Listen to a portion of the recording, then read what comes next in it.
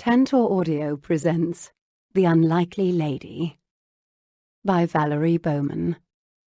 Narrated by Justine Eyre. Chapter 1. London, April 1816. "Oh, for heaven's sake, Mrs. Cat, show yourself and let's get this over with, shall we?" Jane Lowndes wiped the dark, wet hair from her eyes. It was raining, hard. The downpour had begun nearly 5 minutes ago, and she'd been standing outside the mews behind her father's townhouse for nearly 10. Jane could live with the rain herself. Who cared about hair or clothing being ruined? She could even stand the fact that her spectacles were foggy. But her book was getting wet, and that was not acceptable. She'd tucked the leather-bound volume under her arm as best she could while she balanced a wooden bowl in her hands, but she truly needed to get the book inside and dry it by the fire. Jane squinted into the grey mist. A soft meow signalled the arrival of the cat. The brown, mangy-looking animal must have heard her. The cat came running along the stone wall at the far side of the stables, heading straight toward Jane. Apparently, even rain wasn't enough to keep the feline from her free meal. "There you are." A soft smile touched Jane's lips, despite her best efforts to stifle it. She didn't want to smile at this cat. She didn't want to be responsible for it at all, really, rain or shine. She'd noticed the thing a fortnight ago when she'd come to the mews after a mount to ride in the park, and then she'd had the misfortune to go and discover that the cat had kittens, of all things. She'd seen one of the furry little things peeking from behind a bush in the alley, obviously awaiting her mother's return. A lone cat was one thing, but kittens were another matter entirely. Add to that the mamma cat's scrawniness and obvious hunger, and Jane couldn't stop herself from making a trip to the kitchens to request a bowl of scraps. 2 weeks later, and she and Mrs. Cat had a standing appointment here every morning. Today was the first time it had begun raining while Jane waited. She'd have to remember to leave her book inside next time. Jane stooped and set the bowl near the wall, remaining in a crouched position. The cat licked her lips and charged toward it, hungrily plunging her face into the meal and gobbling. "My, you're a greedy one." Jane shook her head slightly. "Reminds me of the manner in which I used to eat when I was a child." She laughed. "I suppose I must continue to feed you so you can keep those babies healthy, but you certainly don't make it easy for me by arriving late in the rain." She patted the cat's head, ignoring her thoughts of fleas, or worse. She'd promptly wipe her hands as soon as she returned to the comfort of the house. "How are the kittens?" Jane asked, raindrops sliding down her nose. The cat's only answer was more hungry smacking. "I imagine you're quite busy," Jane continued, readjusting her book under her arm. "I don't envy you. Having to keep food on the table for your children with nary a paw lifted from Mr. Cat, I presume." The cat continued to eat, steadfastly ignoring her provider. Jane clucked her tongue. "I completely understand. Exactly why I intend to remain unattached and further the cause of women in society, Mrs. Cat. Just like Mary Wollstonecraft." The cat paused and eyed her askance, her green eyes narrowed, as if she understood what Jane had said. Jane hiked her eyebrows. "I know what you're thinking. Mary Wollstonecraft was married. I know, of course I know, but that doesn't mean I have to be. I rather think I'll accomplish much more for the cause if I'm not distracted by a man and his children." The cat looked up from her meal and blinked at her. Was that judgment in the cat's eyes? Had this cat become acquainted with Jane's mother? Jane swiped the rain from her spectacles. "Speaking of marriage," Jane continued, as the cat returned to concentrating on her breakfast, "my friend Cass is getting married, and I am leaving today for the country to attend the wedding. I won't be around for a bit." The cat swished her tail. "Don't blame me," Jane went on. "I couldn't talk her out of it. It seems Cass is madly in love with Julian, and some people apparently are meant to be together forever. Lucy seems to think so too, and Lucy, of course, is a duchess now as a result of falling in love." The last 3 words were uttered with a fair bit of mockery. "But don't worry," Jane said. "I've asked Anna, the cook's assistant, to check on you while I'm gone. She's promised to bring you all the best scraps and—" "Miss Jane!" Anna's voice came floating through the rain and fog. Jane quickly stood and turned toward the sound. "Anna, is that you?" Anna soon materialized around the side of the mews. She held a newspaper over her head to shield herself from the rain as she squinted through the fog. "Miss Jane?" She stopped when she saw Jane. "There you are. I thought I might find you out here. Your mother is looking for you. She and Eloise are turning up the house searching." Eloise was Jane's lady's maid. The poor woman was often taken to task if Jane's mother couldn't find her only child. "I'd better get back quickly, then. Poor Eloise. Goodbye, Mrs. Cat. I'll see you when I return, and I hope to see your kittens fat and healthy. Anna will take good care of you. Won't you, Anna?" Anna's smile spread across her plump cheeks. "Of course, miss." The cat lifted its head and blinked. Anna readjusted the paper atop her head. "Miss, I heard your mother tell Eloise it's quite important that she and your father speak with you before you leave for the house party." Jane scrunched up her nose. Drat. An audience with her mother was never a good thing, and if she was dragging Papa into it, it was serious. I wonder what she wishes to discuss. Anna stooped down and patted the cat on the head. "I heard her say something about Mrs. Bunbury." Jane gulped. "Mrs. Bunbury?"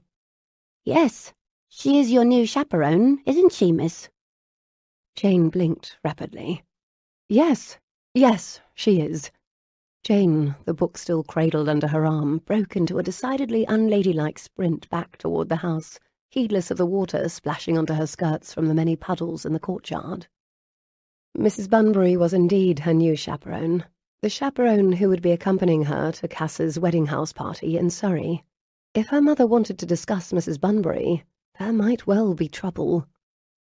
For Mrs. Bunbury didn't exist. Chapter 2. Garrett Upton turned over the letter and stared at it, hard. He let out a long breath. It contained what it always did, a bank draft, an inadequate message, a hefty dose of guilt. "Sir, the coach awaits you." Garrett glanced at the butler, who stood at attention in the doorway to his study. The 2 roan spaniels lying on either side of his chair lifted their heads and wagged their tails. "I'll be there in a moment, Cartwright." Cartwright nodded once. Garrett's gaze returned to the desktop and the letter that had occupied his attention this morning. He finished sanding it, sealed it, and stamped it with the heated wax in front of him. Garrett didn't have much time. The coach was waiting. He hadn't got much sleep last night either, but that was nothing new. The dreams were always there, the nightmares haunting him. Garrett stared at the address. Mrs. Harold Langford, 12 Charles Street, London. Every 2 weeks, Garrett sent a similar letter. He'd sent it like clockwork ever since he'd been a young man of 21, nearly 10 years now. While it always included the same contents conspicuously, there was no mention of Harold, his friend who had died in the war. Garrett shook his head and pushed out his chair. The dogs scrambled up from their resting spots. He stood and made his way toward the door, the letter in his hand. He'd worked the last fortnight to catch up with his business matters to ensure he could enjoy the time in the countryside. Today he was off to his friend's wedding house party in Surrey. The new Earl of Swifton, Julian Swift, was finally marrying his bride, Lady Cassandra Munro. The 6 months of grieving for the Earl's older brother, Donald, had passed. The wedding would be grand. The house party before the wedding more intimate. Garrett's cousin Lucy would be there with her new husband, the Duke of Clarendon. Cassandra and Swifton would be there, of course. Miss Jane Lowndes. Garrett rolled his eyes. Miss Lowndes usually exasperated him, argued with him, maddened him, or a combination of all 3, but he could stand her company for a se'nnight, he supposed. Why Lucy insisted on remaining such close friends with that know-it-all blue-stocking, he'd never understand. Cartwright remained standing at attention near the door. "Ensure this goes out today," Garrett said pointedly to the servant, handing him the letter. "As you wish," the butler replied, taking it. Garrett crossed back over to the large mahogany desk, pulled his coat from the back of his chair and shrugged into it. The dogs watched him intently. Then he turned and strode out the door. The dogs followed close on his heels. He made his way past the butler, who fell into step behind him. He marched down the corridor and into the foyer. Cartwright scurried to open the front door for him as Garrett turned to pat each of the dogs on the head. Their tails wiggled vigorously. "Take good care of them, Cartwright." Placing his hat on his head, Garrett strode out into the street, where he climbed into the waiting carriage. He settled into the velvet seat and gazed out the window, taking one last look at his London residence. It was a fine house. Garrett might be the heir presumptive to the Earl of Upbridge, but the townhouse in Mayfair, and its servants and contents, were currently paid for by money his mother had brought to her marriage to the second son of an earl, and an inheritance from his maternal grandfather. Garrett was a wealthy man in his own right. The coach started with a jerk. Mr. Garrett Upton was off to spend a week at a country house party in Surrey. Chapter 3. "Young lady, I refuse to allow you to leave this house until you answer these questions to my satisfaction." Mrs. Hortense Lowndes' dark hair shivered with the force of her foot stamping against the carpeted floor in Jane's father's study. Jane adjusted her spectacles upon her nose and stared at her mother calmly. Mamma was in a high dudgeon today. She hadn't even mentioned the fact that Jane had arrived dripping wet upon her father's carpet, and then hurried over to place her soggy book by the fire. "Are you listening to me?" her mother prodded. Jane glanced at her bespectacled father, who gave her a half shrug and a sympathetic smile before folding his hands atop his desk and returning his attention to his book. Papa obviously wished this entire debacle was playing out elsewhere, instead of interrupting his reading. Jane didn't blame him. She looked longingly toward her own book. "I do hope it dries and the pages aren't adversely affected." Oh, wait. She should be paying attention to her mother. "Of course I'm listening, Mamma." Her mother crossed her arms over her chest and glared at her suspiciously. "Why are you wet?" Jane pursed her lips. "I thought this was about Mrs. Bunbury." Distraction. It always worked on Mamma. Without taking his eyes off his book, Jane's father smirked. "Yes, Mrs. Bunbury," her mother continued. "That's exactly right. I have several questions about her." Jane took a deep breath. She carefully removed her spectacles and wiped them on her sleeve. Stalling, a second tactic that usually worked on her mother. "Mamma, we've discussed this. I'm no longer a child. I'm 26 years old. I'm a blue-stocking, a spinster." She refrained from pointing out that her mother's refusal to accept that fact was exactly why she'd had to invent this preposterous Mrs. Bunbury scheme. That would not be received well. Not at all. "You most certainly are not." Her mother stamped her foot again. "Why, I cannot believe my ears." She whirled toward Jane's father. "Charles, are you listening to this?" Jane's father's head snapped up. He cleared his throat. "Why, yes, of course. Blue-stocking spinster, dear." "No," her mother cried. "Jane is not a blue-stocking spinster." "No, of course not," her father agreed, before burying his head in his book again. Hortense turned back to face Jane. She pressed her handkerchief to her lips. "We've spent a fortune on your clothing and schooling. We've ensured you've received invitations to all of the best parties, balls and routs. I do not understand why you cannot find a husband." "I don't want a husband, Mamma. I've told you time and again." "If you'd merely try," Hortense pleaded. As usual, her mother refused to listen, hence the need for Mrs. Bunbury. Jane carefully replaced her spectacles. "I'm going to the house party, aren't I?" Logic. It usually served to placate her mother, if temporarily. Her mother made a funny little hiccuping sound.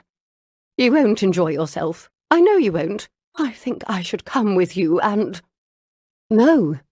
Jane could only hope she successfully kept the panic from her face. If Mamma came to the house party, it would be a disaster. It was bad enough that she would be arriving at the end of the week for the wedding itself. "Of course I won't enjoy myself, Mamma. Not the party part, at least. I'm bringing a great many books, and I intend to." Her mother tossed her hands into the air. "Books, books, books! That's all the two of you ever talk about, ever think about." She turned sideways and glared accusingly back and forth between her husband and her daughter. Jane stepped forward and put a comforting arm around her mother's shoulder. She felt a bit sorry for her. The poor woman hadn't given birth to a daughter who loved people and parties and clothing and fripperies like she did. Instead, she'd given birth to a girl who took after her intellectual father, a man who'd been knighted by the crown for his genius at economics, having successfully invested a great deal of money for the royal family. Jane even looked like her father. Dark hair, dark eyes, round cheeks, round face. The slightly round backside may have been more due to her love of tea cake than her father's doing, but that hardly mattered. In all things important, Jane took after Sir Charles Lowndes. "I'm sorry, Mamma," Jane murmured. She hugged her pretty mother. Hortense was sweet and kind and meant well. It was hardly her fault that she'd had the terrible misfortune to have a blue stocking for a daughter. Hortense blinked at her. "Sorry for what?" Jane let her arm fall away. "Sorry I spend my days reading Socrates instead of La Belle Assemblée, reading the political columns instead of shopping for fabric and fripperies with you, attending the theatre instead of visiting with friends." Her mother's shoulders drew up and then just as quickly relaxed. She worried the handkerchief in her hands. "Oh, Jane, if you'd only try." Jane sighed. She'd tried. Oh, how she'd tried. How many times had she wished she was petite and beautiful with good eyesight, someone who loved nothing better than to attend parties. It just wasn't her, and it never would be. The sooner Mamma accepted that fact and let go of her dream of Jane making a splendid match, the better the two would get on. Her mother had left her no choice. Today's little episode notwithstanding, Hortense had shown few signs of giving in. Hence, Jane was about to employ her secret weapon, one Lady Lucy Hunt, Jane's closest friend. Lucy had promised Jane she would use her considerable talent with words to convince Lady Lowndes that Jane should be left in peace. Jane wanted nothing more than to live out her days reading, studying, lobbying for the rights of women, and hosting the occasional intellectual salon. She wanted to be free, to no longer be forced to attend an endless round of social events that made her feel anything but social. To that end, Jane had employed the second-best weapon in her arsenal, her new chaperone, Mrs. Bunbury. The idea had been inspired by Jane's other friend, Cassandra Munro's unfortunate incident last autumn, when Cass had been obliged to pretend she was a non-existent young lady named Patience Bunbury. It had been unfortunate only because, in so doing, Cass had been forced to deceive the man she had desperately loved for the last 7 years and, well, the entire charade had been a bit questionable after Captain Swift had discovered Cass's duplicity. It had all ended well enough, however, hence Jane's journey to their wedding festivities today, and her subsequent need for a fictitious chaperone. "I'm going to the house party, Mamma. As for Mrs. Bunbury, didn't Lucy write and tell you all about her?" Jane stepped closer to the door. Jane's father squinted up at her and arched a brow. He knew she was making her escape. Her mother nodded vigorously. "Yes, but I find it highly suspect that I've yet to meet this woman, and Didn't Lucy vouch for Mrs. Bunbury's high moral character and excellent references?" Jane continued with another step toward the door. The frown lines on her mother's forehead deepened. "Yes, but I cannot allow my only child to—" "Didn't I tell you I'm going directly to Lucy's townhouse, where I shall meet Mrs. Bunbury and travel with her and Lucy to the house party, and I shall be properly chaperoned by them the entire time?" Her mother opened her mouth and shut it again, reminding Jane of a confused frog. "You did, but I refuse to." "Won't Eloise be with me the entire ride to Lucy's house?" Her mother closed and opened her mouth a few more times. She'd apparently come to the end of her list of rebuttals. If one lobbed enough reasons at Hortense Lowndes without stopping to take a breath, one might overwhelm her with the sheer volume of logic, and then success was merely a matter of time. Jane could almost count the moments to a victory. 1, 2, 3. I don't think. Her mother wrung her hands and scanned about, as if she'd find the answers she needed lying on the floor of the study. Charles, what do you have to say about all of this?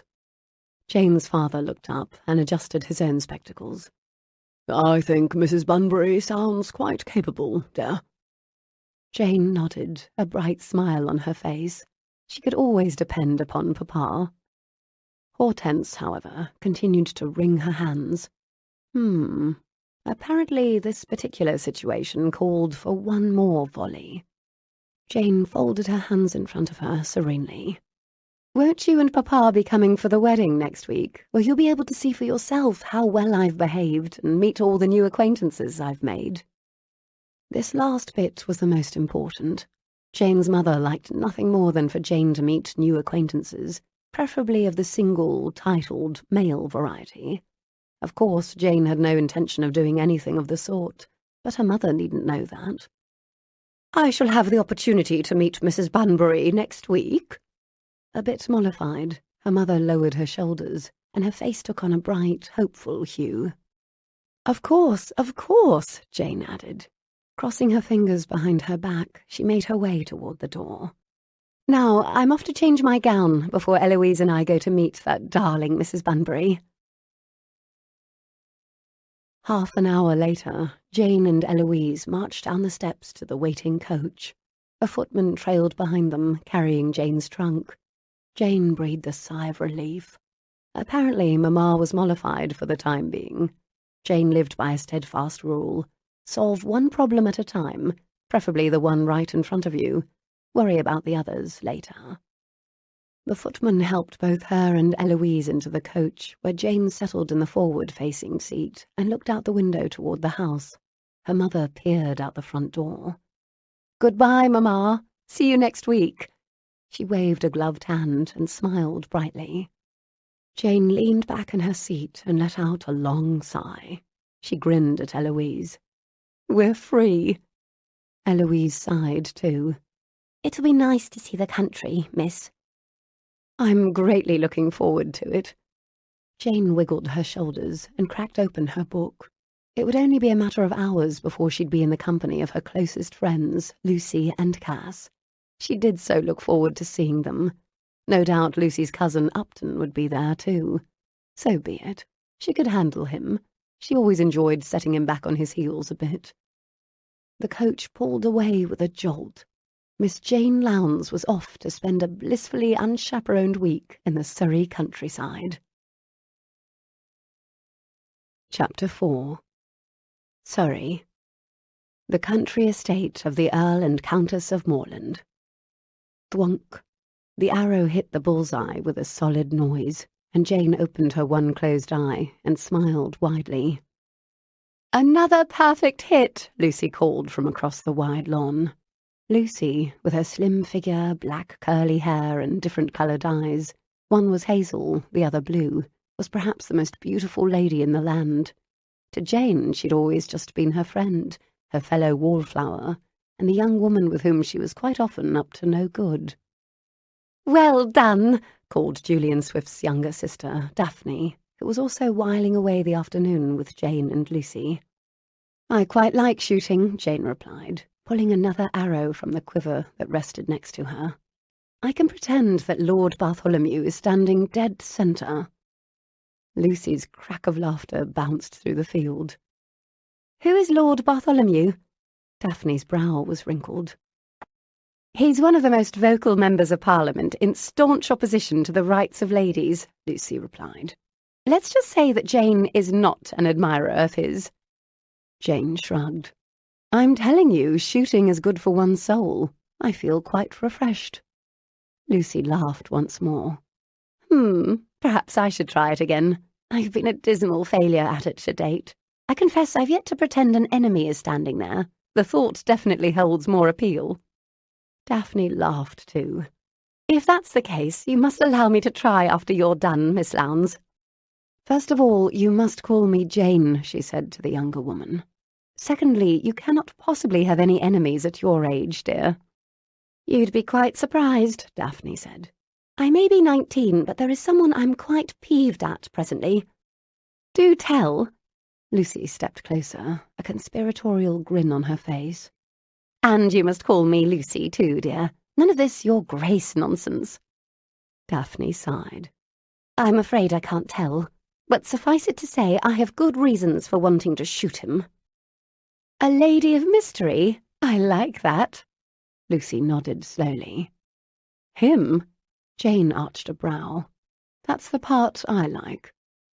Daphne gave her a small smile and a shrug. Jane watched the girl. Daphne was a tiny little blonde thing with a plethora of energy. She'd made her come out last year and suffered a horrible bout of sadness after her elder brother died the following autumn. It was impossible not to like Daphne. Pretending to shoot at men or not, I'm pleased you're out today, Daphne. The fresh air is good for you, Jane said. I must thank you both for making me smile and laugh. It's been so long, Daphne replied, a faraway look in her sparkling grey eyes. Lucy crossed over the lawn and gave her a quick hug. My dear Daphne, we're happy to make you laugh. In fact, it's our specialty. Besides, we're practically sisters. You're one of us. Jane and I love Cass as dearly as if she were our sister. Thank you, Jane and Lucy. Daphne's mouth quirked up in a shy smile. I couldn't be happier to have Cass joining our family. Mother and I adore her. Julian, too, Lucy replied with a wink. Of course, Daphne agreed. Julian, too. Jane faced the bullseye again, pulled back the bow, closed one eye, and let it fly. Another direct hit. It nearly split the previous arrow in two. Take that, Lord Bartholomew. Well done, Lucy said. Daphne clapped her hands. Why, the only other person I've seen shoot an arrow so precisely is Captain Cavendish. Jane and Lucy exchanged a glance over Daphne's head. Daphne had mentioned Captain Rafferty Cavendish, her brother's friend who'd been with Donald when he died, on several occasions of late. How is Captain Cavendish doing, dear? Lucy strolled to where Daphne stood near Jane. All better, or so he says. He's recovered from his wounds in such short order that doctors are amazed. Will he be able to attend the wedding? Lucy prodded, while Jane readied another arrow. I do hope. I think so. Daphne tugged at her gown. You're not peeved at him, are you, dear? Lucy ventured. Jane took a quick look at Daphne. The poor girl was blushing. No, wait, don't answer, Lucy continued. I'd hate to deprive you of your mystery. Daphne's shoulders relaxed. Thank you. One more and then you can try, Daphne, Jane said. She lined up the arrow and let go. Again, the missile whipped through the air and hit the bullseye in the centre. Imagining anyone's head? Not mine, I hope, came a sarcastic male voice. Jane lowered the bow and swung around to watch the man heading across the lawn toward them. She narrowed her eyes as he approached. If you care to stand in as my target, Upton, that can easily be arranged. Lucy pulled up her skirts and rushed to greet her cousin. Garrett, I'm so glad you're here. I worried you wouldn't get away in time for the house party. Garrett greeted Daphne before he replied to his cousin. I rearranged some things on my schedule. Ah, a wonder. Who knew drinking and gambling was so easily rearranged? Jane gave him a tight smile. She caught Daphne's gaze and rolled her eyes. Daphne giggled. It's nice to see you too, Miss Lowndes, Garrett replied. I'll forego standing in as your target, as tempting as that offer is. I see you have your ever-present book. Jane squinted at the spot on the grass where she'd placed her book. I'm surprised you recognised it, Upton, you not being a reader. Daphne stepped closer to Jane and took the bow from her hands, while Jane made her way over and scooped up her book. Reading is quite overrated, if you ask me, Miss Lowndes. Besides, you do enough reading for both of us, Upton replied. What is it you're reading this time? Jane gripped the book. It's Montague's treatise on the history of handwriting and graphology, if you must know. Good God, that sounds every bit as dull as I expected, Upton shot back. Hands on her hips, Lucy glanced between the two of them. You two don't start. We're here for Cass and Julian's wedding, I'll have you remember, and we have a se'nnight to get along and enjoy ourselves before the festivities. Let's start off on a good foot, shall we? Upton turned to Jane.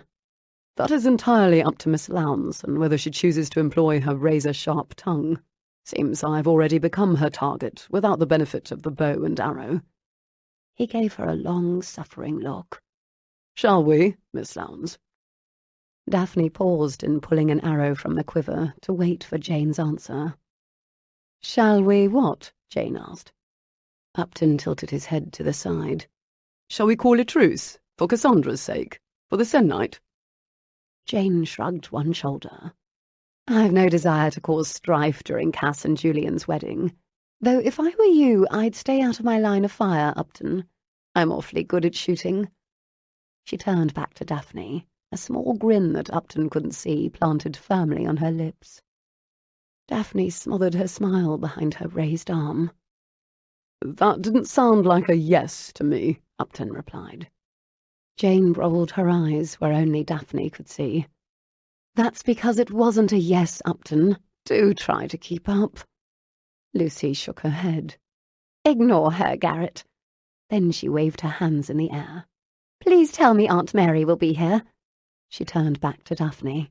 That's Mr. Upton's mother. You did know he and I are cousins. Daphne nodded. Yes, Mother is coming next week for the wedding, Garrett replied. Jane was truly glad to hear it. Garrett's mother was a lovely woman whom Jane had had the pleasure of getting to know last summer, when the friends spent time at Garrett's summer house in Bath. A pity its owner had to be there. Garrett Upton was the unfortunate addendum to Jane's friendship with Lucy. Jane had never taken to the man. In fact, the two had disliked each other nearly upon sight. They'd met at a performance of Much Ado About Nothing, after which the blowhard had eviscerated the play and the performance, whilst Jane had defended it, and so it had been between them ever since. Attending the theatre was one of her most treasured pastimes. She refused to allow some overly entertained reprobate to spout off on a subject he knew little about. If the rumours about him were true, Upton was a rake, a gambler, and a general profligate, and Jane had little use for men who spent their time so frivolously. If those transgressions weren't enough to condemn him in her eyes, he also seemed to enjoy nothing better than to tease her about her blue-stocking tendencies and education, another unforgivable sin. Though Jane had little use for Garrett Upton, Lucy and Cass adored him, and so suffer his company Jane must. Wonderful, Lucy replied.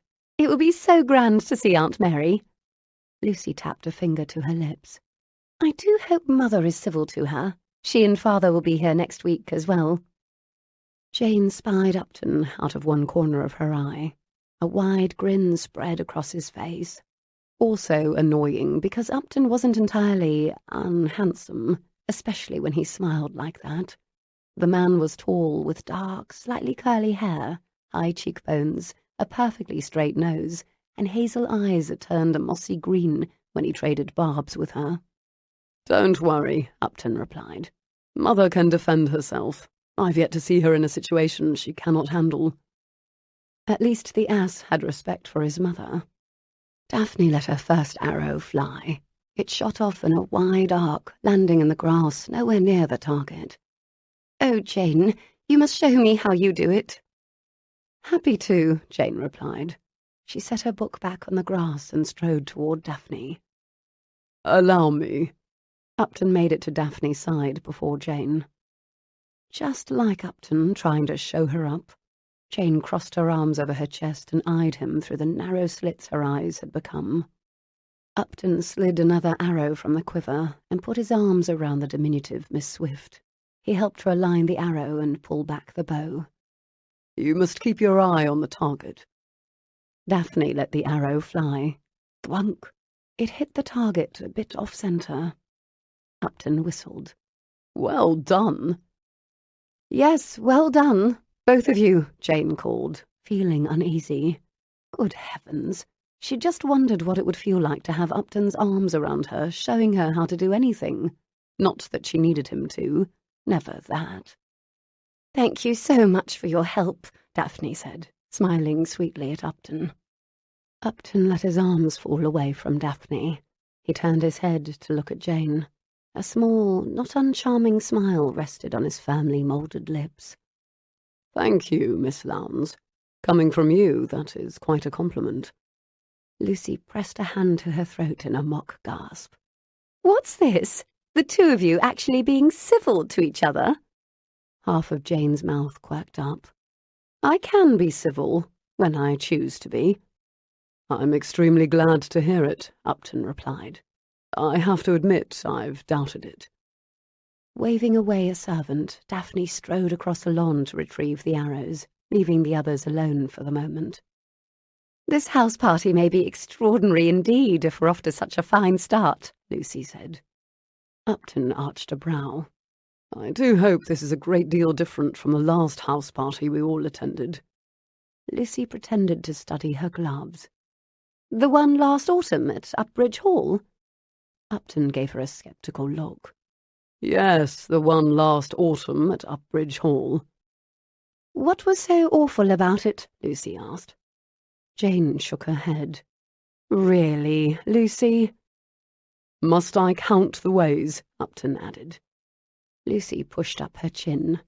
I take great exception to that, Garrett. I think it worked out splendidly. We're here at the wedding, aren't we? A wedding that might not have happened if we hadn't had that house party last autumn. All's well that ends well, eh? Upton pulled at the cuff of his sleeve. Exactly. Lucy nodded so forcefully that one of her black curls flew out of her coiffure and bobbed on her forehead. I would give a warning, Lucy. Don't try any of your antics during Cassandra's wedding, Upton said. Jane had been expecting such a speech. Upton was known to be the voice of reason when his much more exuberant cousin got a scheme in her head. Lucy's antics always seemed to work out for the best, but there was usually trouble before they were over.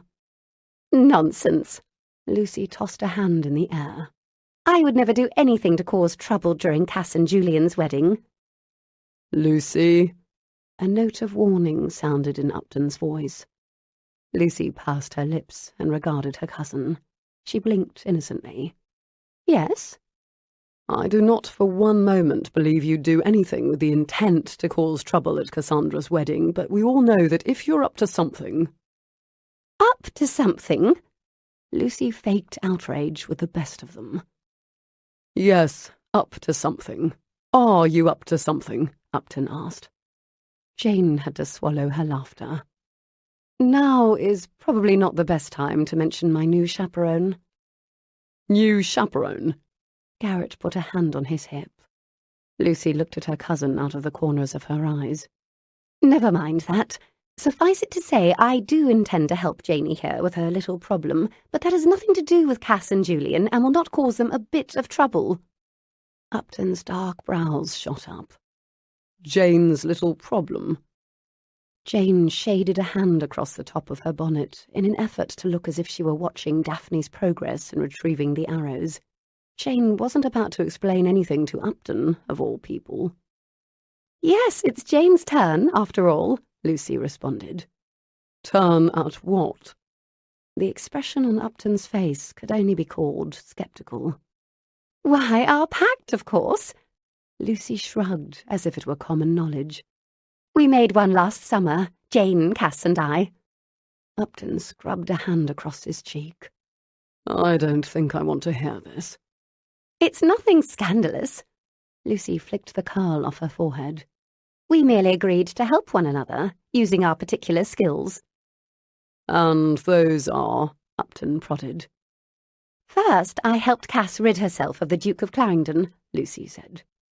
Upton's eyes widened. You mean your husband? Lucy pursed her lips. He just so happened to be perfect for me, but I hardly knew that at the time we made our pact. Then we helped Cass in pursuit of Julian, Jane added, smiling sweetly at Upton. Garrett's mouth twisted grotesquely, as if he'd just swallowed an eel. He turned to Lucy. Don't tell me you're turning your talents toward finding Miss Lowndes here a mate. Don't be a nitwit, Upton. Jane crossed her arms over her chest. And please don't say mate like that. It sounds so barbaric. Of course not, Lucy interjected before Upton could reply. We merely intend to ensure Jane's mother leaves her alone to be a spinster, just as Jane wishes. Oh, really? Upton replied, giving Jane a sardonic look. How exactly do you intend to accomplish that? Lucy didn't take a breath. Jane's been suffering at her mother's insistence that she marry, and we've a plan to put an end to it. It's quite simple, really. Nothing that will cause trouble at the wedding. Lucy. The note of warning was back in Upton's voice. What are you planning to do? Lucy waved her hand in the air. Nothing that requires your assistance, dear cousin. You needn't warn me this time. I've everything perfectly under control. Upton studied Jane. She merely shrugged. She'd been patiently waiting her turn for Lucy's, expertise, and she wasn't about to allow Upton's cautiousness to upend her Mrs. Bunbury plot. Lucy always managed to think of some way to get what she wanted, and this time Jane intended to be the happy recipient of that skill. Don't worry your pretty little head, Garrett, Lucy replied, patting her cousin's arm. Besides, after I help Jane here, I may turn my attentions to you. Me? The whites of Upton's eyes showed. Lucy tossed the recalcitrant curl off her forehead with one finger. Yes, you. Upton squinted one eye, pressing his fingertip to his forehead, as if he had a megrim. How could you possibly help me? Lucy's grin was wide and unrepentant. Why, you're obviously in need of a wife. Chapter 5. In need of a wife? Absolutely ludicrous, Garrett mumbled to himself, minutes later, after the three ladies had excused themselves and returned to the house. The last thing he needed was his troublemaking cousin trying to matchmake for him. Why, Lucy had already spent the last few years convinced he was in love with Cassandra. Lucy had been entirely wrong about that, of course, but it had taken no small bit of discussion to convince her. Garrett grabbed up the bow and arrow and took aim at the bullseye. He released the bow, letting the arrow zing its way to the target. It hit right off centre. Damn! Not quite as perfect as Miss Lowndes' arrows, but he'd never give her the satisfaction of knowing it. Miss Lowndes. What was she up to? Lucy was meddlesome. That was her nature. Apparently Miss Lowndes was encouraging her meddling. Garrett had nearly asked them to explain whatever Miss Lowndes meant by that comment about her new chaperone. Could he survive another mad house party with Lucy up to her old tricks? He sighed. Something told him he was about to. He plucked another arrow from the quiver and sent it zinging behind the last one. He grinned. Aha! That hit even closer than Miss Lowndes' best shot. Well done. Garrett swivelled toward the sound of clapping to see Derek Hunt, the Duke of Clarendon, striding toward him. Clarendon, good to see you. At well over 6 feet tall, Clarendon was taller than Garrett, though not by much. He was big, dark, and strong, a former army lieutenant general before being granted his dukedom for his decisiveness in the Battle of Waterloo. But for all of Clarendon's recommendations, the thing that mattered most to Garrett was that the Duke made his cousin Lucy happy. How have you been, Upton? Clarendon asked, as he moved to stand a few paces away from Garrett. I've been well. Garrett pulled a third arrow from the quiver. Why do I question that? Clarendon's deep voice held a note of scepticism. Garrett gave him a half grin.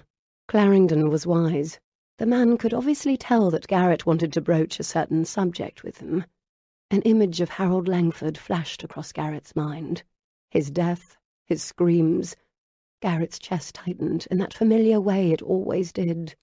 Guilt, his constant companion. I wanted to speak with you about the bill that Swifton is proposing. Clarendon arched a brow. The one for the soldiers who fought in the wars? Yes. What of it? Garrett took a deep breath. I intend to help him rally for it, of course, as best I can. But I want it to do more. Clarendon squinted against the afternoon sun. More? That's right. Swifton's interest in passing a bill for the veterans had given Garrett a new purpose. He'd spent the last years since he'd returned from war being the perfect caricature of a society male, a future earl. He'd gone drinking, gambled, flirted with ladies, even taken a few of the widows to bed, all in an effort to forget. Not that any of it had worked. In addition to sleepless nights plagued by awful dreams and memories, he'd been unable to fill the void in his soul. A generous bank draft made out to Harold's widow each fortnight had done little to staunch the tidal wave of guilt that followed him wherever he went. Now, with this bill, Garrett finally had a chance to do something. He was not yet a member of Parliament himself, but he had two close friends who were, Clarendon and Swifton. "What did you have in mind?" Clarendon asked. "I want to expand it. Make it so that not only the soldiers are taken care of, but their families as well." The edges of Clarendon's mouth drew up in a frown. "You know it's going to be a fight for the soldiers alone." "I know," Garrett nodded. "But I think it's important." "I don't disagree with you," Clarendon said with a firm nod. "We'll speak to Swifton." "Thank you," Garrett replied. "Care to try your luck with the bow?" Clarendon stepped forward. "Don't mind if I do. I actually came here to see Lucy. She told me that she and Daphne were shooting." "They just left. They had Miss Lowndes with them." Clarendon took the bow and pulled back. "Jane?" "Yes." Clarendon shook his head. "I do hope those two think things through a bit more before they get themselves into trouble." "Trouble?" "Yes. Didn't Lucy tell you? She's hired a new chaperone for Jane. Mrs. Bunbury." "Bunbury?" Garrett cursed under his breath. It wasn't the first time he'd heard that name. Chapter 6. "How is the beautiful bride?" Jane asked an hour later, as she and Lucy entered Cass's bedchamber in the large manor house. Cass's room was as lovely as she was, all pink and white and cheery. There was a gorgeous four-poster bed in the centre of the room, a delicate whitewashed bookshelf that took up an entire wall and made Jane nearly salivate, and watercolours of flowers on the wall that Cass had painted herself. Cass stood from her writing desk to greet her friends, her honey blonde hair cascading over her shoulders. She was still wearing her dressing gown. "The bride? I'm nervous," she responded with a tremulous smile. "And I have a horrible red spot on my nose that had better be gone before the wedding, or I don't know what I shall do." "A red spot? Let me see." Lucy hurried over to Cass and examined her nose. "It's not that bad, truly."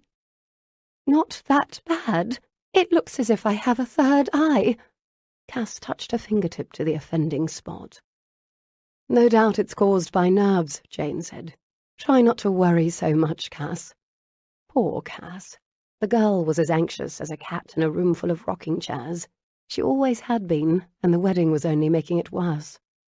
Of course, Jane couldn't sympathise, having never been engaged to be married and having the entire ton about to descend upon her home for the wedding.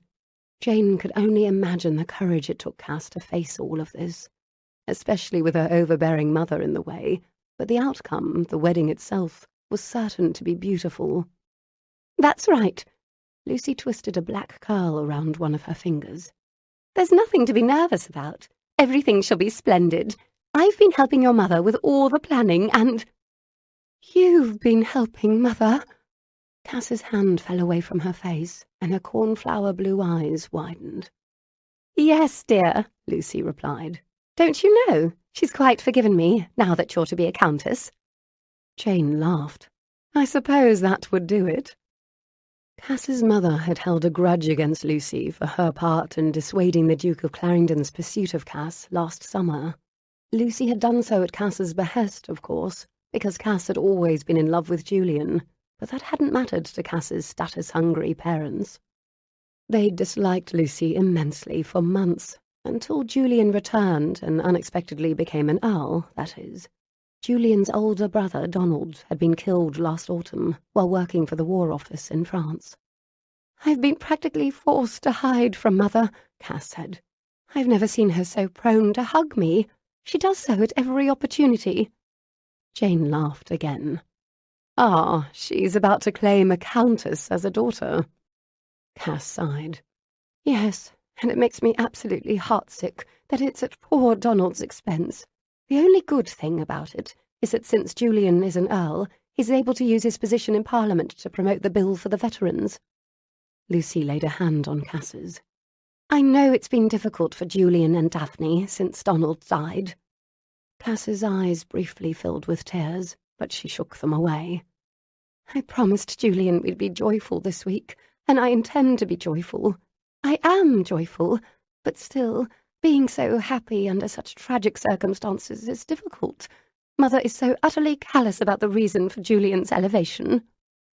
"She's happy that her darling daughter is getting married. Perhaps you should look at it that way." Jane adjusted her spectacles upon her nose. Cass raised a sceptical brow. "Darling." Jane shrugged. Lucy cleared her throat. "Regardless, I've been helping your mother with the planning, and we've everything arranged, including all the festivities leading up to the wedding." Cass's nose reddened, and she pressed her handkerchief to it. "The wedding," she echoed. "Oh, I just cannot believe that I'm about to marry Julian next week. After so many years, and then the last 6 months of waiting, and... Will one of you pinch me, please? I'm so frightened that this is merely a dream." Jane rubbed Cass's shoulder and gave her an encouraging smile. She was delighted for her friend. Cass was as beautiful inside as she was out, and Jane was happy that Cass had found the love of her life. Apparently that did exist, for some people. "No need for pinching. It's all quite real, I assure you, and no one deserves happiness more than you and Julian." Cass bowed her head slightly. Lucy quickly hugged Cass. "Of course it's real, dear. It's real and it's wonderful." "The size of this wedding has my nerves in knots," Cass continued. "There will be dozens of guests." "An Earl is getting married, dear," Lucy replied with a warm smile. "Yes, but I had no idea it would be so large. Normally these things are small, quiet affairs. You married a duke and didn't have half so many in attendance, Lucy. It's no wonder I have a red spot on my nose. The wonder is that I don't have several."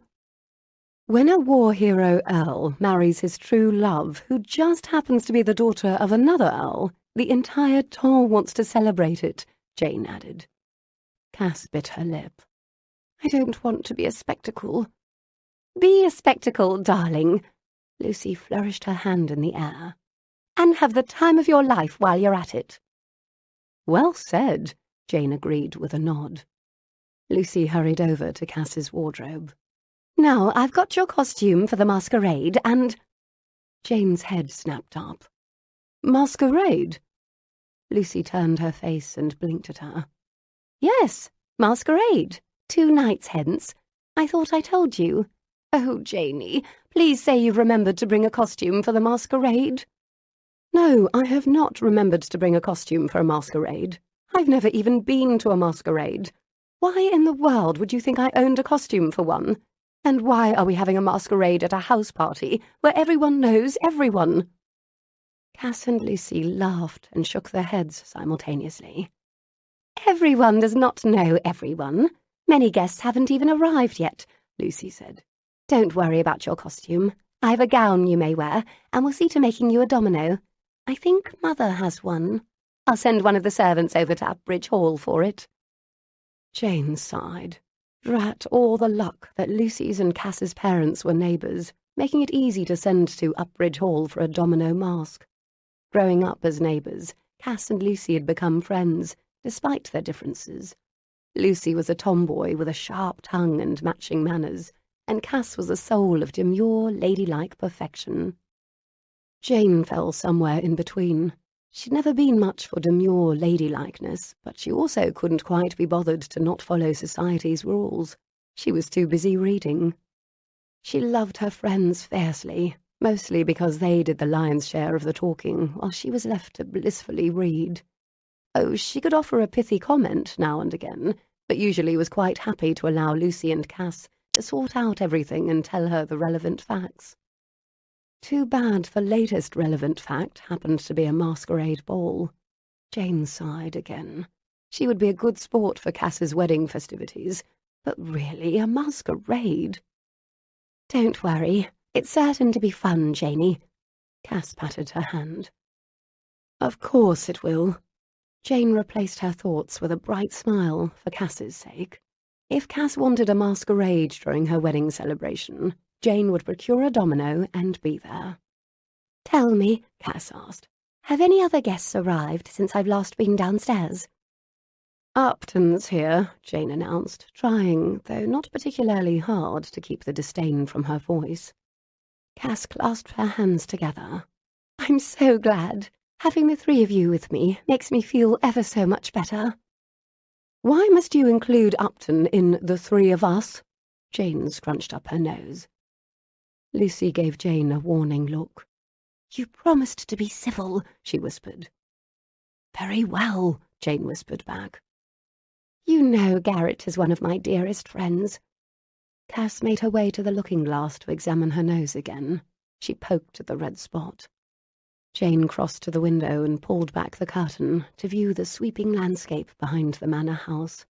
Upton was still on the lawn practicing his archery. Jane eyed his form. She'd like to challenge him to a round, show him just how superior ladies were. I wonder he came, considering his feelings for you. Cass turned abruptly toward Jane. Whatever do you mean? Jane pushed up her spectacles. I mean, Upton wanted to marry you himself. Yes, but... Lucy began. Jane turned to see her friends exchange a glance. Lucy nodded toward Cass. You should have been there, Cass. I told Garrett that after I help Janey with Mrs. Bunbury, I'll help him find a wife. You did? Cass smothered a laugh with her hand. She did indeed. Jane turned back to the window. What did Garrett say to that? Cass wanted to know. He gave me some more dire warnings of what would happen if I caused any trouble at your wedding, and then spouted some nonsense about how he doesn't need a wife. The man is going to be an earl one day. Of course he needs a wife. The sooner the better, if you ask me. Jane snorted. Very best of luck finding someone who could stand him long enough to marry him. But we're focused on Cass this week, not Upton. That's absolutely right, Lucy agreed. And we must plan what we'll say to Mamma when she arrives next week looking for Mrs. Bunbury, Jane continued. Cass tugged at her long hair. What exactly do you intend to do? Lucy's eyes lit with the mischievous glee they always did whenever she was explaining one of her schemes. The idea is that if Jane has a chaperone who doesn't exist, she might go to the circulating library or an intellectual salon instead of making calls and attending parties. There would be no one to contradict her assertions about where she has been. But how will you ever keep up the charade back in London? Cass asked. Lucy tapped a finger against her cheek. Admittedly, we haven't thought it through much more than that. We were merely worried about this house party at present. Yes, one problem at a time, Jane said. However, Jane and I intended to devote a good portion of the next week to coming up with a solution to the problem, Lucy added with a resolute nod. Cass ran her hands down her sleeves. Your mother thinks you're here with Mrs. Bunbury, Jane. Jane nodded. I was able to leave the house with Eloise, but Mamma insisted she be introduced to my new chaperone when she arrives next week. Don't worry, Jane. We'll think of something, Lucy assured her. You two always do. Cass turned her head from side to side in the mirror. Perhaps I can wear a veil over my face for the next few days, until this spot goes away. The veil will just draw more attention to it. Lucy turned to Jane. You arrived here successfully, didn't you? Jane nodded. I did indeed arrive successfully. I agree about the veil. Cass sighed and backed away from the looking-glass. She turned to her friends. Cass, you are not to worry yourself on the matter at all, Lucy said. You are the bride, and it is your wedding party. Jane and I will handle the Mrs. Bunbury business. That's right, Jane agreed. Did you tell Garrett about Mrs. Bunbury? Cass asked. Lucy shook her head. No, not yet. Cass's eyes widened. You plan to? Lucy smoothed her skirts. With Garrett, it's best to admit to things. He has an unfortunate habit of finding out eventually, and it's better for everyone if he's in on it from the first. Yes, he did help when Owen arrived at the house party last autumn, Cass admitted. But still, even though it's my wedding week, I want to help with Jane's situation. It will keep my mind off my nerves, and my mother, and my spot. She pressed at the offending bump again with the tip of her finger. Jane tugged at her lower lip. I've been thinking, perhaps we can have Mrs. Bunbury write Mamma a letter and tell her she's come down with an illness and had to leave. She can add that she's quite certain I should despair of making a match. Perhaps we can convince Mamma to abandon hope when it comes to my marital prospects. Lucy wrinkled her nose. I'm not certain your mother would take one woman's word for it, Janey, dear.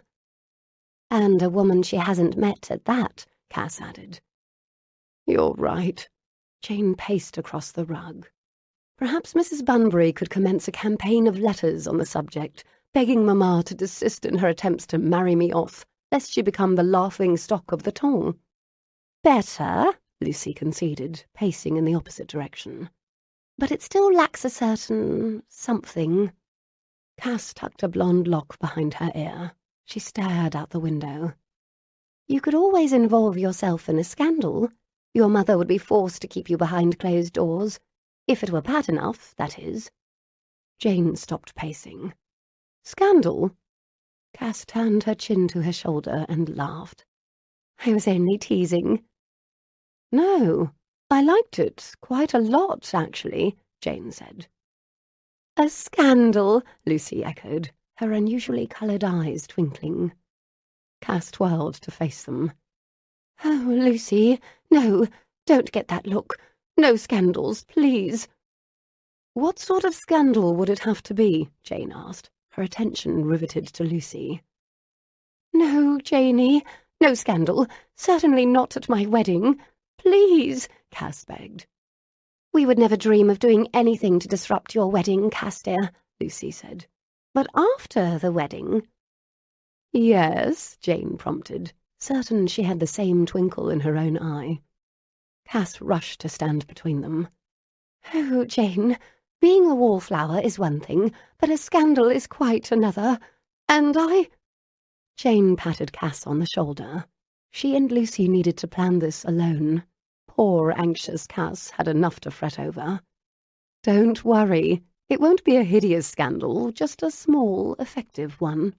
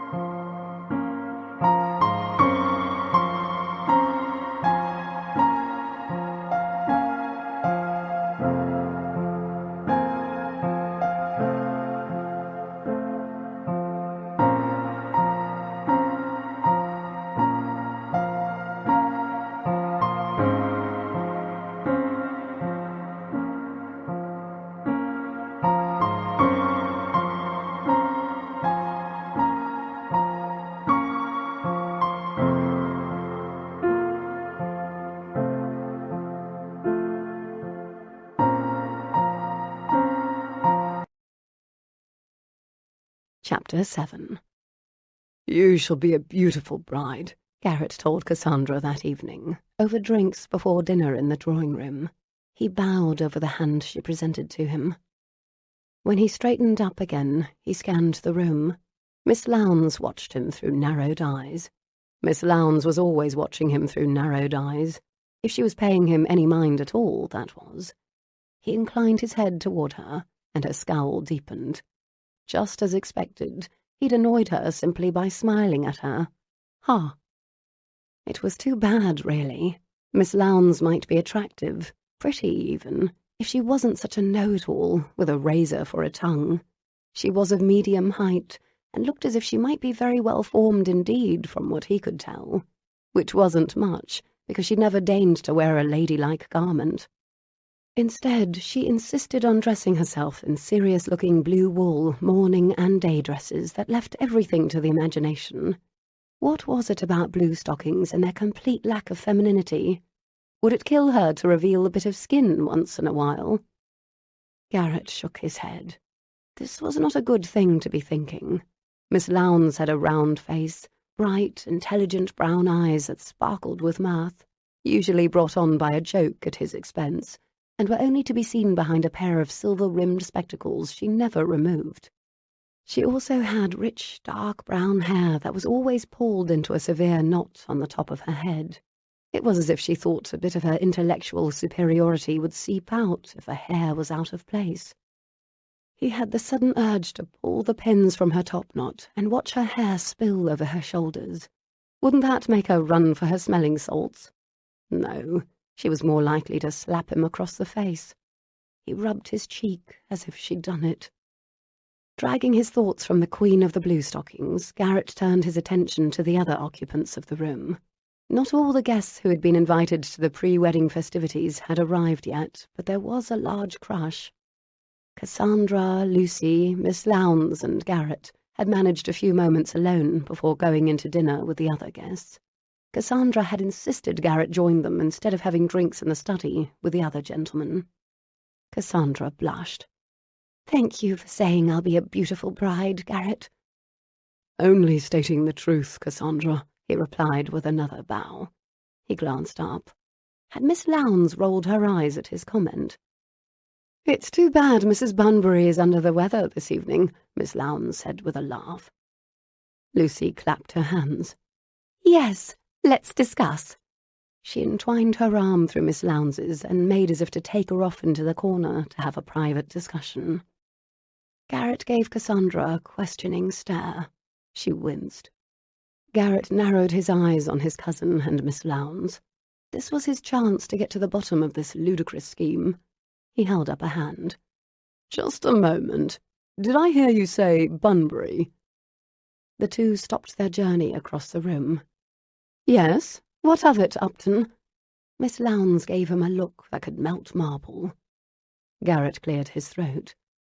"Isn't Miss Bunbury the name Cassandra used last autumn when she was pretending to be a non-existent person?" Lucy's eyes shifted back and forth. "Yes, it was." She turned again. Garrett blinked at Cassandra. She winced for the second time. "Would this Mrs. Bunbury be any relation to Miss Bunbury, then?" he asked. Miss Lowndes sighed heavily and pushed up her chin. "Of course they aren't related, Upton. Neither one of them exists." She gave him a look that clearly indicated she thought him an imbecile. Garrett turned to Cassandra, the only one of the three who could be counted on to explain this nonsense adequately. He arched a brow in her direction. "Mrs. Bunbury is Jane's chaperone," Cassandra said simply, as if that explained it. "That's right," Lucy offered. "But she doesn't exist," Garrett clarified. "Of course not," Miss Lowndes replied. "What is the use of a non-existent chaperone if she existed?" Garrett put one hand on his hip. "I'm going to regret asking this, but why do you want a non-existent chaperone?" Miss Lowndes pushed up her spectacles and gave him a tight smile. "The better question is, of course, why would I want an existent chaperone?" Lucy seemed completely at ease with that answer, and the two ladies continued to chat until Garrett cleared his throat again. "Why do I have the feeling that one of Lucy's schemes is at work here?" Cassandra folded her hands and searched the room as if desperately looking for something to do other than meet his eyes. "Don't worry about it, Upton," came Miss Lowndes's tight reply. On the contrary, I cannot help but worry about it if Lucy is doing something she ought not to. Lucy turned to face him this time. Garrett, you may relinquish your role as the sensible one for the remainder of the house party, as my husband Derek is only too willing to see to it that I don't get up to too much trouble. He knows all about Mrs. Bunbury. Garrett clasped his hands behind his back and allowed the hint of a smile to pop to his lips. Yes, I know. He told me. Lucy's eyes went wide. You already knew? A bit, Garrett replied. But with all due respect to the Duke, I don't think Clarendon is fully aware of the extent of trouble you can get up to, dear cousin. Isn't he? Lucy batted her eyelashes. Be that as it may, Miss Lowndes interjected. It's none of your concern, Upton. Garrett turned back to Cassandra. There was little hope of getting Lucy or Miss Lowndes to crack, but Cassandra would only take a bit of prodding. Cassandra? He drew out her name. Don't look at me, Cassandra replied. I told them causing a scandal was a bad idea. A very bad one indeed. Garrett slapped his thigh and turned back to face the other two. A scandal? Lucy's brow was furrowed in a deep frown. Cass, why did you say that? Cass bit her lip and wrung her hands. I'm sorry. Don't try to change the subject, Garrett replied. What type of a scandal are you trying to cause? Nothing too large or awful, Lucy replied. And nothing until the wedding is past. We promised Cass. Cass nodded. Yes, thank you for that, but I still think it's a bad idea. It's an awful idea. Garrett tried his damnedest to keep from raising his voice. I assume this scandal would affect Miss Lowndes' reputation. Yes, Miss Lowndes said. But we plan to. What? Control the size of the scandal. Control the size, Garrett shot back. You've been around the town long enough, both of you. Those vultures seize upon any bit of gossip. The smallest incident could quickly grow out of proportion. Miss Lowndes' expression was bored. Thank you for your interest and concern, Upton. But despite what you may think, a lady doesn't always need a man to tell her what to do. Garrett's jaw tightened. By God, it's not about my being a man. It's about common sense, and I think you have the monopoly on common sense because of your gender, Jane finished for him. No, I don't, he growled through clenched teeth. No one could make him more angry more quickly than Jane Lowndes and her know-it-all female equality attitude, especially since he didn't have a bloody problem with female equality. He had a severe problem with know-it-alls, however.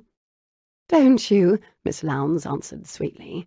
I seem to remember you telling Lucy last autumn that she desperately needed a man to come to Upbridge Estate for the house party and see to things. His jaw remained tight. That house party was ill-advised and— Because a man wasn't running it, came Miss Lowndes' swift reply. She blinked at him innocently. No, it had nothing to do with— I don't believe you, Upton. I think you are overly impressed with yourself because you happen to be male, a sad trait among your sex, to be sure. But I don't share your regard for your innately superior intellect, and am happy to rely upon my own in all matters. No one asked you.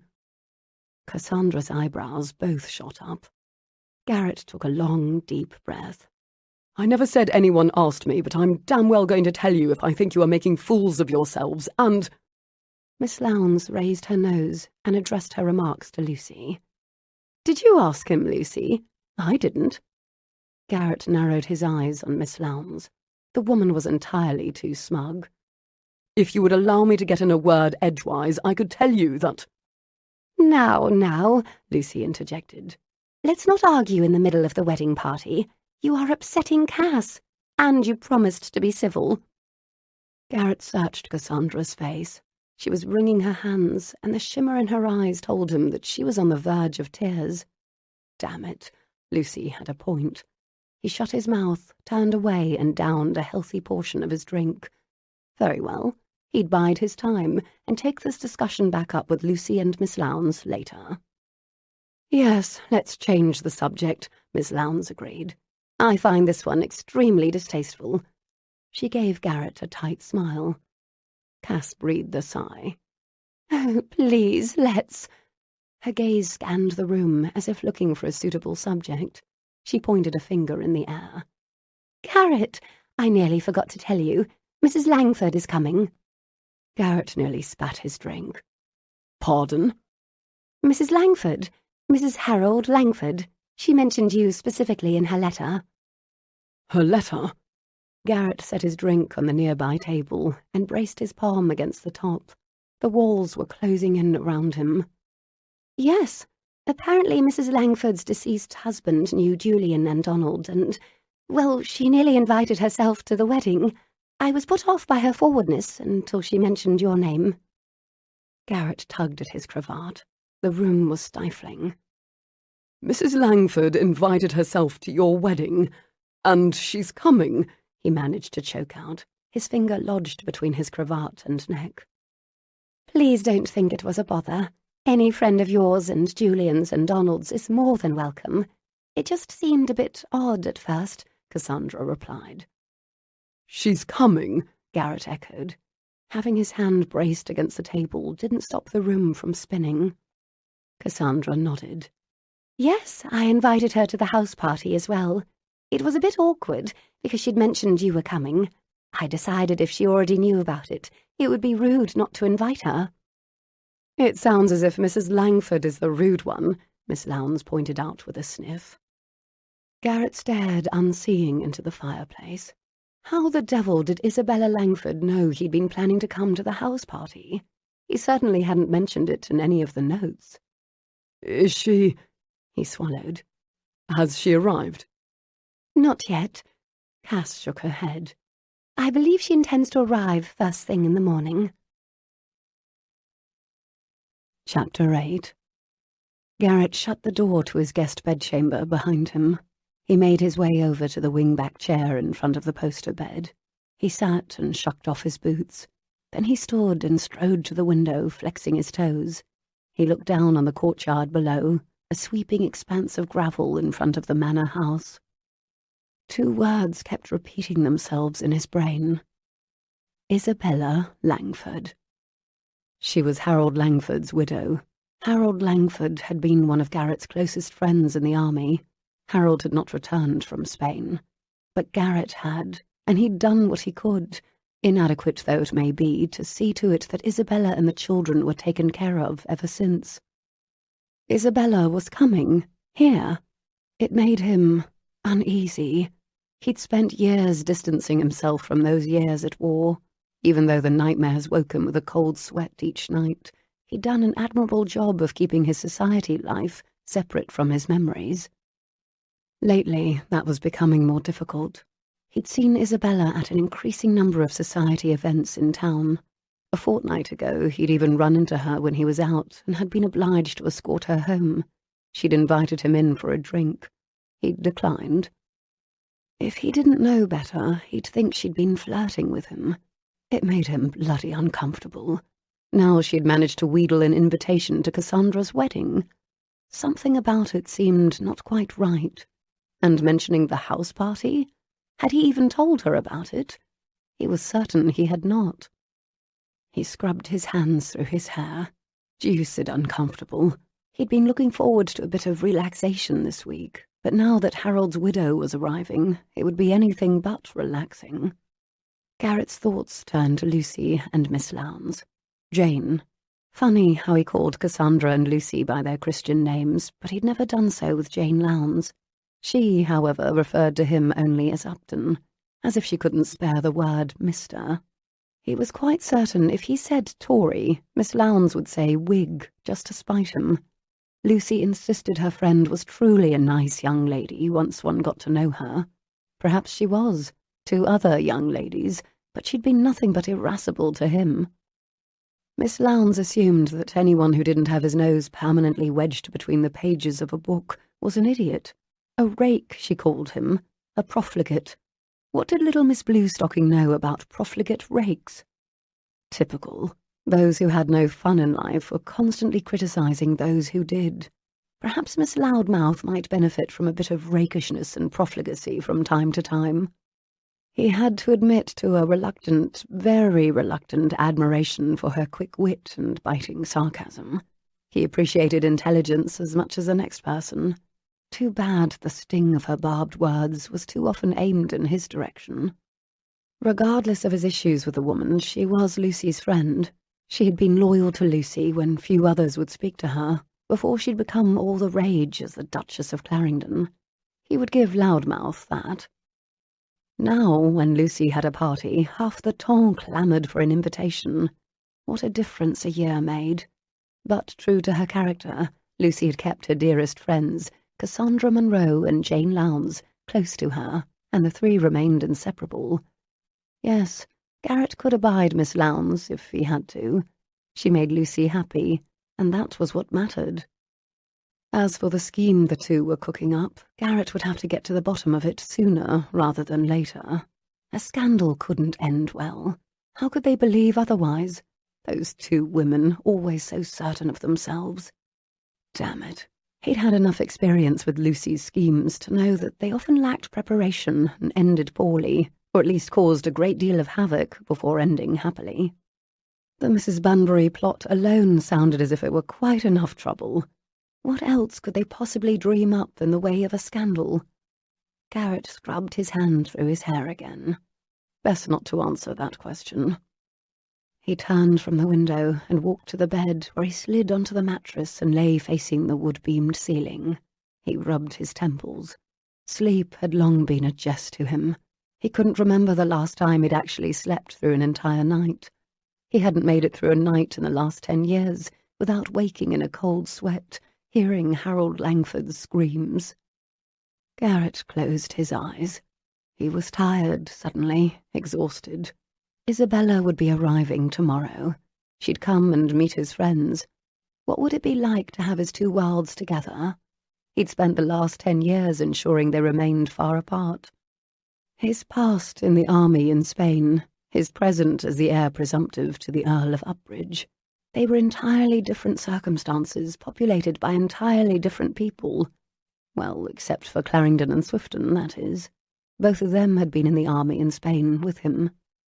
Good men. Garrett had spent a great deal of time wishing he'd died in Spain. He probably should have. He'd had no business buying a commission and leaving for war.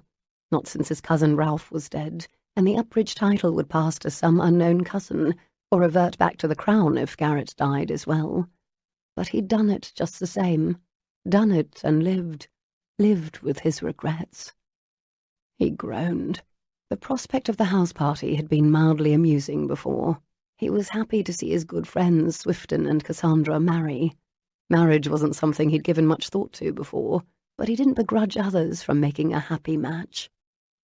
Speaking of marriage, Lucy had said she would turn her sights to finding him a suitable wife after she finished with Miss Lowndes.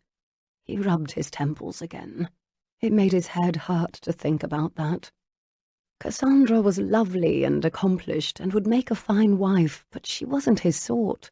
Not that he had a sort, but if he did, she would be more of someone who stood up for herself, argued a bit, was spirited. He groaned.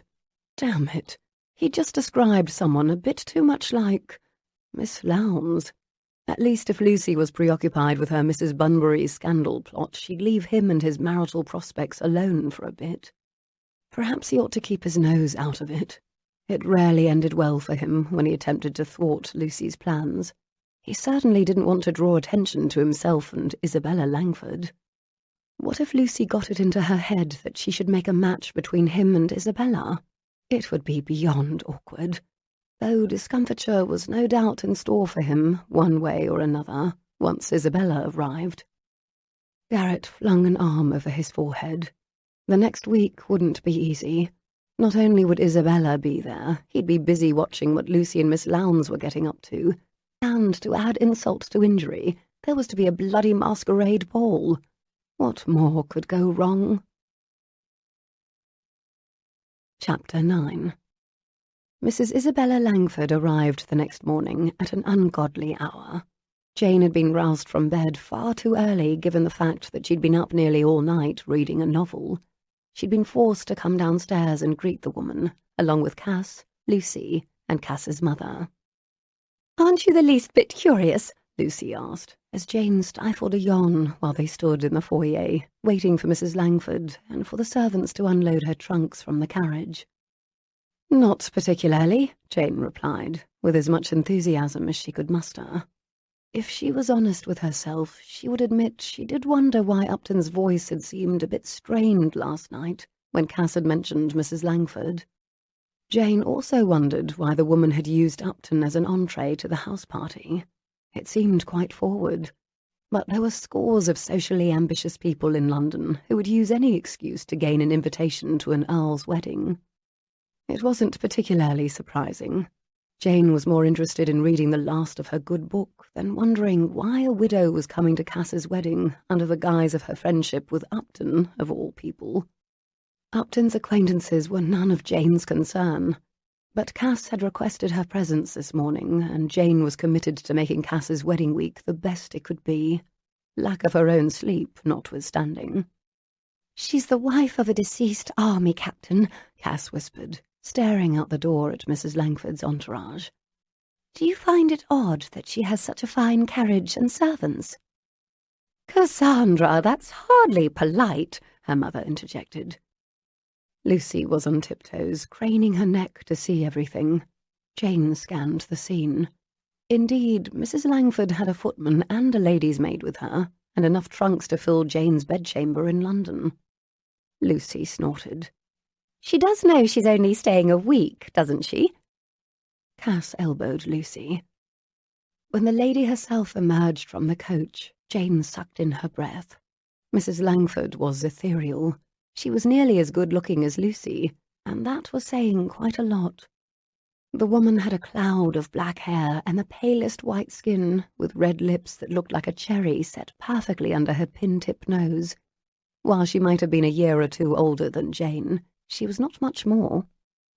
She was escorted into the foyer by Cass's mother, Lady Morland, and as soon as the widow saw the three of them standing there, Mrs. Langford's beautiful face broke into a wide smile, revealing perfect white teeth. She had pale green eyes, Jane noted, once she'd come close enough. Yes, she looked like a princess. Well, not Princess Charlotte, but some sort of princess. A fairy-tale, breathtaking sort. "Lady Cassandra," Mrs. Langford said, in a voice Jane found far too exuberant for such an early hour. People who favoured the morning were so often too loud. "It's so lovely to see you. You didn't need to trouble yourself with coming to meet me." "It's my pleasure, Mrs. Langford. I wanted to see you had a proper welcome. Do you know the Duchess of Clarendon and Miss Jane Lowndes?" Cass gestured to her friends. Lucy nodded regally, something she'd been practicing ever since she became a duchess. "Mrs. Langford," she intoned. The widow curtsied formally. Once she straightened, she said, "Your Grace, it's so lovely to meet you. I'm quite overwhelmed with gratitude that you would come and greet me." "Not at all," Lucy responded, barely inclining her head. "I was anxious to meet the friend of my cousin, Mr. Garrett Upton." Jane nearly took off her spectacles and rubbed her eyes. The look on Mrs. Langford's face the moment Upton's name was mentioned was downright coy, shy, flirtatious. Her cheeks turned a lovely shade of rose, and she averted her gaze. "It's an honour to call Mr. Upton a friend," she said, still not meeting Lucy's eyes. Jane snapped her brows together. An honour to call Upton a friend? Upton? Were they speaking of the same man? "I'm certain Garrett is looking forward to seeing you," Cass replied. There was that coy blush again. It seemed so misplaced on the cheeks of a woman who had to be at least 30. "I hope you don't mind," Mrs. Langford said, "but I brought my footman, Boris, with me. I couldn't go anywhere without him. Why, he's nearly as precious to me as my maid." The maid and footman stood several paces behind their mistress. Boris was tall and dark, with slightly curly brown hair. He had wide-set dark eyes, and a look on his face that was a bit too arrogant for a footman. The maid, however, had bowed her dark head and cast her eyes downward. She reeked with obsequiousness. Jane had never taken such a dislike to servants upon sight. Good heavens, she was up far too early if she was bothered by innocent servants. "It's perfectly fine," Cass's mother replied graciously. "We'll be happy to find a place for your footman to sleep, and of course your maid is always welcome." A bright smile flashed across Mrs. Langford's face. "You are too kind." "I do hope you've brought something to wear for the masquerade tomorrow night," Cass added. Mrs. Langford's ever-present smile turned nearly predatory. "Yes, indeed. I'm greatly looking forward to it." Cass's mother went about ordering the butler to take Boris under his wing and show the maid and Mrs. Langford to their rooms. A team of footmen from the Moreland household materialised to unload Mrs. Langford's trunks from the overburdened carriage. "Poor horses," Jane mumbled under her breath. "What was that, dear?" Lucy asked. Nothing at all." Mrs. Langford swept toward the staircase, escorted by the Moreland servants. She turned to look over her shoulder at the three ladies still standing in the foyer. "I do hope we shall all become the best of friends this week. Any friend of Mr. Upton's is a dear, dear friend of mine." Jane narrowed her eyes. Who exactly was this Isabella Langford? Chapter 10. Garrett spent the morning riding out to look at the moorland lands with Swifton, Clarendon, and Cass's brother, Owen Munro, the future Earl of Moreland. Like the others, Swifton was also a large man. A former army captain himself, he was blonde, with a quick smile and friendly grey eyes that matched his younger sister Daphne's. Munro was also tall and blonde, but with the same deep blue eyes as his sister, and a much more rakish air. They'd already discussed livestock, farming, estate managers, and the like when Swifton turned toward his future brother-in-law. "Your estate here borders Upbridge Hall?" "Yes," Munro replied. "That's how Cass and Lucy have been such fast friends all these years. They grew up together." Garrett cleared his throat. "If Lucy and Cass became friends because of the proximity of their homes, how did Miss Lowndes end up in their little group? Her father only has a house in London, from what I understand." Now where had that come from? It was a question he'd never bothered to ask the ladies, but suddenly he was quite interested in knowing the answer. "Ah, this is a story I know," Clarendon replied. "Really?" Swifton said. "I don't think Cassie's ever mentioned it to me. I hadn't thought much of it, honestly." "I've never known," Munro admitted. "I assume they met at a party somewhere." The men navigated their mounts along the line of trees that bordered a long meadow. "Yes," Clarendon said. "It was at a party. Luce and Cass's come-out ball. Miss Lowndes had already been out for a season." Miss Lowndes was a year older than Lucy and Cass. Garrett hadn't known that.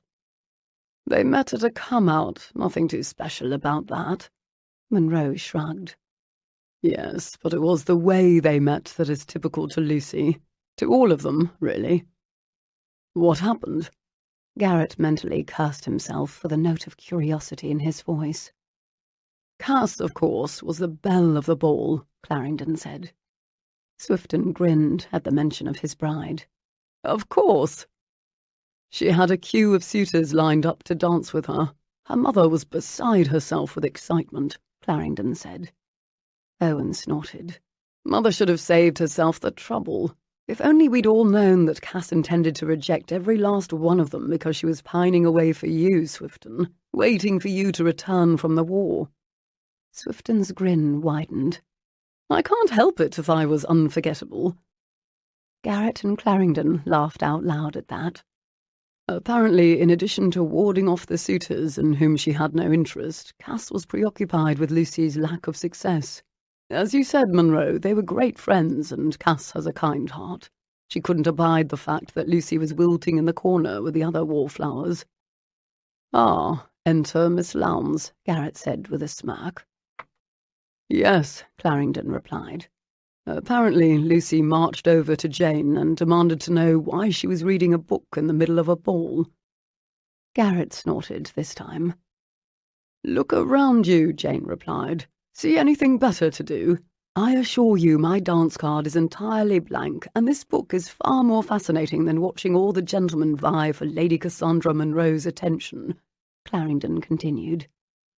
That sounds like Jane Lowndes, Owen Munro said with a grin, one that made Garrett feel a twinge of annoyance. Clarendon kept talking. Cassandra is a dear, Lucy said to Jane. I'm certain she is, Jane said to Lucy, and I am not, which is why gentlemen are not lined up to dance with me. Now, if you intend to stand there, would you mind moving a bit to the right? You'll block the view of my mother, and she detests it when she finds me reading a book at a ball. Then what happened? Swifton asked, his grey eyes lit with amusement. Then Lucy burst into laughter, moved to the right to accommodate Jane, and asked her if she had another book in her reticule that Lucy could borrow. They've been inseparable ever since. All of the men laughed, and Garrett shook his head. That story did sound exactly like Jane and Lucy. A wonder he'd never heard it before. He'd come to Lucy's come-out later in the evening and danced with her. Lucy had told him he was the only gentleman to do so. Garrett had thought she'd been exaggerating. Apparently she had not. For all her beauty, Lucy had already garnered a reputation for ripping men to shreds with her tongue. The men of the ton had been duly scared off, until Clarendon arrived and gave as good as he got from her. You know, Jane Lowndes is considered a blue-stocking by some, but I think she's actually quite an attractive young lady, Munro said. Garrett's eyes narrowed on the future Earl. That's rich coming from you, Munro.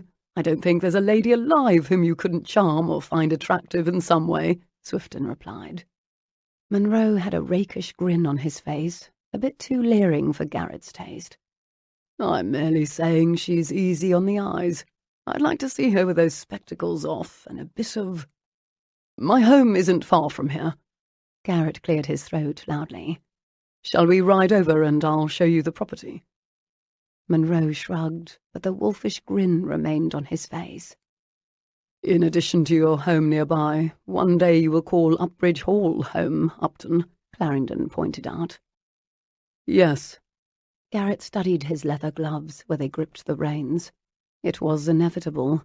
He would be the Earl of Upbridge one day, but damn, how he wished his cousin Ralph had lived. It wasn't that he didn't want to be the Earl. He didn't want to be the Earl at his cousin's expense, not to mention the fact that his uncle had detested him his entire life as a result. Lucy's brother died of fever when he was 9, Munro added for Swifton's sake. Yes, Cassie told me, Swifton replied. Damn shame. But I know you'll do the Upbridge name proud, Upton. Garrett's grip tightened. My thanks, Swifton. I hope I'll be able to help you in Parliament one day. But as my uncle is in good health as far as I know, it won't be in time to assist with the Veterans' Bill. Ah, yes. Derek mentioned that to me earlier this morning. I quite like the idea of expanding it. Munro led the way toward Upton's property. The other men followed in line. I'm glad to hear that, Garrett replied. Does your interest in the bill have anything to do with Isabella Langford? Clarendon asked. Damn that Clarendon. Nothing escaped his notice. Her husband died. I was there, Garrett murmured. I remember, Swifton said quietly. Garrett quickly shook his head. Yes, well, that reminds me. Cassandra told me last night that Isabella Langford is coming to the house party. Is she? Clarendon's voice held a note of surprise. Apparently she informed Cassandra that she and I are acquainted, Garrett continued. Getting some unwanted attention from the widow, Munro said with another leering grin that Garrett didn't appreciate. Yes, actually, Garrett replied. Her attention is unwanted. If I remember her correctly, Mrs. Langford is a great beauty. Just say the word, Munro replied, still leering. I'm only too happy to distract her for you, if you like. Garrett straightened his shoulders. Munro's rakishness was usually either an annoyance or an amusement, but today it might actually prove useful. Thank you, Monroe. I'd like that. Chapter 11. Garrett took a deep breath before placing his hand on the handle, opening the door, and strolling into the drawing room that evening before dinner. He'd done an admirable job of remaining with the gentleman all day in an effort to avoid encountering Isabella Langford. When they'd returned to the Manor for tea in the afternoon, Garrett had declined. But dinner was unavoidable. He must face Isabella eventually. He wasn't usually uncomfortable around women, quite the opposite, actually. But being around Isabella brought back the memories of Harold, his mistake, his death. Guilt gnawed at Garrett especially viciously when Isabella was near. He strode into the opulent rose silk wallpapered room to see Cassandra, Lucy, and Miss Lowndes all busily talking to Mrs. Langford. The knot in his gut tightened. The moment she saw him, Mrs. Langford's pale green eyes lit with a smile. "Mr. Upton, how good to see you!" Her joy made the guilt all the worse. Mrs. Langford, he replied, with a nod and a bow. He did his best to smile. She wore a dark blue silk gown that hugged her figure. Isabella was gorgeous.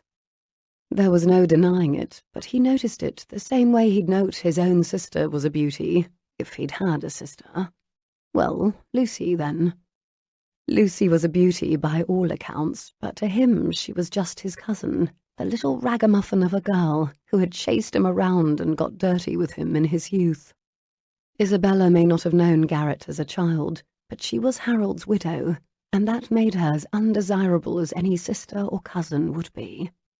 "Wherever have you been this evening, Garrett?" Lucy asked, turning to greet him. "We've been waiting for you to go into dinner." I'm sorry to have made you wait. Garrett gave his cousin a kiss on the cheek. "Yes, well, now that you're here, won't you escort Mrs. Langford into the dining room?" Cassandra requested prettily. No doubt she assumed he would be eager to renew his acquaintance with the widow.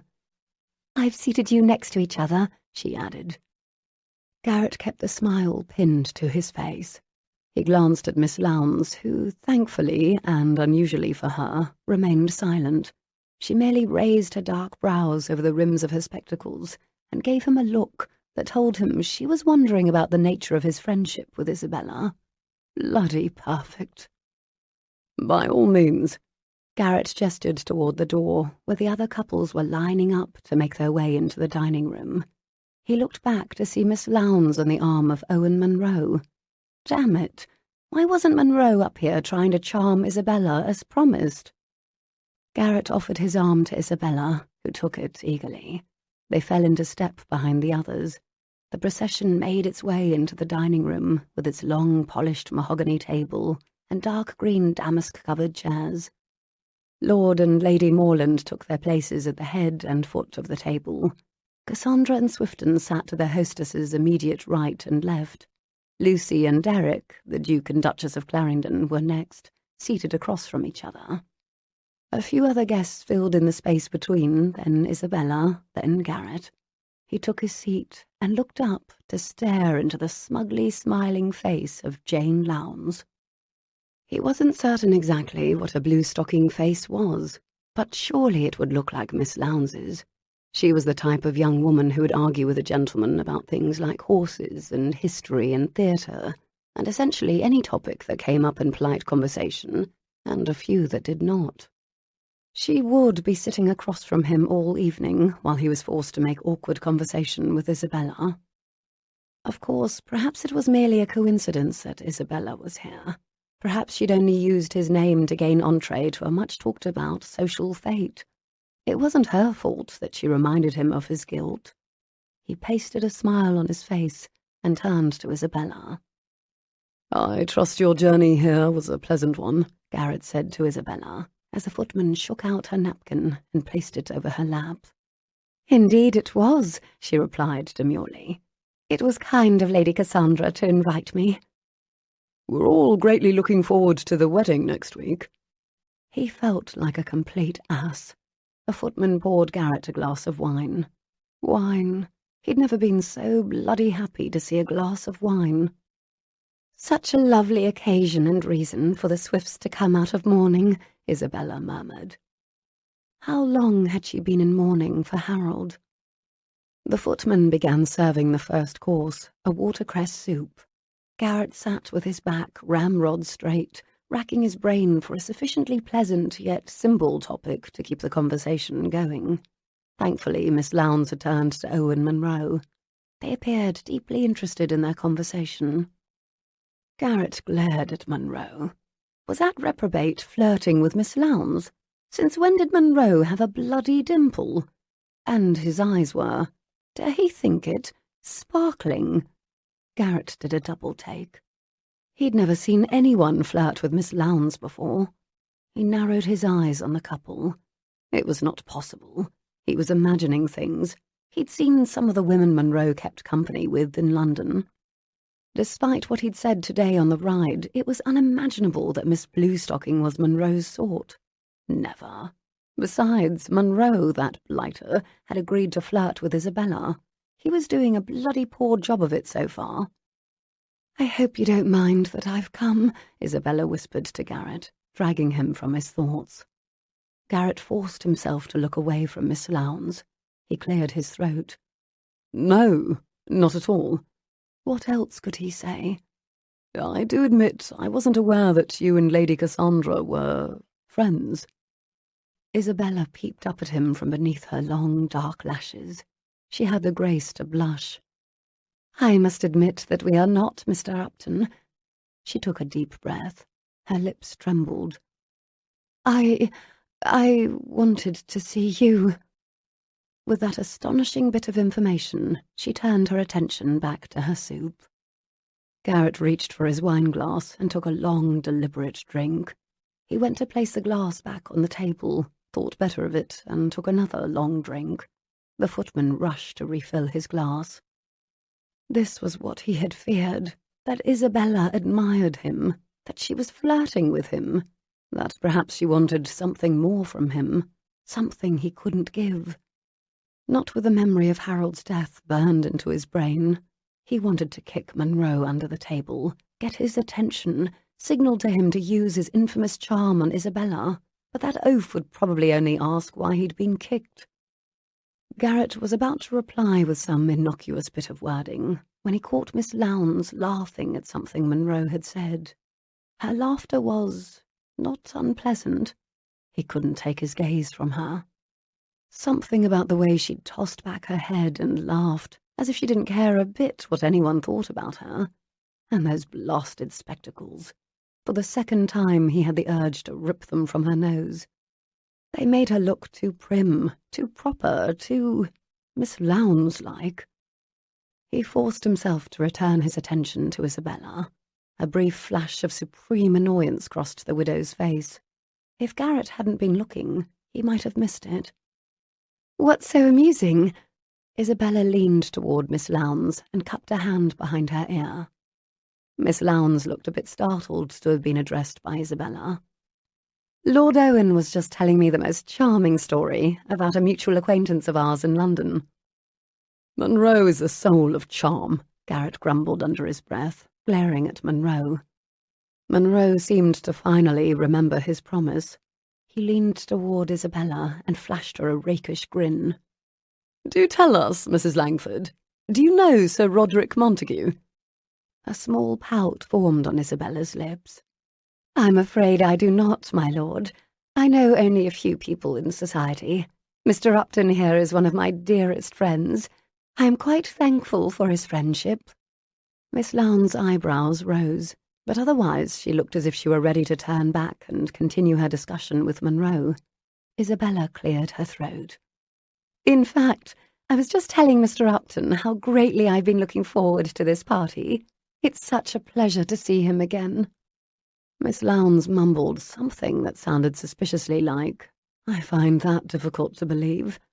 Then she pasted a smile on her blue-stocking face and said more loudly, "How exactly are the two of you acquainted, Mrs. Langford?"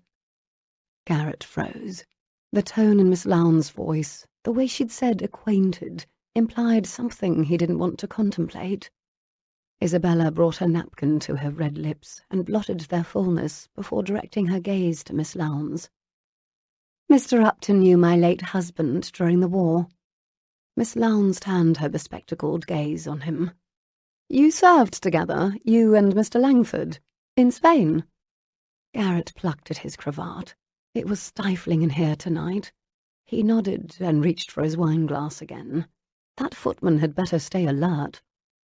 Yes, I had the pleasure of serving with Captain Langford. A better soldier I've never known. Miss Lowndes narrowed her gaze on him.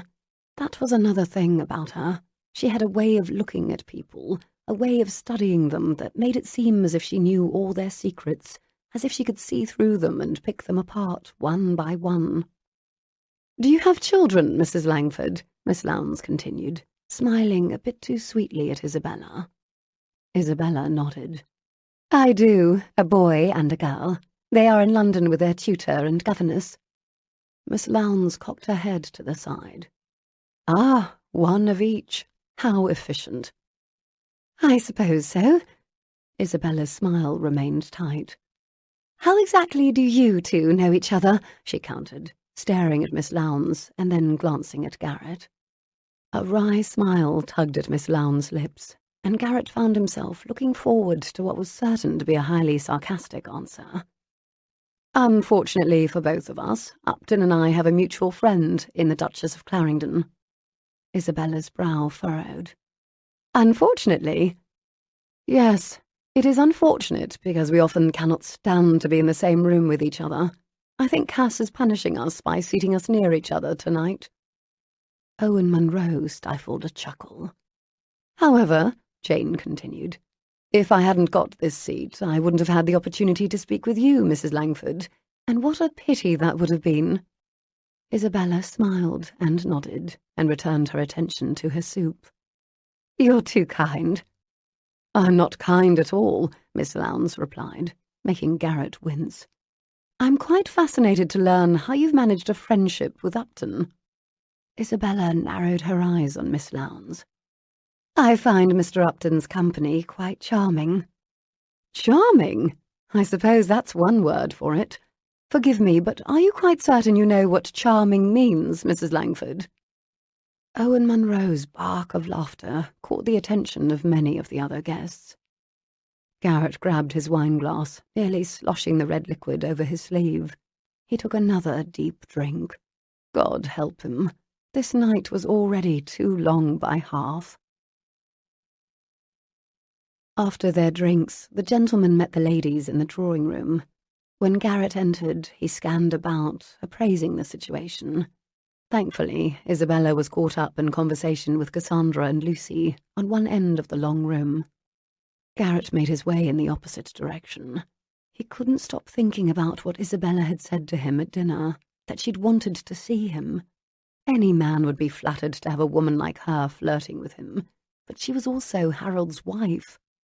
Harold, his friend, his dead friend. There was no possible way Garrett could have any sort of a relationship with Harold's wife. It would be a betrayal of his friend all over again. He'd done wrong by Harold once. He wouldn't cuckold him, or whatever the equivalent of cuckolding was once a husband was dead. By the time Garrett looked up to see who was sitting in the corner, it was too late.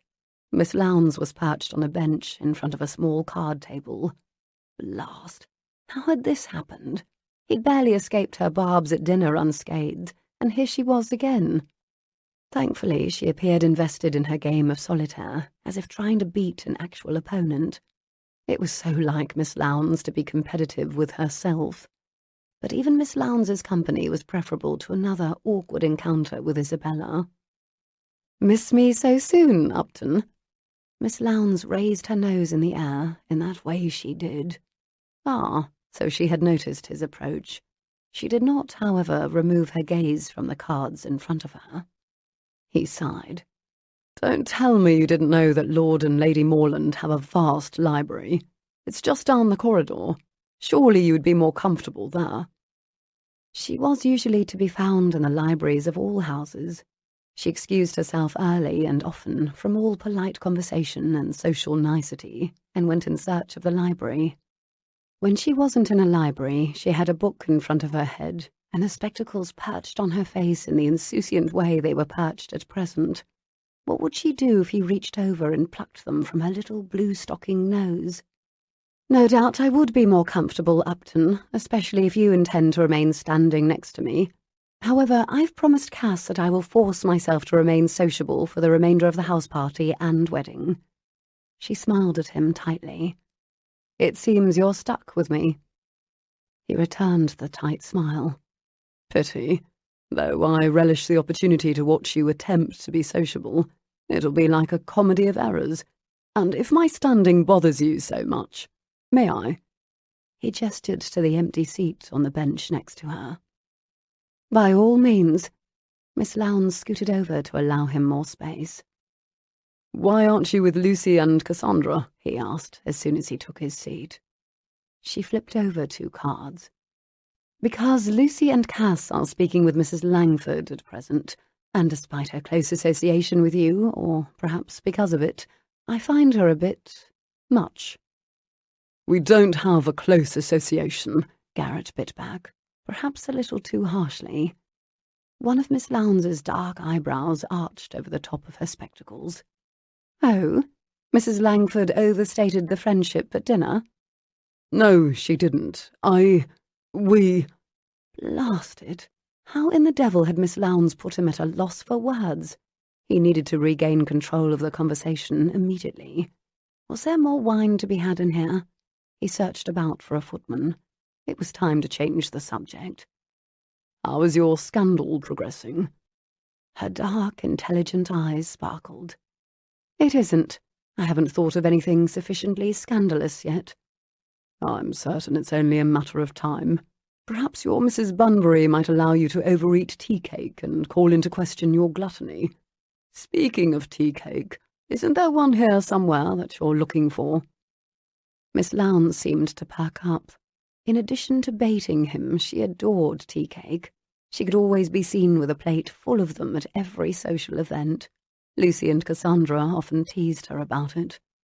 He wondered how she was able to maintain her figure with the amount of tea-cake she consumed. He rubbed the back of his neck. Damn it! What level of hell had caused him to think about Miss Lowndes' figure of all things? First the spectacles, now her figure. Blasted tea-cake. "It's not tea-time, Upton, or haven't you noticed?" she replied nonchalantly, placing a card on the table in front of her. "While we're on the subject of refreshments, isn't there a glass of wine somewhere that you're looking for?" He sucked in a deep breath. That comment hit too close to home, but he refused to let her win this war of words. "I'm certain the cooks will fetch you some tea-cake. Why don't you wander down to the kitchens and ask them to?" "You shan't rid yourself of me that easily, Upton. Besides, I'm intrigued." She flipped over another card. He made a show of tugging at his cuff. "Intrigued? By me? Surely you're jesting. Either that or you've sustained a recent head injury. Did you suffer a fall while practicing your archery yesterday? Where is your Mrs. Bunbury when you need her?" "I admit it turns my stomach as much as it does yours, but yes, I'm intrigued with no head injury to speak of," she replied. He turned his face and grinned at her. "Don't keep me on tenterhooks. Do tell. How exactly have I intrigued you, Miss Lowndes?" She remained focused on her game. "You've intrigued me, Upton, by your complete unwillingness to discuss Mrs. Langford. Then there's the little matter of her arrival at this party, despite being barely able to claim a passing acquaintance with Cass. And, finally, Mrs. Langford's apparent flirtation with you over dinner, though I dare say that turns my stomach, perhaps the most of all." He managed a shrug. "Unwillingness to discuss Mrs. Langford? I don't know what you mean." "Don't you, Upton? You've changed the subject often enough. Tell me, why do you think she's come?" "I'm sure I don't know. I thought perhaps she was a friend of Cassandra's." "I'm sure you do know, and you know Cass didn't know her before meeting her this morning." He leaned back against the cushions that rested on the wall behind them and crossed his legs at the ankles, working diligently to appear nonchalant. "You've been reading too many novels, Miss Lowndes. Your imagination has quite got the best of you. Mrs. Bunbury is quite lax in her patronage." "It's not possible to read too many novels, Upton, and I can only hope my imagination always has the best of me." "Why don't you tell me, then, Miss Lowndes? Why do you think Mrs. Langford has come?" Miss Lowndes flipped over 2 more cards. "I win." "Was there ever any doubt?" he replied with his usual sarcasm. She arched another brow at him, but her smile was a bit distracting. "Don't change the subject, Upton. I have no idea why Mrs. Langford came all the way from London to spend time in your company. It seems entirely illogical to me. But then again, several things about Mrs. Langford seem illogical to me." He did his best to sound bored. "Like what?" "You don't find it odd that a war widow has a governess and a tutor, lives on Charles Street, and has more trunks than Lucy does?" He cleared his throat. Damn Miss Lowndes and her uncanny intelligence, not to mention her curiosity. "I'm not certain that's any of my business," he offered. "Isn't it?" Miss Lowndes shuffled the cards in her hands. "You seem to be preoccupied with my Mrs. Bunbury. It seems only fair that I pay a bit of attention to your Mrs. Langford." "That is patently ridiculous. Mrs. Bunbury doesn't exist." "Which is precisely why my task shall be much easier than yours." Miss Lowndes smiled at him sweetly. "I have no idea why Mrs. Langford followed you here from London, Upton, but I intend to find out." Chapter 12. The following evening, Jane stared at her reflection in the looking-glass in her bedchamber. Dull brown hair and plain brown eyes stared back at her. She sighed. She'd never be as slender and lovely as Lucy or Mrs. Langford, no matter what she did. Tonight she'd actually made an effort. She'd allowed Lucy's maid to help her dress. She'd spent more time preparing herself for the evening's festivities than she ever had for a social event before. But why? The day had been spent playing croquet on the lawn with the ladies, while the gentlemen went shooting. Mrs. Langford had been mildly pleasant, though the narrowed-eyed stares she'd given Jane every time she'd noticed her looking were a bit disconcerting.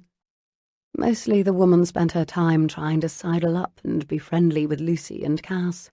Apparently she wanted to be liked by Upton's closest friends. Jane was only glad she wasn't considered one of them. She'd left the widow to her efforts in the afternoon.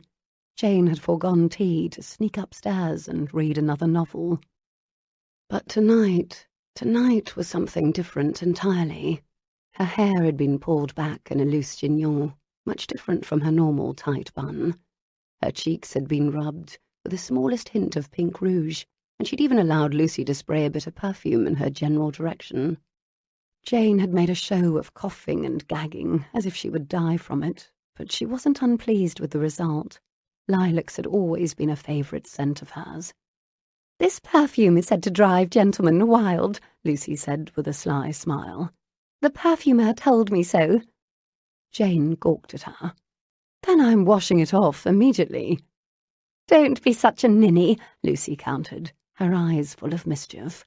"Don't you want to see what comes of it? I dare say you could do with a bit of driving gentlemen wild." Jane crossed her arms over her chest and glared at her friend. "What gentlemen? And why in the world would I want to drive any of them wild?" Lucy set down the file and plunked her hands on her hips.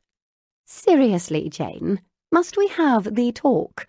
I was under the impression you already knew a good deal about what goes on between a man and a woman behind closed doors, but if I must explain—" No, thank you very much," Jane rushed to reply. "I've read all about that subject and am well educated on the ins and outs of it. I simply mean that I have no cause to drive a gentleman wild, tonight or any night." Lucy rolled her eyes. "I'm certain the perfumer only said it so I'd purchase a larger vial. It worked, too, though I dare say I don't need perfume to drive Derek wild. I just have to—" "That is quite enough, thank you." Jane resisted the urge to put her hands over her ears. Thankfully, Lucy gathered up her phial of wild-making perfume and left with a wink and an, "I'll see you downstairs."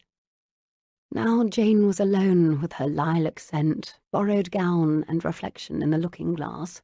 She sighed for a third time. A masquerade. She was not looking forward to it. She blinked at her reflection. What would it be like to be as beautiful as Lucy, or Mrs. Langford? She pulled the fan her mother insisted she carry with her at all times out of her reticule. She snapped it open, held it in front of her face, and batted her eyelashes at herself over the top of the silk folds. "Good evening, my lord. Why, of course you may have this dance." She giggled. That was just ridiculous. Eyelash batting and fan snapping. She closed the fan and stuffed it back into her reticule. The reticule was lighter tonight. She'd left her ubiquitous book on the bedside table. She'd promised Cass she would be social, and social she would be, pretend chaperone notwithstanding. Jane leaned in closer to the looking-glass and eyed her freckles. She tried to scrub them off like bits of dirt when she was a child. Other children had teased her about them. Now they'd faded into small flecks beneath her wide brown eyes, but they still remained, mocking her, reminding her she would never be a beauty. It was just as well. As if the fact that she'd been a large child hadn't been enough to drive the other children away or cause them to make fun of her. Plump was the word her mother had used. Thank God she'd shed the extra weight as she'd grown into a young woman. Her mother had been relieved, but Jane had never divested herself of her love of sweets and tea cake. She might not be the plump little girl she'd once been, but she'd never be the willowy, thin thing that Cass was, or have Lucy's diminutive shape. Mrs. Langford's goddess-like perfection? Hardly. Jane had spent her childhood telling herself she didn't care that the other children didn't want to play with her. She'd always been more interested in reading and learning and going to galleries and museums than making herself up and going to parties. She gazed down at her gown, a gorgeous ice-blue concoction that made her look more, voluptuous than she'd ever looked before. Her breasts were about to make their own debut. Lucy's maid had spent the last 2 days taking out the seams to make the gown fit Jane. On Lucy, it had been a bit flowy. On Jane, it was anything but. In fact, the effect was quite a difference from anything she'd ever worn before.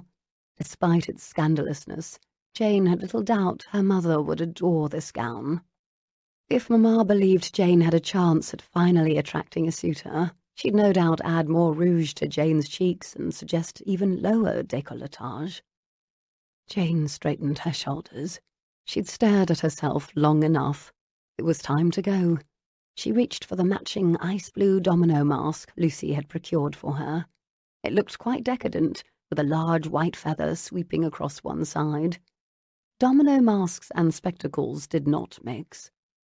Jane took one last look in the mirror and pulled her spectacles slowly down her nose. She blinked at the blur of pale skin and blue fabric and brown hair reflected in front of her. Her eyesight was hopeless. She could barely see her hand in front of her face without her spectacles. She stood and carefully made her way to the door. At least, she thought it was the door.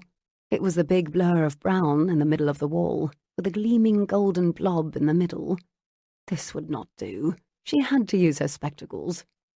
She hurried back and pulled them from the tabletop. Then she held them up as best she could in front of her mask and made her way down to the ballroom. Just outside the entrance, she folded the spectacles and tucked them into the white satin reticule that swung jauntily from her wrist. Funny how being without her book made her feel shy, vulnerable. It was a first for her. Tonight she would stay and dance and attempt to have a grand time. At a ball. She shook her head. Who was she becoming? No doubt Upton would have some impertinent comment to make about the fact that she wasn't holding a book for once. She scowled. Why was she thinking about Upton, of all people? Upton would probably be so distracted by Mrs. Langford he wouldn't spare Jane a second thought. What did she care? Upton. Why had she challenged him last night with her vow to find out why Mrs. Langford had followed him, other than the fact that he'd angered her the day before, telling her how to run her life? She wasn't a fool. She knew Lucy's schemes could end up causing trouble. She'd been around for the last two, hadn't she? As long as she kept Lucy's imagination from running wild, they might manage a small, simple, controlled scandal. But Upton had been so certain of himself. She'd wanted to take down his smug demeanour a notch. After all, how did he like it when someone meddled in his affairs? Enough about Upton. Jane had more important things to concentrate on, like not tripping and falling flat on her face in front of a ballroom full of the temps best. She lifted her chin. Tonight the entire ballroom would see a new Jane Lowndes. One who wore beautiful ice-blue gowns with daring décolletage and feathered domino masks and elegant chignons, and was sans both book and spectacles. Tomorrow she would go back to being the blue-stocking spinster they all knew she truly was. Daphne Swift was the first to see her when Jane hesitantly entered the ballroom. The younger woman squealed. Truly squealed. "Jane, is that you?" Daphne was a lovely blur of yellow silk, her golden hair piled high atop her head. She gave Jane the impression of a glowing candle. "Daphne, is that you?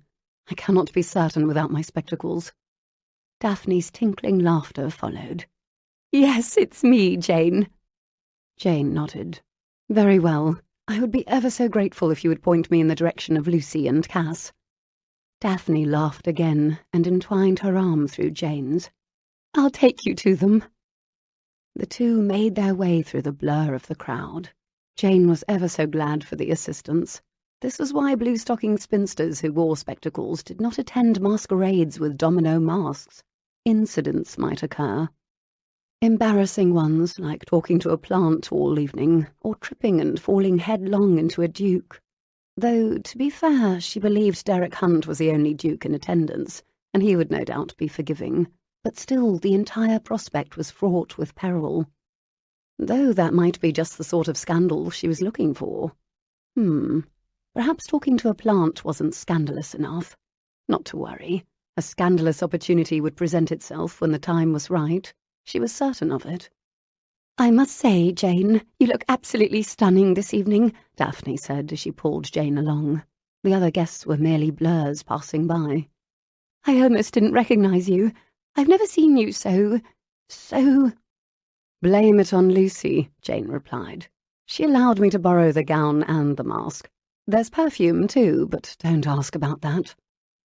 "I had a feeling Lucy was involved," Daphne replied with a knowing tone. "Lucy's always involved when there is trouble." Daphne stopped her. "Is there to be trouble?" Jane sighed. "I cannot see a pace in front of me, and I'm wearing an embarrassingly low-cut gown. I'm quite convinced trouble is imminent." No need to admit to Daphne that she was looking for a scandal. Daphne laughed, and they resumed walking. A tall blur approached them. "Lady Daphne," a male voice said. "You look ravishing this evening. Who is your friend?" Jane had heard the voice before, but couldn't quite place it. Oh, perfect. She was going to make a complete cake of herself tonight if she didn't recognize anyone. Though, she supposed, that was the entire point of a masquerade, was it not? She took a deep breath. She might as well relax as best she could. Speaking of cake, she made a mental note to have Daphne point her in the direction of the tea cake later as well. "You're not supposed to know it's me, Lord Owen," Daphne replied. "And I'm not about to reveal the identity of my beautiful friend." Ah, so it was Owen Munro. If she'd managed to fool the biggest rake in London, she just might be as ravishing as Daphne said she was. Owen's laughter followed. "You're not supposed to know it's me either, Lady Daphne," he replied. "Very well, keep your secret." He bowed, a blur in front of Jane, and pulled her hand to his mouth. Good heavens! His actual lips brushed against the tender skin on the back of her hand. Even through her glove it was hot. She jumped a little. "Until we meet again, my mysterious lady," he said, before drifting back into the crowd. Daphne giggled. My goodness, Jane, you just caught the attention of Owen Munro. He had no idea who you were. Why, the only other person I know who is a bigger rake than Owen Munro is Captain Cavendish. Daphne, how do you know words like rake? I know much worse words than that, Jane Lowndes, Daphne replied, giggling. Jane had to smile. Daphne Swift was a spitfire. Cass and Lucy had told her so, but she hadn't quite seen it until now. Jane liked Daphne. She liked her a great deal. I dare say this evening is certain to be diverting, if you're fooling the likes of Owen Munro, Daphne added. Jane considered Daphne's words. It was diverting, wasn't it? This must have been how Cass felt last autumn when she was pretending to be Patience Bunbury. Cass had mentioned to Jane that it had actually been freeing to pretend to be someone she was not. As Patience, Cass said, she could act however she liked, and the devil may care about the consequences. The mask on her face and the loss of her spectacles made Jane feel a little lost, but also a little reckless, a bit free, as if tonight she was not Miss Jane Lowndes, wallflower extraordinaire, but Miss Ice Blue domino-wearing partygoer. And Miss Ice Blue might get up to absolutely anything, especially while in the care of a non-existent chaperone. What did it matter that she could barely see a thing? Tonight she intended to enjoy herself nonetheless. Now, where was a tea cake when she needed it? Daphne helped her manoeuvre through the crowd until they came upon two blurs speaking to each other. She recognized the voices of her closest friends. Lucy was a blur of crimson, and Cass a blur of pink. Lucy spoke first. There you are, Janey. I've been searching for you. You wouldn't believe how many handsome gentlemen are here this evening. I dare say Captain Swifton, has good-looking friends. Jane nearly snorted. Indeed, I would not believe it, because I cannot see anything. I wouldn't have made it at all if Daphne hadn't helped me find you. They might as well all be trolls, as far as I can tell. Cass laughed. You poor dear. She squeezed Jane's hand and turned to Daphne. Tell me, and please be honest, how horrible is this red spot on my nose? Cass asked her future sister-in-law. It's barely noticeable, Daphne replied. I doubt that. I fear we'll be obliged to set another seat at the banquet table on the day of the wedding to accommodate it, Cass said. It's hardly that bad, Jane replied. I cannot even see it. Yes, but you're blind as a bat, Cass replied. And as to that, thank you for helping Jane find us, Daphne. My pleasure, Daphne replied. Doesn't she look like a dream? She even caught the eye of Lord Owen. Daphne's voice took on a subtle, cajoling tone. Owen, Cass replied. You must be jesting. I take great offence to that, Jane replied. I might not be able to see anything, but I can still hear you. I beg your pardon, Cass said, true regret in her voice. I just cannot believe. Well, you do look entirely different from how you normally do, Jane. But Owen, he's a... No need to explain, Jane replied. I was hardly attempting to attract his attention. I was looking for you two, and then tea cake, in that order. Lucy's tinkling laughter followed. When I gave you that mask earlier, I completely forgot about your spectacles. Take it on my good authority that there are indeed a large number of good-looking gentlemen here. It's really too bad you're a confirmed spinster. Lucy sighed, as if she really did think it was too bad. I'd be ever so much more efficient at finding you a husband than at convincing your parents you're to remain unattached. Your mother is quite single-minded. Don't I know, Jane replied. Now, would one of you kindly point me in the direction of the refreshment table? I shall do even better than that. I shall escort you there myself, Lucy replied. Jane supposed the flesh-coloured blur that appeared at her side was Lucy's arm, so she wound her hand over it and allowed her friend to escort her toward the tea cake. Jane waved in Cass and Daphne's general direction as she left them behind. Don't get up to too much trouble, Daphne called. Yes, and you may want to avoid Owen, Cass added with a laugh. He can be quite charming when he sets his mind to it, or so I'm told. Lucy dragged Jane toward the refreshment table before stopping short. "Ooh, there's Garrett. I wonder if he'll recognise you." Chapter 13. Garrett should not have allowed Owen Munro to talk him into a stiff bit of straight liquor. "To toast the happy couple," Owen had said. And of course, one small drink had turned into two, and two into three, and that in addition to the brandy he'd drunk earlier. Garrett was feeling very little pain. He detested small, stiff drinks.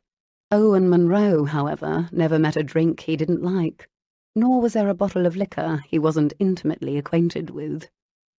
That's what Garrett got for spending time in Owen's company. He'd wanted to clear the air with Munro after that hand of cards last autumn, and forcing him to pretend his sister was not masquerading as a woman named Patience Bunbury at Lucy's house party. Owen had insisted he was no longer angry with him.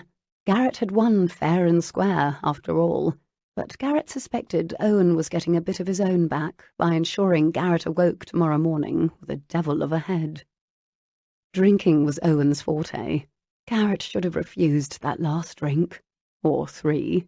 He had to get away from the study and the drinking to clear his head a bit. Now here he was, wearing a bloody emerald green demi-mask, along with his black evening attire, and staggering into the Moorlands ballroom. He braced a hand against the wall and scanned the crowd. Bloody difficult to tell who was who with everyone wearing blasted masks. Thank Christ, Isabella had stopped him earlier and identified herself. She was wearing a ruby-red gown that was a bit too distracting for his taste. He'd quickly excused himself without asking her to dance, which she was clearly hinting at, and made his way to the study, where Munro had got him in his drunken clutches. At least Garrett knew enough to stay away from the ruby-red gown he saw bobbing along the far side of the room, besieged by a contingent of hopeful male escorts. "Garrett, there you are," came Lucy's bright voice. He pulled his hand from the wall and turned to face his cousin. "You must meet my friend, Miss Blue." Lucy turned in a wide circle, obviously looking for her friend. "Now where did she get off to? I swear she was just here." Garrett grinned at his cousin. "Are you certain she exists? She's not like Miss Bunbury, is she? Or Mrs. Bunbury?" Lucy plunked her hands on her hips and scowled at him. "Of course she exists. I'll just go find her and be back. I'm greatly looking forward to you meeting her." Lucy had a smile on her face that indicated she was up to something, but at the moment Garrett's dizzy head was more pressing than whatever scheme Lucy had concocted. No doubt this was her inelegant attempt at matchmaking. "Fine, go and fetch her. I'll just be over here." A large potted palm rested near the wall across the room, a tufted chair situated behind it. Garrett had spied the space earlier. He intended to seek it out and relax for a moment. Lucy quickly blended into the crowd while Garrett headed for the palm. When he reached it, he realized, to his chagrin, it was already occupied by a woman wearing a stunning shade of light blue, with a domino mask to match. "Good evening," he said, bowing to her. "Good evening," came the woman's steady reply. For a moment he wondered if she was Miss Blue. In his head she was. Garrett bowed to Miss Blue again. Frankly, she'd looked like a blue blur to him at first, but when he lifted his head and took her hand, he was immediately intrigued. Miss Blue had dark brown eyes, soft dark hair that framed her face, a pretty face from what he could see of it behind her mask, and was, well endowed. Quite well endowed. He forced himself to look away from her décolletage. But really, what red-blooded male could keep from looking at that? "Do I know you, sir?" she asked. There was something familiar about her voice, but with the ringing in his head, he couldn't quite place her. "No, I don't know you, and you don't know me. This is a masquerade, is it not? As it should be." Where all that nonsense had come from, he had no idea. He was being charming, on purpose. Quite a shock, especially to him. "Then I suppose it's nice to meet you, whoever you are," she said with a musical laugh. It sparked a memory he couldn't quite place in his hazy brain. "The pleasure is entirely mine, my lady," he replied, with the most roguish grin he could muster, the one that made him popular with the ladies in London. Miss Blue opened her mouth to speak. "Oh, I'm not a lady, I'm—" "Shh," he said in a husky voice, daring to put his finger to her lips. They were warm and soft and— He shook himself. Best not to think about that. "You're a lady tonight. You're Lady Blue." Her laughter followed again. "Very well, and you are Lord Green?" "I like that name. I like it very much." He executed a sweeping bow, though how he managed to right himself afterward was anyone's guess. "Would you care to dance?" Dancing probably wasn't the best idea, but how could Garrett resist a pairing with a charming, lovely, well-endowed young woman? He offered his arm, and Lady Blue merely nodded and took it without saying a word. Garrett pulled her into his arms just as a waltz began to play. Thank God for his many drunken nights of revelry in London. He had experience dancing and appearing to be sober when he was anything but, though mostly in his much younger days. Lady Blue, it turned out, was a young lady of few words. Pity that. Weren't the loveliest ladies the ones who rarely spoke? The most annoying ladies, such as Miss Lowndes, were the ones who wouldn't stop speaking. He shook his head. Why was he thinking about Miss Lowndes at a time like this? Where was that woman, at any rate? No doubt she'd begged off, claiming a headache, and was ensconced in the library with a book. He searched the ballroom. At least Isabella was still far across the room. This was exactly what he needed, a harmless flirtation with a lady. His guilt over Isabella and his annoyance with Miss Lowndes had him feeling out of sorts. He was usually charming with ladies. Charming and friendly, certainly welcomed. Miss Lowndes was the only woman who seemed to dislike his company, and Isabella was the only beautiful woman he could remember whose company he rebuffed. For all that Lady Blue didn't speak, she was a proficient dancer, but the waltzing was making his dizziness worse. He needed to stop before he spun this divine young woman straight into the refreshment table. Bad form, that. "Would you care to go for a walk?" A walk? Her voice was slightly breathless. The niggling feeling in the back of his mind remained. He'd heard that voice before. "Yes, I find that dancing is a bit too much for me at present," he replied. She hesitated. "Where shall we walk to?" "The gallery," he offered. A walk in the cool corridor outside the upper floor might be just what he needed. He could pretend to show her the portraits on the walls, and hopefully shake off this stupor. "Very well," she agreed magnanimously.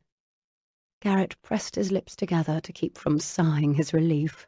She was gorgeous and agreeable, a delightful combination. They stopped and moved off the dance floor. Garrett put his hand against the small of her back and ushered her in front of him, out of the ballroom and into the quiet corridor. "This way." He pointed toward the right, where they rounded a corner, and proceeded up the staircase to the gallery. "Do you know the Munro family quite well, then?" the lady asked. She leaned on his arm a bit heavily, and he could have sworn she tripped a little on the way up the stairs. Was she in her cups, too? "Yes, actually. I've known them for years. I was raised not far from here. How long have you known them?" "I've only known Lady Cassandra since her come-out. She's marvellous." Another familiar niggle, but he brushed it aside. He was certain he'd know this beauty if he'd met her before. The alcohol was doing funny things to his mind. Lost that Munro. When they came to the end of the corridor, Garrett stopped and gestured to the portraits. "Here we are." "There are so many of them, though I must admit I find them difficult to see. Who's that?" She gestured to one in particular. "It's the second owl, I believe. There's an even better rendering of him in this drawing room." He pointed toward a door down the corridor. "Care to see it?" Jane didn't know what to think. First, the handsome stranger in the green mask had asked her to dance. Well, from what she could see of him, he was handsome. Then he had asked her to view the gallery with him. Now, if she didn't know better, and she didn't know better, she'd think he was asking her to go into a drawing room with him alone. It was beyond scandalous and inappropriate.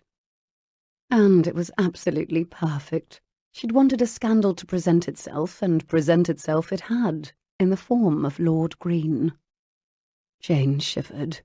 What was it about taking off her spectacles that made her feel so scandalous? Perhaps it was because a handsome gentleman had never shown the slightest interest in her before. Perhaps it was because she'd never had the slightest inclination to return that interest. But there was something about this tall, dark man that made her want to go into the drawing-room with him alone, even if they were only going to view an old painting. Not that she didn't like paintings. She adored the British Museum and spent absolute days there getting lost among the displays, carefully studying the lines of the Rubenses and the strokes in the Gainsboroughs. She could examine a Botticelli for hours on end, but she seriously doubted a painting of Cass's ancestor would keep her attention longer than a moment or two, not to mention she couldn't see a thing at present. No, it was Lord Green who was keeping her attention. Who was he? Scandal or no, she should know his name before she took off into the drawing-room with him, shouldn't she? I should like that, Mr. Instead of replying, he took her by the elbow and ushered her toward the drawing-room. As I said, one of the advantages of a masquerade is to be incognito. He flashed a grin. She could only see a white streak in the blur that was his face, but it didn't matter. The man might look like an ogre for all she knew, but he seemed handsome, indeed, and that was enough to pretend with tonight. And wasn't he correct? One of the advantages of a masquerade was to be incognito. She didn't want to give her name either, now that she thought on it. He might have heard the name Jane Lowndes linked to Wallflower, the way Indulgence was linked to the Prince Regent. Inseparable, those two. If Lord Green pressed her, she would give the name Bunbury, or Wollstonecraft, perhaps. Yes, Miss Wollstonecraft. Perfect. That had been her pretend name at the infamous house party last autumn. For now, she was content remaining entirely anonymous. Lord Green pushed open the door to the drawing-room. The space was dark, save for the faint glow coming from one small candle. He left her near the entryway and went to fetch the candle, bringing it back and shutting the door. She'd been right about him. He was attempting to get her alone with him. She had no experience with such things. What happened next? Would she be forced to slap him? Should she use the words, "Unhand me, sir," or threaten to have her brother call him out? That would be scandalous, but perhaps a bit too scandalous. Of course, she didn't have a brother, but he didn't know that. An insignificant detail, really. "The painting is over here," Lord Green said, grasping her hand and pulling her gently behind him. Jane nearly gasped at the touch of his warm fingers. Even through her glove she could feel it. Perhaps she didn't have to slap him. Perhaps she didn't have to pretend she had a brother to call him out. Perhaps she could kiss him. That would be scandalous too. Quite scandalous. The thought made a hot knot unravel in the pit of her belly, and somewhere lower she took a deep breath and trailed along behind him. They stopped in front of a large portrait of a man wearing a uniform. At least, Jane thought it was a man wearing a uniform. Blobs that looked like epaulets rested on what appeared to be giant red shoulders. The painting was so large, even Jane could make out a bit of it, but she was standing far too close. "You may have a better feel for it from this vantage point." She turned at the sound of Lord Green's voice to see him standing next to a blob she decided must be the settee in the middle of the room. He was looking toward her and the huge portrait. "If I didn't know better, my lord, I'd say you were trying to lure me over to the settee." "You don't know better," he said, in a voice that sounded entirely too charming. She slowly crossed the wide carpet toward him, her mouth going dry. Would she really do this? Allow the stranger to kiss her if he tried? Was she that daring? That Lady Blue? She sat, spreading her skirts on the settee, but he smoothed them aside and leaned close. His warm breath smelled of alcohol, but his own scent, a mixture of soap and something that smelled like autumn leaves, left her breathless. "What if I admitted that I was?" he asked. Jane's brain was blurry. Was what? "Luring you to the city." I'd say you succeeded. She hated the sound of her shaking voice. Blue-stocking spinsters never had occasion for their voices to shake. Blue-stocking spinsters never had occasion to trade witty jibes with handsome gentlemen, unless her wordplay with Upton counted, and that was entirely. Oh, God, there she went thinking of Upton again at a time like this.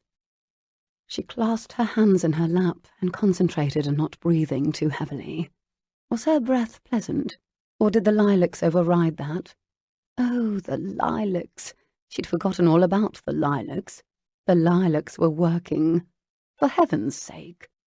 Of all amazing things, a handsome young gentleman was actually flirting with her. Flirting with her! A thrill shot through her. She'd read about these sorts of things, of course. She took another deep breath and made her decision. This was it. If she handled this correctly, she just might experience her first kiss and get her scandal in one fell swoop. The kiss would be strictly for educational purposes, of course, nothing more. First, she must flirt with him. Flirt. Flirt? She couldn't believe it, even as she had the thought. She leaned closer. I should warn you, I don't kiss gentlemen whom I've just met, and certainly not alone in drawing rooms. "I should warn you. I'm quite persuasive, and a very good kisser." Really? Her voice was breathy, a mere whisper. Persuade me, then. His lips met hers, dry but firm. What was next? Was this all there was? Then his mouth opened and slanted across hers, and Jane forgot to breathe. For heaven's sake, what was the man doing? His tongue plummeted between her lips, and a shudder racked her body. He tasted like some sort of spicy alcohol. Her fingers went up to tangle in his dark hair. His mask and hers briefly rubbed against each other. She'd never felt anything like it before. Lust, hot and powerful, shot through her. It must be lust. She'd read about it, even thought about it if she was being honest, but she'd never experienced it. Never imagined she'd have the opportunity to experience it. His mouth shaped hers, and his tongue plunged again. Again. She was mad for him. She wrapped her arms around his strong, warm neck. He pulled her tight against him. His body was all hard muscles and planes and perfectly male. His strong, warm hands came up to cup her cheeks, his fingers lightly caressing the sides of her face. He kissed her again and again, not letting go, not stopping. Her lips were swollen, hot, wet. So were other parts, lower parts of her body. His mouth moved off hers and trailed a damp path to her ear. His tongue skimmed over the edge. Her entire body quivered. "Easy," he whispered huskily into her ear. "I won't hurt you." She didn't reply, only found his mouth again blindly with her own and coaxed his tongue back into contact with hers. She rubbed herself against his thigh, lightly whimpering, wanting to feel more, more, more. The kisses slowly wound down and became more languorous, his tongue replaced by the feel of his warm, strong lips against hers. He kissed the side of her mouth once, twice, and pulled himself away. Was he shaking a little? So was she. "As much as I'd love to finish what we started," he said, in a voice that was definitely shaking, "we should probably get back, my lady." All she could do was nod unevenly.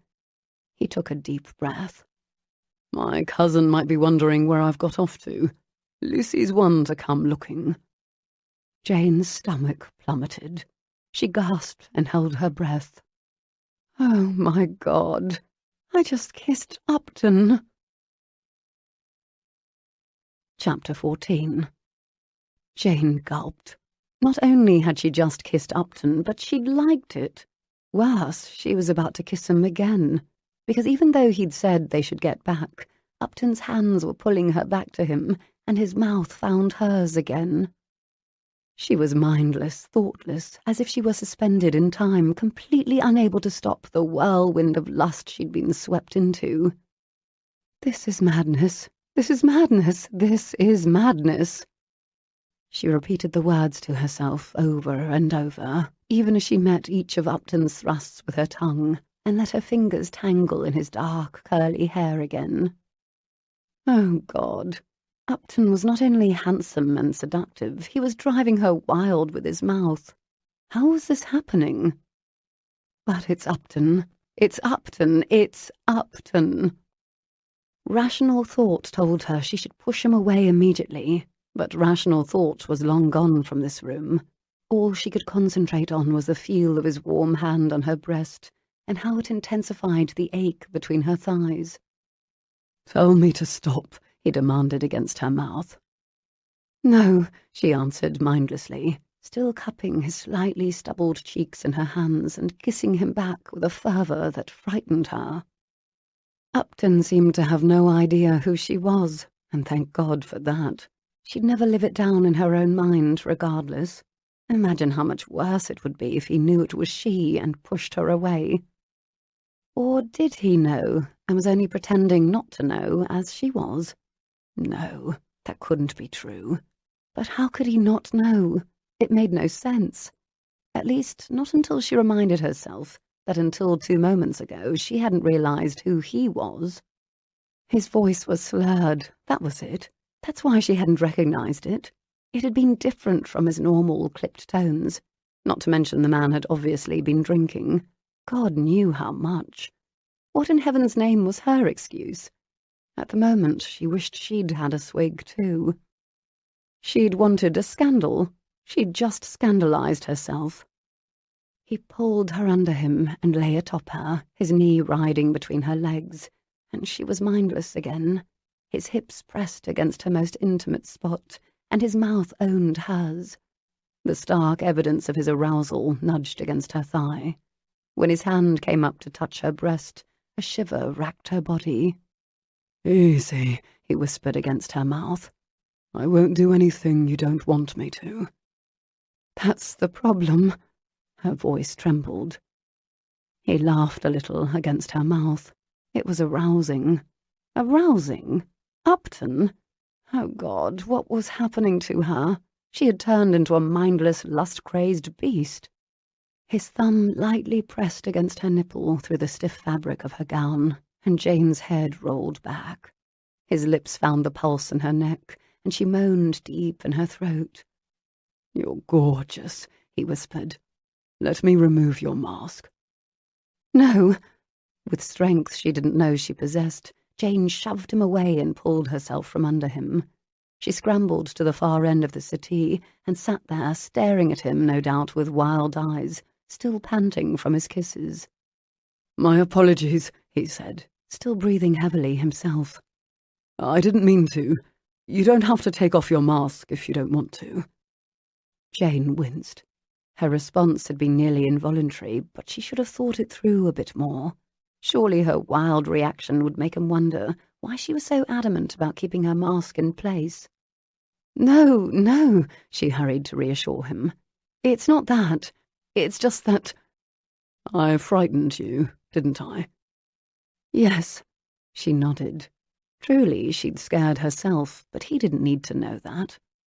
Right now that she was on the other side of the city, and a modicum of common sense and decency was returning to her brain, she needed to concentrate on getting out of this room quickly, and with as little interaction between the two of them as possible. The more she spoke, the more she did anything, the greater the chances of him discovering her identity. That she could not live with. She would have to move to India, perhaps farther, to live this down, if Upton ever discovered who she was and what he'd just done. She'd have to find another scandal, not this one. This one wouldn't do at all. "I'm sorry, my lady," he said, and Jane heard a tinge of true regret in his voice. I couldn't control myself. It's entirely unforgivable, and I—" "There were two of us here tonight," she answered, lowering her voice in a desperate effort to disguise it. "Neither is more at fault. But it's true, we should get back." She took another deep, shaky breath. "Right away." He stood, adjusted his clothing, and held out his hand toward her. "Allow me to help you up." God help her, she took it. Perhaps it was the part of her that wanted to enjoy this last moment of scandalous behaviour. Perhaps it was the part of her that knew something like this would never happen again. Perhaps it was the part of her that knew that Upton, when he knew who she was, would never be this kind, considerate, and solicitous of her. That was the part that made her feel a little sad, for a reason she couldn't describe. Instead, she took his hand and allowed him to pull her to her feet. Before she could turn to go, he pulled her into his arms one last time and placed a warm kiss on her cheek. "To an evening I'll never forget, Lady Blue." Jane's throat inexplicably tightened. She couldn't answer. She didn't have to. The click of the door handle across the room had them both spinning toward it. "What was that?" Jane asked, her eyes as wide as an owl's. "I didn't see anyone," Upton replied. "But let's hope, if someone was there, that they didn't see us." Jane pressed her fist against her mouth. "Or if they did, they didn't know who we were." Chapter 15. Jane awoke to a pounding head. She had tossed and turned for what felt like hours before sleep finally overtook her. She'd awakened every bit as full of nerves and doubt. What in heaven's name had she been thinking last night? She'd known it was Upton, known it. Perhaps not the entire time, but long enough to make it reprehensible that she hadn't stopped kissing him. Which was more than she could say for him. He'd clearly thought she'd been some mystery harlot, but she'd discovered who he was, and she'd still allowed him to kiss her. She had no excuse, absolutely none. The worst part was, she could only hope Upton wouldn't put it together and realise he'd been passionate with her. What was her excuse? Could she blame it on the lack of spectacles? Obviously that had played a part in her not recognising him sooner. Was it the gown, the lilac perfume? Blast and damn that lilac perfume. It had attracted a gentleman all right, but the entirely wrong one. Not that there was a right one, but that was hardly the point. She sat up and hugged a pillow against her chest. She'd kissed Upton last night, kissed him, and liked it. Not to mention the fact that someone, God knew who, may well have seen them. After they'd righted their clothing and Jane had done what she could to secure the loose pins in her chignon, they'd left the drawing-room. The corridor had been empty, but Jane had had the feeling someone had been there. Hopefully it had merely been a servant, a discreet servant. Likely that's exactly who it had been, but Jane couldn't shake the feeling that the scandal she'd been courting may have found her before she'd had the opportunity to properly plan it. The only thought that kept her from a fit of apoplexy was the knowledge that a servant, even a nosy, indiscreet one, wouldn't have known who she was in the demi-mask. If it had been another party guest, that same possibility existed. Perhaps she'd picked a good night to be scandalous. A good night, indeed. She took a deep breath, pressing the pillow closer to her chest. The more concerning issue of the two that confronted her at present wasn't whether a servant had recognised her. It was keeping Upton from finding out it had been her last night. To that end, she must treat Upton with the same barely concealed distaste she always did. Upton was no fool. He might be a profligate rake who seduced young unknown ladies in drawing-rooms, but a fool? No. She had no idea how she would manage it, but she had to, she just had to. Upton must never, ever guess that it was she. The embarrassment, the mockery. She couldn't live with that. Garrett groaned and rolled over in his bed. The sunlight pouring through the window told him it was morning. The pounding in his skull reminded him that he'd had far too much to drink last night. Far, far too much. The only good thing about it was that he'd passed out, and apparently managed to sleep through the night. No nightmares for once. The previous night's events came rushing back at him. Drinking with Monroe, dancing with the lady in blue, taking her to the upstairs drawing room, and... blast it, he hadn't acted gentlemanly last night. Something about her scent and her gown and her assets had combined to make him more than a bit libidinous. But who was she? Who? There weren't many possibilities. He knew most of the members of the house party. At least he had until last night. Had someone else arrived for the ball? The lady last night had seemed like a dream woman. This morning he realized it was only a matter of narrowing down the list of guests. At least he could be sure she was not Isabella. The mystery lady's hair had been dark, but definitely brown, not black. The mystery woman's eyes had been dark too, which ruled out Isabella. Not to mention Isabella had been wearing red. Thank Christ. He did not need that sort of guilt adding to the heaping pile already on his conscience. Wincing, he rang for a servant, and when one appeared, he asked the chap to get him a concoction for his head. Swifton swore by some awful drink the Marquis of Colton had invented. This morning, Garrett would consider drinking horse-piss if it would stop the pounding in his skull. While he waited, he leaned back against the pillows and closed his eyes, running down the list of female guests, and quickly discarding those who did not have brown hair and brown eyes. His mind's eye travelled around the dinner table from 2 nights ago, as one by one he mentally checked off each name. Daphne Swift was blonde. Isabella had raven black hair. Lucy and Cass would hardly be cavorting with a man in a drawing room. There were a handful of other guests, blonde, red-headed, brunette, but none with those dark, soulful brown eyes. No one except... Garrett's eyes flew wide open. He braced both palms against the mattress and shot straight up in bed, his head hammering. His heart hammered louder. No, it could not be. It couldn't possibly be. Bloody hell! Of all people, of all the blasted women in the world, he had done all of those things, every last inappropriate, unforgettable one of them, with Jane Lowndes. Chapter 16. I agree. If I had not seen it with my own eyes, I dare say I would not believe it myself. Lucy trotted behind Cass as she paced in front of the wide Palladian windows in the upstairs drawing room. The space smelled of the logs that burned slowly in the large fireplace, and of spring flowers that had been placed on the side table by one of the maids. I'm at a complete loss for words. Cass pressed her hands to her cheeks and turned in a swirl of peach skirts.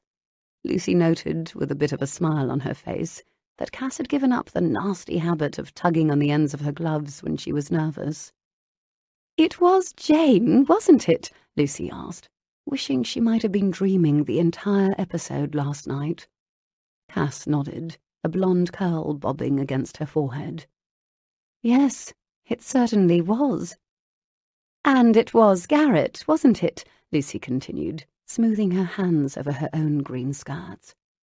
"I don't know who else it could have been. I spoke to Garrett earlier. He was wearing that emerald pin in his cravat and a matching mask." "That's what I was afraid of." Lucy stopped pacing and plunked down on the amber velvet settee. "There's no way around it. We have been witness to Jane and Garrett sneaking off together." Cass's brow was furrowed. Perhaps they were only speaking about something about the wedding. "Like what?" Lucy sat forward on the edge of the seat, genuinely interested. Like... Oh, I have no idea whatsoever. I cannot imagine what they'd have to speak about. They can barely tolerate each other. He took her hand, Cass. I was certain my eyes would pop from my skull. I almost wish I hadn't seen it. The world would still make sense. Cass plucked at the silver bob that dangled from her ear. "There is only one thing to do." Lucy rested her elbow on her knee and plopped her chin on her palm. "What's that?" Cass stopped pacing and stared at her. "We're going to have to discern what's going on, learn the details." Cass nodded. Yes, I'll go fetch Jane. We'll ask her. No, we cannot allow her time to come up with an excuse. We must go to her immediately and ask her what happened. Confront her directly. That's the only way we'll know the truth. Cass nodded again. Very well. Let's go. The knock at Jane's bedchamber door nearly scared her half to death. Oh God, it wasn't Upton again, was it? Come for more of the same? She might not have the willpower to tell him to go. No, that made no sense. Upton didn't know it had been her. He wouldn't come to her room, and she doubted that even Upton, rake though he may be, would be trolling the halls in the morning looking for another assignation. Very well, it was no doubt safe to open the door. Though one couldn't be too careful. "Who is it?" she called, smoothing down her hair. "Lucy," came her friend's voice. "And Cass." Jane breathed a sigh of relief. Grabbing her spectacles from the bedside table and placing them upon her nose, she hurried to the door. She paused along the way to stare at her reflection in the looking-glass. Her white linen dressing-gown was perfectly pressed. Her hair was in place. Her cheeks had no rosy glow. She looked normal, not guilty at all. It would be best if she could admit what happened to her friends, and she would have, if it had been anyone other than Upton. Ugh. It was a complete disaster. She didn't even like Upton. How in the world had this happened? She briefly considered telling Lucy and Cass the story, substituting an unknown gentleman. She could pretend that she didn't know who he was either. But she quickly discarded that thought during the journey to the door. She knew Lucy and Cass. If her friends learned that she'd engaged in such an escapade with a gentleman at the house party, any gentleman, they wouldn't rest until they discovered his identity. Not to mention they'd ask her a barrage of questions about what he looked like and what he'd been wearing, and it would all be discovered soon enough. There were only about 24 gentlemen at the house party. 24, and the one she happened to share a passionate interlude with had to be Upton. She shook her head. "Are you in there, Janey?" came Lucy's impatient voice. "Coming," Jane replied, in the most normal, guiltless tone she could muster. She had to pretend that nothing unusual had happened last night. If Lucy and Cass wanted to know where she'd gone off to, she'd simply tell them she'd been in the library reading. She would apologize to Cass for being unsociable. Better to be thought unsociable than to be discovered being too sociable with the wrong person. Jane pulled open the door and smiled widely at her friends. "To what do I owe the pleasure so early in the morning?" Lucy and Cass entered stealthily, as if they were sizing up the situation, much like Mrs. Cat when she'd first come to breakfast. "We're sorry if we woke you, Jane," Cass said. "I know how much you like to stay up late reading." Jane shook her head. "It's quite all right. I was awake." Lucy crossed her arms over her chest. "Where did you go off to last night, Janey?" Jane's palms began to sweat. She pressed them against the front of her dressing-gown. Did they know something? No, they couldn't know anything. She and Upton had been completely alone. She was certain of it. They hadn't been the ones who'd closed the door. She decided that had all been a figment of her guilty imagination. Besides, Lord knew if Lucy had been the one to discover them, she wouldn't have silently shut the door and backed away. She would have burst in and demanded an explanation. No, Lucy didn't know, but her question had been quite direct. Guilt was making Jane read too much into it. "I was, in the library, reading," she offered. "Reading? In the library?" Lucy continued, walking in a slow circle around her, as if she were a barrister examining a witness. Cass remained silent, but her bright eyes were trained on Jane's face, and she looked worried. "Yes." Jane didn't meet Lucy's gaze. Lucy was clever. She might discern that Jane was lying with one glance. "The music from the masquerade ball was a bit too loud for me. I'm sorry, Cass. I tried to stay. I truly did." Cass ignored that last bit. "How many tea cakes did you eat last evening?" Jane blinked. She wrapped her dressing-gown more tightly around her waist. What does that have to do with anything? Cass managed a half shrug. I usually see you occupied with a plate of tea cakes, and I didn't see that last night. Jane snorted. What are you accusing me of, Cass? Not being hungry enough? Lucy crossed her arms over her chest again and paced across the carpet. The look on her face was entirely suspicious. Oh, lovely. They suspected something. Upton hadn't mentioned anything, had he? No, he hadn't known who she was. How many times must she remind herself of that? So you ate no tea cakes, and you went to the library where you spent the rest of the evening reading? Arms still crossed, Lucy tapped her fingers along her opposite elbows. I didn't say I ate no tea cakes, Jane replied, pushing up her chin. I adore tea cakes. I ate 3 before I went to the library. The library? Lucy looked down her nose at Jane. Yes, the library. Wasn't her philosophy to solve one problem at a time? That was all there was to do now. Lie and stand firm. Even though Lucy and Cass obviously suspected something, they had no proof. Did they? Had they gone to the library and not found her? The library, Cass echoed. Jane considered the possibilities. It was all or nothing. She had to see this through. Yes, the library. You do know where the library is, don't you? Of course I know where the library is. Cass plunked her hands on her hips. Did you count the tea cakes? Jane asked, her lips twitching from suppressed laughter. What a silly question, Cass replied. Of course I didn't count the tea cakes. You're free to eat as many tea cakes as you like. I'm glad to hear it, because it seems the 2 of you are accusing me of something. Perhaps something duplicitous, involving tea cakes. Accusing you of something? Whatever do you mean? Cass put her hand to her throat, but she was a rubbish liar. It was obvious she was attempting to play ignorant. What might we be accusing you of? Lucy interjected. I don't know, Jane answered. You tell me. They faced off, staring at each other, Jane daring Lucy to ask a bold enough question to get to the bottom of this interrogation. Surprisingly, Lucy broke fast. We merely came up to ensure you were well, Janey. We were quite worried about you when we couldn't find you last night. Jane breathed a sigh of relief. Thank you for checking on me. I'm quite fine. Cass crossed over to her and gave her a quick hug. I'm so glad. Lucy whirled and narrowed her eyes on Jane. Did you, happen to see Garrett last night? Jane pressed her palms together to keep them from shaking. She counted 3 and took a deep breath. They knew something, but she'd come this far and she refused to back down. Upton, she said in the most disinterested voice she could muster. Are you asking if I saw Upton in the library? Because the answer is most assuredly no. I doubt Upton even knows what a library is. Lucy's smile was cat-like.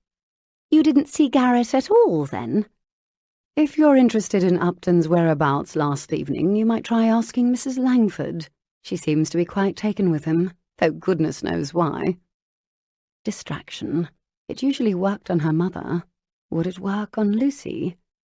Obviously dissatisfied with that answer, Lucy opened her mouth to speak, but Cass patted Jane's hand. We'll see you later for the picnic on the lawn, won't we, Jane? Lucy plunked her hands on her hips and glared at Cass. Yes, of course. Jane smoothed her hand over her hair. I think I'll just pop back to bed for a bit more sleep. I'll be down for the picnic around noon. Have a good rest, Lucy called as she made her way to the door, Cass trailing behind her. The 2 disappeared nearly as quickly as they'd come, leaving Jane staring after them, perplexed. Just what did they know? Chapter 17. Garrett had been summoned to the gold drawing-room, where Lucy and Cassandra were apparently holding court. The entire house party, or at least those who were inclined, were to have a picnic lunch in a meadow on the estate at noon. While most of the guests were assembling in the foyer to make their way out together, a footman had delivered a note asking Garrett to meet Lucy and Cassandra in the salon, directly before the group departed. Thank God that hideous concoction of Colton's had done its work. Garrett's headache was gone. The sick feeling in his stomach was now caused only by the knowledge that he'd done things with the most unlikely lady in the kingdom last night. He could only hope she hadn't realized it was him. Or had she? No, that wasn't possible. First, it was surprising that Miss Lowndes would ever do any of the things they'd done last night. Garrett wouldn't have guessed she had it in her. He wouldn't believe for a moment she would have done them, had she known she was doing them with him. He opened the door to the gold salon and strode inside. Lucy was at the window staring across the front lawn. Cassandra was perched on the settee near the fireplace. "Garrett," Lucy said, spinning around. "don't you look handsome today?" He glanced down at what he was wearing. Grey trousers, white shirt and cravat, black boots, burgundy waistcoat. Nothing particularly different from any other day. "Thank you, Lucy." He made his way over and kissed her cheek. Then he made his way to Cassandra and leaned to do the same. "How are you holding up?" he whispered to Cassandra. "Nerves not getting the best of you, I hope." She smiled and shook her head softly. "No, I'm quite fine." "Excellent." He returned her smile before turning back to Lucy. "Now, what is it the two of you wanted to see me about? I can only imagine. Please tell me it has nothing to do with your Mrs. Bunbury plot. I refuse to be a part of it." Lucy crossed her arms over her chest and strode toward him. "It's nothing to do with that. We just wondered where you'd got off to last night." Garrett narrowed his eyes on his cousin. Did they know? No, they couldn't possibly. "Off to last night," he repeated, shoving his hands in his pockets in his best effort to appear casual. "Yes, we didn't see you at the ball after a bit. We were looking for you," Cassandra added. "I had a great deal to drink last night, thanks to your brother. I believe I retired earlier than usual." "Ah, so you went to bed?" Lucy prodded. "Yes, after a bit," he replied. "What were you doing before that?" Lucy asked. Cassandra's cheeks flamed bright pink. Oh, bloody hell. They knew something. "I was—" He took a breath. "I went to the upstairs drawing room. I was looking at the portraits." "Looking at the portraits in the upstairs drawing room," Lucy repeated, making looking at the portraits sound positively lascivious. "Yes, I was quite fascinated by them." Wasn't it time to leave for the picnic? He tugged at his cravat. It was hot in here. He needed fresh air. "Fascinated by the portraits," Lucy echoed. He opened his mouth to speak, but Cassandra interrupted. "Were you with Mrs. Langford last night?" His eyebrows shot up. Holy Christ, is that what they thought? "What exactly are you asking, Cassandra?" Cassandra's cheeks turned pinker. "I mean, were you looking at the portraits with her?" "No." "Who were you looking at the portraits with?" Lucy countered. Garrett narrowed his eyes on both of them. "Why are you two so interested in what I was up to last night?" If they knew what he'd actually been doing and with whom, they wouldn't be asking these questions. He was quite safe. "No reason," Cassandra answered quickly, but Cassandra was a rubbish liar. They were both suspicious of something. "Lucy," Garrett said in a warning tone, "I hope this has nothing to do with your promise to find a wife for me after you're done with your whatever it is with Miss Lowndes. I assure you I'm in no need of a wife, and there is absolutely nothing going on between myself and Isabella Langford." Lucy raised her brows too, but the scepticism was apparent on her face. "Promise me you'll leave any sort of matchmaking on my behalf well and truly alone." Lucy shrugged one shoulder. "I have absolutely no intention of matching you with Mrs. Langford. Not to worry, my dear cousin." "Thank you," Garrett said. "Now, I'm going out to the foyer to join the others for the picnic." "We'll be along," Lucy replied simply, studying her gloves. "Yes." Cass nodded rapidly. "Good." Garrett made his way to the door as quickly as he could, without looking as if he were trying to be quick about it. He had no desire to answer more questions from these two busybodies. Not today. He breathed a sigh of relief as the drawing-room door shut behind him. What did they know? Or did they only suspect? He sent up a prayer to the heavens, hoping it was merely conjecture. After the door shut behind Garrett, Lucy turned to Cass and raised one eyebrow. "We have just been lied to." Cass took a deep breath. "It does appear so, yes." "And not just by Garrett, but by Jane as well," Lucy added. "Do you think it's possible they each don't know it was the other? They were both wearing dominoes, and Janey wasn't wearing her spectacles." Lucy tapped a finger against her cheek. "It's possible, I suppose, but if they didn't know, they wouldn't be working so hard to keep it from us. Garrett might, as he'd hardly be one to kiss and tell, but Janey, no. Janey is deliberately keeping this from us." Cass's eyes were wide as saucers. "You don't suppose they kissed, do you?" "I don't know. I can't imagine it. But I do wonder what they did together after they sneaked off. Obviously something they don't want either of us to know about. Perhaps they're embarrassed to tell us because we've always known they can barely tolerate each other. They can hardly admit to sneaking off together." Cass gulped. "But you don't honestly think—" "As difficult as it is to believe, I do think so. They kissed." Cass gasped. "No." "I admit it's difficult to conceive of, but the signs are all there." Lucy counted off the points on her fingers. "They were incognito, they left together, they were alone for a time in the upstairs drawing room, and neither will admit they were there together." Cass pressed her palms to her cheeks. "But if neither of them will admit it, how will we ever discover what happened?" Lucy paced in front of the windows, tapping her cheek. "This calls for a plan, Cass." "Oh, no, not a plan."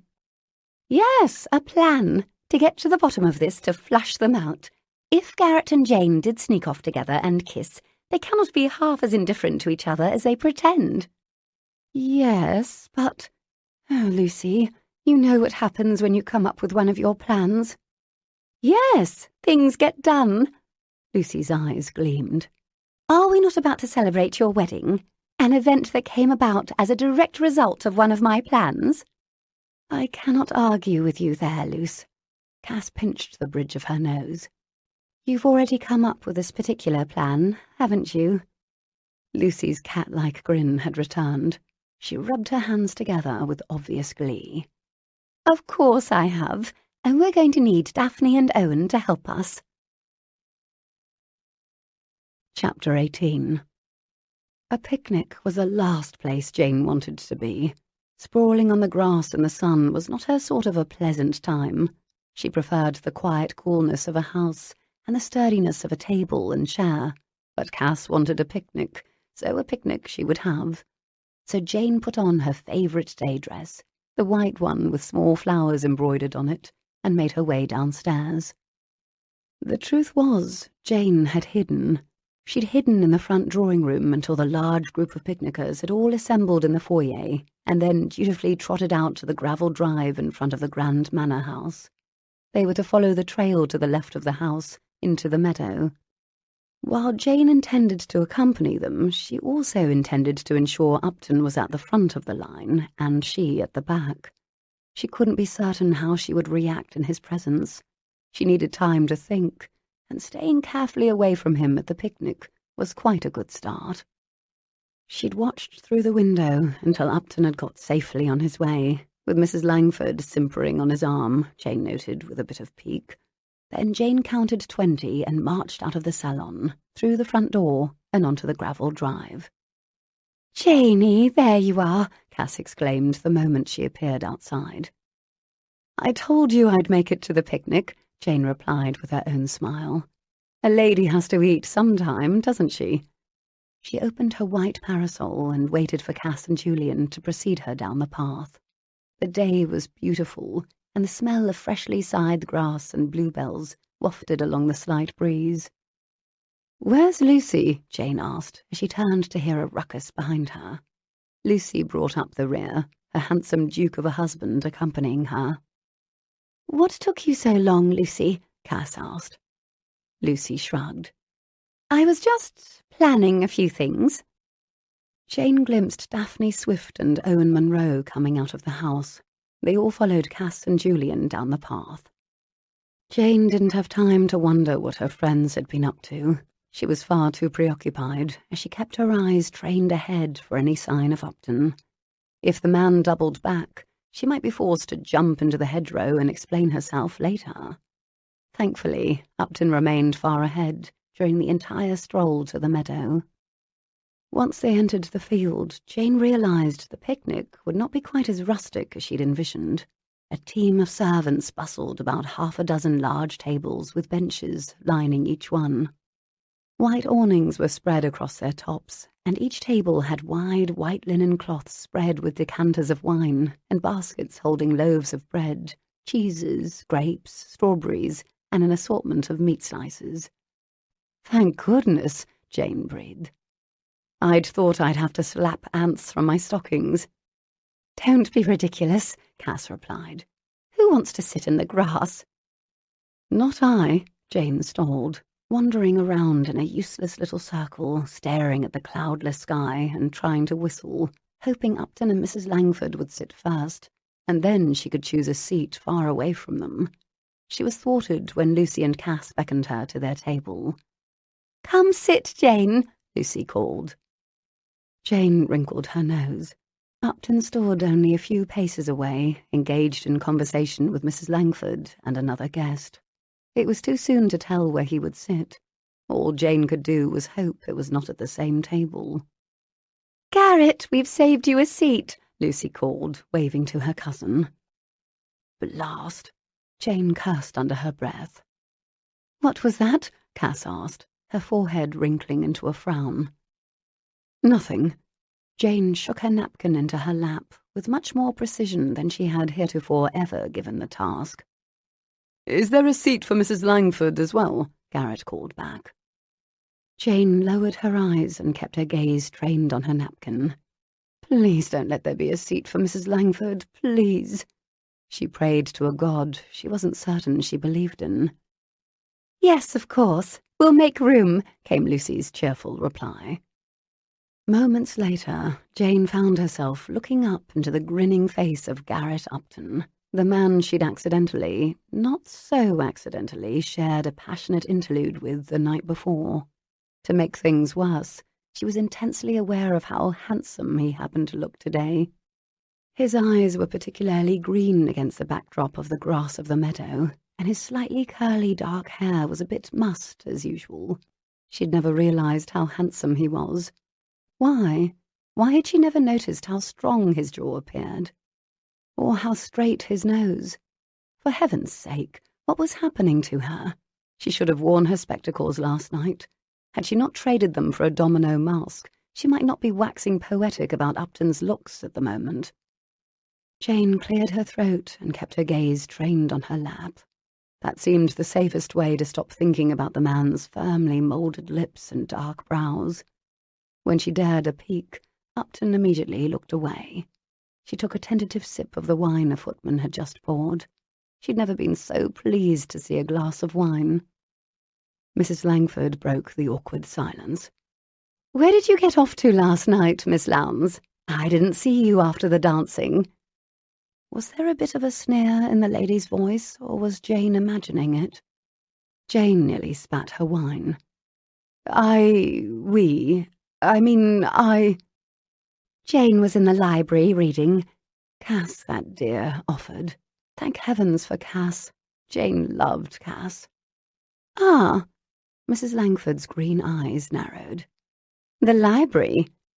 Jane squinted at the woman, not liking the tone she continued to use. Not one bit. "Yes, the library." "That's right," Mrs. Langford added.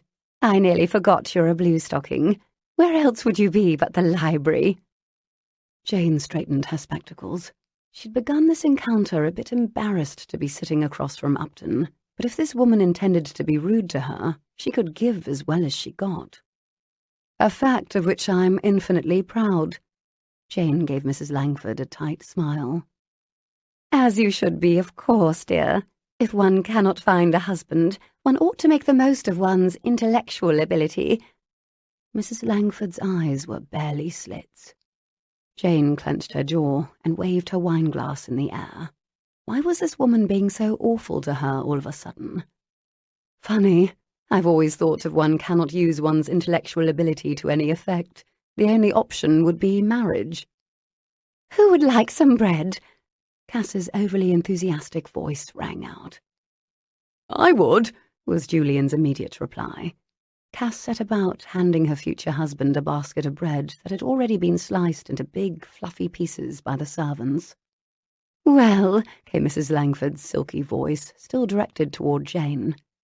Perhaps you learned something about attracting the interest of a man while you were in the, library last night. Any books about that in there? Cass gasped. Lucy's head swivelled back and forth between Jane and Mrs. Langford. Garrett studied his wineglass. Julian and Derek shifted in their seats. I wouldn't know, Jane replied sweetly. If such a book did exist, I'd be singularly uninterested in it. You've never taken a fancy to a man? Jane pressed her lips together. Something in the smug look on Mrs. Langford's face made her think the woman knew something, or seemed to suspect.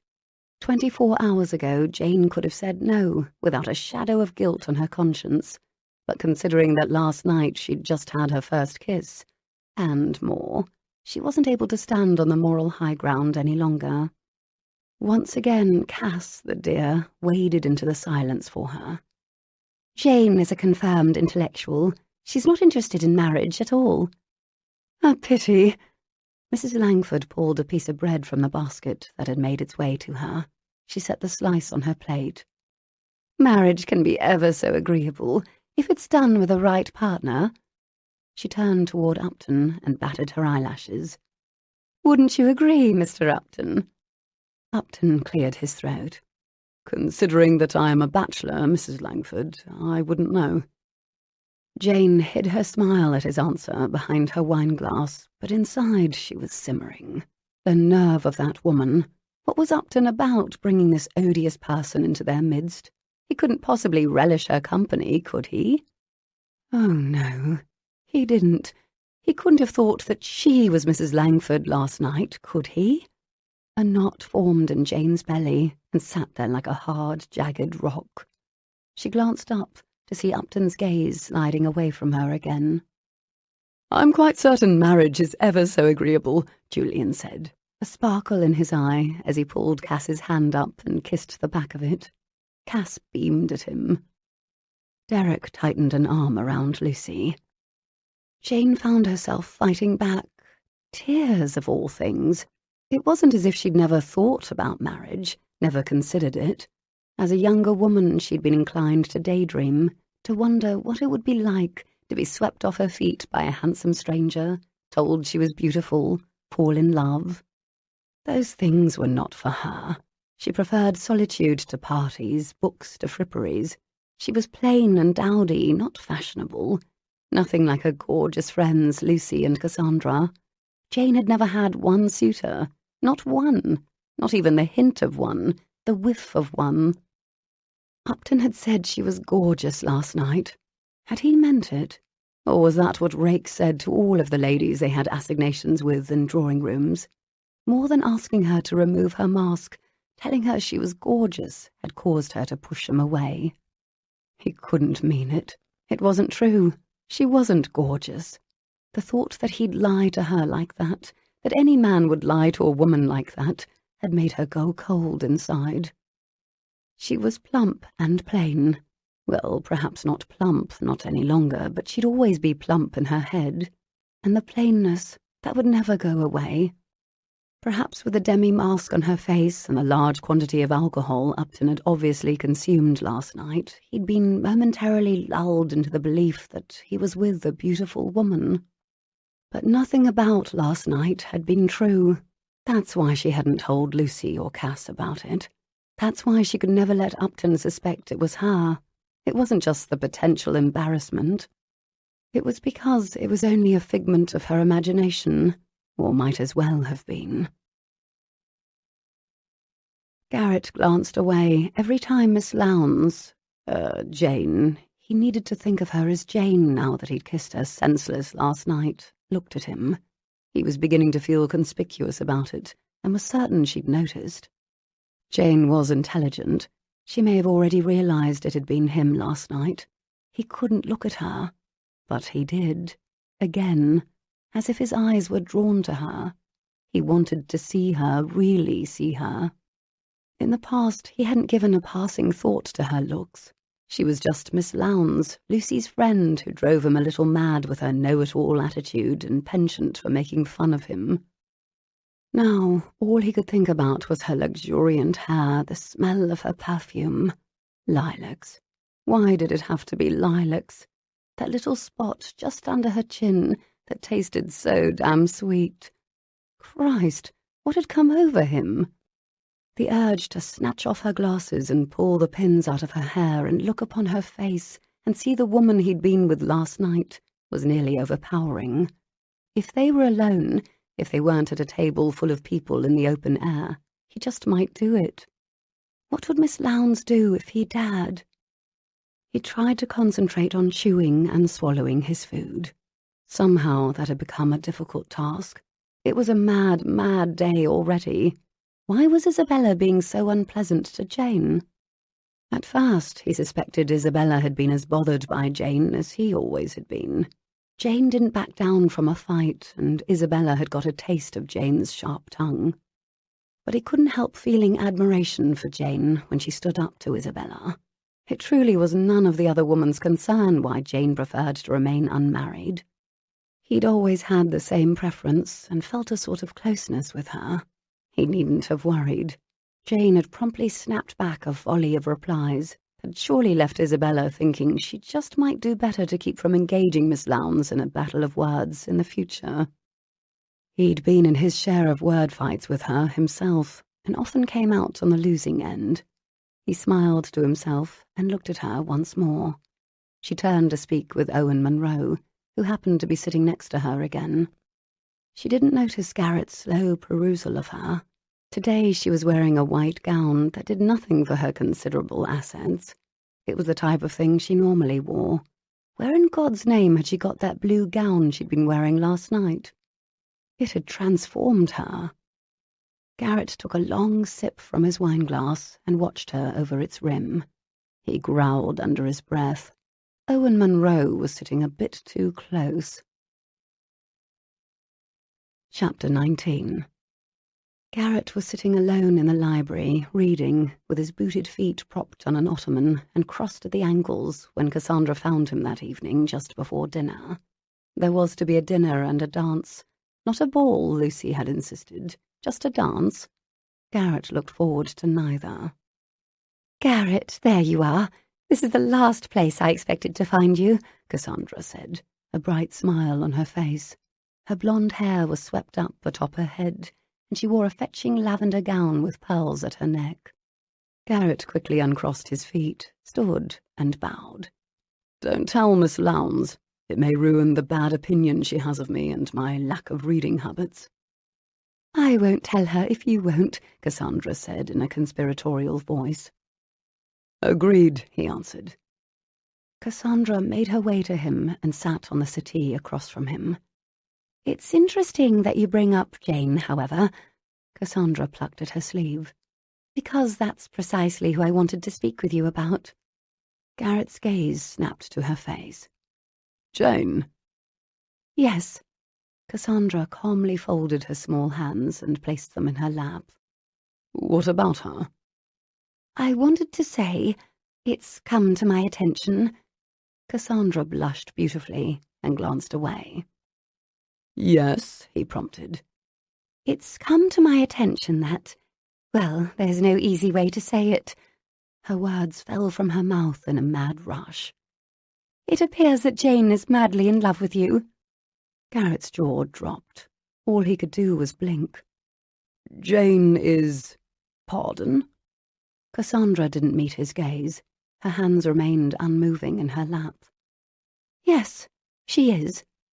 Garrett stood and scrubbed his hands through his hair. He strode to the fireplace. That is preposterous. That is ludicrous. Why, that is... Impossible, Cassandra supplied. He turned to face her. Yes, impossible. Cassandra's deep blue eyes rose to meet his. I'm afraid it's quite possible, and we, Lucy and I, thought you should know. Garrett narrowed his gaze on her.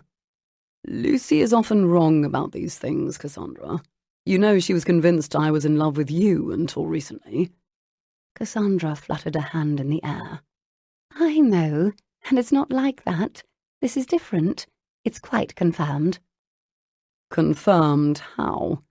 His eyes remained narrowed. Cassandra cleared her throat. Her voice went up a notch. By Jane. His hand dropped like a leaden weight to his side. Jane said that. She said she loves me. Cassandra bit her lip and nodded. As I said, Lucy and I thought you should know. Garrett leaned back against the window frame. The air rushed from his lungs. It was as if he'd been slammed to the earth. He struggled to breathe. It couldn't be true, could not be true. It made no sense. But if Jane had told Cassandra... He stared unseeing into the fireplace and rubbed a hand roughly across his forehead, squeezing his eyes shut. Thank you for telling me, Cassandra. Not that he knew what the hell to do with the information. Cass hurried out of the library, wringing her hands. Psst! Lucy motioned to her from behind a potted palm at the far end of the corridor. Over here! Cass peeked over both shoulders to ensure no one would see her before picking up her skirts and hurrying to join her friend behind the tree. Did you do it? Lucy asked, her multicoloured eyes sparkling. Yes, I did it, Cass groaned. Heaven knows I shall be struck dead by a lightning bolt for being such a fibber. I deserve this red spot on my nose. I deserve another for what I've done. I deserve an entire face full of them. I detest lying. Lucy's dark eyebrow rose in a semblance of scepticism. Oh, really? You detest lying? After pretending to be Patience Bunbury last autumn? If that didn't cause a face full of red spots, nothing will. Cass scowled at her fiercely. Point taken, but we should have asked Derek or Julian to tell Garrett that awful lie instead of me. We've been over this, Lucy replied. Derek and Julian wouldn't have agreed to this in 100 years. They would have given us a lecture about how it isn't the right thing to do. And it's not an awful lie. Not really. Perhaps it isn't the right thing to do, Lucy. Lying to our friends feels wrong. Look at it this way. Lucy pushed a palm frond away from her forehead. You're not fibbing so much as you're helping them. You saw how Garrett and Jane acted at the picnic. Something is definitely happening between them. We're simply giving them a small push. Now tell me, what did Garrett say? Cass tugged at one of the leaves on the palm tree. He was shocked, to be sure, quite shocked. Did he believe you? Another tug on the long green leaf. I do think I was able to convince him, though he was sceptical for certain. Lucy clapped her hands together. Perfect. The first phase of the plan has gone off splendidly. What about you? Cass let go of the palm leaf. It sprung back into place. Have you told Jane yet? Lucy shook her head. I'm on my way to speak to Jane now. The second half of the plan is to commence shortly. I call it Much Ado About Something. Chapter 20. You must be jesting, Jane said 5 minutes later, as Lucy sat on the end of the bed in Jane's guest chamber. I cannot believe for a moment that Upton is in love with me. I didn't believe it either at first, Lucy said with a nonchalant shrug. But Derek and Julian both told me the same thing. When Garrett was in his cups the other night, he admitted it to them. Then he's a loon when he's in his cups, Jane replied, shaking her head. Jane's voice was protesting, but her mind was preoccupied with examining this news. It couldn't be true. Could it? Garrett? Garrett Upton? Rake, gambler, and general profligate in love? With her? If Lucy had told her this news 2 days ago, Jane would have laughed her out of the room. But today was the day after she'd nearly been ravished by Upton on the settee in the upstairs drawing-room, and liked it. Today was the day she'd gone on a picnic and noticed Upton glancing at her every time she looked at him. Today everything had changed, and Lucy's story didn't seem quite so far-fetched. Correct me if I'm wrong, Lucy, but wasn't Upton madly in love with Cass until recently? Lucy twisted her lips. Oh, about that. Jane narrowed her eyes on her friend. What? It seems I was mistaken about that. Lucy traced her fingernail along the pattern in the bedspread. Mistaken? Yes. Upton wasn't in love with Cass? No. Ever? Never. Jane crossed her arms over her chest. How did you make such a mistake? Lucy raised both palms toward the ceiling and shrugged. He was always there, you know, sitting next to her and being nice to her, and, well, Cass is so pretty and accomplished, and so, Cass, I just assumed.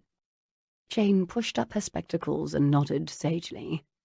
That explains it. You're only assuming now, aren't you? Upton's no more in love with me than he was with Cass. No, this time I'm quite sure. Lucy nodded firmly. Jane narrowed her eyes. Sure, how? I told you, he admitted it to Derek and Julian. Jane searched her friend's face, arms still resolutely crossed over her chest. But did he tell you? Lucy didn't meet her eyes. Telling Derek is as good as telling me. Jane had to concede that point. She was sceptical, but even Lucy, egregiously behaved Lucy, wouldn't lie about such a thing. She might hint at it, she might heavily imply, but coming right out and declaring that her husband had told her the exact words, that was too much, even for the most outlandish of all of Lucy's plots. Now that you've told me, Your Grace, what do you suppose I do with this information? Lucy leaned back on her palms. Nothing, obviously. You're a confirmed blue-stocking spinster, after all. I just thought you should know. In case Garrett is perhaps... She eyed Jane carefully. Acting differently toward you, or something of that sort. Is he? Is he what? Jane's words were a bit too rushed. Acting differently toward you. Jane let her hand slide over the copy of Montague's treatise on the history of handwriting and graphology that sat on her writing table. No, not that I recall. Oh, yes, he was, but she'd die of embarrassment before she'd tell Lucy about it. Not a bit, Lucy prodded. Not that I've noticed. Liar. Very well, then. I suppose you should just go about your business as usual and pretend as if you don't know. In the meantime, we should discuss our plan for Mrs. Bunbury's introduction to your mother in a few days. Jane shook her head to clear it of the prior subject. In the wake of this news about Upton, her plan to fool her mother didn't seem quite as pressing, but Lucy was correct. Jane's mother would be appearing in a few days, and they needed to have a solid plan in place. Jane's first attempt at scandal had ended hideously. She was wary of a second attempt. I cannot think of a sufficient scandal, Jane mumbled. We'll need a secondary plan in the meantime. Here is what I propose. Lucy stood and shook out her skirts. Between the three of us, you, Cass, and myself, we shall endeavour to keep your mother guessing. Why, Mrs. Bunbury was just here, not 5 moments ago. Didn't you see her? No, she's not here now, but I just saw her near the refreshment table a bit earlier. That sort of thing. It sounded insane. But then again, most of Lucy's plots sounded insane. That was the beauty of them, but even Jane had to admit they usually worked. Very well, we'll take turns, Jane agreed. She had come to Surrey a few days ago, convinced that her Mrs. Bunbury plot was the most complicated thing in her life. Now she wasn't certain about that. Not certain at all. Chapter 21. Garrett scrubbed a hand through his hair. There was only one way to get to the bottom of this. He was going to bloody well ask Jane Lowndes himself. Was she or was she not in love with him? First, he would ask her to dance. The Morlands were having a dance tonight, a plain little dance. No dominoes, no hidden identities. It was quite simple. He hadn't been able to get what Cassandra had told him earlier out of his head. Jane Lowndes was in love with him. Could it be? It was true that she'd been quite congenial with him the other night, but that had been when they didn't know who the other was, hadn't it? Or had she known all along? No, it couldn't be. He was tired of guessing. He would ask her to dance, they would talk, and he would be able to tell by her reaction whether she was in love with him. It would be simple enough. Didn't women who were in love simper and bat their eyelashes and that sort of thing? He could hardly imagine Miss Lowndes doing something like that. Normally, if she did anything of the sort, he'd probably ask her if she had something in her eye, but that wasn't the point. The point was that there must be some sign, some tell of a woman in love, some indication of whether Miss Lowndes, Jane, why was it so difficult to remember to think of her as Jane, was such a woman? He would know soon enough. Garrett squared his shoulders and took a deep breath, then made his way to the refreshment table where Jane hovered near the tea cakes. She wore a light pink gown that wasn't at all hideous. In fact, it enhanced her figure. Had he ever seen her in pink before? Bloody hell, this was going to be awkward enough without him thinking about her figure again. Miss Lowndes. She swiveled on her heel and turned to face him, a large telltale lump of tea cake pushing out her cheek. She had the look of a hare trapped in a game warden's snare. Pure fright. She had the grace to chew and swallow before she responded.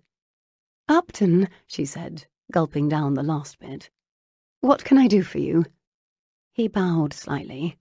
"I've come to ask you to dance. Would you do me the honour?"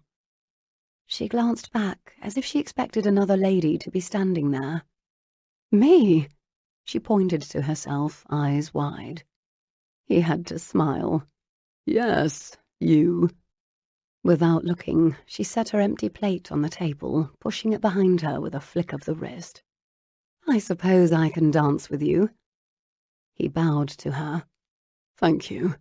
He held out his arm. She took a step forward and put her hand on his arm. He led her to the dance floor. Was her hand trembling? He pulled her into his arms as a waltz began to play. He'd tipped the musicians a goodly sum to play this waltz. It afforded the perfect opportunity to speak with Jane. He spun her around. "Are you having a good time?" Again, she had the look of a hare caught in a trap. Her eyes were wide, and she was trembling. "Here, with you." "I meant at the party in general," he said. "Yes, of course." She didn't meet his eyes. A sign of a woman in love, was it not? He laughed. "You're lying. You've never enjoyed a party before in your life." Her throat worked. Another sign of a lady in love. "Then why did you ask me? I'm doing my best, Upton. Don't I deserve credit for that?" She met his gaze this time, and her dark brown eyes were bright and full of mischief. Quite charming, actually. Damn it, now he had to look away. He smiled at her. "You do indeed. Tell me, how is your plan coming? Done anything scandalous lately?" Jane blinked at Upton. She'd spent the last several minutes desperately attempting to interpret everything he'd said and done. He'd made his way directly to her and asked her to dance, hadn't he? Very not Upton-like. That had to be a sign he was in love with her, didn't it? He hadn't mentioned her tea-cake consumption. Also quite un-Upton. Now he was being nice to her and laughing when she said something funny. A third, entirely probable sign that the man was madly in love with her. This was difficult. Why couldn't it be something tangible to interpret, like, say, handwriting? She'd learned a great deal about handwriting of late. For instance, if a letter written to someone contained wide, scrolling letters, It meant the author was infatuated by the recipient. Would it be odd to ask Upton for a sample of his handwriting? It would, wouldn't it? She shook her head and refocused on his question. Something scandalous, she managed to ask in a tone she hoped sounded nonchalant. Yes, the scandal you and Lucy are hell-bent on creating. Oh, we've been... Good heavens, was she perspiring? She removed her hand from his shoulder and waved it in the air briefly. Considering our options. I see, Upton continued. And what of Mrs. Bunbury? Jane had to concentrate on his words, because otherwise she was thinking about his shoulder, specifically how good it felt under the tips of her fingers, even through her glove. The man was surprisingly muscled for being Upton. He wore impeccably tailored black evening attire with a sapphire waistcoat and a starchy white cravat that looked enticing against a bit of stubble from his chin that had scraped the soft skin of her cheeks last night. That, coupled with the heady scent of him, and she was finding it altogether too difficult to follow the thread of the conversation. She sucked in her breath. Mrs. Bunbury? Yes, we have made progress there. What do you intend to do? He asked. Jane squeezed his shoulder just barely. She couldn't resist. Lucy says we should keep Mamma guessing by constantly acting as if Mrs. Bunbury has been in our presence and left just before Mamma arrives. He arched a dark brow. Truly? That's your plan? Yes, for now. Why did Upton have to smell so good? Seriously? Jane trained her gaze over his shoulder. Why did Upton have to have such heavenly hazel eyes? Or, more specifically, why had she had to notice that Upton had such heavenly hazel eyes? She'd been quite satisfied with barely noticing them before, thank you very kindly. Though now he was questioning her plan, much more Upton-like of him. Good heavens, perhaps Lucy had been mistaken about his being in love with her, and now Jane was stuck thinking about the blasted colour of his eyes. Yes, she answered with a nod. Between Lucy, Cass, and myself, we believe we can make it work, at least for the day or two of the wedding until we leave for London again. Upton's mouth curved into a smile that made her want to kiss him. Blasted. How will you explain that Mrs. Bunbury isn't travelling back to London with you? He asked. Why did Upton insist upon asking a lot of questions about Mrs. Bunbury? Jane could barely concentrate on his words. Instead, she'd been staring at the sensual curve of his lips. Confound Lucy for telling her anything. Because Mrs. Bunbury is going to become horribly ill the night of the wedding and leave before Mamma has a chance to check on her. Poor Mrs. Bunbury. Upton shook his head. Jane wanted to thread her fingers through his thick, dark, curly hair. Don't worry, Mrs. Bunbury shall recover, though Jane might not. Upton smiled again, flashing his perfect white teeth at her. Since when did she notice that Upton's teeth were either perfect or white? It's ludicrous, of course, he said, but you and Lucy are so confident about it. That is her secret, isn't it? Lucy makes things work because of her supreme confidence in their working. Jane returned his smile. Was he thinking her teeth were perfect and white? She didn't know about the perfect part. One of the teeth on the bottom was a bit crooked, but they were white, weren't they? I'm not certain what Lucy's secret is, but she does have confidence. To spare. Upton sighed. I suppose it will give even more credence to the story if I mention to your mother that I've met Mrs. Bunbury and she's a lovely woman and an apt chaperone. Jane blinked at him. You'd do that for me? A resigned smile tugged at his lips. I've learned that going against Lucy when her mind is made up is a losing battle. Being a former soldier, I like to have the field in my favour. Jane spun around and around in the dance, barely hearing his words. Garrett Upton was going to do her a favour, without being asked, without being begged.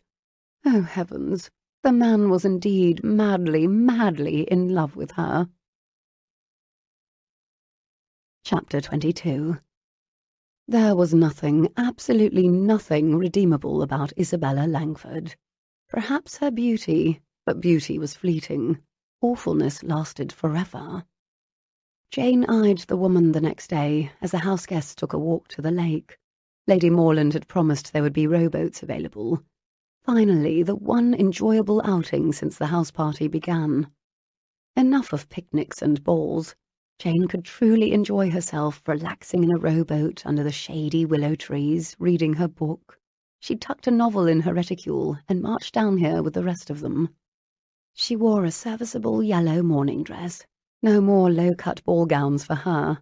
A white bonnet completed her ensemble, and she felt quite returned to her natural element, that of a blue-stocking spinster. Mrs. Langford, however, was dressed like a doxy. Jane watched the woman laugh and smile at every word Upton said. Quite nauseating. Mrs. Langford's hair was swept up in a set of black curls, held in place by the tiniest hat Jane had ever seen, and a small gown to match her tiny hat. The gown was small in that it had very little fabric covering her chest. It would be more in place at a demi-monde banquet than a friendly little rowboating venture at a country house. I hope she gets a sunburn. Not to mention it was a garish shade of red, though Jane had to admit it brought out the rosy colour of Mrs. Langford's full lips. By the time their party made its way to the lake, Upton had managed to extricate himself from Mrs. Langford's clutches. When Jane picked up from the book she'd been attempting to read while simultaneously attempting not to trip, Upton was strolling alongside her, his hands in his pockets.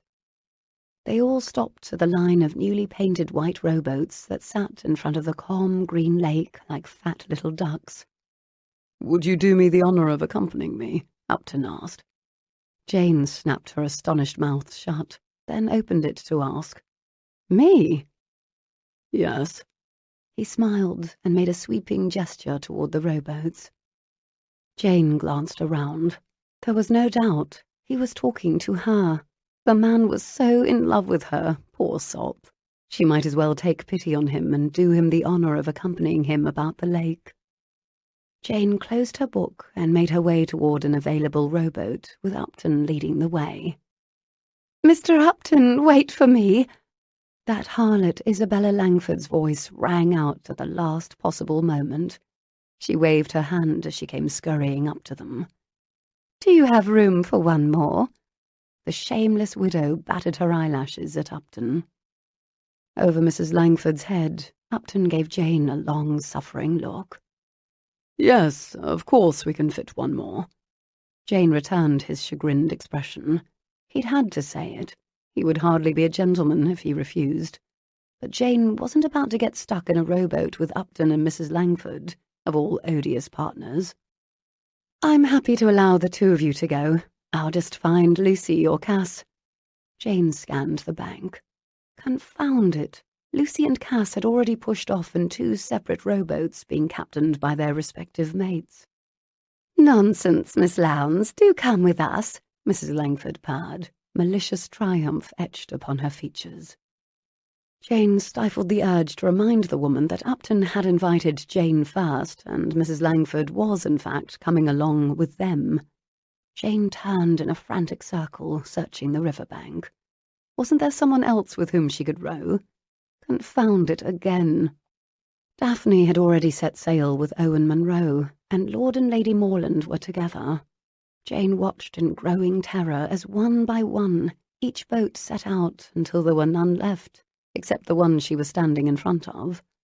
Upton stared at her with a boyish charm. Jane wished she hadn't noticed. "It's quite all right." Jane backed away from the grassy bank. "I'll just sit under a tree and read. I'll be perfectly fine, I assure you."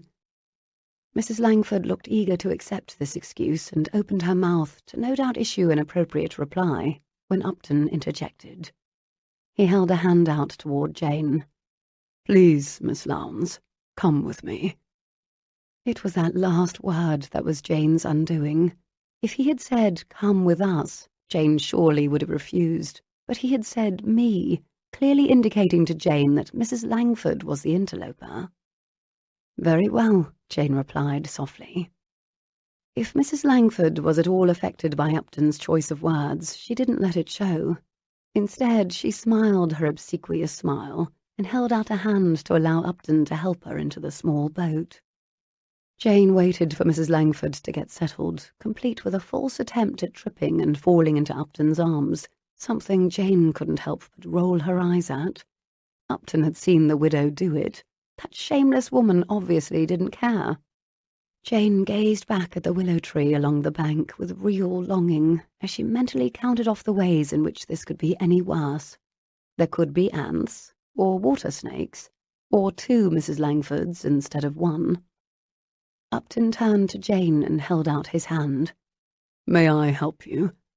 He said it in such a charming voice that Jane momentarily forgot Mrs. Langford was there. Jane braced her hand against Upton's strong, warm arm and allowed him to help her onto the wooden bench in the back of the rowboat. Upton had manoeuvred them so that he sat in the middle facing Jane. Mrs. Langford was perched in the bow of the vessel, craning her neck to get Upton's attention. Jane sighed.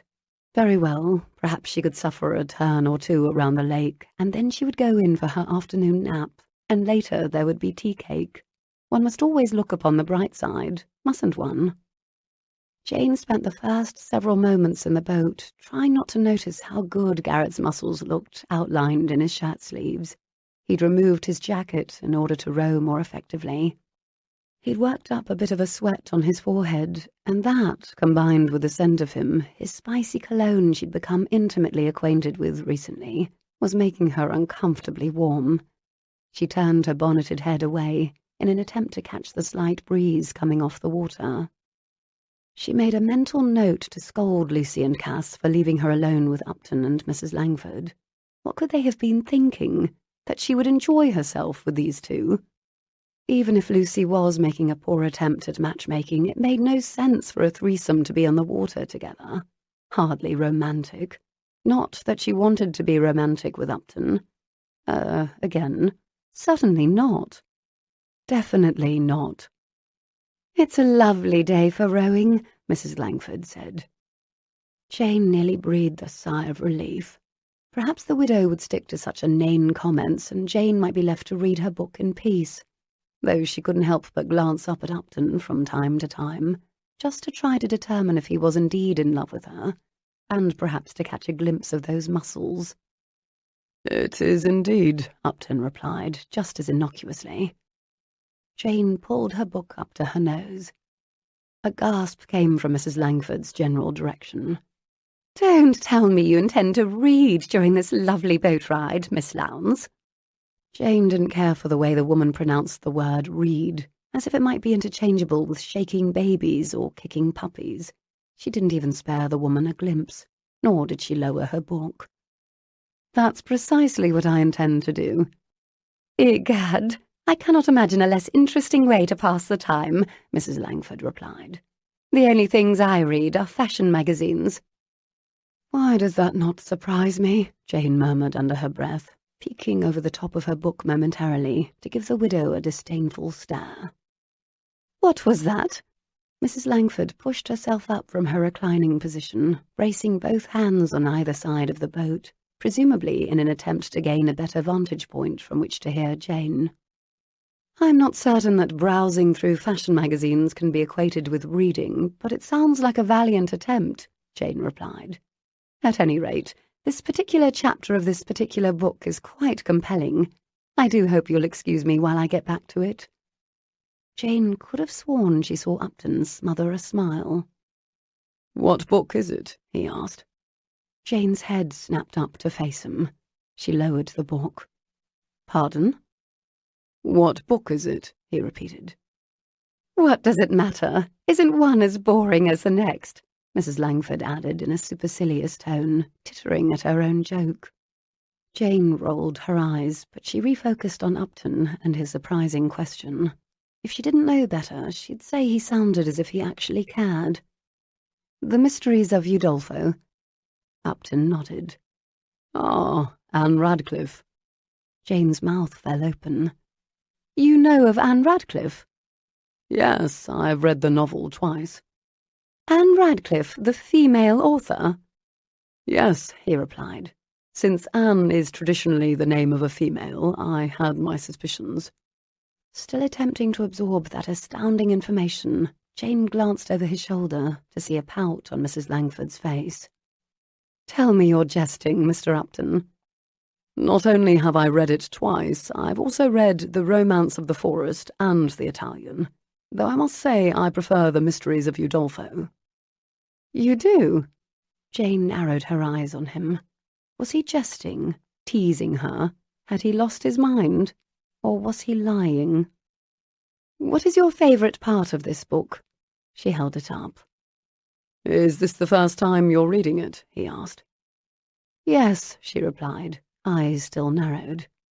"Then I shan't give away the ending, but I'll simply say that Sister Agnes may not be the sweet nun she appears to be." Jane's eyes narrowed further. Very well, that might be true, but she had already read one of the other books. He could not trick her with that one. "What did you think of The Romance of the Forest?" "I thought it was a great deal of trouble to get up to instead of paying one's debt. Not to mention the fate of poor Adeline. I do sympathise with the lady, considering how entirely she was at the mercy of a lot of awful men." Jane braced her free hand against the side of the boat. The world was spinning. Upton, handsome, merry-making Upton, had read the works of Anne Radcliffe, and could speak intelligently on the subject. It was beyond comprehension. And had he just defended the rights of females? "I do enjoy some books," Mrs. Langford hastened to add from her perch in the front of the boat. "Like what?" Jane couldn't help herself. "I read Secrets of a Wedding Night recently." "That's more of a pamphlet, really," Jane pointed out. She refused to tell Mrs. Langford that she'd not only read it, she'd actually enjoyed it too. Mrs. Langford's voice dripped with ire. "We cannot all be devotees of Shakespeare and Anne Radcliffe, like you are, Miss Lowndes." "More's the pity," Jane replied. "And it's Radcliffe." Mrs. Langford nearly snarled at her. "Let's talk about something else, shall we? Such as the parties in London. I, for one, cannot wait for the season to get under way. Are you going to the Hathaways' ball, Mr. Upton?" Upton glanced at Jane before he replied to Mrs. Langford. "I am." Jane pressed her lips together. The thought of those two together in London, being good-looking and drinking champagne and dancing and laughing and... it made her positively... By God, was she actually getting jealous? No, it was not possible. Horrifying thought. "Will you be in London for the season, Miss Lowndes?" Mrs. Langford asked. "Not if I can help it," Jane replied, her book back in front of her nose. "Is that supposed to be funny?" Mrs. Langford replied, her voice taking on an irritated edge. "It was supposed to be," Jane replied, "though perhaps not to you." Mrs. Langford replied with a grunt.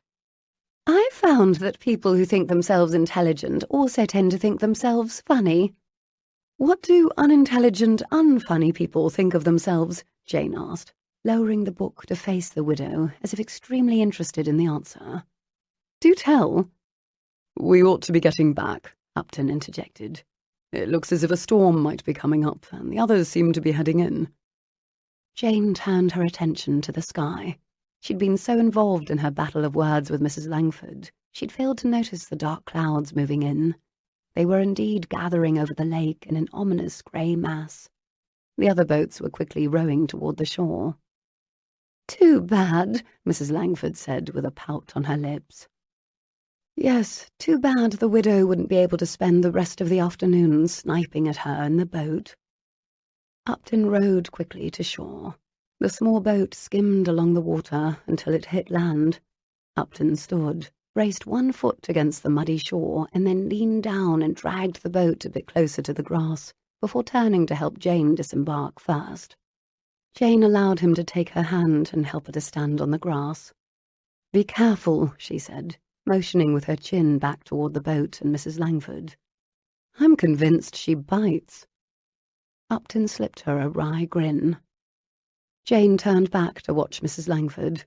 The lady had already stood and was teetering precariously as the boat lurched from side to side.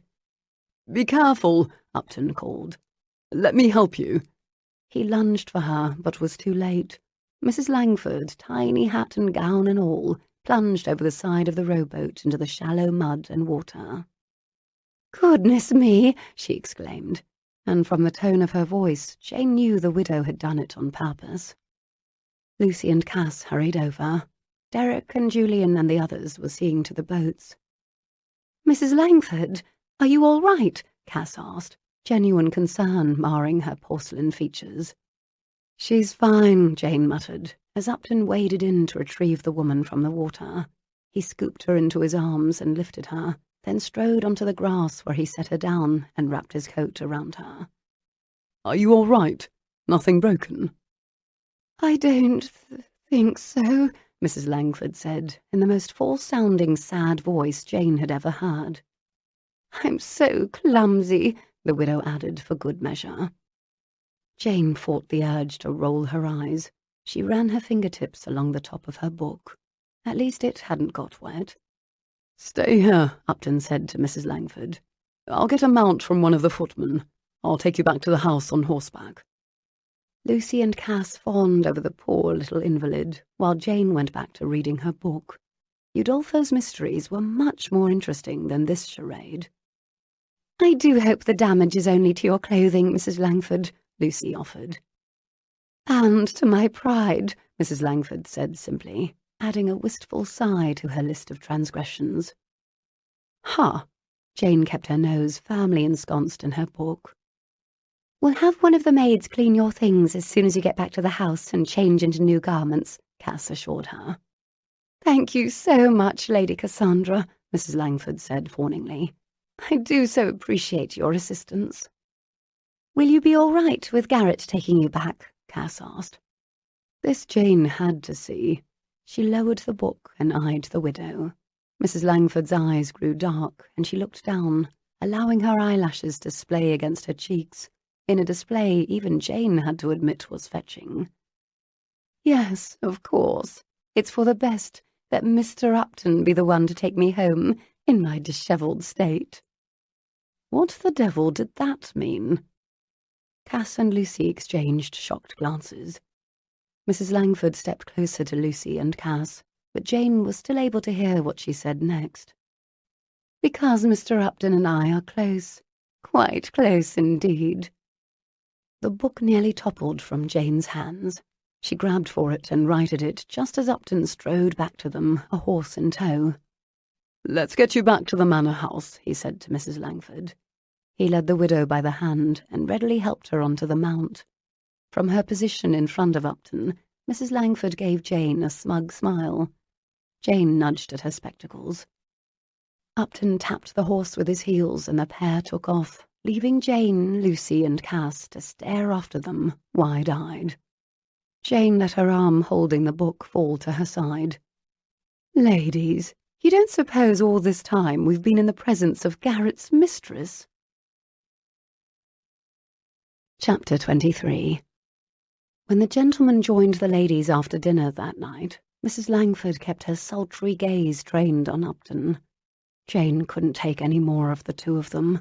She'd been a complete fool telling Upton she'd get to the bottom of why Mrs. Langford had come. It had been obvious the entire time. If Jane hadn't allowed first her dislike of Upton, then her scandalous interaction with him, and finally her suspicion that he was in love with her, to cloud her judgment, she would have seen it from the start. Upton, the cad, had managed to invite his mistress to his friend's wedding. Even worse, he'd kissed Jane too. Was the man so overcome with his base instincts he couldn't limit his sexual appetite to only one woman at a house party? What would Mrs. Langford say if she knew the man keeping her had been kissing another lady in the upstairs drawing-room the other night? It was disgusting to contemplate. Of course, there was no chance Jane would be the one to tell Mrs. Langford about her lover's defection. Jane would be admitting to being the other woman, and she'd rather die. No, she would keep Upton's dirty secret. What nonsense of Lucy to tell her Upton loved her. Utterly ridiculous. How could he possibly be in love with her and invite his mistress to the house party at the same time? Lucy had informed Jane that Upton obviously had decided he'd fallen in love with her after Mrs. Langford's arrival, but the entire thing was sickening.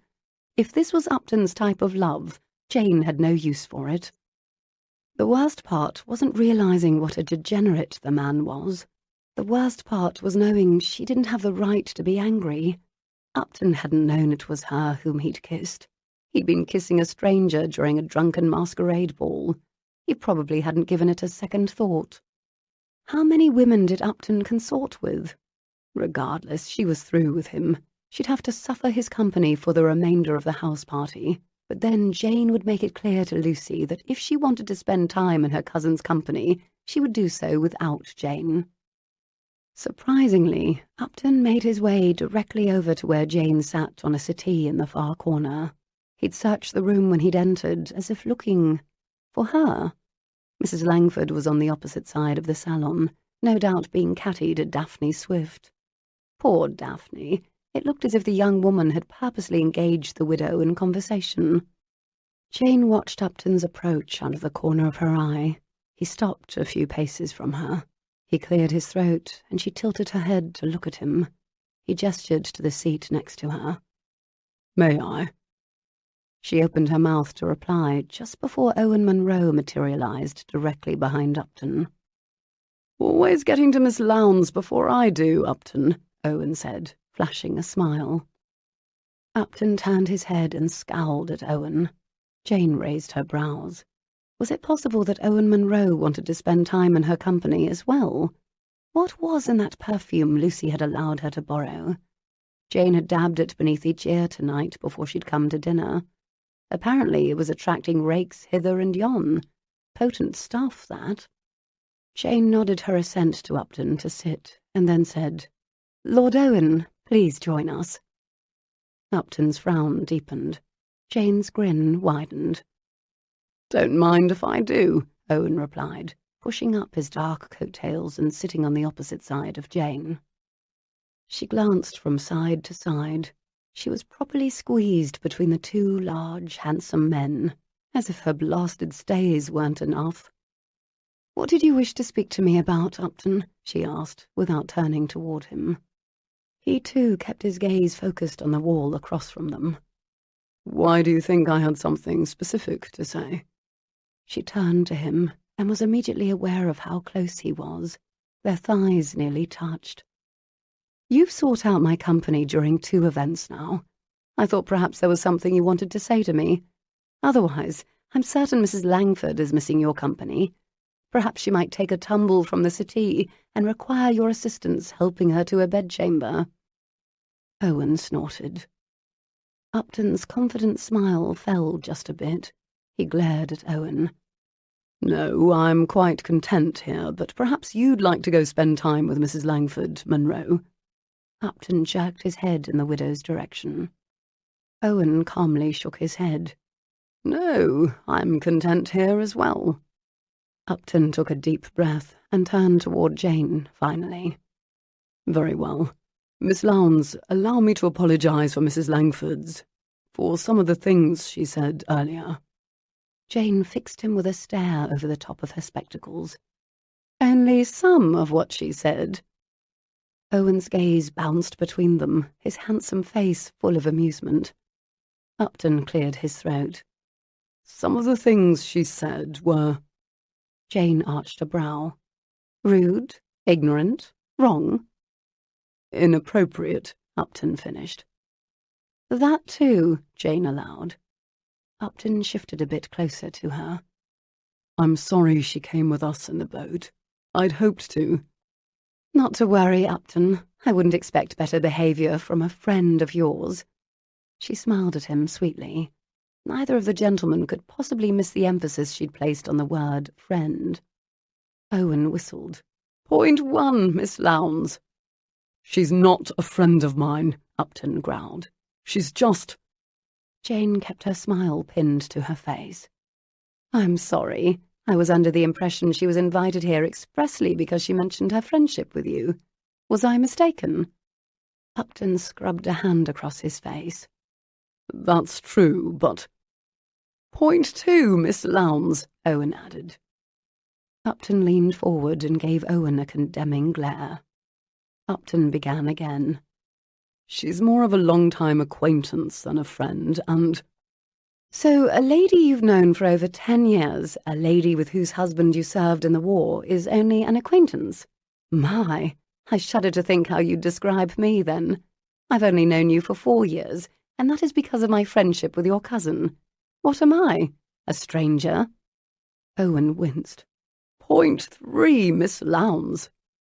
Upton clenched his jaw and turned sharply toward Owen. Must you? Yes, I must, Owen replied with a laugh. This is highly entertaining, watching Miss Lowndes hand you your arse. Please do continue. Despite his vulgarity, Jane smiled and nodded at Owen. In this particular instance, Owen was entirely correct. Nice chap, Owen Munro. Upton turned back to Jane. I merely wanted to offer my apologies if anything Mrs. Langford said offended you.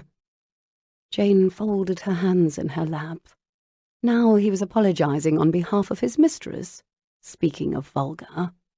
It did offend me, Upton, but then her mere presence offends me. However, I'd prefer it if the apology came from the lady herself, and something tells me that is not about to happen. Jane glimpsed Mrs. Langford sauntering toward them. Ah, look, here she comes, right on cue. While it's been a pleasure arguing with you as usual, Upton, I am not about to sit here and listen to any more of her ignorant vitriol, nor am I inclined to watch her pretend to trip and fall into your arms again. Therefore, I am off to the library, where I can find much better company than Mrs. Langford in the inanimate objects. Game, set, match to Miss Lowndes, Owen said. Jane nodded to him. Good evening, Lord Owen. She stood, smoothed her skirts, and marched away. Jane, don't go. Upton's voice held a vulnerable quality she'd never heard before. The tone stopped her. The use of her Christian name stopped her. She turned slowly to face Upton again. Owen's brows had shot up. Apparently Upton's use of her Christian name had surprised him too. Yes, she said, doing her best to keep her face blank. Don't go, Upton repeated. Why did he have to look almost boyish? But even at his most charming, he couldn't keep her here to watch him interact with his mistress of all people. Jane stepped closer so only he could hear her reply. In case you haven't noticed, Upton, Mrs. Langford is much more interested in your company than I am. I'm not about to compete with her for your attention, not to mention how disgusted I am by your relationship. His brow knotted into a frown, and Jane turned again just as Mrs. Langford sidled up. Upton placed a hand on Jane's elbow. Stay, he pleaded. No, thank you. She took a step, but he grabbed her arm and pulled her close to whisper in her ear. Gooseflesh pebbled her neck. She tried to will it away, but Upton's deep voice vibrated along her nerves. Don't walk away from me, Lady Blue. Chapter 24. Jane had no recollection of how she managed to make it to the library. In fact, she had no memory of retrieving her jaw from the floor, let alone fleeing. But less than 5 minutes after Upton had fiercely whispered those shocking words, she was lying on her back on the settee in the empty library, one hand resting upon her forehead, wondering how angry Cass would be if Jane left the house party before the wedding actually took place. She could not face Upton again. Ever. She could not. She made a mental list. Things she would never do ever. Travel to Egypt and view the frightening tombs of mummies, sleep outside on the ground with insects, give up tea cake for Lent, and face Garrett Upton ever again. Yes, quite a good list, actually, and a plausible one. She could just stay here in the library, her happy spot. There was a window that overlooked the village church in the distance where the wedding ceremony was to be held. Perhaps Cass would allow Jane to view the nuptials from her safe little perch here. Tea cakes could be served here, couldn't they? Jane rubbed the back of her hand against her forehead and blew out a long, deep breath. When had everything become so complicated? When she'd kissed Upton, that's when. The good thing about being a spinster bluestocking was that one didn't ever do anything to embarrass oneself. The bad thing about being a spinster bluestocking was that when one did do something to embarrass oneself, one had no resources or experience with which to deal with said embarrassment. Very well, she'd got herself in this predicament. She'd get herself out, one problem at a time. All she had to do was think. Think. Think. She removed her spectacles and rubbed her temples. Slam. Jane jumped. The door to the library had opened and closed with a resounding bang. Sliding her spectacles over her nose again, she sat up quickly and leaned over the back of the settee. Who was it? Jane, are you in here? Upton. He had followed her. Oh, God, oh, God, oh, God. She wasn't ready to face him. Most likely she would never be ready, but she certainly was not tonight. Not now. No, came her weak reply. She mentally cursed herself for such a woeful response. He strode to where she sat, huddled on the settee at the far end of the room, knees pulled up to her chest. His boots pounded on the wood floor as he approached. She pressed her forehead to the back of the settee, covering her eyes, spectacles and all. It was going to be embarrassing enough to speak to him, let alone look at him. Yes, looking at him was asking far too much. It was weak of her to hide, but at present she just didn't care. The thud of his boots stopped behind the settee. I want to speak to you, he said, sounding both breathless and a bit cross. I had more to say. Jane's murmured reply was muffled by the velvet couch cushion. And I fled from you. I thought you might have cottoned on. He ignored the jibe. We need to talk. Do we? Must we? She dared a peek at him. Oh, she shouldn't have. He looked far too handsome. He was wearing well-cut dark grey evening attire, with a sapphire blue waistcoat and a snowy white cravat that matched the bright white of his teeth. He stood with one hand on his narrow hip. The other hand was rubbing through his dark hair, making the slight curls stand on end. It was charming. She hid her smile behind the back of the settee. Yes, he said simply. We must. She grasped the back of the settee with both hands, her fingers clutching at the velvet. You left Mrs. Langford to come speak with me? Of course I did. Monroe is entertaining her. Jane pressed her nose to the cushion. The turncoat. Upton made his way around to the front of the settee, and Jane slowly turned to face him. She spied a book sitting on the table in front of the settee. Desperate, she yanked it into her lap and quickly held it open in front of her face. I'm sorry you came all the way in here. I cannot talk at the moment, Upton. I'm highly engrossed in this book. The care and feeding of swine, came his sarcasm-tinged reply. She slowly tipped the book to the side to read the cover. Drat. Poor choice, that. Yes, she nodded. I've found I'm quite interested in the daily care of pigs of late. It's upside down. More sarcasm. She exhaled, flaring her nostrils. There was no help for it. Be that as it may. He snatched the book from her hands and flung it across the room. It landed with a thwack against the far wall. Upton stood in front of her with his feet braced apart and his hands on his hips. A muscle ticked in his jaw. No, you don't. You may hide from the world behind your precious books, but you're not going to hide from me. Not tonight. Jane's hand flew to her throat. She forced herself to push up her chin and meet his gaze. His eyes shot green sparks. The reckoning was upon her. Very well, Upton. Say what you must. She clasped her hands in her lap. He remained facing her, hands still on his hips. His breathing was laboured. He searched her face. I know it was you in the drawing room the other night. Yes, you've already said as much. She tried to keep her dastardly knees from shaking. Are you going to deny it? Jane fought her blush. As much as I'd like to, what would be the point? Thank you for that. His shoulders relaxed a bit. He expelled his breath and let his hands drop to his sides. In an attempt to distract him from her shaking legs, she plucked at the folds in her green gown. "I'm not doing you a favour, Upton.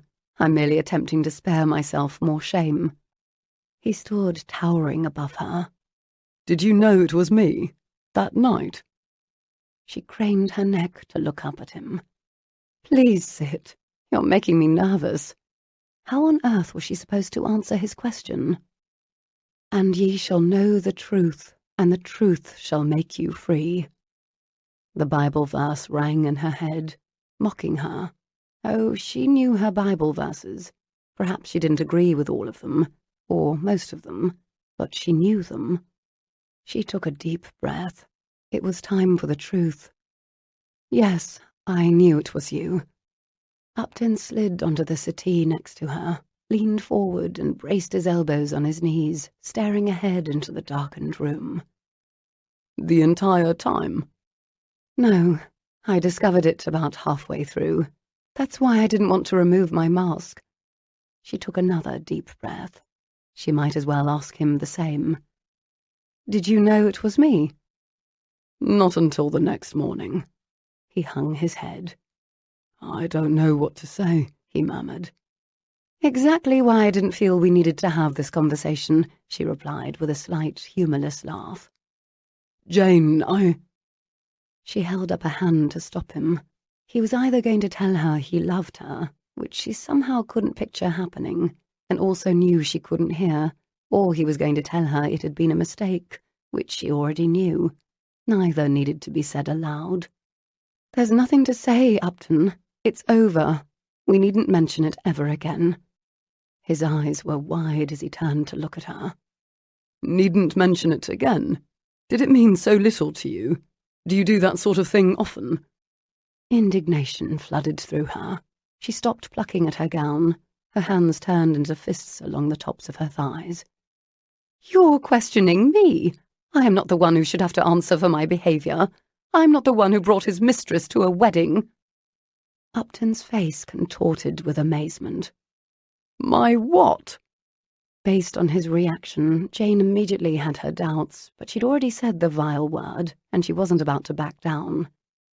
"You heard me. Your mistress." He sat up straight and leaned closer to her, his face still registering disbelief. "Who, pray tell, do you believe is my mistress?" She turned her face away and sniffed. "Don't insult my intelligence, Upton." "I would never dream of it," he said through clenched teeth. "Then you know I mean Mrs. Langford," she replied through equally clenched teeth. "I can assure you Mrs. Langford is unequivocally not my mistress. I do not have a mistress. It's not my style, but if it was, I certainly wouldn't dishonour the widow of my deceased friend by making her my mistress. And I would never dishonour Cassandra and Swifton by inviting a lighter love to their wedding. Have you gone mad?" Jane snapped her mouth shut.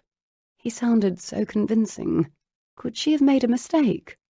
Oh, God, of course she could have.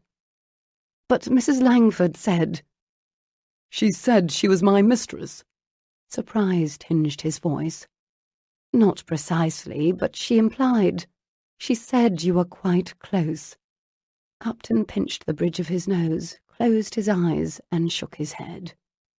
"Look, Jane, I admit Isabella seems to be interested in me, and she's been quite rude to you, but she is not now, nor has she ever been, my mistress." "So I'm the only woman you've kissed at this house party?" The words sounded ridiculous as soon as they left her mouth, but she truly wanted to know the answer. His laugh was a short, wry chuckle. "The one and only. Despite what you think of me and my reputation, I don't make a habit of passionate interludes with ladies at my friends' house parties. You were stunningly beautiful that night. To be entirely candid, I've dreamed about it since." The air left Jane's body in a whoosh. Stunningly beautiful. Dreamed about it. Her hands trembled in her lap where she'd resumed the plucking of her skirts. Perfect. Now, in addition to her legs, her hands were trembling. This had to be the precursor to apoplexy. His words reverberated throughout her body. Dreamed about it since. Oh, God, she dreamed about it too. Stunningly beautiful. Those two words played in Jane's head like a song. She opened her mouth to speak and closed it again. She opened it and closed it once more. "I hope you're proud of yourself, Upton," she finally managed. "You've done the impossible. You've rendered me speechless. What do you think of that?" He turned his head and flashed her a grin. "That is a good start, but the more serious question is, what are we going to do about the fact that we kissed each other? I must confess, I enjoyed it immensely. I know you did too. You wouldn't let me stop, after all. So the more important question is, when are we going to do it again?" Chapter 25. Garrett arrived at the stables the next morning, exactly as planned. It was bloody early for an outing, but he'd agreed to this at dinner last night when Cassandra had suggested they all go for a ride. A dozen or so of the party guests were already wandering around the stables by the time he strolled into the large building. There had been no nightmares last night. He hadn't slept. Instead, he'd spent the night thinking about his confrontation with Jane. What had he expected to come of it? He couldn't answer that. He'd only known he had to confront her, to see if he could detect any sign of her supposed love for him. He'd seen nothing other than shock, which made him wonder if it were true. Garrett admired Jane for matter-of-factly admitting to being Lady Blue. She hadn't said anything when he'd asked her when they would do it again. He'd been half jesting, half trying to determine if she did indeed have strong feelings for him. Jane had announced she had to get to bed, and then she'd nearly flown from the room. Frankly, the entire evening had left Garrett more confused than before. Jane was in the stables already. She stood with Cassandra and Lucy, wearing a blue riding habit that did little for her figure. It didn't matter. Her figure was burned in his brain. A loud laugh drew his attention to the right.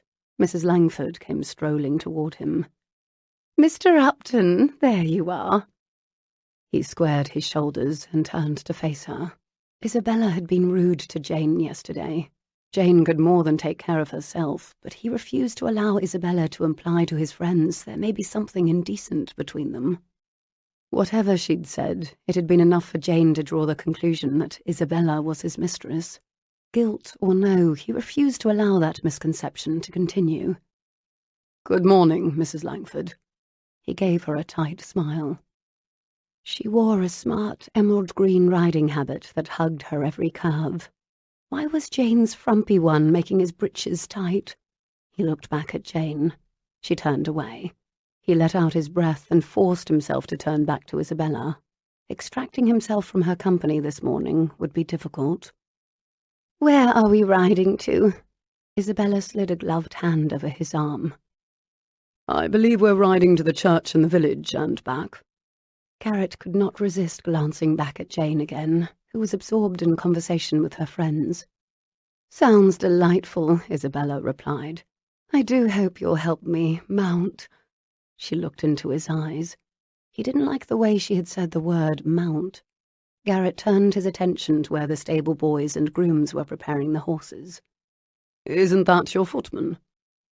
A scowl flitted across Isabella's face. "Oh, Boris, that dolt. I'd much rather have you assist me, Mr. Upton." She battered her eyelashes at him. There was no mistaking the invitation in the depths of her pale green eyes. He cleared his throat. "Very well." The team of grooms and stable boys began helping the ladies to mount. When Garrett looked again, Boris was gone. Garrett pasted on a smile and helped Isabella onto the frisky grey filly Cassandra had provided for her. He swung himself up onto his own mount. By the time he finished, Jane was already seated atop her own high-stepping filly. She had a smile on her face, and the sunlight glinted off her spectacles. Was her hair looser in the knot today? She was lovely, frumpy riding habit notwithstanding. Surprisingly, Isabella waited for Jane to come alongside them before she nudged her own mount into a trot. "Do you ride often, Miss Lowndes?" "Not as often as I should, Mrs. Langford." "Good morning, Miss Lowndes," Garrett interjected, feeling like an utter arse. Why was Isabella always near when he was trying to speak with Jane? "Good morning, Mr. Upton." Jane lifted her reins as if to make to move past the two of them, but Isabella stopped Jane with her words. "Do you ride often enough to race, Miss Lowndes?" Jane blinked. She let the reins settle back against the saddle. She turned her head to the side. "Race you, Mrs. Langford?" "Yes," came Isabella's overconfident reply.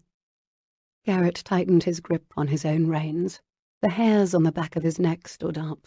Jane couldn't say no to a challenge, especially not from someone she disliked. "I'm not sure," Garrett began. "Do you ride often, Mrs. Langford?" Jane pursed her lips and regarded Mrs. Langford over the top of her spectacles. Isabella's smug laughter followed. "On the contrary, I rarely ride, but something tells me I could best you, Miss Lowndes. You seem more interested in books than horses." Garrett winced. There was no chance Jane wouldn't scoop up Isabella's gauntlet and slap her with it. "By all means, then." The gleam of competition shone in Jane's eyes. "I'm eager to show you how wrong you are. Where shall we race to?" Garrett rubbed the back of his neck. Jane wasn't about to listen to reason coming from him. Excusing himself, he rode to where Lucy was trotting ahead of Cassandra, Clarendon and Swifton. "Jane's accepted a challenge to race Mrs. Langford." Lucy's brows shot up. "Has she?" A sly smile settled on her face. "Yes," Garrett replied grimly. "Excellent. We'll have something to divert us," Lucy said. Garrett pushed his hat back on his forehead. "You think it's a good idea?" "I don't see why not. I'll be interested to see it. Jane never loses at anything she sets her mind to." Garrett groaned. "You don't plan to stop her, then?" "Stop her?" Lucy laughed. "I intend to wager upon her." Garrett shook his head. By the time he returned to where Jane and Isabella cantered next to each other, they were busily discussing the details. "See that field in the distance?" Jane pointed to a meadow a half-mile away. A quick single nod from Isabella. "Yes." "Shall we race to the other side of it? There's a tree at the far end. Do you see it?" Garrett followed Jane's gaze. A lone tree stood at the far corner of the field. Another nod from Isabella. "That shall be the finish," Jane declared. "Perfect." Isabella's face was wreathed in a smile. She turned in the side saddle and called to the group. "You must all stop and watch us, everyone. Miss Lowndes and I intend to race to that tree." She pointed with her riding crop. A great deal of murmuring ensued while Lucy led the betting. The entire company lined up along the side of the meadow. "Make the call to start, Mr. Upton," Isabella prompted with a too bright smile. Removing his hat, Garrett scrubbed his hand through his hair. He turned his attention to Jane. "You insist upon doing this?" "Of course," Jane replied. Garrett let out his pent-up breath. "Very well." Clarendon drew up his mount beside Garrett. "One has a distinct feeling they're racing over you, Upton." Garrett grimaced. "Two ladies racing side-saddle across a field? It's bloody dangerous." Clarendon grinned at him. "Quite. Who do you think will win? The horseflesh appears to be evenly matched, but I've got £5 on Jane." Garrett didn't answer. He turned back to the two ladies who had brought their mounts to the head of the field. "When I drop my arm, you may go," Garrett called, raising his right arm high in the air. Jane was bent low over her horse's neck, whispering to the beast, a determined gleam in her eye. Isabella, however, seemed completely relaxed, nearly disinterested. She, too, had a gleam in her eye, but it looked more wicked than determined. Garrett lifted his chin. So be it. If they were set on doing this, they might as well get it over with and get on with the day. "On your mark, set, go!" His arm slashed downward. Jane kicked her mount with her booted heel and slapped the crop against the horse's flank. Isabella made a show of kicking and slapping too, but she didn't go nearly as quickly. Jane was already 3 full lengths ahead of her across the field. Garrett exchanged an exasperated look with Lucy and Cassandra. He shaded his eyes to watch Jane's progress. She was galloping as if the devil chased her. Her horse's hooves pounded the grass and kicked up tufts of dirt and leaves. She improved her lead by another length. She'd made it 3/4 of the length across the field when her saddle tilted crazily to the side and she flew off into the high grass. No! Garrett kicked his mount into a gallop and made straight for Jane. His heart raced in a frantic rhythm along with his horse's thundering hooves. He slowed to a stop just before the spot where he'd last seen Jane and vaulted to the ground, frantically searching for her in the tall grass. Her horse had trotted off, but remained grazing nearby. Jane! Jane! A low groan caught his attention, and he whirled around. She was lying in the grass, her leg bent at an unnatural angle. Her eyes were closed. God, please don't let her die. He lunged toward her and fell to his knees beside her. Her face was turned to the side, a large dirt smudge was smeared across her cheek, and her spectacles were nowhere to be seen. Mrs. Langford's mount galloped to a halt next to them. "Is she all right?" came Isabella's breathless voice. Garrett put his fingers to the pulse in Jane's neck. It was there, thank Christ. I don't know, he replied through clenched teeth. Lucy, Cassandra, Swifton and a few others arrived moments later. They dismounted and hovered in a circle around Jane, while Garrett cradled her head in his lap. "Derek's gone to the village to fetch the doctor," Cassandra said. Garrett nodded. Nothing else seemed out of place, but Jane's leg was surely hurt. Her ankle was already bruised and swelling. He leaned down and pressed his ear to her lips. "She's breathing," he announced. A collective sigh went up among them. He stroked her cheek. "Miss Lowndes." He leaned closer. "Jane." She looked so helpless and vulnerable, and so pretty without her glasses, just like the night he'd kissed her. Her hair had come askew out of her top knot. He traced her cheekbone with his fingertips, heedless of what the others might think. Seeing her silent and helpless and hurt brought out a fierce protective streak in him, one he hadn't known he possessed. "Jane," he whispered again. Her eyes fluttered open and regarded him with their usual dark, sparkling intelligence. "Garrett." Something stirred deep in Garrett's belly when she called him by his Christian name. "Yes, it's me," he replied softly, pulling a bit of grass from her hair and tossing it aside. She made as if to sit up, but winced and lay back down. "Stay still. Clarendon's gone to fetch the doctor." Jane smiled and let her head rest in his lap again. "Upton?" she asked softly. He bent to hear her. "Yes, Jane." Her voice was a croak. "Did I win?" Chapter 26. Later that afternoon, Jane sat propped up in bed with her foot on a pillow. She could boast a small lump on the back of her head, but it only hurt when she touched it. She also had a painful twist of her ankle, but the maids brought cold compresses to wrap it, and Lucy brought her hot buttered rum. Jane stared at the bright white blur that was her stockinged foot. Without her spectacles, she couldn't read. Regardless, resting comfortably in bed was much more preferable to house-party outings. The doctor had informed her she'd most likely be able to walk after a day or two, assuring her she could attend the wedding. A knock sounded on her bedchamber door, and Jane stretched and yawned. It was high time for her afternoon nap. "Who is it?"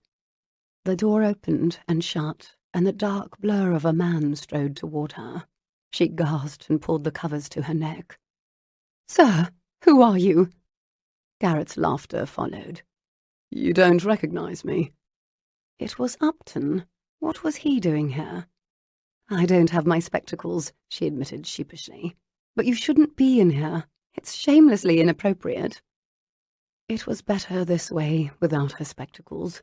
If she couldn't see how handsome he was, she was much less likely to fantasize about kissing him again, and that was good for everyone. Ever since he'd adamantly and convincingly denied that Mrs. Langford was his mistress, and then called Jane stunningly beautiful, well, that in itself had been a bit irresistible. But it had really been too much when he'd asked her when, not if, they would repeat their interlude in the drawing room. The fact was she'd been distracted by that thought far too much since he'd said it. Upton's laughter was warm and genuine. I like that, the perpetrator of the Mrs. Bunbury plot telling me what is shamelessly inappropriate. I had to come see how you're doing, didn't I? Jane continued to clutch at the covers. But I'm in my night rail. Yes, I saw a bit of it, unfortunately. It's a night rail that looks like something my grandmama would wear, and you have blankets up to your neck on top of that. I've absolutely no hope of catching so much as a glimpse of your skin. She had to laugh. He was right. The frothy lace of her long night rail was anything but revealing. She pushed the covers back down to her waist and nestled back against the pillows. You are shameless, Upton. Don't allow anyone to ever tell you differently. Duly noted, he replied. Where are your spectacles? He sounded nearly caring. Jane sighed. I'm afraid they were hopelessly bent. Cass is sent to London to fetch me another pair. You look pretty without your glasses. He cleared his throat. Quite pretty. Heavens, had Upton just called her pretty? Quite pretty? How is your ankle? He asked. She could see enough of his blurry form to know he'd pulled a chair close to the edge of her bed and taken a seat. Twisted and sore. Lady Morland offered me a bowl of cream as if I were a cat. I told her I'd be ever so much more interested in a tea cake. I suppose I should consider it a victory, as long as she doesn't send a servant with a bit of salmon. Mrs. Cat would love a bit of salmon. Who is Mrs. Cat? A cat. Not my cat. I don't own a cat. She's just a cat I feed sometimes. The flash of his white teeth was unmistakable. I hate to tell you this, but if you're feeding her, she's your cat. No, she's not. I'm certain of it. I know better than to argue with you, he said with a laugh. But tell me, why are you feeding her if you care so little about her? I didn't say I didn't care about her. She's a perfectly good cat. But you see, there are kittens and, well, I couldn't allow them to go hungry. Why, Jane Lowndes, you are tender-hearted. Her eyes widened. No, I'm not. Yes, you are. You're quite tender-hearted if you're feeding a mother cat in order to care for her kittens. Jane glanced away, but she couldn't keep the smile from her face. It's just a cat, Upton. If you say so. Upton leaned back in his chair, the grin still on his blurry face. I'm sorry your ankle is hurt, but you don't fool me. The spill you took from that horse is merely your attempt at causing a scandal, isn't it? She laughed at that, too. Since when did Upton make her laugh? In a good way. If I had planned it, Upton, rest assured I would have won before I fell. Not to mention I would have planned a more graceful descent. That saddle was faulty, I tell you. I don't disagree. Lord Morland has asked the stablemaster to look into the matter. Jane sighed. As for a scandal, I'd say having a gentleman in my bedchamber is much more scandalous than falling from a horse. Oh, no, don't involve me in your schemes. I'm merely here to check on you. He leaned forward, and his voice took on a more serious edge. We were quite worried about you. Jane traced her finger along the top of the coverlet. I know, Cass nearly cried. I hope my foibles don't ruin her wedding. She's pledged to have a team of footmen carry me to the ceremony upon a litter, if necessary. Upton chuckled. Don't test her. She's a determined bride. Jane smiled. I wouldn't dream of it. Upton appeared to be fumbling with his coat. I brought you something. Did his voice sound sheepish? Imagine that. Brought me something, she echoed, blinking. Yes, I forgot you lost your spectacles and cannot read, but... He placed something rectangular and hefty atop her lap. She touched it, ran her fingers over its smooth surface. She'd know the feel of it anywhere. A book? Yes, a book. There was humour in his voice. Which book is it? She lifted it in front of her face and squinted at the golden title. She still couldn't make it out. A Vindication of the Rights of Woman. Jane gasped. She hugged the book to her chest. Mary Wollstonecraft? You brought me Mary Wollstonecraft? She blinked and blinked again. She had no idea what to make of it. Of course she'd already read this book. Read it and owned it and loved each and every page of it, possibly memorized entire passages. But the fact that Upton had brought it to her, well, it just showed he'd been paying attention. Upton cleared his throat again. I know she's your favourite author, and... How did you know? Everyone knows that. No, they don't. Just who was he referring to as everyone? At any rate, I assumed you already have this one, but this is a first edition, and... Jane squeezed the book. She could hardly breathe. You've brought me a first edition Mary Wollstonecraft, printed in 1792. How did you get it? He shook his head. It's not important how I got it, and why am I not surprised you know the exact year of its publication? It's important to me, Upton. I've wanted a first edition Wollstonecraft for an age. They are not easy to find. How did you find one? She could see the outline of his form rubbing a hand through his hair. Are you always this inquisitive when someone gives you a gift? She placed the book carefully in her lap again. I'm truly curious, Upton, and I'm not about to allow you to leave this room without telling me how you were able to procure this book. Fine. My mother purchased it when it was first published. When I was old enough, she gave it to me to read. I knew I loved Aunt Mary, but honestly, you've read it. Her hand fell to the mattress with a thump. I may need smelling salts for the first time in my life. I doubt that. She could hear the smirk in his voice. You've read Mary Wollstonecraft? Twice. That's it. Fetch me the salts. I can hardly fathom it. He groaned. Yes, I've read it. After your accident, I rode over to my estate and got it for you. Her hand was back at her throat. You rode over to your estate and got it? For me? He pretended a long, suffering sigh. I thought there was something wrong with your ankle, not your hearing. She pressed her palm to her cheek. I am astonished, Upton. I had no idea you had any interest in the rights of females. You are wrong. I do indeed. Virtue can only flourish among equals, after all. Jane nearly squealed. She was quite certain she was experiencing a heart palpitation. Now you're quoting Mary Wollstonecraft. She put her hand to her chest. Stop it, Upton. I may never recover from learning that you own Wollstonecraft, but learning that you've memorized her is beyond the pale. This time he laughed. I've hardly got every word memorized. I simply... No, don't deny it. There is no retreating from this.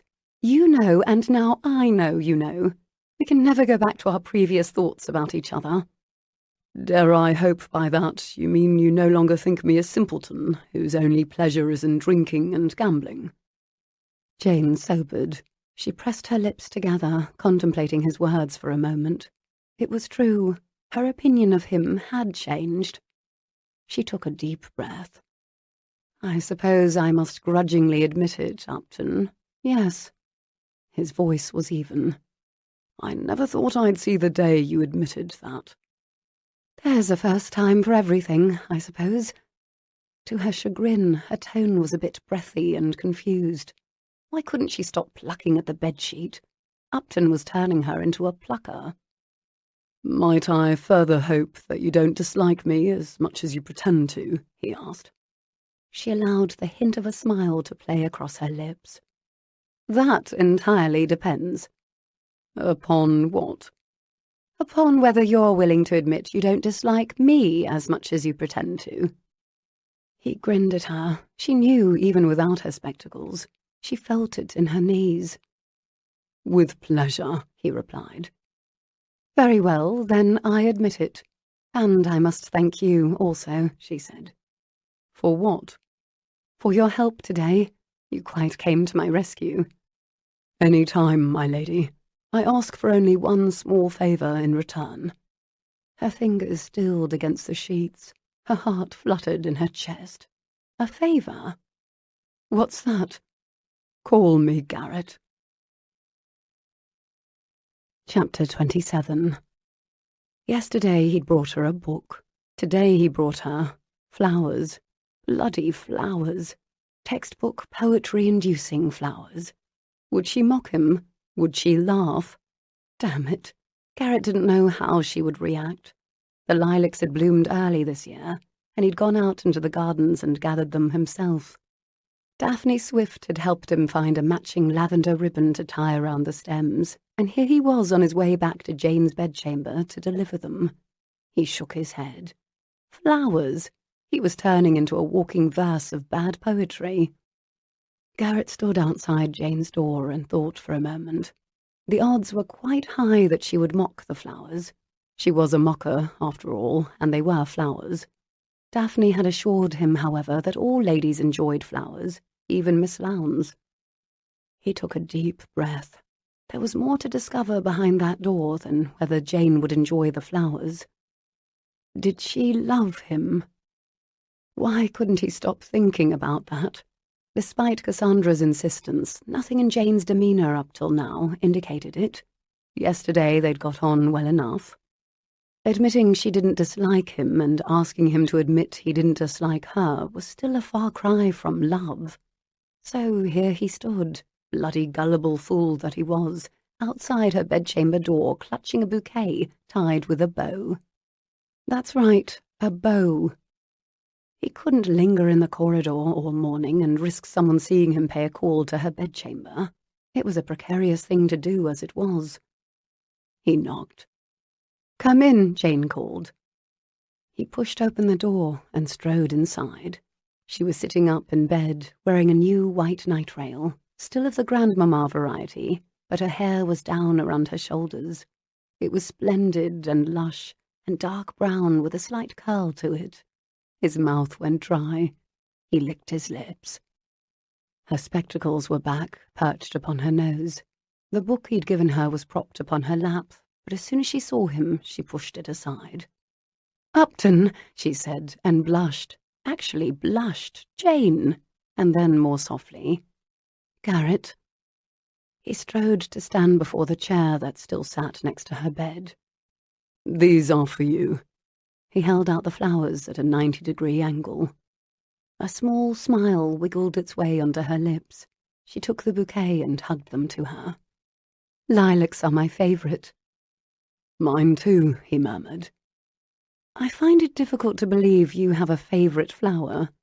She pressed the blooms to her nose, closed her eyes, and inhaled deeply. "Likewise." She opened her eyes again and blinked at him.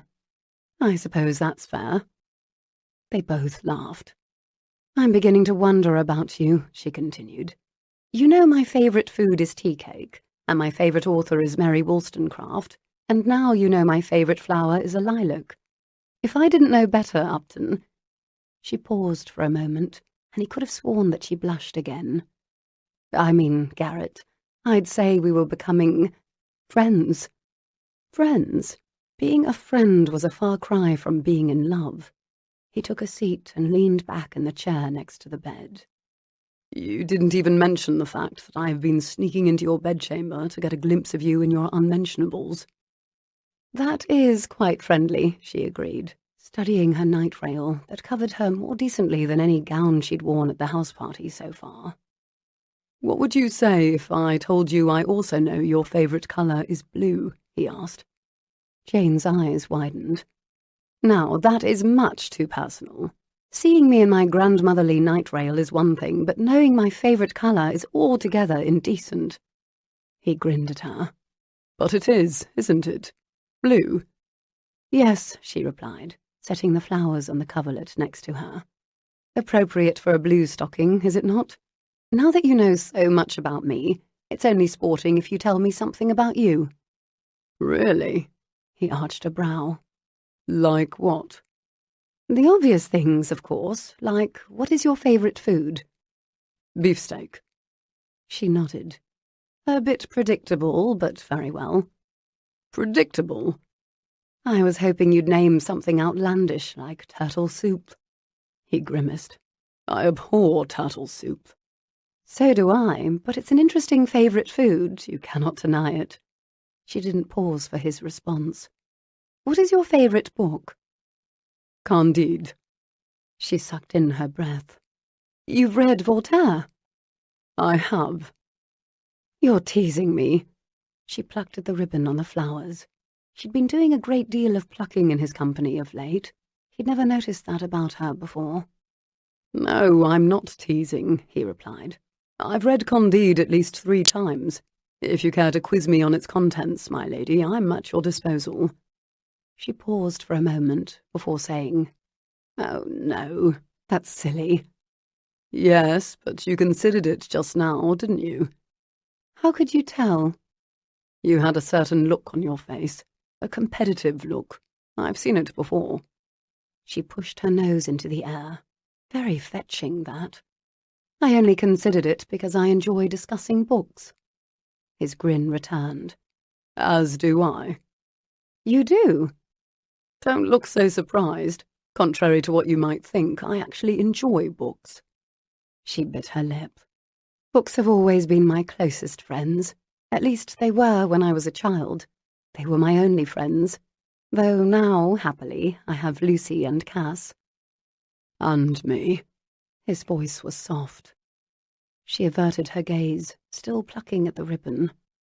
Garrett spoke again to fill the silence. Why were books your only friends when you were a child? Her fingers stilled. You don't want to hear about that.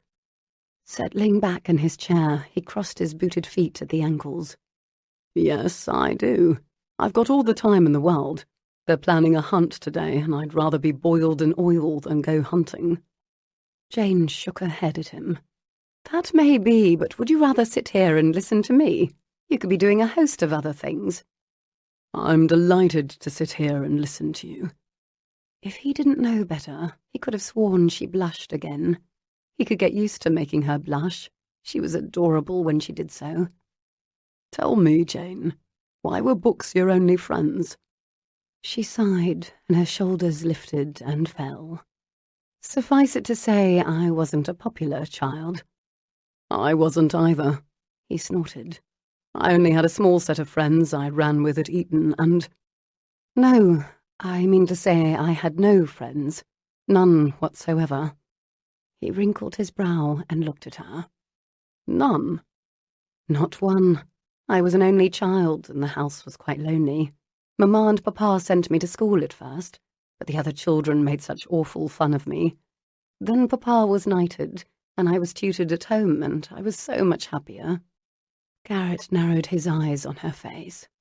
Why did the other children make fun of you?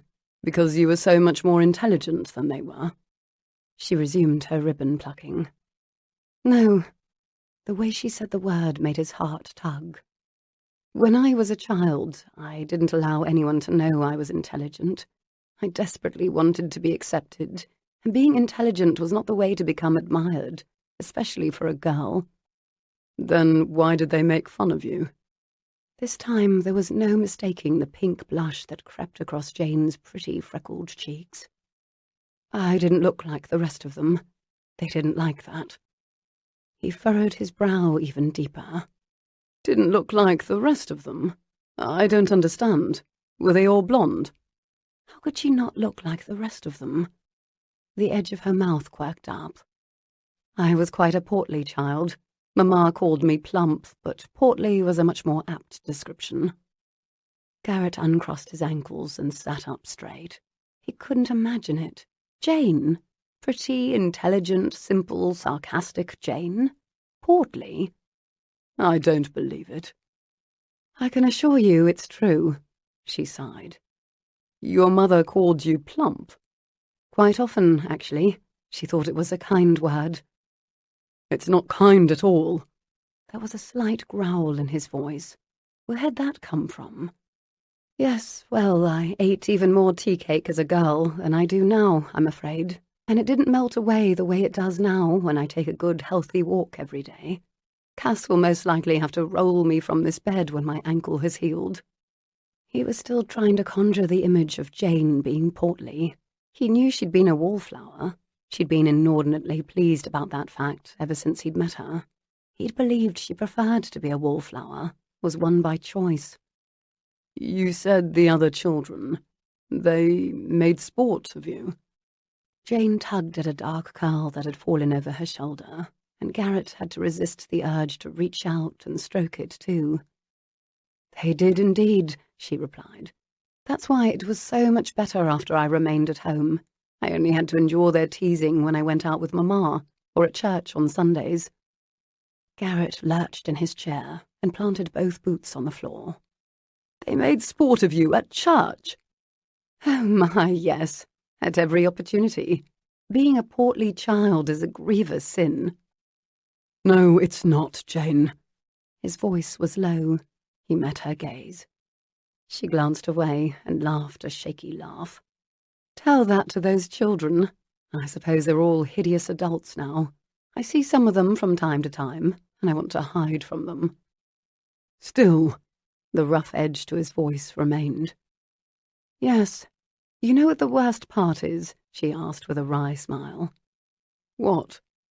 She scrunched up her nose. The truth is, it makes me want to eat even more tea cake. Without thinking, he reached out and squeezed her hand. Those children were wrong, Jane. You are even more lovely than the lilacs. Her breath hitched a bit, and she slowly pulled her shaking hand away and placed it on her lap. Yes, well, that's why books have always been my closest friends. They never tease you, they're always there for you, and they couldn't care less how many tea cakes you have gobbled. He looked at the flowers where they rested on the white coverlet. I should have brought you tea cake instead of lilacs. She laughed. It's probably best that you did not. She waved a hand in the air. Enough about me and my sad past. Speaking of hideous adults, has Mrs. Langford asked about me? He shook his head. Only to inquire as to whether you'd be able to attend the wedding. I assured her you would. I'm certain she's delighted. Ah, Jane's sarcasm had returned full force. I truly wish she hadn't come here, Garrett murmured. Jane met his gaze with her own steady one. I think she sees me as competition for you. You say she's not your mistress, but what exactly is she to you, Garrett? He expelled his breath. Hearing his name on her lips did something unexpected to his insides, but how had this conversation taken this turn? It's complicated. Jane nodded softly. But it's not intimate. No, nothing like that. She's Harold's widow. It seems she would like to be more, Jane replied. Do you want more, too? Was that regret in her voice, or was he merely reading that into it? No, I've been sending her. I feel a responsibility toward Harold. That's all. Jane nodded. I see. So you've been kind to her, and she's interpreted that as opening the door to a courtship. I don't believe I've done anything to lead her on, to allow her to hope. The widows of deceased soldiers have been treated poorly by the government. That's why I'm in support of Swifton's new bill. A noble cause, to be sure, Jane murmured. Once again she looked him directly in the eye.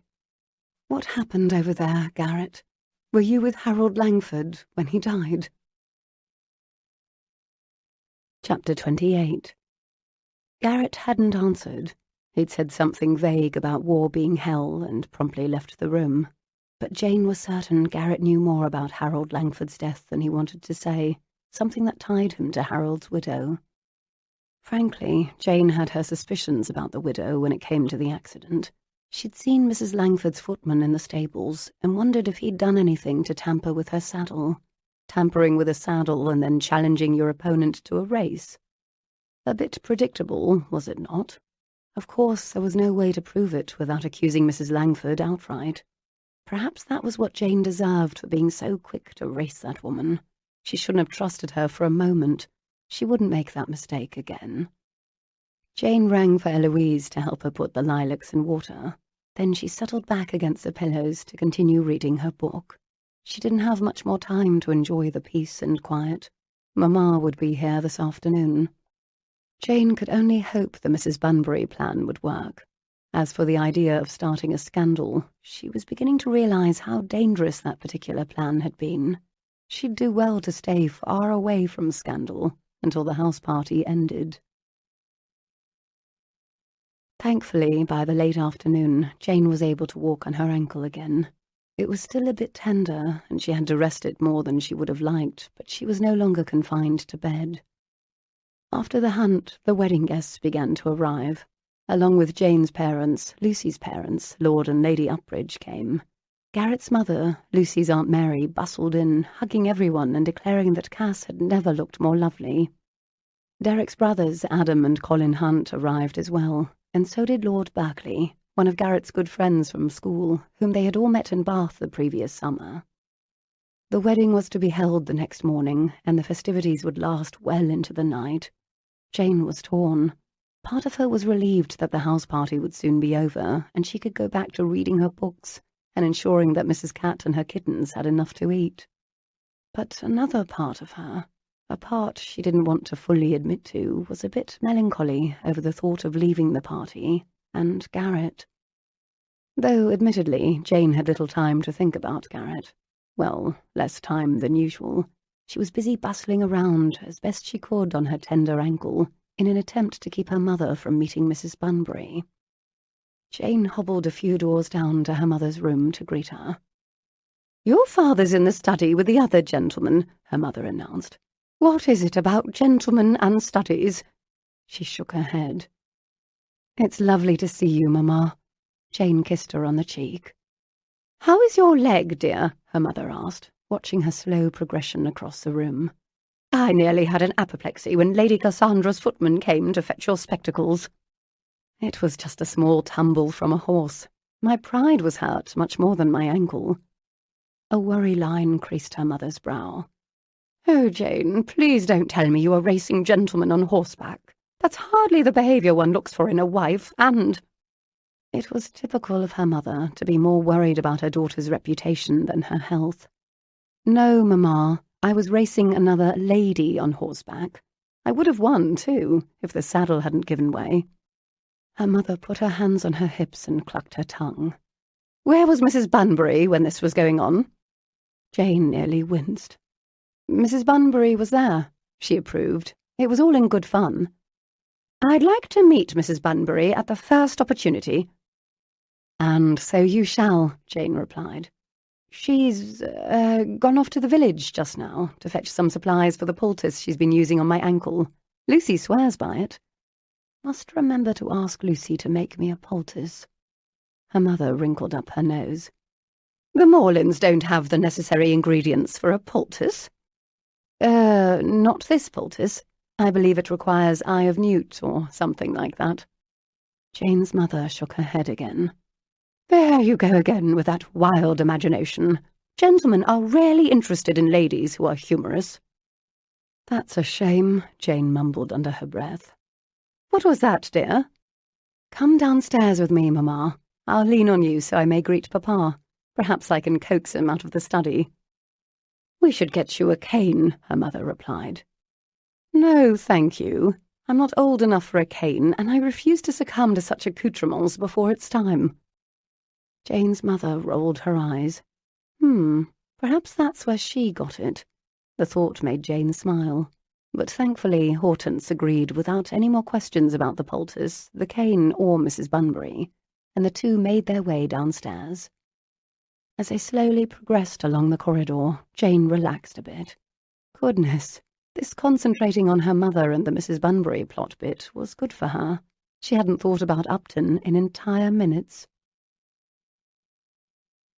Garrett had spent most of the afternoon greeting various acquaintances as they arrived. In addition to Garrett's mother, Rafferty Cavendish, one of the top spies for the War Office, was greeted by Cassandra and Julian as if he were their brother. Rafe had been with Donald Swift when he'd died. The younger man had taken it hard. He blamed himself, but everyone knew he couldn't have saved Donald. The fact that Rafe was still alive was a miracle in itself. Jane's mother and father had arrived too. Sir Charles was a known academic. Apparently he'd passed his keen abilities to his only child. Jane's mother seemed less cerebral, but she was certainly a good-looking lady and was pleasant enough. Garrett wondered at the type of woman It would make a little girl feel bad for being overweight. Sometimes parents were cruel. Garrett was greatly looking forward to the dance that evening. He never looked forward to dances. It was fine to see friends and have a good time, but there was something else about tonight. Something different, special. If he were honest, he would admit he was looking forward to seeing Jane again. He'd left her bedchamber abruptly earlier, which was probably for the best. He shouldn't have been in there in the first place, but he hadn't been able to help himself. When she mentioned Harold, the memories had been too much for him. The walls had seemed to be closing in around him. What could he say? The man had died in front of him, died for him. That wasn't something Garrett wanted to revisit during waking hours. He did it often enough in his dreams. Jane had sent him a note this afternoon. She wanted to be there for the pleasantries she'd written. Learning about her and her childhood had been enlightening. Now he had a glimpse into why Jane had such a tough exterior. Her childhood might have been privileged, but it had also been sad. No wonder she and Lucy had become fast friends. They were quite alike, both rejected by the society they'd been told they must be a part of. But tonight was for celebrating Cass and Julian's wedding. Even if Jane couldn't dance with him, he'd bring her a tea cake or 3. He'd coax another smile out of her and perhaps a blush. Garrett whistled as he strolled down the corridor. "Mr. Upton." He stopped short at the sound of Isabella's voice. He turned to see her standing behind him. "Yes." He moved toward her slowly, dread tugging at his gut. "May I speak with you privately for a moment?" Garrett sucked air through his nostrils. "Very well." He moved to the side of the corridor near the wall, stepping behind a table to ensure he kept a distance between the two of them. He watched her carefully. After seeing Isabella's footman in the stables, Garrett had his suspicions as to what had happened to Jane's saddle. But until he had proof, he intended to give the widow a wide berth. "What is it?" he asked. Isabella let a hand trail along the edge of her décolletage. "Mr. Upton, Garrett." She looked up at him shyly.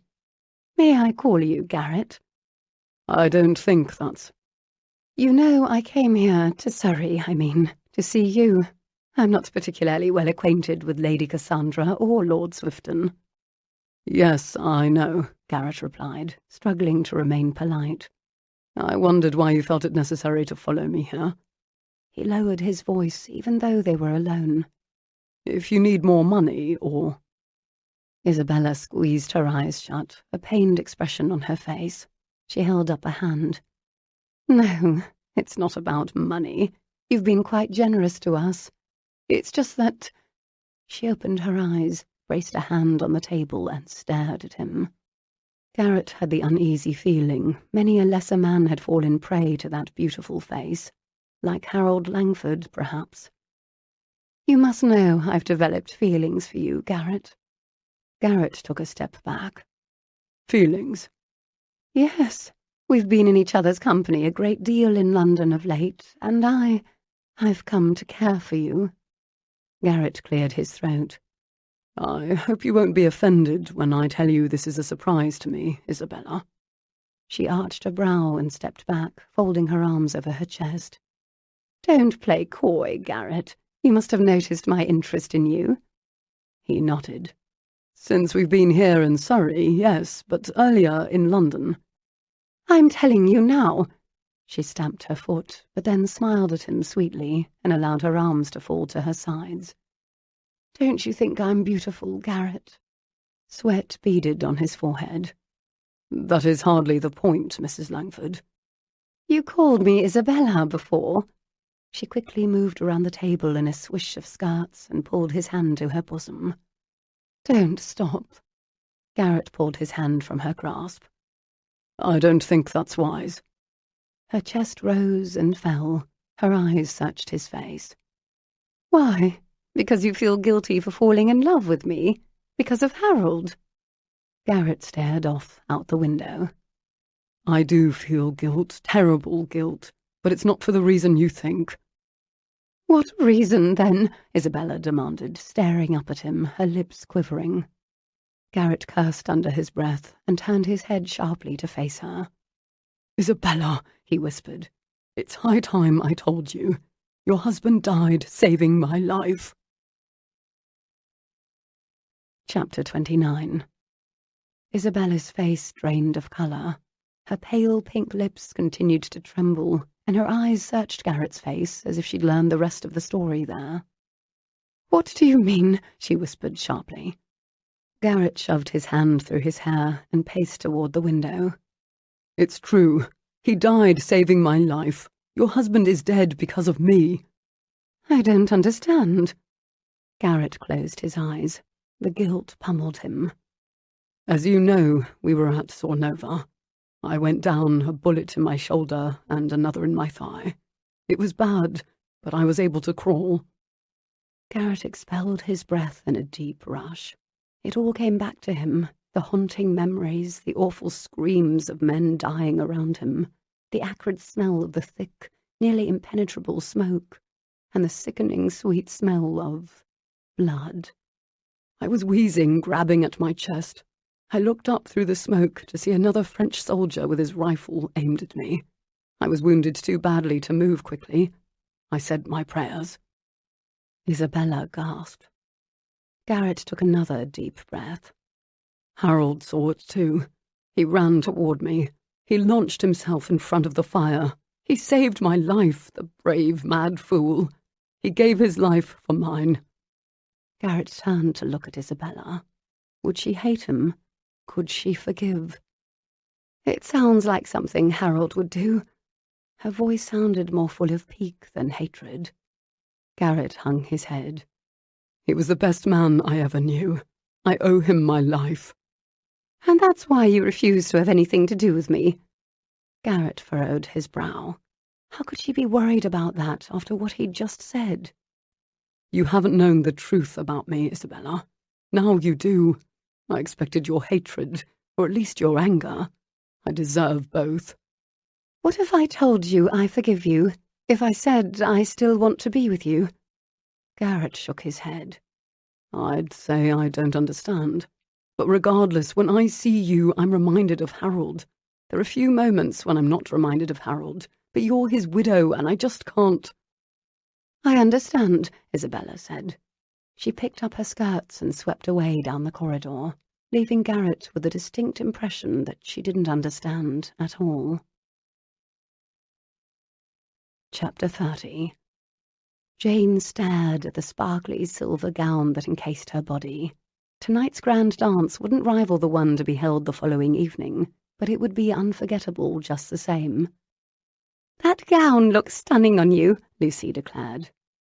Jane nearly blushed. "It's far too, tight, even after Eloise helped me with the seams." Not only was the décolletage far more risqué than she would normally wear, the sparkle was far more sparkly than anything she'd ever owned. Of course, she couldn't help smiling at herself in the reflection in the looking-glass. Would Upton think she was stunningly beautiful tonight? "It looks much better on you than it ever did on me," Lucy added. "Now here, take this." She handed Jane the phial of lilac perfume.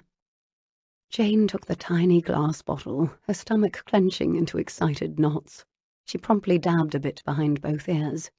Would Garrett Upton lick it off later? A blush heated both her ears.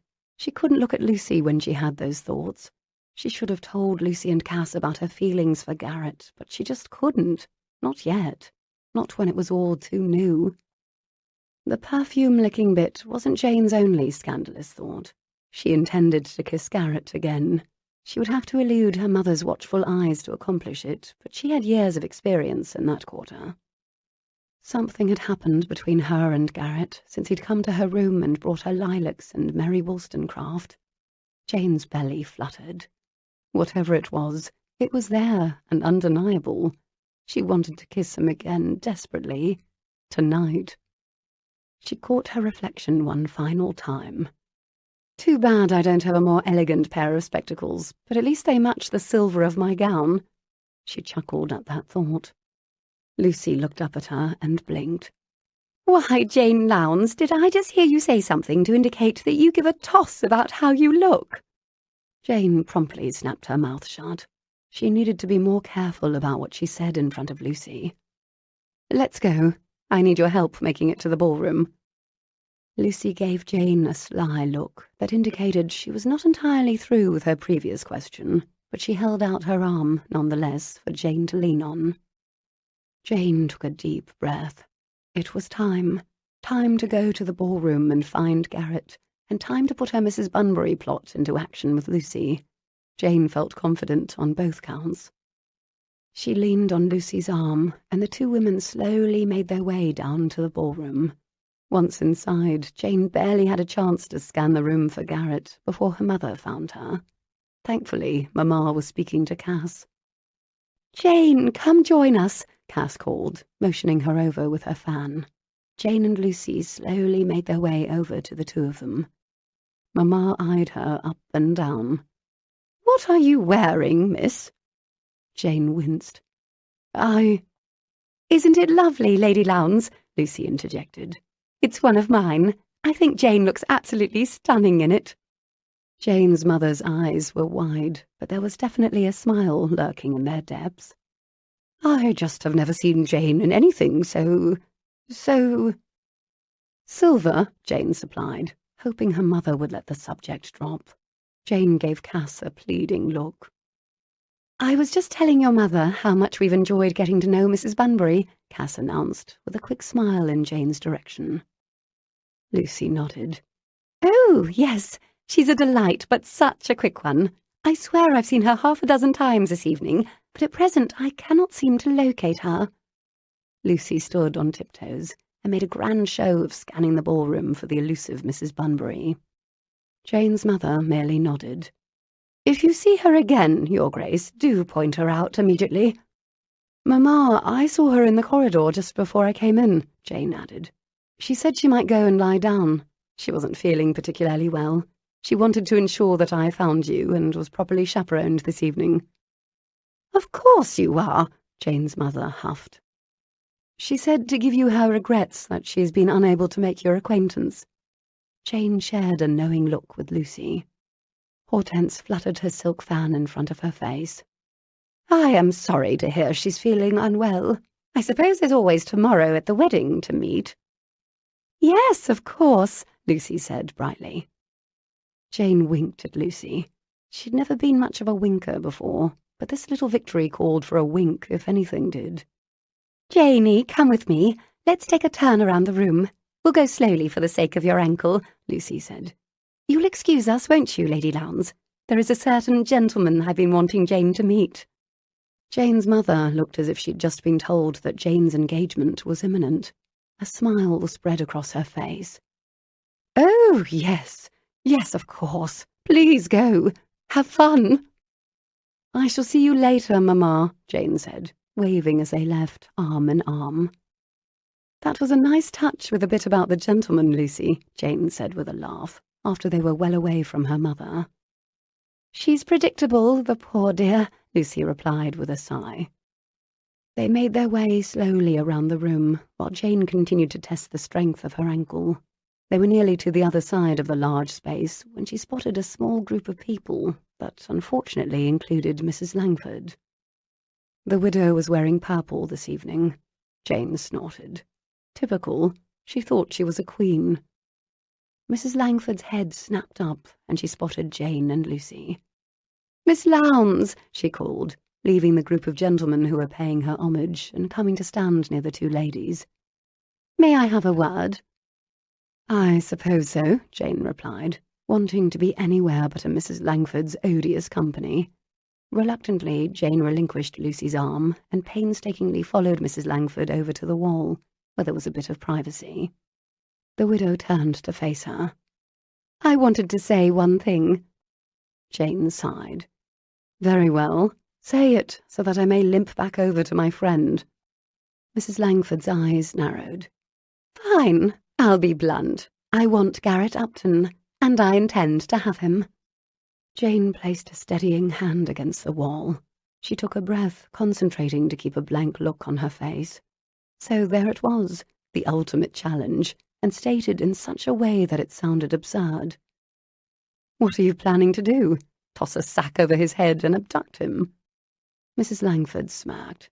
Such a wit, Miss Lowndes, and such a child. I am a full-grown woman, and, believe me, I know the way to bring a man to heel. Jane's eyebrows shot up. To heel? Like a dog, you mean? If need be. She tossed her head and barely shrugged one shoulder. I'm willing to do whatever it takes. Like tampering with a saddle and challenging someone to a race? The widow gasped and took a step back. What are you implying? Jane eyed the woman. She had no intention of getting into an argument with Isabella in the middle of the ball at Cass's wedding party, but she also refused to allow the widow to think she was fooling anyone. Don't count your victory quite yet, Mrs. Langford. I, too, have read Secrets of a Wedding Night. Jane brushed past the widow and made her way back to Lucy. Admittedly, her departure would have had a superior impact if she hadn't had to half-limp, but an exit was an exit, was it not? The words were more important than the walking. Lucy had managed to find Garrett, and they were standing together when Jane returned. She smiled at him brightly, and he rushed to offer his arm. "How is your ankle?" he whispered in her ear, causing gooseflesh to pop up. Hopefully he'd got a good whiff of that magical perfume. "Not perfect, but much better," she replied.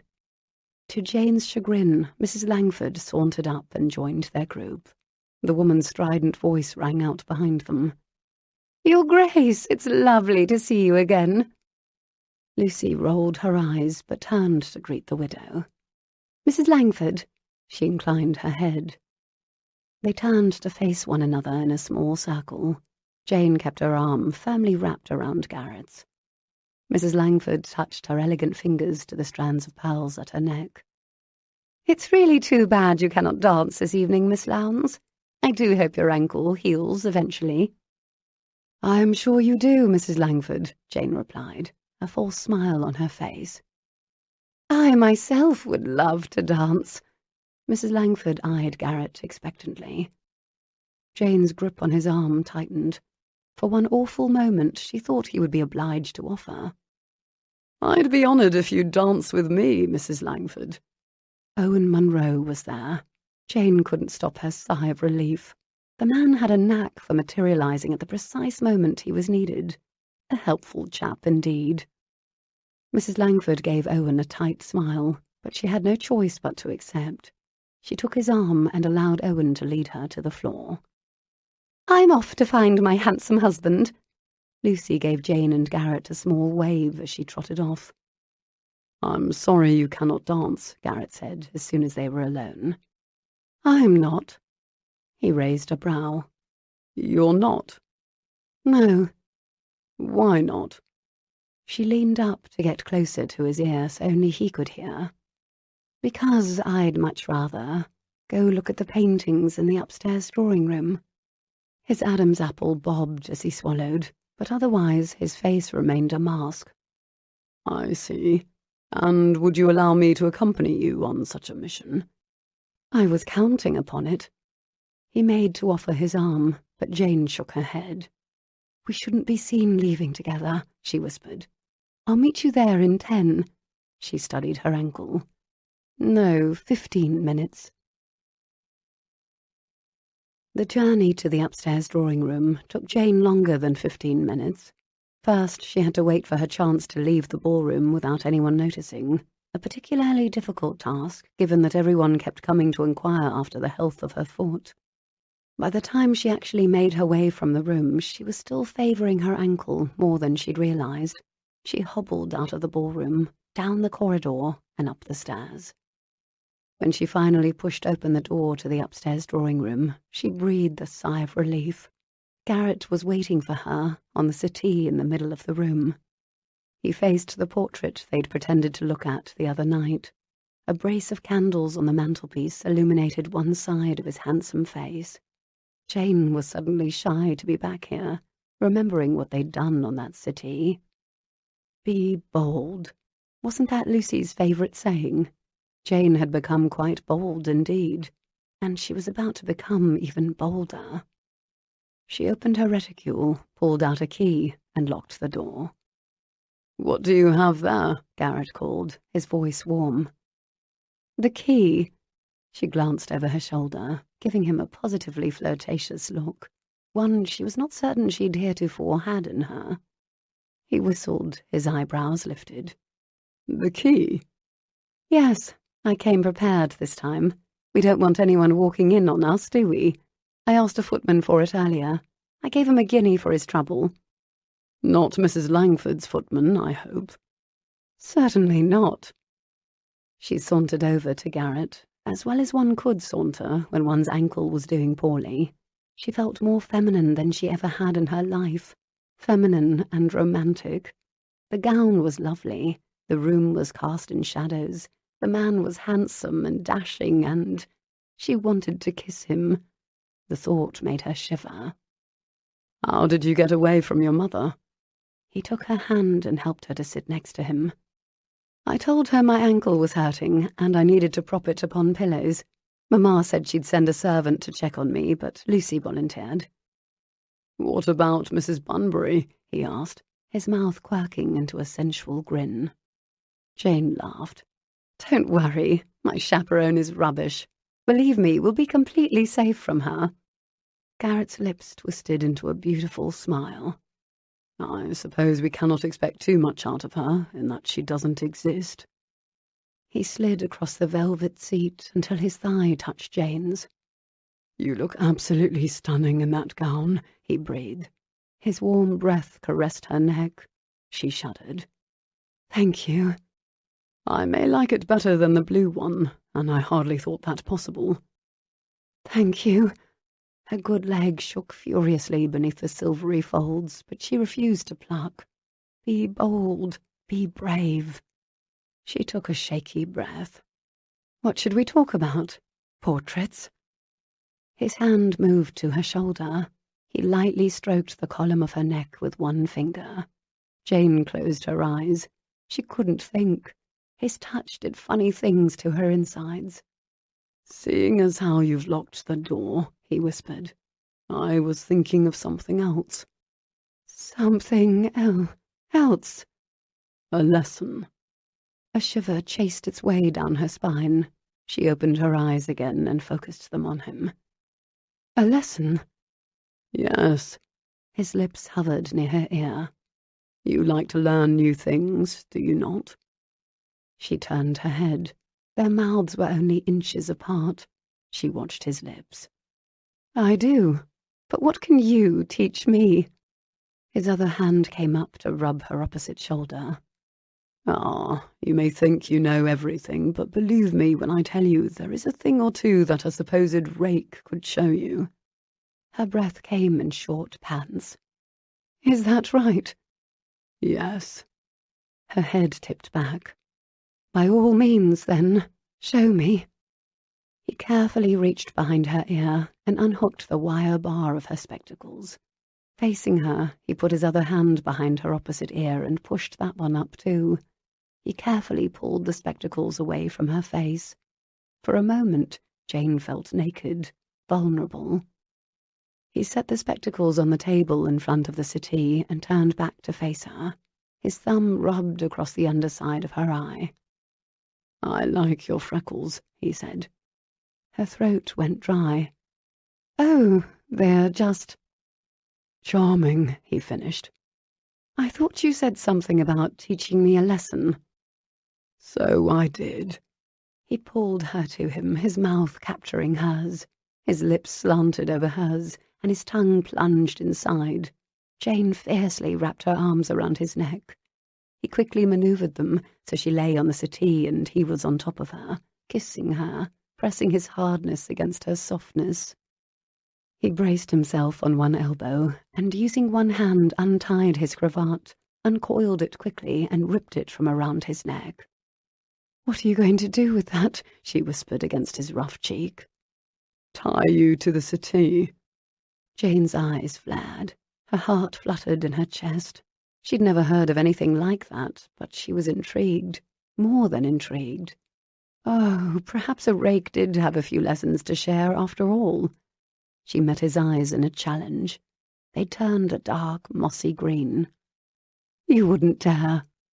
He'd arched a brow. Wouldn't I? Try me. Clutching the rumpled cravat in his fist, he stared her in the eye. Say the word. What word? Her breath was a heavy pant against his firm chin. Her chest rose and fell rapidly with her excitement. Yes, he whispered. Yes, she breathed. That was all Garrett needed to hear. He pulled Jane's arms above her head and wrapped the cravat around them, securing them at the wrist. Then he wove the top of the material around the settee's open wooden arm. He made a tight knot. He'd never been so thankful for his army training before. He might not be a sailor, but damned if this knot wasn't good enough for his purposes. Jane's eyes sparkled, but a hint of apprehension lurked in them. He didn't want her to have any doubts. He kissed her temple. If you want me to stop, just say so. It depends, she breathed, her gorgeous chest rising and falling. Garrett couldn't look away. He wanted her naked and writhing beneath him. But tonight he'd settled for caressing those gorgeous breasts. On what? He answered, his voice muffled as he kissed the tops of both. On what you intend to do with me. His mouth met hers again in a fierce tangle. Then he pulled away, and his gruff voice sounded in her ear. I intend to make you come. Jane closed her eyes. You do? Yes. Do you know what that means? All she could do was nod. She bit her lip. I'm very well read. She turned to the side. Let me assure you, he said, as his fingers made quick work of the buttons on the back of her gown. This is one thing that's much better to experience than to read about. Jane twisted to help him unbutton the gown. He pulled it down to her waist. Her stays and chemise were all that remained between the two of them. I'm quite sorry for this, he said, just before he pulled something from his boot. For what? The quick flash of a blade before her eyes told Jane he had a knife. He sliced her stays down the middle in one quick maneuver. She sucked in her breath hard. How had he done that so quickly and effortlessly? Were rakes trained in this manner? Impressive, to be sure. Still bracing himself on one elbow, he peeled away the remnants of the stays, and then slowly, so excruciatingly slowly, he cut the straps of her chemise, first off one shoulder, then the other. His finger traced the line of the fabric, where it hovered just over the tips of her nipples. She shuddered. Garrett, please. The knife dropped to the carpet with a soft thud. His hot mouth fell to the exposed skin above the shift. That's right. Say my name. Beg me. Jane closed her eyes and arched into his hot mouth. This was the most erotic thing that had ever happened to her. Not that blue-stocking spinsters had much occasion for erotic things to happen to them, but suffice it to say, she was glad she'd asked this man to meet her in the upstairs drawing-room tonight. Garrett, please, she whimpered, closing her eyes, feeling every touch, every kiss, every lick with every bit of her soul. His lips moved lower, nudging the fabric away from her breast. Jane gasped. His wet mouth covered her nipple and sucked. Oh, God, yes! She clenched her jaw and twisted her head to the side. The pleasure was exquisite. So good. So good. His mouth and teeth tugged at her, while his hand came up to play with the other peak of her breast through the fabric of her shift. Somehow the soft scratch of the fabric with his thumb, flicking back and forth, made her mad with wanting. Please, she begged. Please what? He murmured against her scorching skin. My other breast. His smile burned against her. What do you want, Jane? He moved his mouth an inch, too. Do you want my mouth here? He flicked his thumb against her sensitive nipple again. Yes, please, now. She tugged at the bonds that held her hands above her head. He gave her what she wanted. His mouth scorched across her nipple, and Jane closed her eyes and moaned. Why was this so incredible? Who knew that being trussed up like a hare while the most handsome man in the world did amazingly sensual things to your body was this much fun? None of her books had taught her that. But she wanted to touch him, wanted to run her fingers through his dark hair, pull his mouth up to hers, wrap her arms around his broad shoulders, kiss him again. His mouth tugged again and again on her breast. His thumb flicked achingly back and forth against her other nipple. She moaned again and strained against the bonds. "Easy," he said hotly, against the soft flesh of her breast. "We've barely got started yet." Her breath left her body in a whoosh. Her eyes rolled back in her head. Barely even. Her breath was a rush of heat and lust. "That's right." His grin was positively wicked. One hand left her breast while his hot, wet mouth still tugged at the other. She shuddered as his free hand moved down, down, down, outlining her legs beneath her silvery skirts. He found the bottom of the fabric and flipped it up, his hand moving slowly back up her leg, along her stockings, only this time it skimmed along the hot skin of her inner thigh. A tremor racked Jane's body. Oh God, oh God, oh God! He was going to touch her. There! His hand slowed as it made its way unerringly toward the juncture between her thighs. She tugged against her bonds again, but it didn't matter. She wouldn't have stopped him even if she could have. It was delicious torture to be unable to touch him. Instead, she mentally begged him to find just the right spot. And he did. Oh God, he did. His finger stroked against her once, twice, before settling between the slick folds and finding the, sweet Jesus, exact right spot. Jane bit her lip. Her hips arched off the settee. His mouth never ceased its gentle assault on her nipple, and a pressure built between her legs. Ecstasy shot down from her breast, making the exquisite torture worse, much worse. His finger slowed, then stopped. "No!" Jane cried out. Then the tip of his finger touched that perfect spot again, the one that made her eyes roll back in her head. "Yes, Garrett, yes," she breathed. "Yes, what?" he murmured against her breast, nipping at her skin. "Yes, please." His finger circled that spot again and again, while her hips rocked in a rhythm she was completely helpless to stop. She strained against the bonds that held her wrists, her teeth clenched, her eyes closed. "God, Jane, you're so hot and wet and—" he groaned. His erection pressed tightly against her outer thigh. She wanted to rip her bonds away and reach for him, feel him, stroke him. But the circling of his finger couldn't be denied. She arched her back again, pressing her breast more fully into his demanding mouth. Her breath came in short, shallow pants as the pressure between her legs built. "Oh, God, God!" she cried, twisting her hips away, but Garrett followed their movements with his finger. He didn't allow her to break their contact. "Garrett, I can't." She bit her lip, her head turning fitfully from side to side. "Yes, you can," he whispered huskily against her neck. The stubble along his tight jawline was abrasive against the softness of the top of her breasts, and that was driving her slowly mad, too. His finger continued its relentless assault again. "Garrett!" she called, just before she spiraled into oblivion, a feeling unlike any she'd ever known, consuming her body. When Jane finally surfaced from her haze, she realized that Garrett had pulled down her skirts and was tenderly unwrapping the cravat from around her wrists. They were a bit sore, but deliciously so.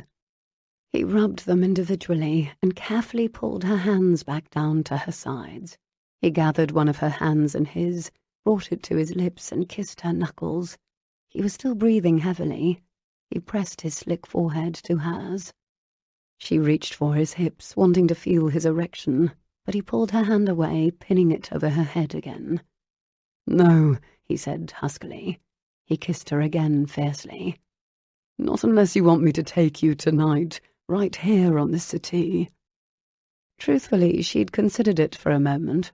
If him taking her on this settee was anything like what he'd just done to her, she was definitely interested.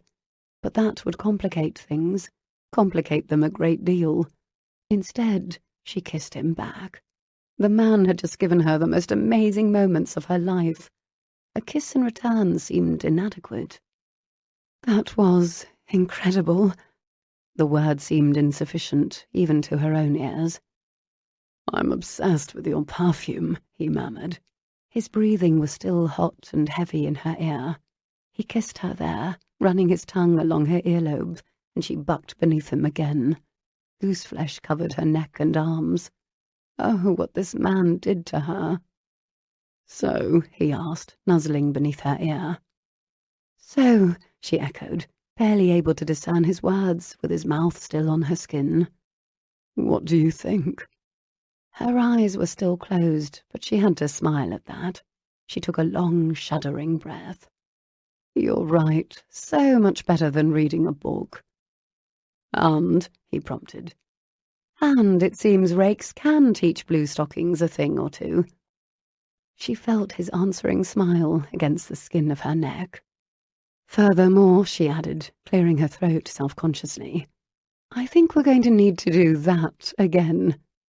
Really? Yes. I'm not entirely certain I caught all the nuances in that first lesson. I may need remedial work. He captured her mouth with his again. Happy to be your tutor. Chapter 31. Jane sat next to Lucy in the second row of the quaint stone village church for the wedding of Lady Cassandra Munro to Julian Swift, Earl of Swifton. The weather was glorious, cool and bright, for the ceremony that was held at 10 o'clock in the morning. The vicar stood in front of the crowded pews, his white vestments gleaming and a broad smile on his face. No doubt his little church hadn't seen this much excitement since Cass's own parents had wed. She looks breathtaking, Lucy whispered to Jane, tears in her eyes. Look at me, I'm crying already. She does look beautiful, Jane replied in a whisper. Indeed, Cass was magnificent, in a glorious white and silver-beaded gown with a long train and matching veil. Thank heavens the red spot on her nose disappeared.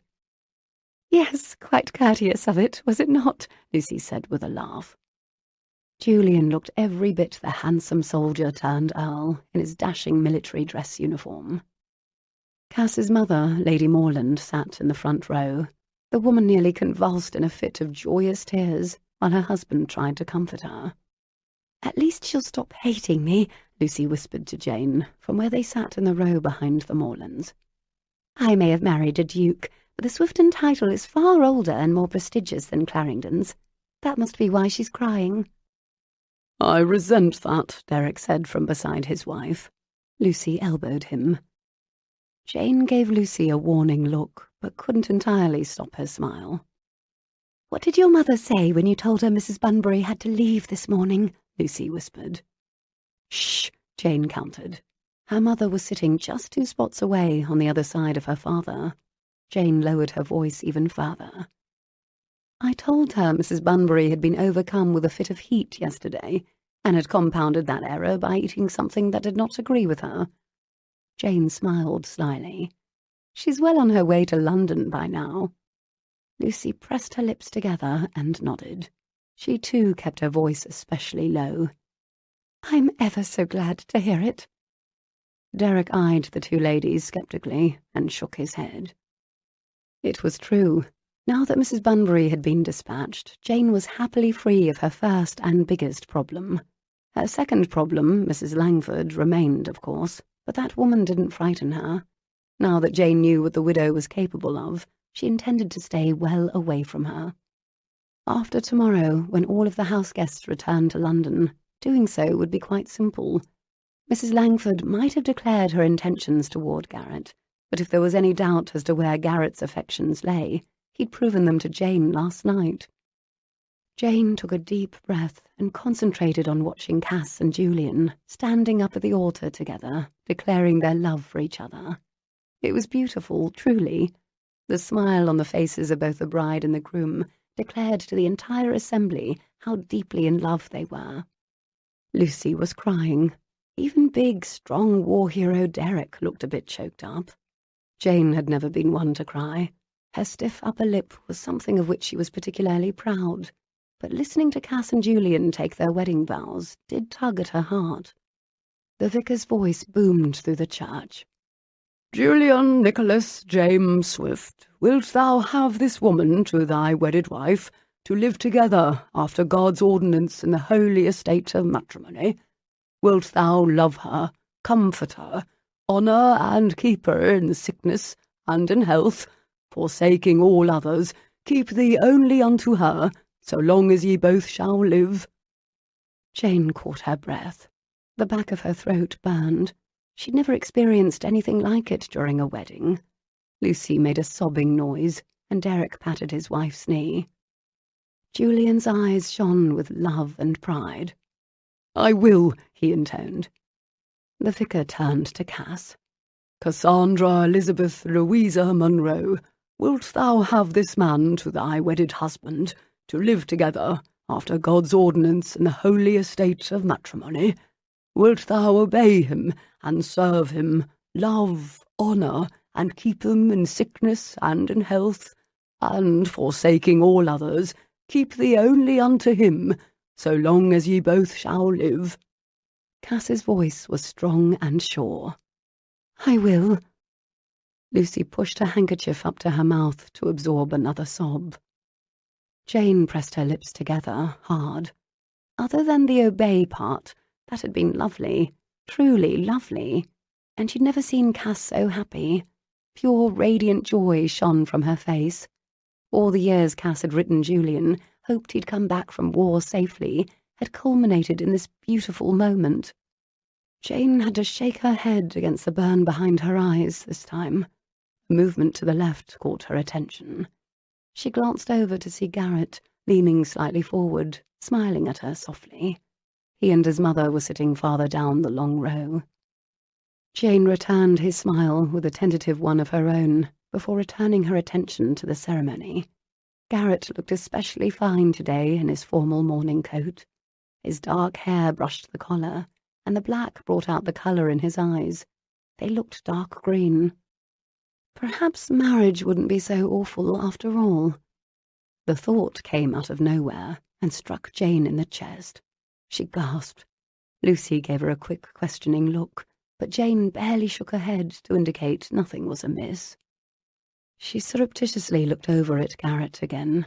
So far, she hadn't thought beyond the house party and their little, flirtation, but they would have to have a talk at some point, the two of them. That much was clear. Would he be contemplating proposing marriage? Jane plucked at the neck of her gown. She couldn't think about that now. It was too much. The fact was, in addition to Mrs. Bunbury and Isabella Langford, Jane had a third problem, and it might well be the most pressing. She had the nagging feeling that she was falling in love with Garrett Upton. It seared her brain every time she had the thought, coming back to haunt her again and again. Each time she tried to push it away, it returned, more insistent than before. She was surprised to think it. Upton had proven to be funny, intelligent, and well-read. The well-read part alone was enough to send her halfway to being in love with him. If the first edition Mary Wollstonecraft hadn't got her, quoting it certainly would. Add to that the fact that the man was gorgeous, and knew how to do amazing things with his mouth and fingers, and she was nearly without hope. She couldn't tell Upton she loved him, could she? Lucy had convinced her he loved her, but Jane wanted to hear it from him. It was far too frightening a pronouncement for her to be the first to make it. But butterflies, of all poetry-dwelling, nauseatingly happy things, fluttered in her belly every time she thought about Garrett. When she caught his gaze again, and he gave her that sensuous half-smile of his, the butterflies doubled. She mustn't think about such things right now. All she needed to do was enjoy the ceremony and look forward to tonight. Her ankle was still sore, but perhaps she could muddle through a waltz with Garrett. Just one. She'd remember it forever. A sly smile spread across her lips. Aside from the waltz, she hoped tonight would be similar to last night, actually. She was going straight to hell for thinking about it in a church of all places, but oh, last night. Heat rushed between her legs at the memory. The things they'd done. The things they'd almost done. She'd nearly begged him to take her right there in the settee in her friend's drawing room. Not very ladylike, and certainly not very blue-stocking spinsterish of her, but that was perhaps the best part. She plucked at the neck of her gown. It was getting warm in the church with such a large crush. Her thoughts were not helping. Jane turned her attention back to the ceremony and watched with delight as her two beloved friends promised their lives to each other. Chapter 32. After the wedding, the entire party had a breakfast feast on the lawn at the Moorland estate. Tables were set up and covered with huge white linens. Lilacs and white roses festooned each of them. Colourful ribbons of green and lavender had been strung above the tables with poles, and children ran and shouted and laughed. There was nary a cloud in the sky, and the smell of the fresh flowers along with the slight breeze made the entire affair magical. Jane was stuck, sitting next to a family member of Cass's, some sort of knight. She couldn't help glancing over at Garrett's table time and again. They sat only a few yards from each other. He was usually watching her. The rest of the day was a blur, with Jane and Cass and Lucy all hugging one another, wishing Cass the best, and congratulating her groom.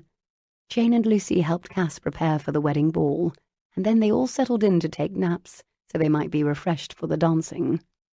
Jane snuggled beneath her coverlet, just about to nod off when her mother came into her room. "Jane, dear, you haven't said. Have you met anyone special since you've been here? A gentleman, perhaps?" Normally, Jane would have rolled her eyes or pretended to be asleep already. Her mother asked her the same question of every party she'd been to since her come-out. For the first time in forever, Jane could actually say yes. She breathed in the lavender scent from her pillow and squeezed her eyes closed. She wasn't ready to admit it to her mother yet. She didn't want to engage her mother's hopes for a marriage. Jane hadn't considered that possibility herself. She'd barely begun to enjoy kissing Upton. Marriage was far too much to consider at present. "I've met some wonderful people here, Mamma, and come to know some of them better than before," she replied cryptically. "I'll see you tonight." She rolled over and pulled the covers to her chin. The wedding ball was spectacular. The dancing was marvellous. There were several sets of La Boulangère, cotillions, quadrilles, and even a Scottish reel or two. The waltzers came and went while Jane waited for her ankle to comply. At least that awful Mrs. Langford had the good sense to stay far across the room. Owen Munro, it appeared, was taken with the widow. He was spending a great deal of time in her company, poor man. When Owen wasn't there, Daphne Swift seemed to take up the task of speaking with the woman. Poor, sweet Daphne. Garrett had helped his mother get a plate of food and danced with her to one of the reels while Jane and Lucy watched and laughed and clapped along. Aunt Mary, for her advanced years, was a wonderful sport.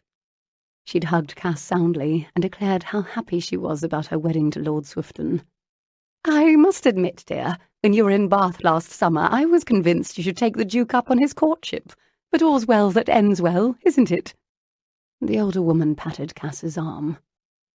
"Yes, Aunt Mary, that's absolutely right," Cass replied with a laugh. Julian pulled his bride's hand to his mouth and kissed the back of it. His eyes sparkled with love and admiration. "I couldn't agree more." Aunt Mary sighed. "You two are so perfect for each other. I just wish my darling Garrett would find someone special. I'd like to meet my grandchildren before I'm too old to know who they are." Garrett's eyes nearly bulged from his skull. "Don't get any ideas, Lucy," he growled, as Lucy opened her mouth to speak. "Mother, please do not encourage her."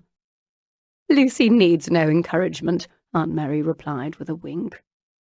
Soon afterward, their little party broke up to speak and dance and share time with others, but Garrett remained by Jane's side. He ensured she had a proper chair to sit in along the sidelines, and that her foot was propped up, and he brought her a glass of champagne and a plate of tea cakes.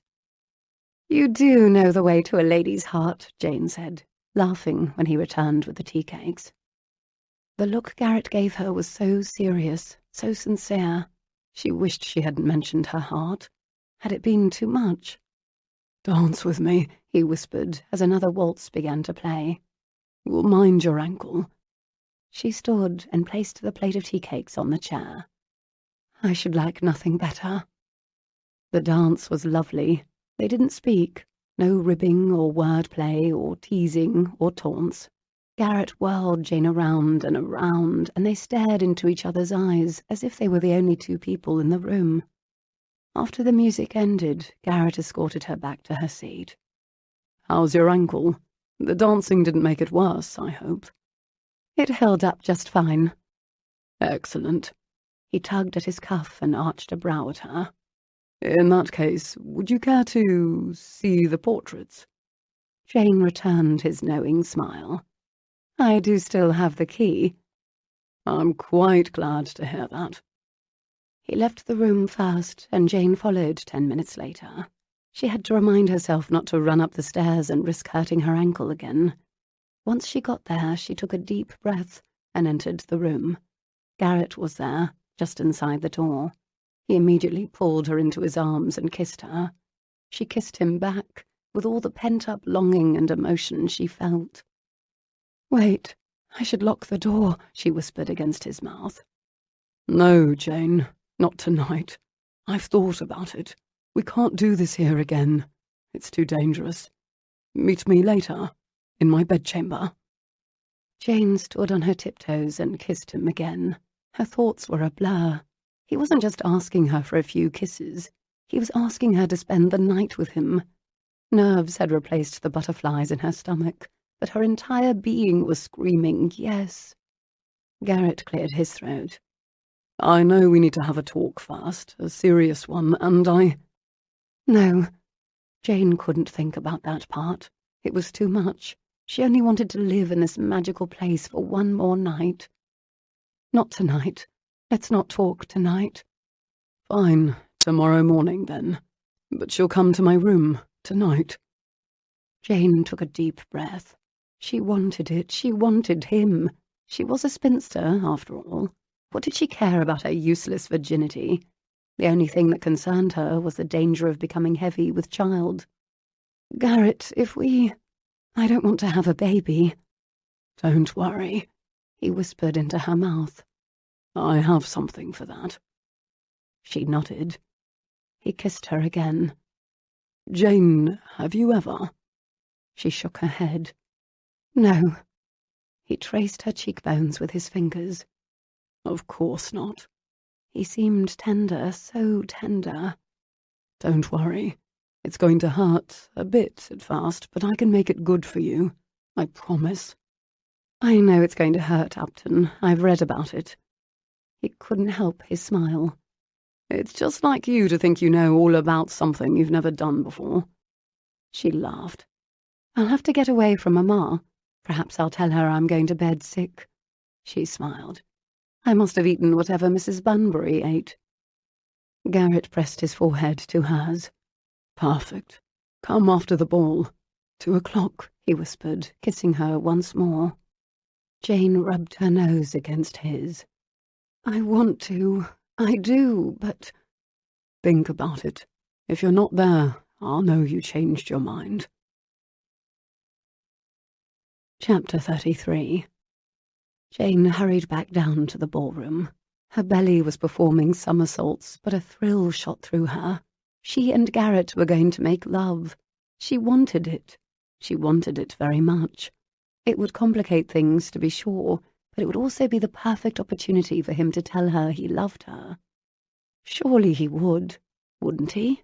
He'd mentioned having a serious talk in the morning. That had to be about love and marriage.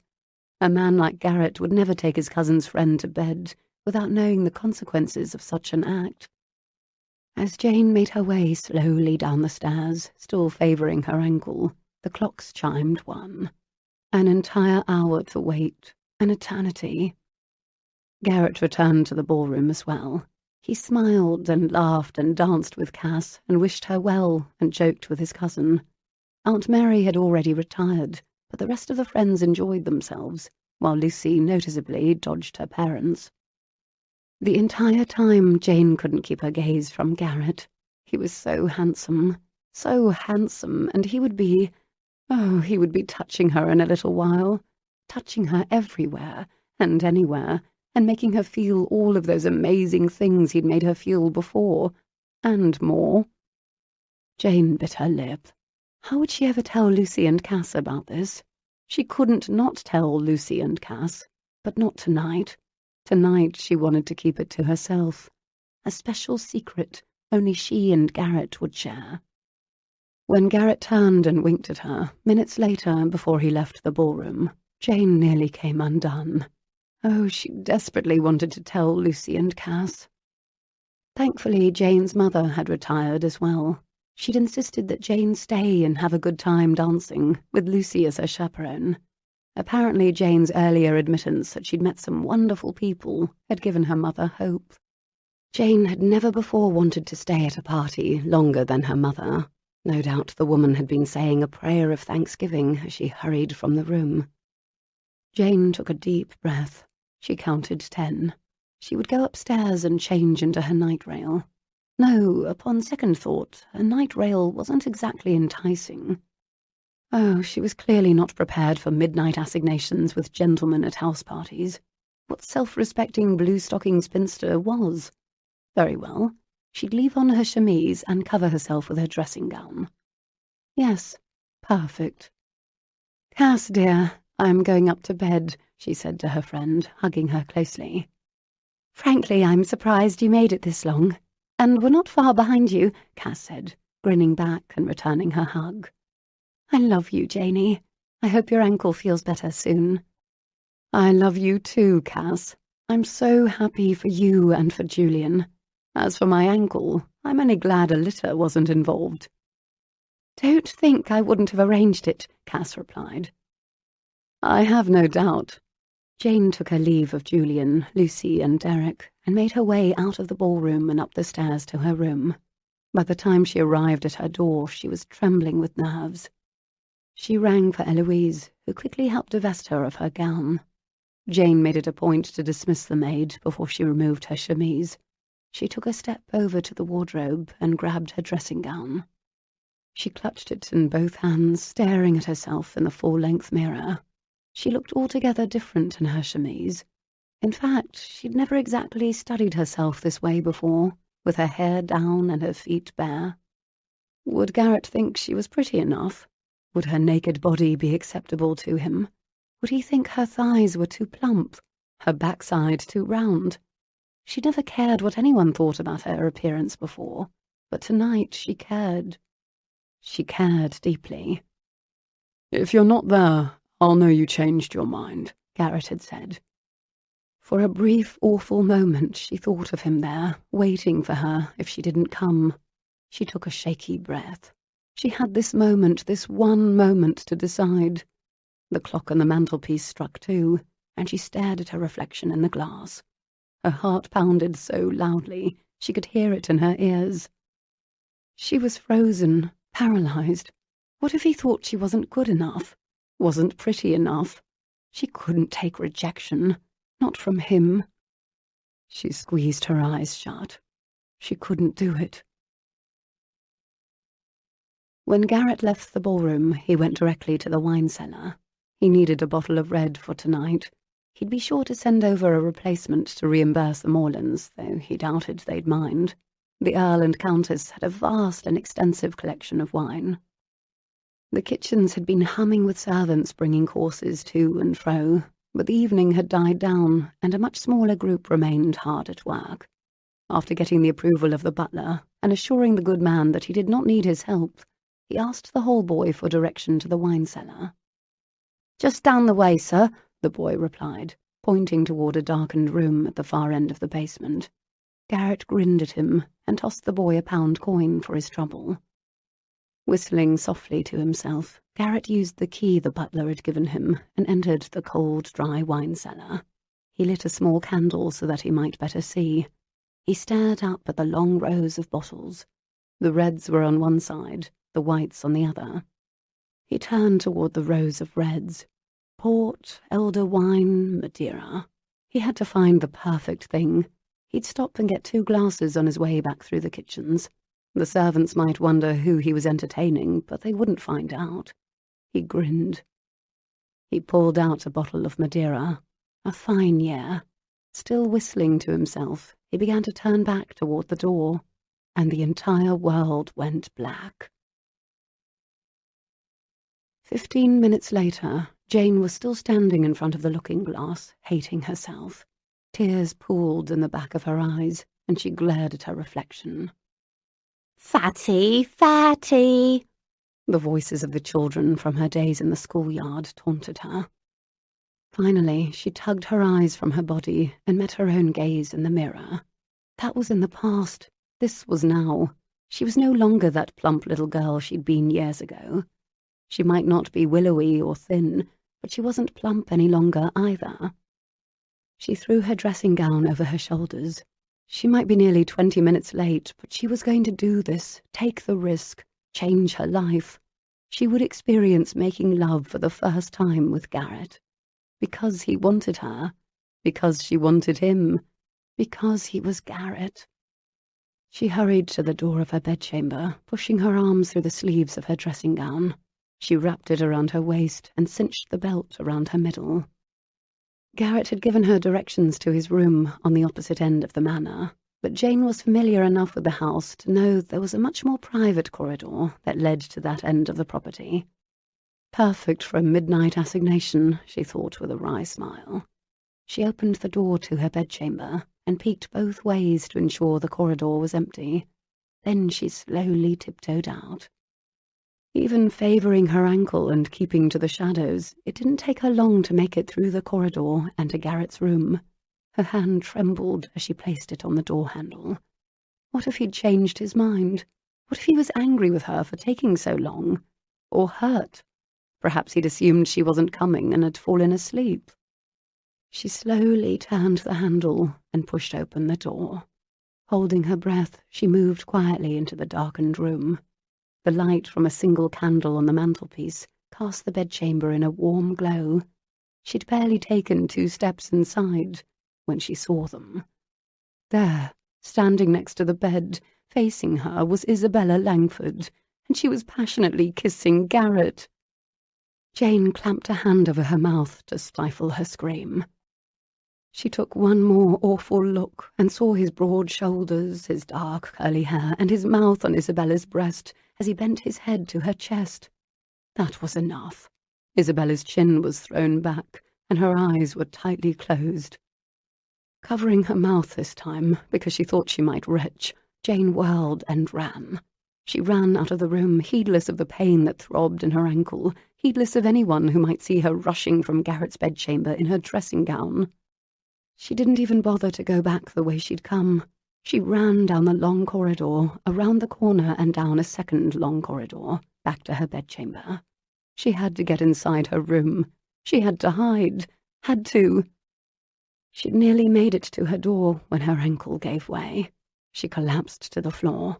The pain in her leg and the pain in her heart collided, causing the floodgates to open. Tears poured down her cheeks. She swiped them away with the backs of her hands and forced herself to stand. She dragged open her door and staggered to the bed where she fell on the mattress, her head jerked to the side.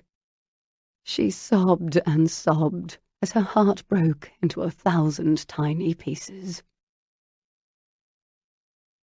Chapter 34. Somewhere around the time dawn cracked above the horizon and spread its insistent tendrils past the curtains, Jane rolled over and groaned. She'd cried so much her face was puffy, and her eyes felt as if they bulged from her skull. She'd been haunted by the horrifying moments in Garrett's bedchamber again and again. She wanted to believe it wasn't true, but when she replayed the awful scene in her mind's eye, She knew it wasn't a dream. Jane had seen it. Nothing about the scenario Jane had stumbled onto appeared to be forced. Quite the opposite, actually. It was entirely apparent that both the participants had been greatly enjoying themselves.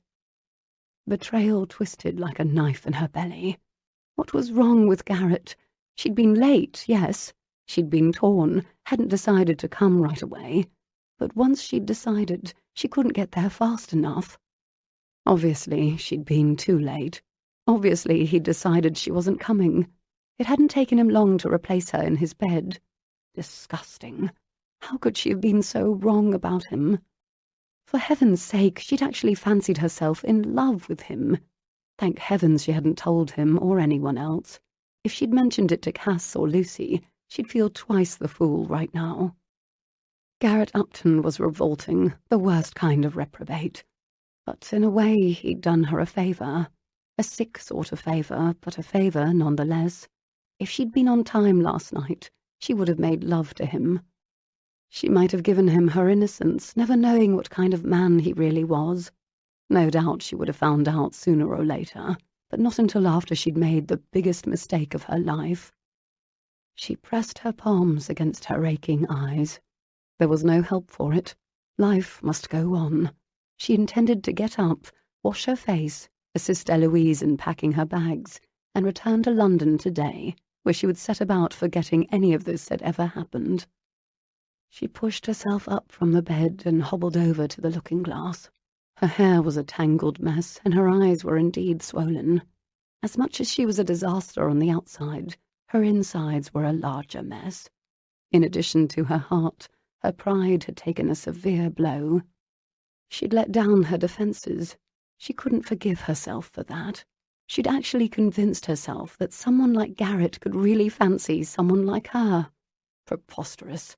She hated herself for letting him in even a little, for being weak.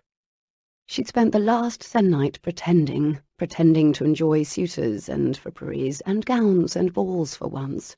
This is what had come of it. But most of all, more than everything else, she was incensed.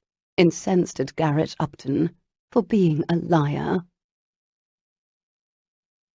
Garrett had spent the better part of the wee hours of the morning pounding on the door of what was obviously a soundproof wine cellar. The brick lining the high walls was thick enough to prevent him from summoning any help, thick enough to keep him from breaking down the bloody walls. Lord knows he'd tried. He'd damn near dislocated his shoulder in the attempt. That is, after he woke with a devil of a head from the bottle of wine that had been broken over it. He'd found himself lying in the shards of glass with a wet head, stained cravat, and ruined coat. Whoever the hell had ambushed him would deal with his reckoning later. His first thought was getting to Jane. When a servant finally happened by to unlock the door, Garrett rushed past the footman who'd freed him. "Thanks, chap." Without slowing down, he called, "What time is it?" "Nearly 8 o'clock, sir," the servant returned. 8 o'clock? Bloody hell, where would Jane be at this hour? His first stop was the breakfast room, where Lucy, Clarendon, and some of the other guests were eating breakfast. Lucy's eyes went wide when she saw him. "Garrett, what are you doing here? What happened to your cravat? Why are you wearing your evening attire at this hour? Forgive me for saying so, but you look dreadful." Garrett tried to catch his breath. "I'll explain later. Have you seen Jane this morning?" This time Lucy narrowed her eyes. "Yes, she was up with the sun, quite unusual for Jane. She said she and her parents wanted to get an early start back to London." Garrett cursed under his breath. "Have they gone already?" "I believe their coach is just now being pulled around," Clarendon added. Garrett sprinted for the door. He flew down the hallway, his footsteps echoing against the marble, and came to a sliding stop near the front door where Lord and Lady Morland were taking leave of their guests. "Are Sir and Lady Lowndes and Jane still here?" he asked, not pausing for the answer. "Their coach is pulling away right now," came Lord Morland's reply. Garrett ripped open the front door and raced out onto the gravel drive. "Miss Lowndes!" he called at the top of his lungs. The coach, which was already moving past the drive onto the lane that led up to the house, came to a stop. Garrett didn't wait. He sprinted toward the vehicle, completely winded by the time he got to it. The window opened, and Jane's mother stuck out her head. "Mr. Upton, is that you?" Yes, he managed, desperately trying to catch his breath. "May I ask what you're doing?" Garrett bent over and braced his hands on his knees, breathing quickly and struggling to remain calm. I must speak with Jane."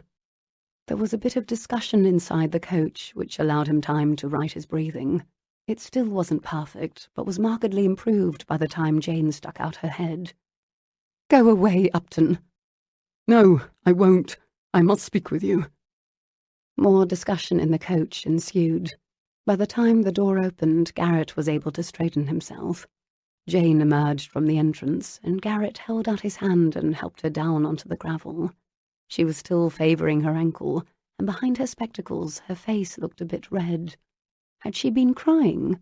Damn it. "Very well. What would you like to say to me?" she asked, her voice flat and calm. Too flat and calm.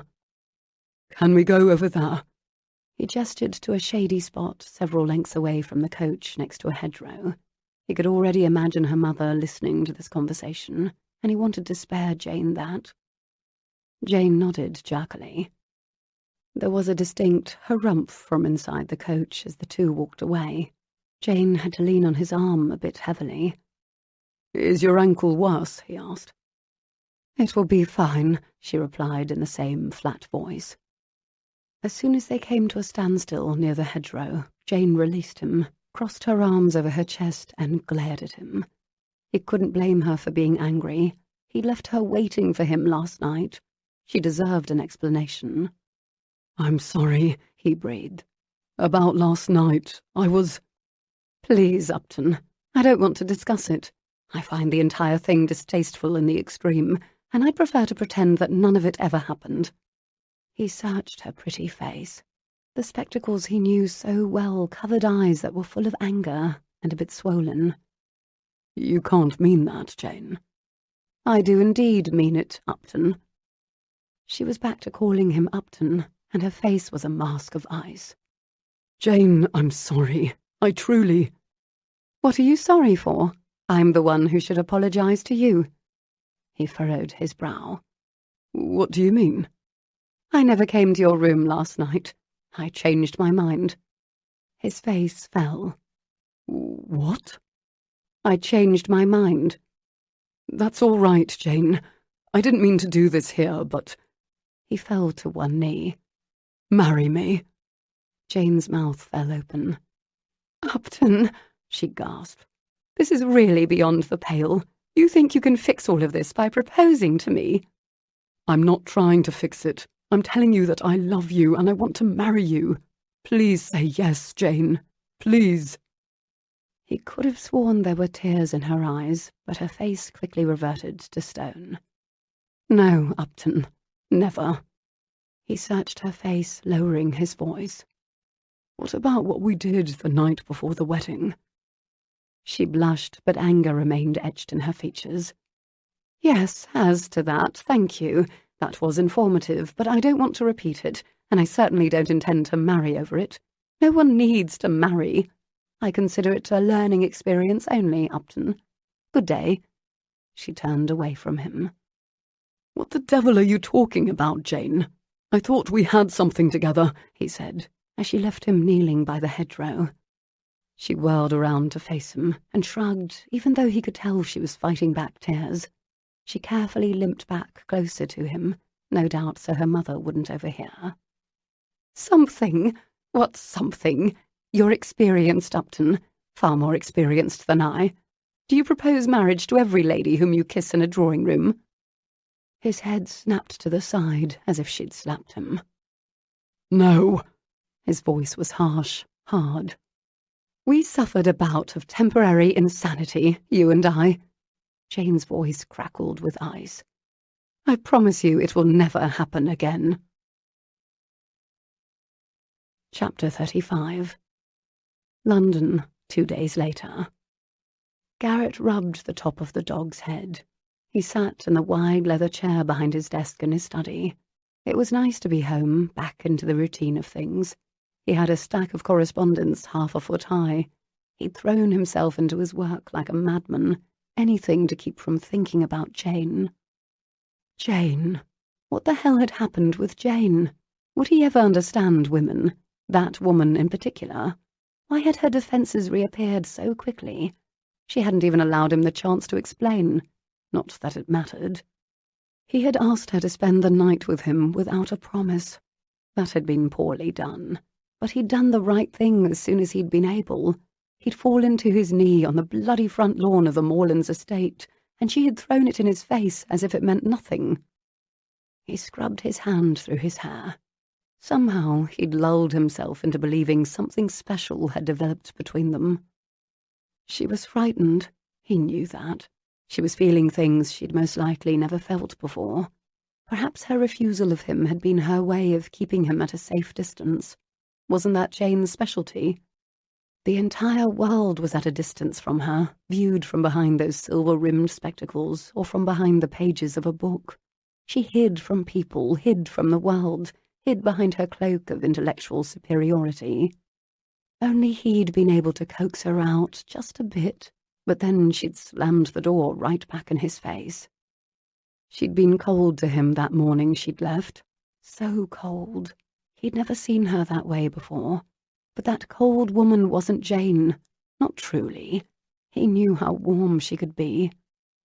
He cursed under his breath. Why had he proposed? Because it was the right thing to do? Because he had developed feelings for her? But was it love? He didn't know what love felt like. Damn it. Jane had supposedly been in love with him, or so Cass had claimed. Was that even true? Perhaps Jane was right. Perhaps they had both suffered a bout of temporary insanity. At any rate, it was over now. She'd been quite emphatic in her response. He would do well to forget about it and move forward. The second dog came up and wagged his tail. Garrett patted him on the head as well. "Let's see to all of these letters," he murmured, firmly pushing thoughts of Jane Lowndes from his mind. On the top of the stack was a recent letter from Isabella Langford. He broke the seal and unfolded it. "Please pay me a call, Garrett. I must speak with you at your earliest convenience. Yours, Isabella." Garrett tossed the letter on the desk and stared blindly out the window. It was time to make it clear to Isabella once and for all that he would not be courting her. He owed it to her to say it to her face, confront the awkwardness of the house party. Tell her that her rudeness to Jane was untenable, and if he ever found out she or her dastardly footman had anything to do with the saddle on Jane's horse being tampered with, he'd make them both pay. He'd briefly wondered if she had had anything to do with his being conked over the head in the wine cellar, but that made little sense. What possible use could she have for knocking him out and locking him in a wine cellar all night? Given her motives, if she'd been involved, he would have no doubt awoken in her bed with her insisting upon a proposal. His gold pocket watch had been missing when he'd awoken. The culprit was likely some desperate servant. Lady Morland had assured him she'd look into the matter. Apparently she hadn't yet been able to find the thief. Garrett ordered the coach put to and paid an afternoon call to Isabella. Her expensive butler ushered him into the drawing-room. Isabella soon joined him and asked the butler for tea. "Thank you for coming." She gave Garrett a bright smile. "Isabella, "No, let me speak first, please." He nodded. "Very well." "I know you don't have tender feelings for me, not in the same way I do for you, but I think it makes sense for us to marry, nonetheless." He opened his mouth to interrupt her. "Hear me out, please." He nodded. "We may not be a love match, but the children need a father. I need a husband, and you will need a wife, an heir." Jane's words echoed in his head. "No one needs to marry." "I understand that, Isabella. Believe me, you are beautiful, and I'm certain you would make someone a fine wife, but—" Isabella took a deep breath. "I know you're hesitant because of Harold, because of what you told me at the house party." "That's one reason, yes, but—" Isabella's voice was strained. "There's something I must show you." Chapter 36. I sent your mother a note telling her that Mrs. Bunbury was feeling ever so much better. I even signed Mrs. B's name to it. Lucy's announcement was accompanied by a wide smile as she served Jane tea in her London drawing-room. "Did you disguise your handwriting?" Jane dropped an extra lump of sugar into her cup. Since she'd returned from the countryside, her ankle had healed, but she was still sore on the inside. She was struggling to seem normal for Lucy's sake. Of course I disguised my handwriting, Lucy answered, though I doubt your mother's taken much notice of mine over the years. "Show me," Jane replied. "I'd wager I can tell it's yours." You and your study of handwriting, Lucy said with a laugh, as she stood and made her way over to the writing desk in the corner. She took out a piece of parchment, grabbed a quill, and scribbled away. While Lucy wrote, Jane considered for the 100th time telling her friend what had happened between herself and Garrett. Part of it, at least. But she decided against it. Again. Telling one bit would necessitate telling the whole sordid thing, and that was a complicated story Jane had no intention of repeating. It had been difficult enough convincing Mamma that Mr. Upton had not, in fact, proposed. It was deuced difficult to come up with a plausible explanation as to why a gentleman would stop a coach in such a dramatic fashion, ask to speak to a young lady privately, and then fall to one knee. But somehow Jane had managed to convince her mother that Mr. Upton had simply wanted her recommendation on a book she'd been reading, and had lost something in the grass while they'd been discussing it in earnest. Of course, her father didn't believe it for a moment. He raised both brows over his spectacles, shook his head, and went back to his columns and figures. Thankfully, Papa had never believed that marriage was the goal to which every young lady should aspire. He wasn't about to interfere. Her mother, however, had taken a bit of convincing. Lucy dropped the quill back into the inkwell and trotted over with the note. I give you Mrs. Bunbury's handwriting. Jane set her teacup on the table and took the letter, eyeing it carefully. She quietly contemplated it for a few moments. "Aha! You've given yourself away." "Where?" Lucy demanded, craning her neck to look over Jane's shoulder. "Right here." Jane pointed to the top of a letter P. "The large circle here with the tail on the end of it is purely Lucy Hunt." Lucy scowled. "I do that?" "Yes, but not to worry. While I noticed it, I doubt Mamma would. I'd advise you never to attempt to disguise your handwriting in a message to me." Jane laughed. "You are quite clever, I'll give you that. Though I cannot say such a skill sounds the least bit worth suffering through something that sounds as dreadful as Montague's treatise on handwriting and what have you." "Graphology," Jane said. "Dull," was Lucy's answer. Jane set the letter on the table in front of her. She lifted her teacup and took a sip. She sighed. "At any rate, it seems the Mrs. Bunbury plot at the wedding worked well enough, and I see no reason why it should not continue to work for a good long while. Mamma expects me to begin attending the events of the season, and I intend to tell her Mrs. Bunbury is accompanying me. Then I shall come here and read books in your library all evening."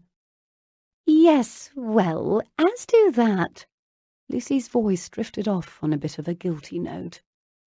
"What is it?" Jane asked, her teacup frozen in mid-air. Lucy set down her cup and folded her hands in her lap. She looked so serious, Jane's palms began to sweat. "It seems there's been a bit of a complication."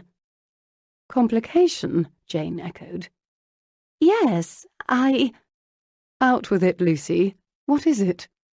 "I hate to be the one to tell you this, and heaven knows I would have dragged Cass here with me to deliver this news if she weren't already off on her honeymoon, but it seems that—" "Yes," Jane prompted. "It seems that you might have created the scandal you wished for, after all." Jane blinked. "Scandal? Me?" The teacup remained frozen. "Yes." "What scandal?" Lucy patted her coiffure. "There's no easy way to say it, so I'll just come out and ask you." She pursed her lips. Were you running about the bachelor's quarters in your dressing gown in the wee hours on the night of the wedding?" Jane's teacup clattered to the tabletop, tipped over, and spilled its contents across the rug. Lucy bit her lip. "I'll take that as a yes." Jane could barely breathe. She stooped to sop up the mess with a napkin, desperately trying to think of what to say. Finally, she righted herself again and faced Lucy. "How do you—" "Apparently one of the guests thought she saw you, and, well, I must admit I wondered for a moment if it might actually be a good thing. The scandal bit, I mean." Jane counted 3. Breathe, breathe, breathe. Lucy was being a good friend, not pressing her for the details, which was quite unlike Lucy, actually. "I suppose my reputation has suffered," Jane ventured. "It's not good." Lucy shook her head. "But at this point it's mostly just gossip. Apparently a servant did say he was under the impression that Garrett might have proposed to you. How preposterous is that?" That was it. If Jane had still had the teacup in her hand at the moment, she no doubt would have tossed the thing in the air. "Garrett proposed?" "Yes. One of the servants reported that Garrett appeared to be down on one knee in front of you in the drive the morning you left. I admit I was curious as to why he was so determined to see you." Lucy fluttered a hand in the air. Jane managed a shaky laugh. "At the house party, you did tell me he's in love with me, after all." "Yes, I know." Lucy's voice was oddly high. "Did you ever tell Cass about that ridiculousness?" "No." Something in the way Lucy refused to look at Jane made her suspicious. "Lucy," Jane dragged out the word. "What do you know?" Lucy folded her hands in her lap. A bad sign, to be sure. "First, I must tell you I was quite convinced of it." "Convinced of what?" Jane's voice took on a tremulous note. "That it was true. That Garrett loved you." Jane planted both fists against her hips. "Lucy Hunt, you must tell me what you've done, and tell me right away." Lucy pressed her lips together and finally met Jane's gaze. "We only told you because we thought, again, we were quite convinced." "Who is we?" "Cass and I." "What did you do?" Jane gave Lucy her most formidable glare. Lucy twisted her hands together. Another bad sign. "We saw you together the night of the masquerade, looking at the portraits in the upstairs gallery." Jane caught her breath. What else had they seen? "Upton and me?" "Yes," Lucy replied, still acting sheepish. "I was looking for Garrett and I followed him, and then you went into the drawing room together and shut the door. Well, we had to wonder." "Wonder what?" A sinking feeling spread through Jane's middle. Lucy shrugged. "Wonder if you were, you know, doing anything." Jane forced herself to keep her face blank. "What did you discern?" "We didn't discern anything. We left soon after. It was all conjecture on our part, but we decided to find out if you and Garrett might have developed a tendre for each other. You quite shocked us, you know." "Just because we went into the drawing room together? Why didn't you come out and ask me what was going on?" Jane slapped a hand against her forehead. "Wait, I know the answer to that already. Because it would be too simple. When Lucy Hunt is involved, complicated escapades are always preferred to directness." "I take offence to that," Lucy replied, pointing her nose in the air. "And we did ask you, or tried to. The next morning, don't you remember? Cass and I came to your room and asked you where you'd been the night before. You didn't mention Garrett once. It seemed suspicious to us." Jane crossed her arms over her chest. "And so you—" Lucy winced. "We decided to tell each of you that the other had developed a tendre." "You did what?" Jane slammed her palms against the tabletop. The silverware bounced. Lucy kept one eye closed and eyed Jane carefully out of the other. "Cass told Garrett that you had developed a tendre for him, and I told you that Garrett had developed a tendre for you." Jane's breath came in short spurts. She tried to count 3, but she couldn't manage it. She waved a hand in the air. Why in heaven's name did you do that, Lucy? Lucy worried the end of her napkin. We hoped it might serve to flush out the truth. We thought if you both believed the other had feelings, it might help you to confess to your own. Jane was convinced her eyes were wild. She felt wild. Confess to my own? What in heaven's name made you think I had my own? You must admit that you and Garrett make a fine-looking couple. We can barely stand to be in the same room with each other. You were doing an admirable job of it that night in the upstairs drawing room, and everyone saw how enchanting you were, dancing together the night of the wedding. The memory of that dance felt like a punch to her middle. Jane clenched her jaw. Lucy, I swear, if I didn't know you were the biggest meddler in the entire kingdom, I'd warn you right now to run far and fast. It would only be sporting to give you a head start. Lucy bit her lip again. But because you do know I'm the biggest meddler in the entire kingdom. Oh, don't hate me, Janey, please. I'm absolutely incensed, truly, but I have to admit, it explains a great deal. She took a deep breath, then another one. You are known for your schemes, and if I were to remain angry with you, I might as well be angry with the sky for being blue. Lucy nodded so rapidly her black curls bounced. That is true. You're not going to get out of it that easily, Lucy. Tell me, what else did you do? Who else was involved in this little scheme of yours? What makes you think anyone else was involved? Lucy tossed her napkin back on the tea tray. You always involve others in your schemes. I know because I'm usually one of them. Lucy's eyes twitched back and forth. Lucy. Again, Jane dragged out the word. Very well. In addition to Cass and myself, Owen Munro and Daphne Swift were involved. Owen and Daphne, Jane breathed. What was their involvement? Lucy drummed her fingers against the wooden arm of her chair. Owen was to make Garrett jealous by paying special attention to you, and Daphne was to keep Mrs. Langford occupied when necessary. Jane sat stunned. Her mouth fell open. She felt as if Lucy had hit her over the head with an iron poker. She'd been duped by the best of them, Lucy Hunt. So that's why Owen was constantly appearing out of nowhere, and Daphne was always speaking with Mrs. Langford. Lucy's lips twisted. Of course, they were forced to improvise upon occasion, like the time they jumped in the rowboat together at the lake, so that you would be forced to ride with Garrett. Too bad they couldn't have dragged Mrs. Langford off with them. I shouldn't be surprised, but I am. Jane rubbed her forehead. The devil's own headache was forming behind her right eye. Tell me one more thing. Have you admitted this subterfuge to Upton? Lucy tugged at the neck of her gown. Actually, Derek is on his way to do that, as we speak. Chapter 37. Garrett tossed back his third brandy. Brooks was quiet this afternoon. He'd holed up in a club chair in the corner and ordered drink after drink. He'd been attempting to read the paper, but he'd been looking at the same paragraph since he'd arrived.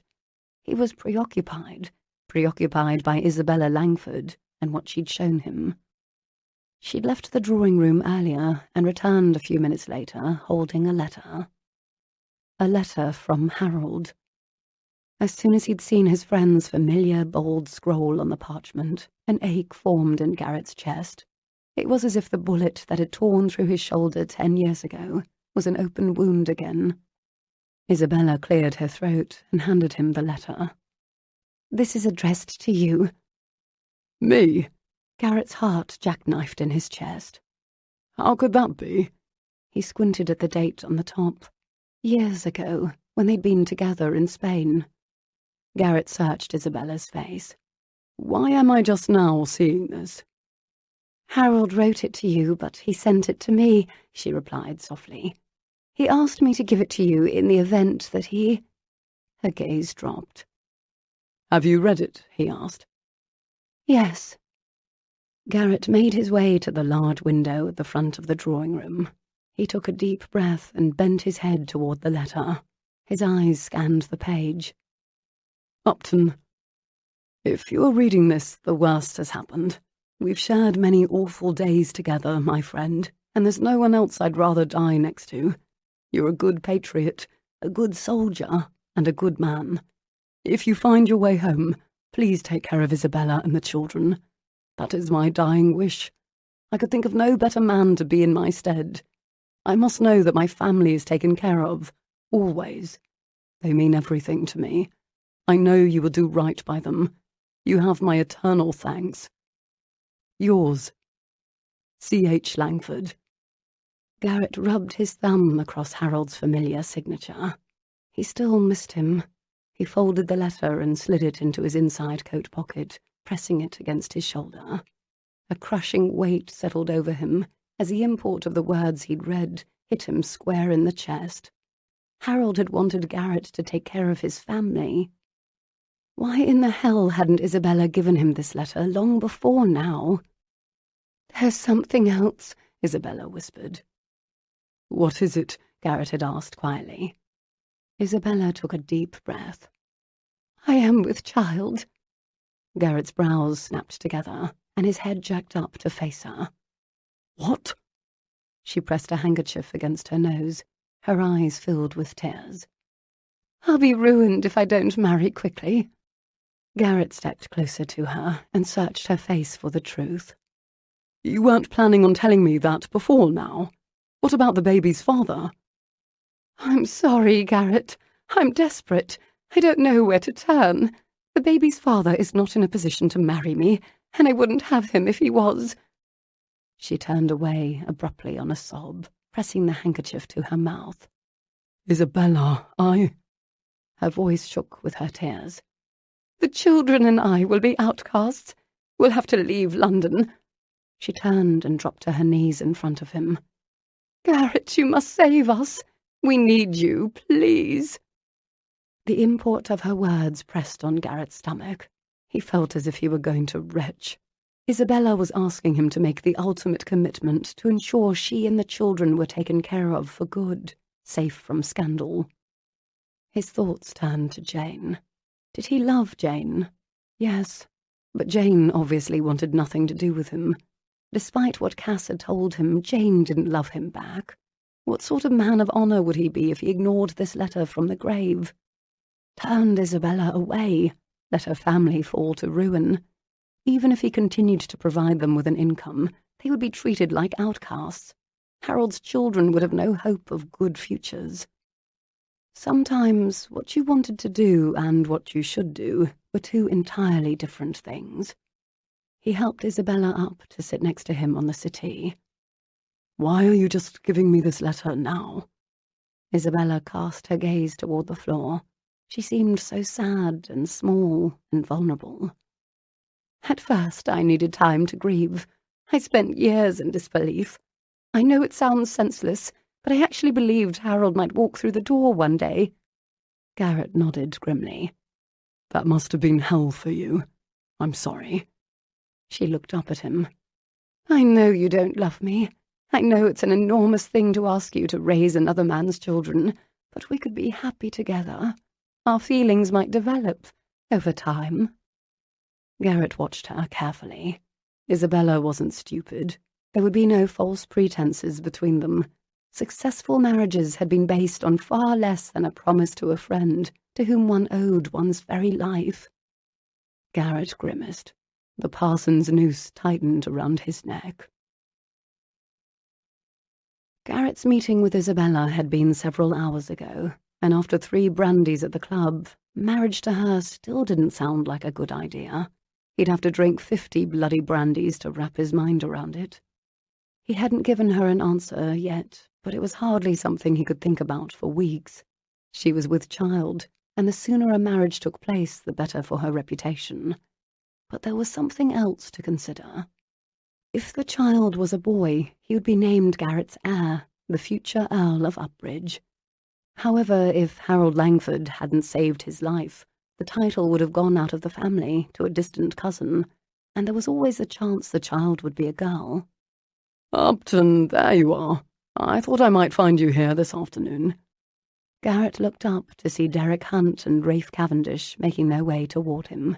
He stood to greet them. Clarendon, Cavendish, good to see you. A bit early in the day for a drink, don't you think? Clarendon asked, as soon as he was close enough to spot Garrett's brandy. I'm not certain that's possible, Rafe added. Garrett grinned. He'd always liked that Cavendish. You should listen to the lad, Clarendon. Care to join me for a drink? He turned to Rafe. I didn't know you were a member here, Cavendish. Rafe flashed his own grin. I'm not. Just taking advantage of my influential friend here. He clapped Clarendon on the back. Welcome, Garrett replied, gesturing to the seats near him. The other two men sat while Garrett returned his attention to his brandy. Clarendon relaxed against his seat and crossed one booted foot over the opposite knee. There's something I need to tell you, Upton. It involves Lucy and... Garrett groaned. Setting his drink on the table next to him, he dropped his forehead into his hands. If it involves Lucy, it's going to be messy, isn't it? A bit, Clarendon replied, tugging at his cuff. Rafe had busied himself ordering a drink of his own from a passing footman. Garrett straightened up and took another swig. Out with it then, Clarendon. Lucy informed me last night that she and Cass were up to something at the house party, Clarendon said. Garrett waved away his words. If this involves Mrs. Bunbury, Clarendon shook his head. It's not that. Apparently Lucy and Cass thought it would be a good idea if they both... Clarendon winced.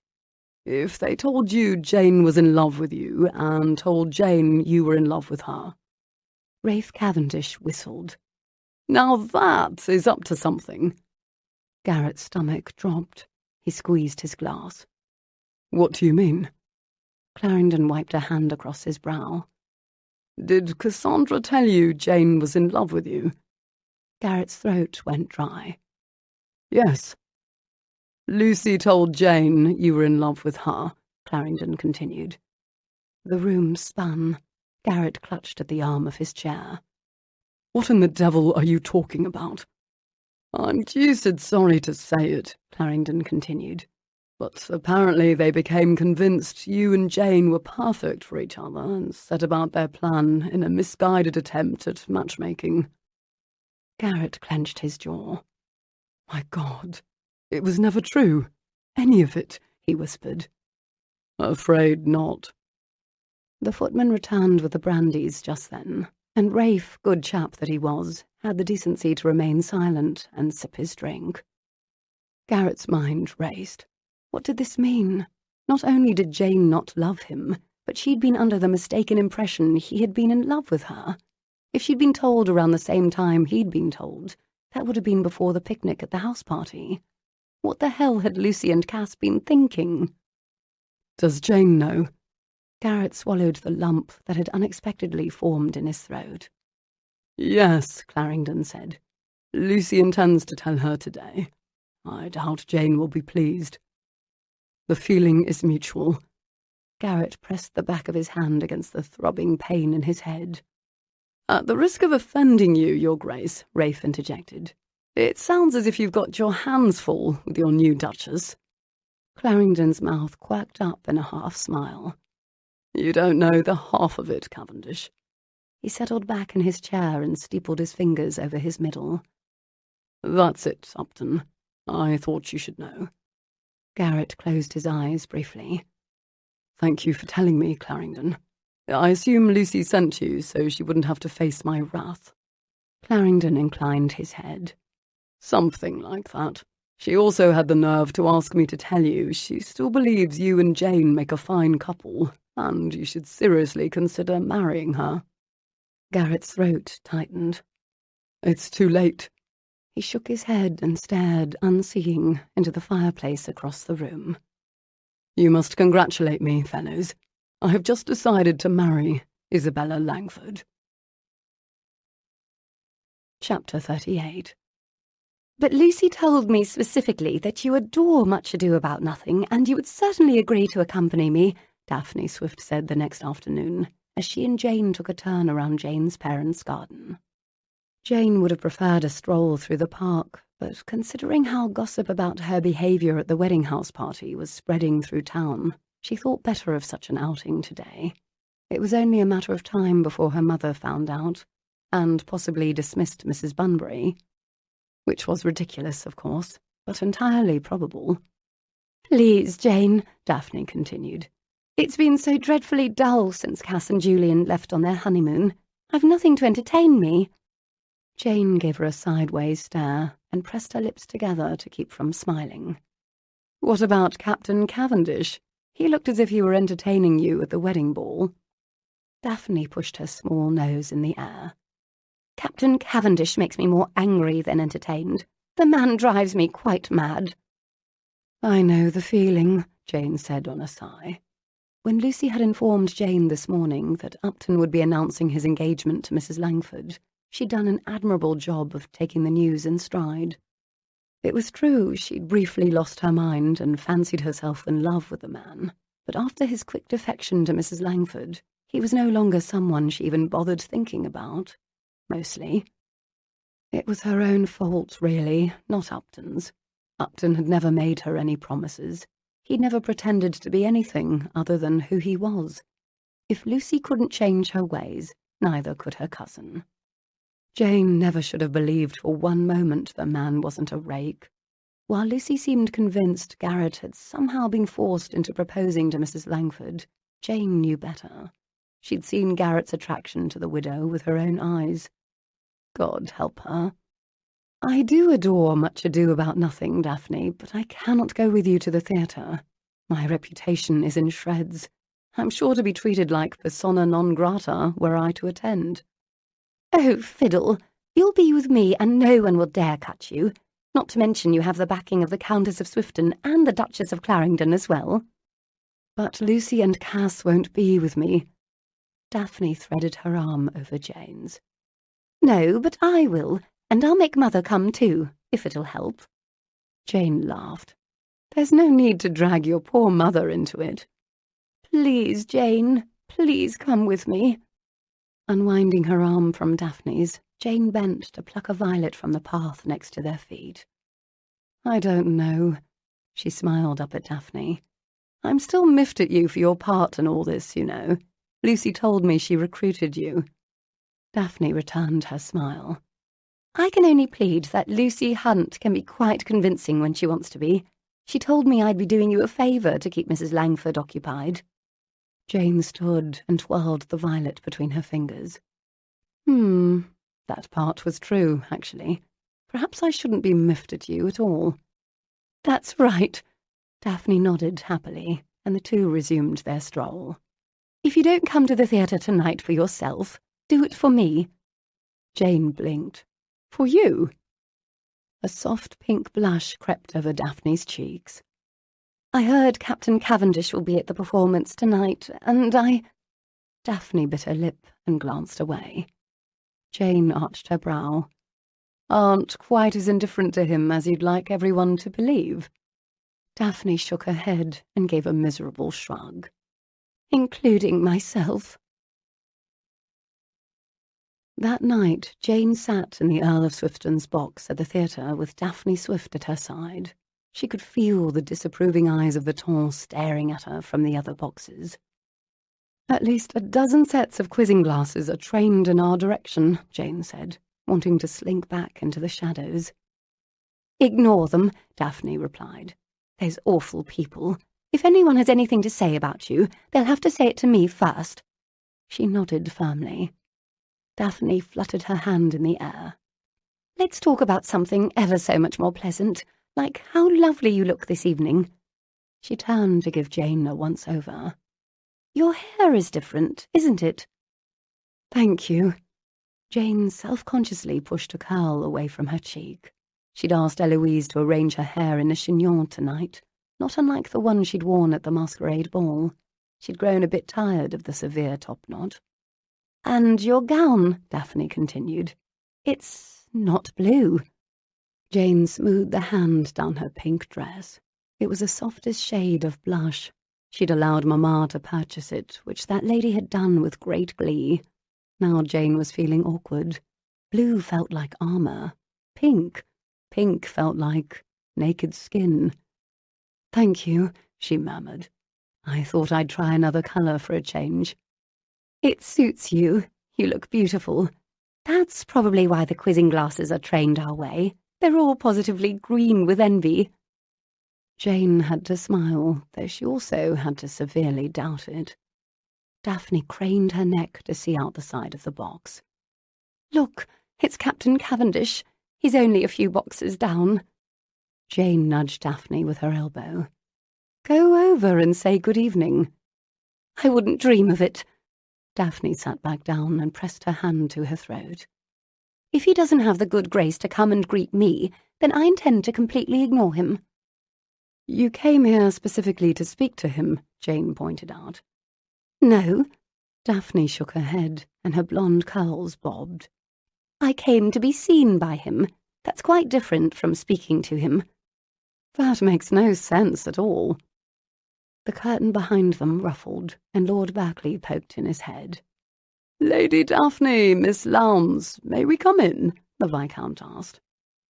Jane smiled widely at him. Lord Christian Berkeley was a friend of Lucy's, well, Garrett's really. In Bath last summer, Lord Berkeley had briefly and unsuccessfully attempted to court Lucy, but they remained friends. Berkeley had even made an appearance at last autumn's house party, where Cass had pretended to be Patience Bunbury. Berkeley was a good man, and a tremendous sport. "Lord Berkeley, of course, do come in," Jane replied. Lord Berkeley strode in, with Garrett Upton behind him. Jane sucked in her breath and concentrated on calming her pitter-pattering heart. She should have known Garrett would be with Berkeley. Garrett hadn't looked at her. She stared down at her slippers. "Lord Berkeley, Mr. Upton," came Daphne's bright voice. "It's ever so good to see you. I didn't realise you were at the theatre tonight." "Upton here cannot resist a performance of Much Ado About Nothing," Berkeley replied with a laugh. "As soon as I saw you two lovely ladies, I told him we had to come and greet you." "Funny." Jane kept her eyes trained on Lord Berkeley. "I had the impression Much Ado About Nothing is Upton's least favourite of Shakespeare's plays." "No, that would be Romeo and Juliet," Upton bit back. "A close second, then, is it not?" Jane replied with a tight smile. Lord Berkeley waded into the deafening silence. "I rarely come to town, you know, and when I do, I always enjoy the theatre." "Then you must come more often, my lord," Daphne replied. "As it is, I don't plan to stay the entire season. I'm returning to Northumberland in a few weeks' time and plan to spend the autumn and winter at my hunting lodge in Scotland." "That sounds dreadfully remote," Jane said. "And cold," Daphne added. "It is both," Lord Berkeley agreed.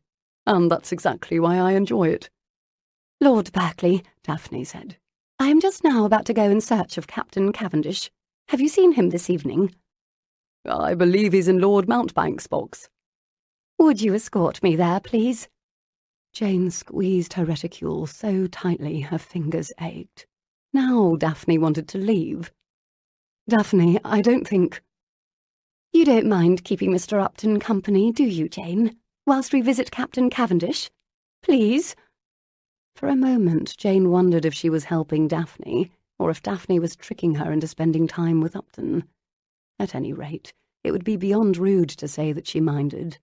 Instead, she nodded tersely, sat back down, and faced the theatre. "Thank you for staying with Jane, Mr. Upton," Daphne said with her usual friendly smile. "And for escorting me, Lord Berkeley." The Viscount held out his arm, and Daphne wrapped her small one around it. A moment later, the two had gone, and Jane was forced to concentrate on keeping her disobedient leg from shaking. She stared into the crowded theatre, completely unseeing. "Do you mind if I sit?" came Upton's even voice. She turned her head slightly to the side, but her gaze did not follow. "Not at all." "Thank you." Out of the corner of her eye, she watched as Garrett pushed up his black coat-tails and took the seat next to hers. She couldn't turn to face him. What could they possibly say to each other? Discussing the weather seemed asinine, and discussing the play was covered territory. What else was there? Perhaps silence was the best policy.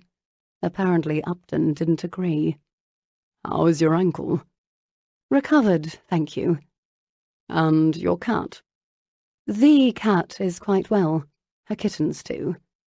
Glad to hear it. She heard him take a deep breath. I assume you were also told that we were duped. Jane didn't take her gaze off the far wall. Duped? Yes, Clarendon informed me that while we were at the house party, Cass told me that you fancied me, while Lucy told you the same. Jane nodded once. Yes, Lucy told me. Upton's voice was unironic. Seems I've finally fallen victim to my cousin's penchant for trouble. That's a pretty way to say lies. They were indeed lies. He paused. Are you angry with Lucy? Lucy cannot help herself, any more than you can. His head snapped to the side to face her. What is that supposed to mean? Jane pushed a lock of hair behind her ear. Perhaps she shouldn't have said that. She desperately needed to change the subject. She blurted out the first thing that came to mind. Lucy tells me you intend to marry Isabella Langford. Jane, I think it's for the best. I wish you both well. She took a shaky breath. She didn't love him. He didn't love her. So why did the thought of Garrett with Isabella make Jane sick to her stomach? Thankfully, Daphne and Berkeley returned then. Captain Cavendish sends his greetings, Jane, Daphne said. I should have come with you, Jane replied. Then I wouldn't have had to sit here and have this excruciating conversation with Garrett. Ladies, what do you have planned for the remainder of the week? Lord Berkeley asked. I intend to go shopping on Bond Street tomorrow, Daphne announced. But I cannot seem to convince Miss Lowndes to come with me. Jane laughed. You cannot convince me because I'd rather have my eyes gouged out with hot pokers than go shopping. Unless a bookstore is involved, of course. Is that so? Lord Berkeley whistled. A lady who doesn't enjoy shopping. You are a rare find indeed, Miss Lowndes. Jane tilted her head and grinned at him. My lord, you've never met a blue-stocking spinster before? Berkeley laughed aloud at that. Then he asked, What do you intend to do with yourself tomorrow, then, Miss Lowndes? I've been looking for an old book. I'm going to the library to search for it. I don't have much hope of finding it, of course, but I do intend to try. What book is it, Miss Lowndes? Lord Berkeley asked. It's called The Art of Penmanship, Jane replied. Surely Lord Berkeley was only being polite by asking. I have it. Upton's reply sounded curt. A silence ensued. Pardon? Jane finally offered. I have that book at my townhouse, Upton said. Jane turned to face him. You have The Art of Penmanship? Yes. Mr. Upton, I could not be more astonished, Jane said. He met her eyes. If you come to my house tomorrow, you're welcome to borrow it. Chapter 39. Jane stood outside the imposing door to Upton's townhouse for 5 entire minutes. Eloise was waiting in the coach.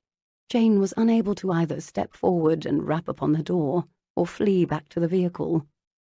Instead, she stood, hands folded, reticule dangling from her wrist, as she contemplated the possibilities. She could knock on the door and be ushered into the townhouse, where she would simply tell Upton she'd come to borrow his book. Or she could turn away, go back home and pretend she'd never made this journey.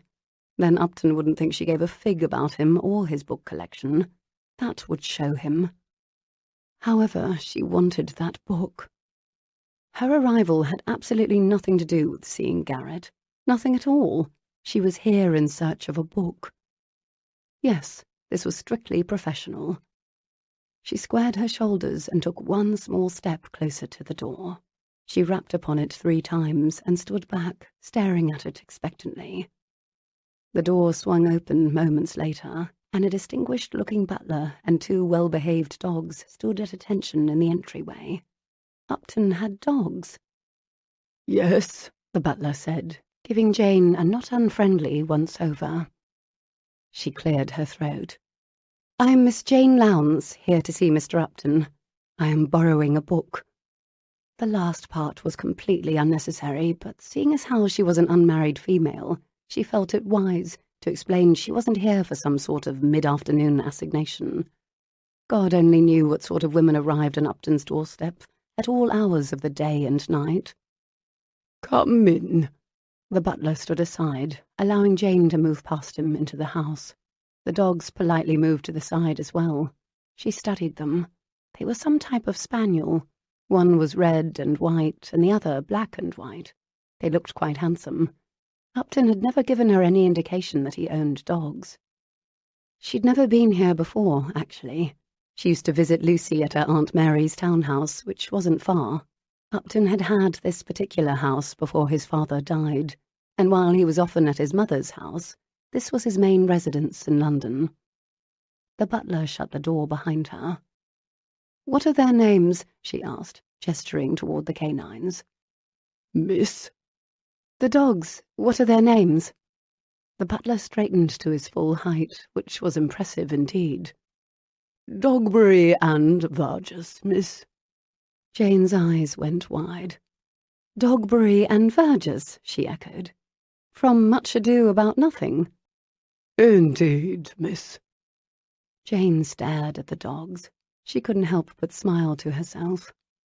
"Mr. Upton is not in at the moment," the butler continued, "but he left instructions to show you to the library."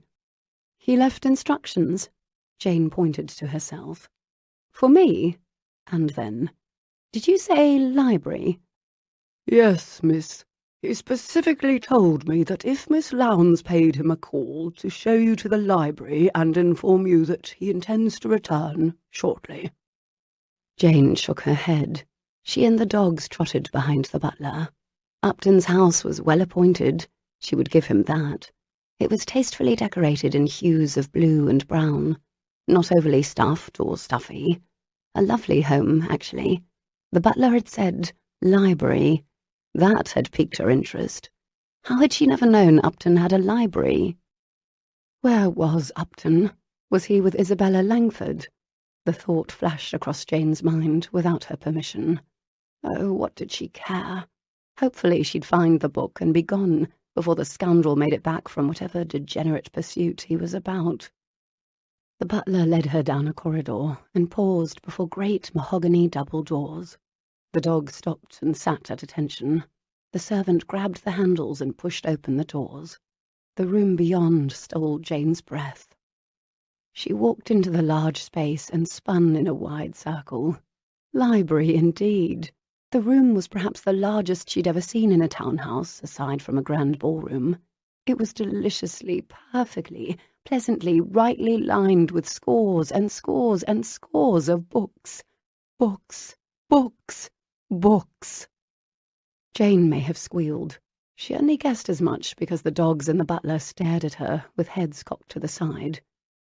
"Oh, I didn't know Mr. Upton had such a big—" She couldn't stop staring at the rows of books. The butler cleared his throat and shuffled his feet. What had she been saying? Oh, yes, books. I had no idea Mr. Upton had such a vast collection of books. "Reading is one of Mr. Upton's favourite pastimes," the butler added. Jane nearly tripped over the thick carpet she'd been traversing in order to get a better look at the contents of the room. Reading was one of Upton's favourite pastimes. Were they speaking of the same Mr. Upton? She hadn't stumbled upon the home of one of Garrett's cousins, or... No, Garrett had no living male cousins. Not to mention the portrait on the far wall looked a great deal like Garrett. It must be his father. The man had passed away not very many years ago. "Mr. Upton enjoys reading?" she asked, strictly for clarification's sake. Perhaps he was just someone who hoarded books or had become obsessed with collecting things.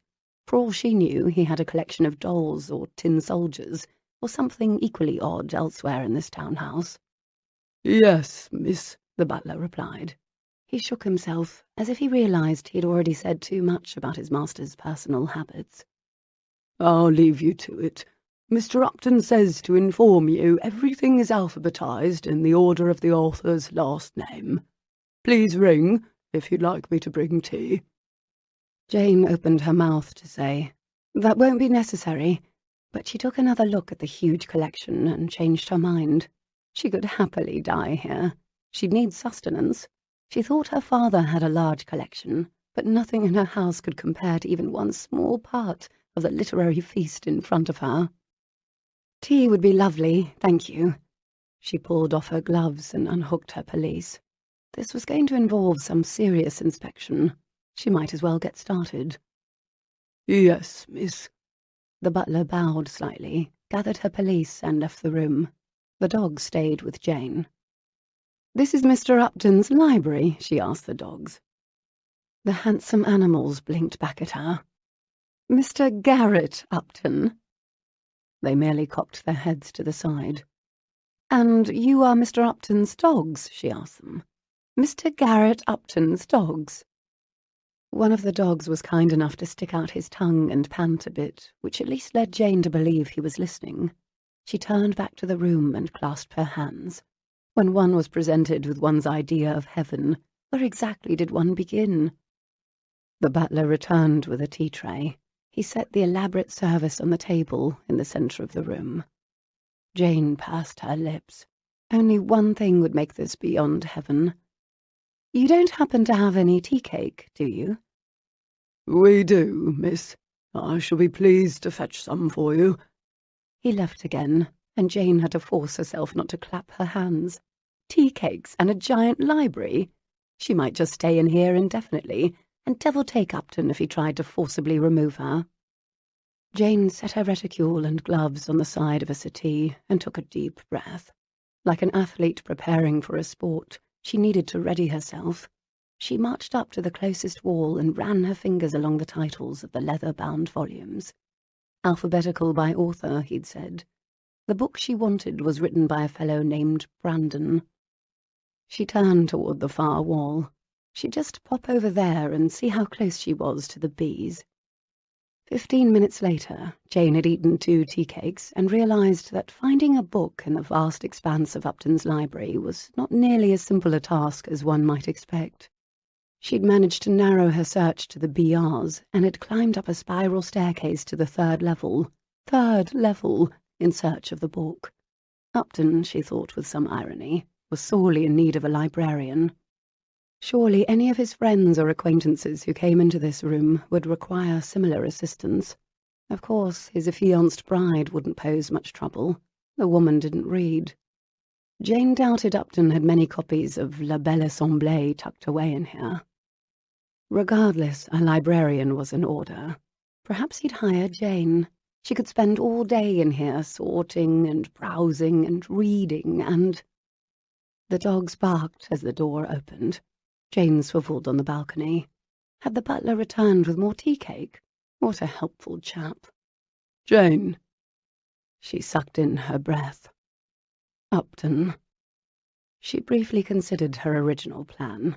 Could she hide in this house for the rest of her natural life, or was she indeed required to declare herself? "We don't know what became of Jane," she could hear her mother's voice saying years from now at a party. "She went out to the library one afternoon and never returned." Because she had told her mother the library was her destination. She just hadn't mentioned which library. Mrs. Bunbury, that poor darling, remained in bed with a head cold. In the end, she decided she must make her presence known.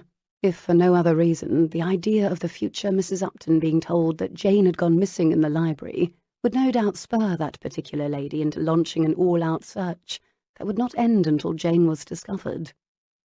"I'm here," she called back softly. He tilted his head and looked up at her. His smile was warm and welcoming. "I'm glad you came," he said. Her heart, that traitorous organ, beat quickly, and for a moment she could almost believe he meant it. Almost. But the memory of him kissing Isabella Langford rendered in Jane's mind. She wished she could scrub it away, but it remained like a hideous scar. The dogs wagged their tails, obviously waiting to be greeted by their master. Garrett bent over and slapped his hands on his thighs. The dogs wiggled up to him, and he petted each of them in turn. Jane slowly made her way down the staircase. She came to stand a few paces from Garrett. She arched a brow. Dogberry and Vergers. His grin hit her in her middle. The stars of the play, if you ask me. Not Hero and Claudio? Certainly not. She tapped her slippered foot against the rug. What about Beatrice and Benedick? They would be the names I'd choose. You surprise me, Upton. I didn't know you were partial to dogs. I'm not. My friend, the Countess of Merrill's sister, Miss Andrews, gave me these two. She works with the Royal Society for the Humane Treatment of Animals, and she's forever rescuing animals in need. When I saw these two little scoundrels, I couldn't say no. They are darling, Jane allowed, scratching Dogberry behind the ear. Would you care to sit? Garrett asked her. Jane followed him to the settee near the centre of the room. She sat on one end. He sat on a chair at right angles to her. He looked handsome today, blast him, unbearably so. His long legs were encased in buckskin breeches, his feet in black top boots. He wore an emerald green coat and white shirt-tails and cravat. His dark hair was a bit mussed, and it looked as if he hadn't shaved in a day or two, which Jane quite liked, actually. You've been keeping a large secret from me, Upton. His forehead burrowed in a frown, but his hazel eyes sparkled. Secret? She spread her arms to indicate the room. I had no idea you had this. Half of his mouth quacked up in a smile. You never asked. I would never have guessed. I can't understand why Lucy never mentioned it to me. One of the dogs rested his large paw on Upton's lap. Would you believe me if I said I asked Lucy not to tell you? Jane blinked at him. Why would you do that? Because you've always enjoyed giving me endless grief over the fact that I'm not a reader. She wrinkled her nose. But you are a reader, or so your butler says. Garrett leaned back and crossed his booted feet at the ankles. You find that so difficult to believe? Jane made a show of reaching for a third tea cake. I've never seen you with a book in your hands. Some of us read despite being able to conduct ourselves in polite society without hiding behind books. Jane stiffened. She dropped the tea cake back to the plate. I don't hide behind books. Don't you? No. She stood to leave with jerky movements. Why had she even come here? She should have known nothing good could come of it. Don't go, he said, standing also and reaching out to her. She crossed her arms over her chest. Why should I stay? He shoved his hands in his pockets and bent his head. His words were quiet. Jane, why didn't you come that night? Why did you change your mind? She turned around, facing away from him. She couldn't look at him. What does it matter? It matters very much. I thought we had something special. I thought we were becoming close. She nudged her spectacles and turned her face to the side, but still didn't look at him. She laughed a humorless laugh. Closer, special. That's rich, considering what you did that night. What do you mean? His voice was full of confusion. She whirled to face him, anger replacing the sadness in her chest. Don't pretend you don't know, Upton. It's not becoming. I thought I missed our assignation, and I apologized for that. I was unavoidably detained, but you said you didn't come, so what did it matter? Unavoidably detained, she snorted. Is that what you call it? He scrubbed a hand through his hair, obviously frustrated. What else should I call it? I spent the night locked in the blasted wine cellar, attempting to break down the bloody door and hoping you wouldn't hate me forever. His use of such profanity shocked her. She snapped up her head to look him in the eye and searched his face. Wine cellar? What are you talking about? He rubbed the back of his neck and paced to the windows. I went to the cellar to get a bottle of wine for us. While I was there, someone clubbed me over the back of the head, and the next thing I knew, I woke up with a hell of a lump on my skull and no way to get out. I nearly tore off my arm trying to break down that door. Jane sat down hard, her skirts whooshing around her. She rubbed a fingertip between her eyes. Wine cellar? You weren't in the wine cellar. Yes, I was. God knows I wish I wasn't. She crossed her arms tightly over her middle. No, you were in your room. I saw you. What? You were there. I saw you. You said you didn't come. Tears stung the backs of her eyes. I lied. I came. Only I was nearly half an hour late. But by the time I arrived, you were... She studied her slippers where they rested on the carpet, verges snuggled up next to her foot. I was what? Jane closed her eyes briefly. You were making love to Mrs. Langford. What? Garrett's face went ashen pale. Mrs. Langford was there, in my room that night. Yes, I saw you, the two of you. Garrett knelt in front of her. He grabbed her hand. Think hard, Jane, think. What exactly did you see? I wasn't there that night, I swear it. Someone locked me in the wine cellar. Jane searched her memory. What exactly had she seen? I saw Mrs. Langford standing near your bed, and you, or someone, kissing her. I only saw the back of his head. He looked like you, tall, dark-haired, and he was in your room. Garrett's face was grim. He cursed under his breath. Isabella's footman is tall and has dark hair. He's not unlike me physically. But how did she know? How would she have known we planned to? I don't know, but I bloody well intend to find out. Jane cupped her hand over her mouth. She was going to be sick. You're betrothed to her. We haven't announced our betrothal yet, but this changes everything. Besides, you must know I never would have offered for her if it wasn't for... What? What does she have over you, Garrett? Lucy seems to think she's forcing you somehow. No, not that. I wouldn't allow that. She showed me a letter. But it doesn't matter. I must speak to Isabella. If she did what we think she did, it is beyond the pale. What letter? Garrett took a deep breath. In Spain, Harold Langford. You asked me once if I was there when he died. I was. In fact... Garrett hung his head. He died for me. Jane grabbed his hand and squeezed it. Tell me, what happened? Garrett moved into the seat next to her, his hands clasped in his lap. He took a deep breath and recounted the same story he'd once told Isabella. When he'd finished, Jane set a trembling hand on his. I'm sorry, Garrett. So sorry. He stared at her, unseeing. I relive that moment every night in my dreams. It must be hell for you. She rubbed her hand against his.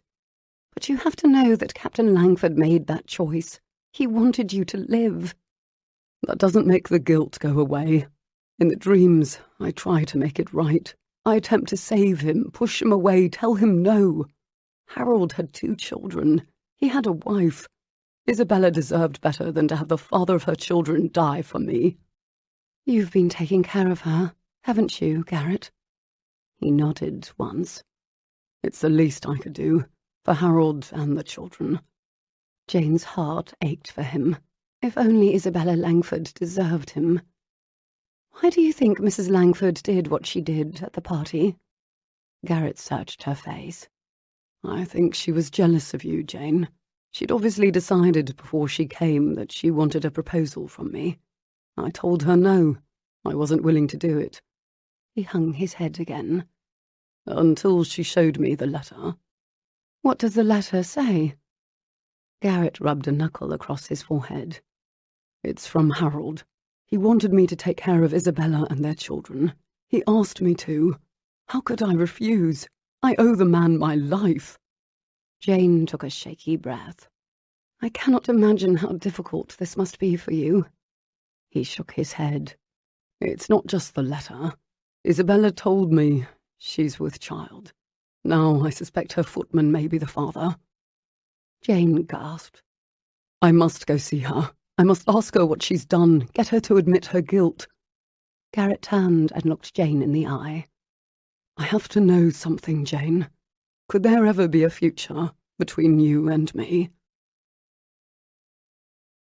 Chapter 40.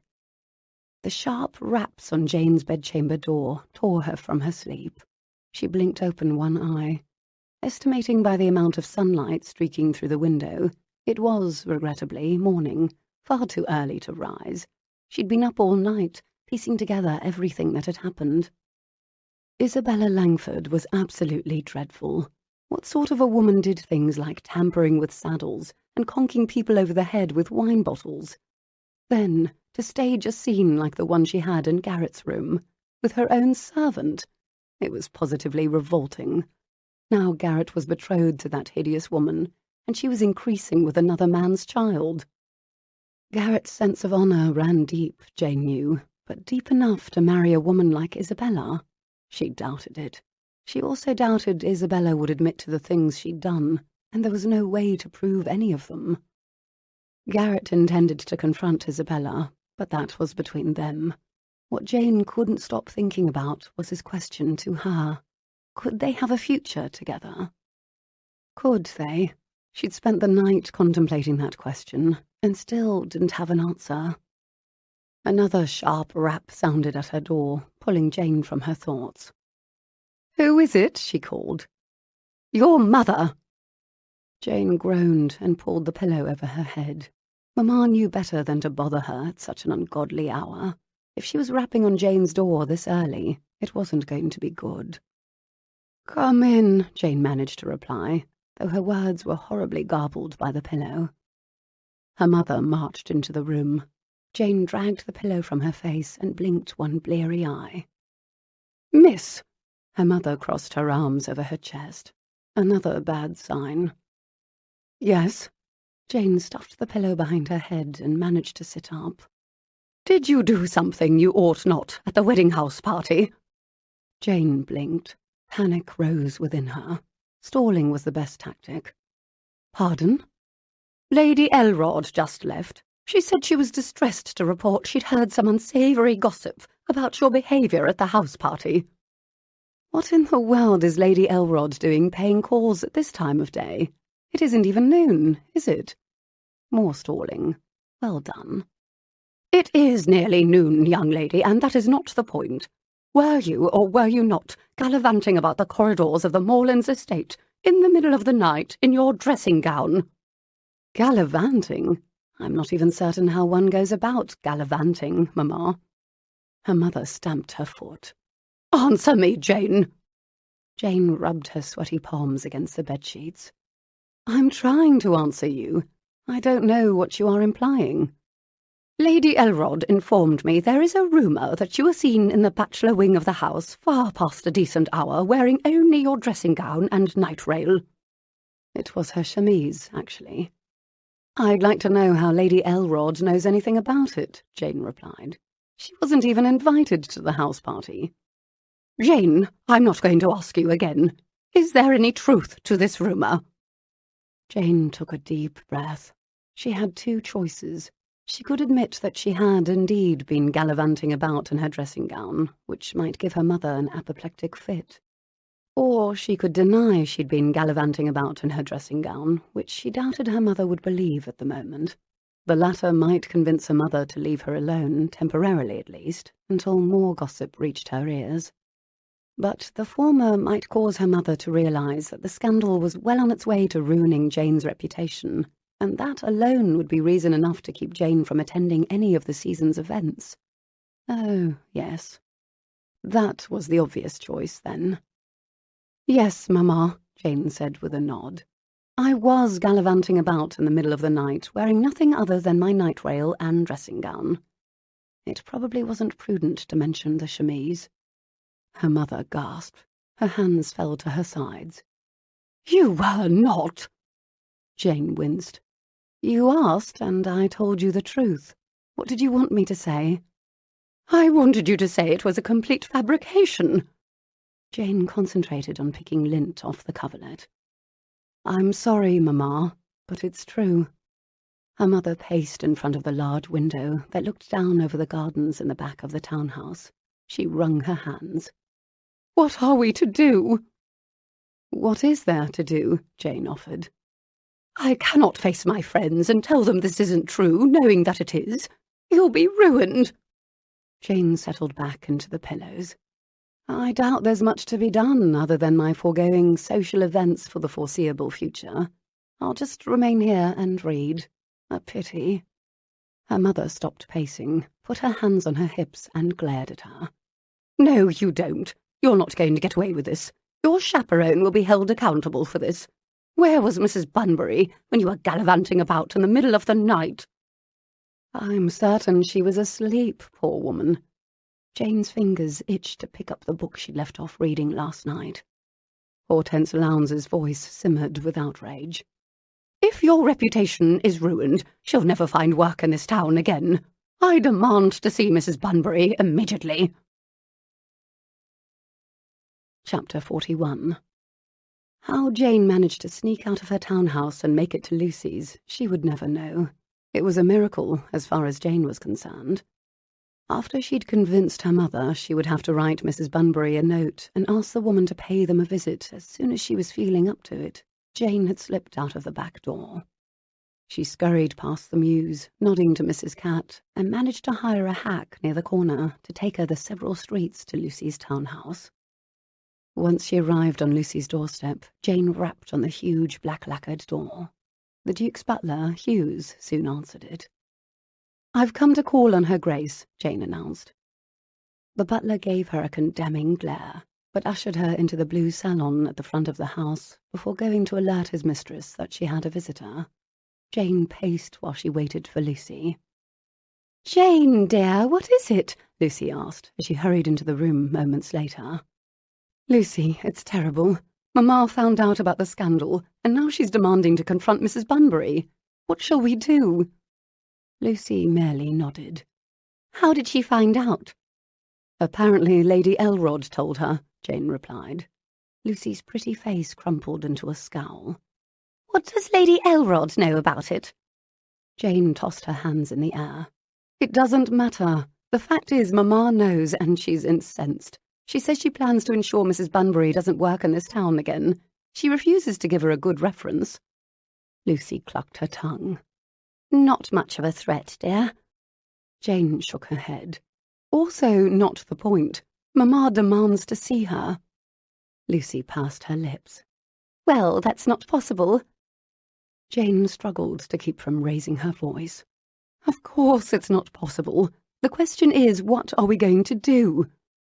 Lucy shrugged one shoulder. "Stall her." "The time for stalling is over, Lucy. Mamma is beside herself. I've never seen her so angry. I managed to tell her that I had to write to Mrs. Bunbury and ask her to pay us a call. Then I came here, but Mamma won't believe me for much longer.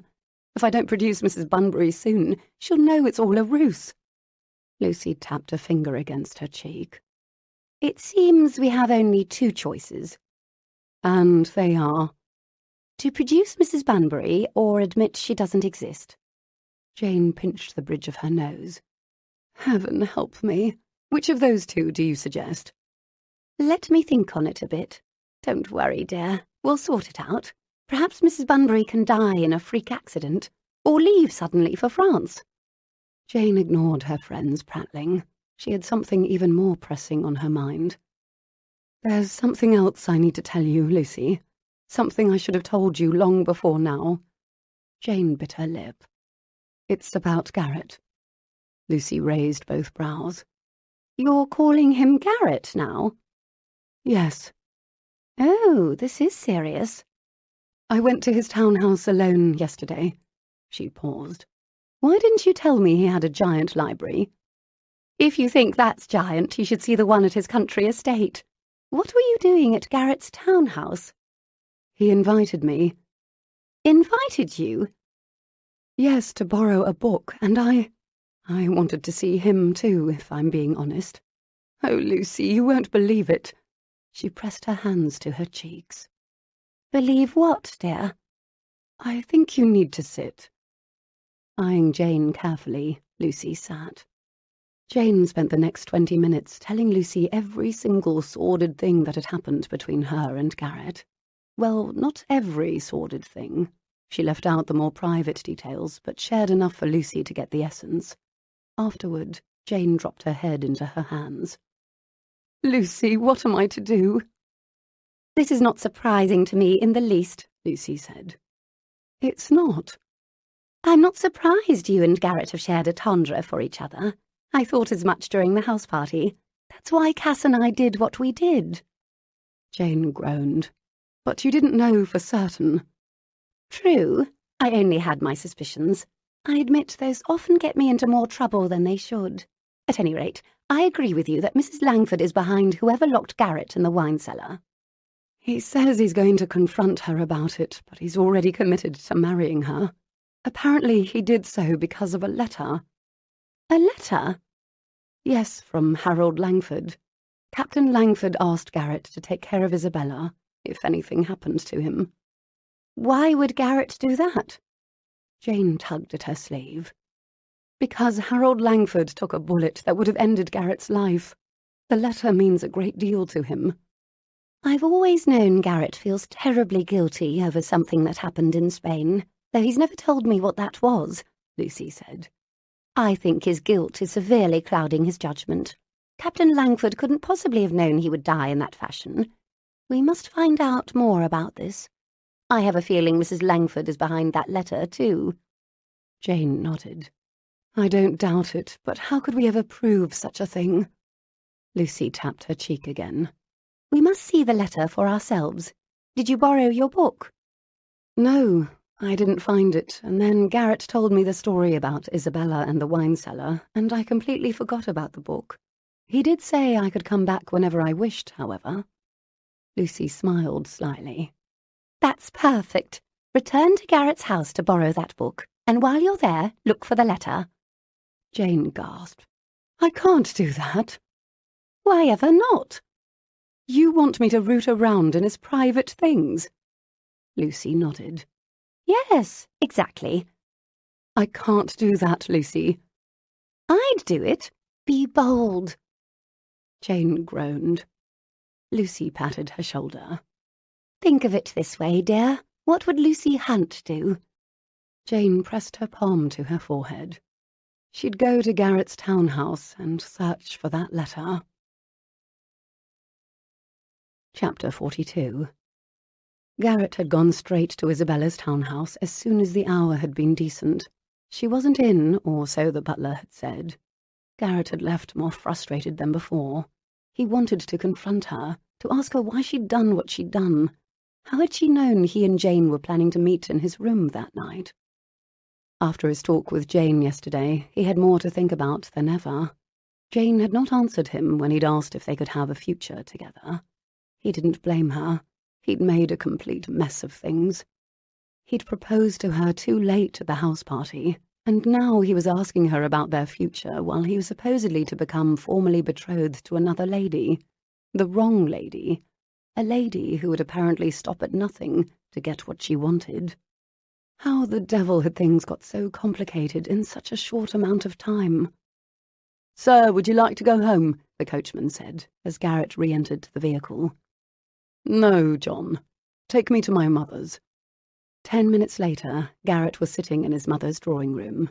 Mary Upton came pattering in, a wide smile on her face. "To what do I owe the pleasure?" "I thought I'd stop and see how you are." His mother arched a dark brow.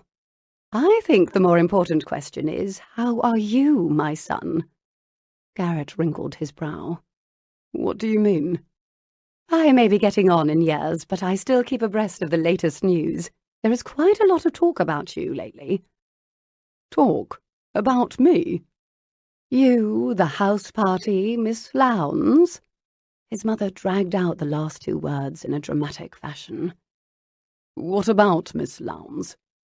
"Seems the gossips are saying she was spotted in her night rail near the bachelor's quarters the night of the Earl's wedding." Garrett struggled to keep his face blank. His mother eyed him carefully.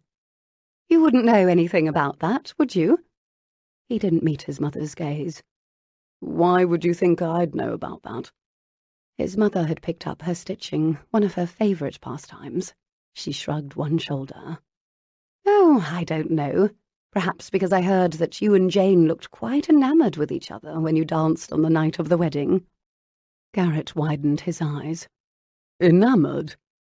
His mother shrugged the other shoulder. Yes, and what's this about you going and getting yourself engaged to Isabella Langford? It's not yet official. I'm glad to hear that. His head snapped up. Mother? His mother kept her eyes trained on the embroidery in front of her. I don't care for that woman, Garrett. Jane Lowndes, however, would make a fine wife. I've always liked her quite a lot. Mother, I never knew. I know. I tend to keep my mouth shut and allow you to go about your business without any unnecessary interference from me. You are a grown man, after all. But you're still my son, and if I see you making a mistake, it seems I can't keep quiet. Marrying Isabella Langford would be a mistake. Not to mention, I've never noticed you to be a bit infatuated with the woman. I'm not, he admitted. But it's not quite that simple. Oh? Garrett laughed. You're completely transparent, Mother. I can tell how desperately you want to ask me why. Her eyes sparkled with mirth. Well, now that the question is on the table. Garrett took a deep breath. Harold Langford, he... Garrett closed his eyes. He what, dear? He died, saving my life. There it was. It had been a secret he'd carried so long, and now he told 2 different women in as many days. He had to admit to himself it felt good to say it, to finally have it off his chest. His voice quavering slightly, Garrett recounted the tale of the day Harold died. She listened intently, with tears in her eyes, before setting her embroidery aside, leaning over and squeezing his hand. I'm sorry, Garrett. Sorry for you, and sorry for Harold Langford and his family. But you didn't make the decision that day. He did. You can't know the guilt I feel, have always felt. Guilt is a terrible master. I know, because your father carried it with him. Garrett shook his head. Father? Yes. Your father cried like a babe the day your cousin Ralph died. He was devastated for his brother, and for Lucy and her mother. But Father couldn't have done anything to save Ralph. That's true, but it didn't stop him from feeling guilt. And don't think I don't know you've carried a bit of that same guilt, too, over your cousin's death. Garrett hung his head. I have. If you weren't alive, Garrett, there would be no one to take over the earldom. Think of that. The estate would be passed to a distant relative. I have no doubt Ralph would have grown into a fine earl. But I know there could be no better man to take over the responsibility of the Upbridge estates and titles than you, my son. Your father felt the same way. He told me. He told you? Yes, he was proud of you, Garrett. So very, very proud. A lump formed in Garrett's throat. He squeezed his mother's hand. Thank you for that, Mother. I love you, Garrett. I know you'll do the right thing. You always do. No drinking today. Garrett waved away the footman who hovered near him. He was back at Brooks, but he needed his wits about him. He intended to confront Isabella this afternoon. Adam and Colin Hunt were playing cards nearby.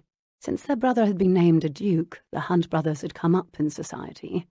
Garrett was about to go greet them when Clarendon and Cavendish came strolling through the door. Upton, Clarendon said. Fancy seeing you here again. We were just meeting my brothers. And I'm happy for any excuse to drink in the middle of the day, Cavendish added. Good to see you both, Garrett replied. Come, join us, Clarendon insisted. Garrett made his way over to the card table where the other men were settling. He greeted the Hunt brothers, who resumed their play, while Clarendon, Cavendish and Garrett sat together in a small group of large leather chairs. You look as if you have something on your mind, Upton, Rafe said. Not a happy bridegroom? Garrett scrubbed his hand across his face. That is an understatement. Clarendon's eyebrows shot up. Trouble already? It was always trouble, Garrett replied. Clarendon waved down a footman and ordered 3 brandies. The last thing I need is a drink. I have important decisions to make, Garrett said. On the contrary, sounds as if the first thing you need is a drink, Rafe replied, with a wicked grin. Care to tell us the trouble? Clarendon asked. Suffice it to say, I owe someone an enormous favour, and the price may be entirely too great to pay, Garrett replied. Clarendon steepled his fingers. You're talking about Harold Langford. Garrett eyed the Duke carefully. You know? Clarendon nodded. I know what happened in Spain.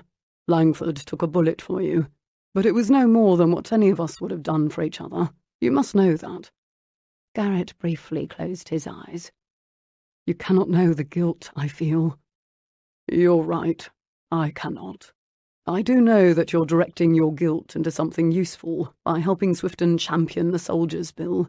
You cannot pay with the rest of your life for something that was neither your fault nor your choice. Garrett took a glass from the footman. Easy for you to say, Clarendon. You don't have another man's blood on your hands. I do.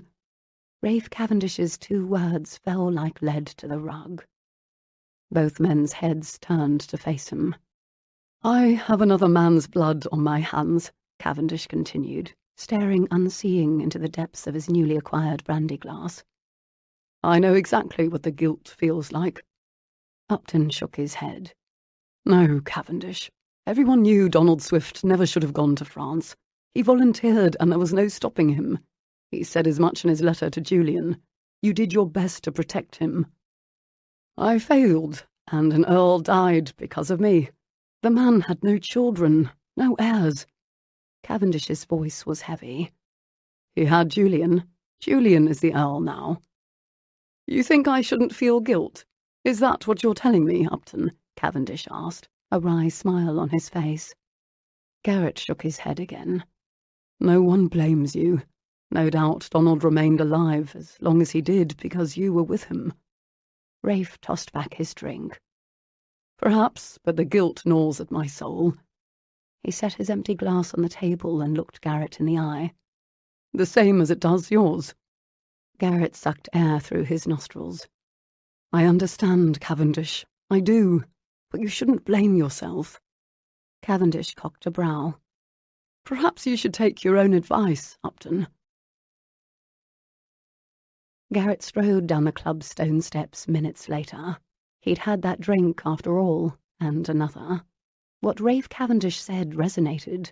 Finally, through all the years and all the nightmares. All the people telling him it wasn't his fault when he'd believed damn well it was. He finally felt free. Damn Harold Langford for taking that bullet. Damn Isabella Langford for being conniving. And damn him for allowing his guilt to push him in a direction he had no business going. It was true. No one blamed Cavendish for Donald Swift's death. The Earl had recklessly volunteered to go on a mission to France for the War Office under the guise of diplomacy. Rafe was one of the best spies the War Office had. Donald gave them away. It had ended in their capture and torture. Rafe barely escaped with his life, and had spent the past 6 months slowly recuperating. Rafe was alive, in spite of Donald, not the other way around. But Rafe felt guilt. He was the only other man who understood, the only other person who could absolve Garrett. Perhaps you should take your own advice. Garrett repeated Cavendish's words. The captain was damn right. Garrett could no longer live in the past, blaming himself for the actions of another man. After 10 years of allowing guilt to ride him, control him, today he was done. Harold Langford had chosen Isabella. Harold Langford had chosen to throw himself in front of that bullet. Garrett Upton had his own choices to make. Chapter 43. Garrett's invitation to come back to the library whenever she liked was an enticement Jane couldn't resist. If looking about Upton's townhouse led to the opportunity to search for a certain letter, so be it. Of course, she'd pointed out to Lucy that she might just ask Garrett for the letter, but nothing was simple when Lucy Hunt was involved. Jane had come straight from Lucy's house, in fact. Less chance to encounter her mother and be forced to explain why Mrs. Bunbury hadn't yet materialized. One problem at a time. Cartwright and the dogs greeted Jane at the door again and ushered her into the library.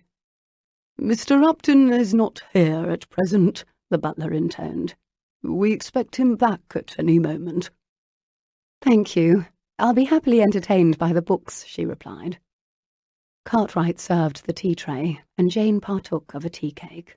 She waited 20 entire minutes before tiptoeing to the door. Tiptoeing seemed appropriate when one was engaged in clandestine activities, and peeking into the corridor. The dogs, who remained at her heels, peeked out too. "The study is just down the way, is it not?" she asked the dogs, who merely wagged their tails in reply.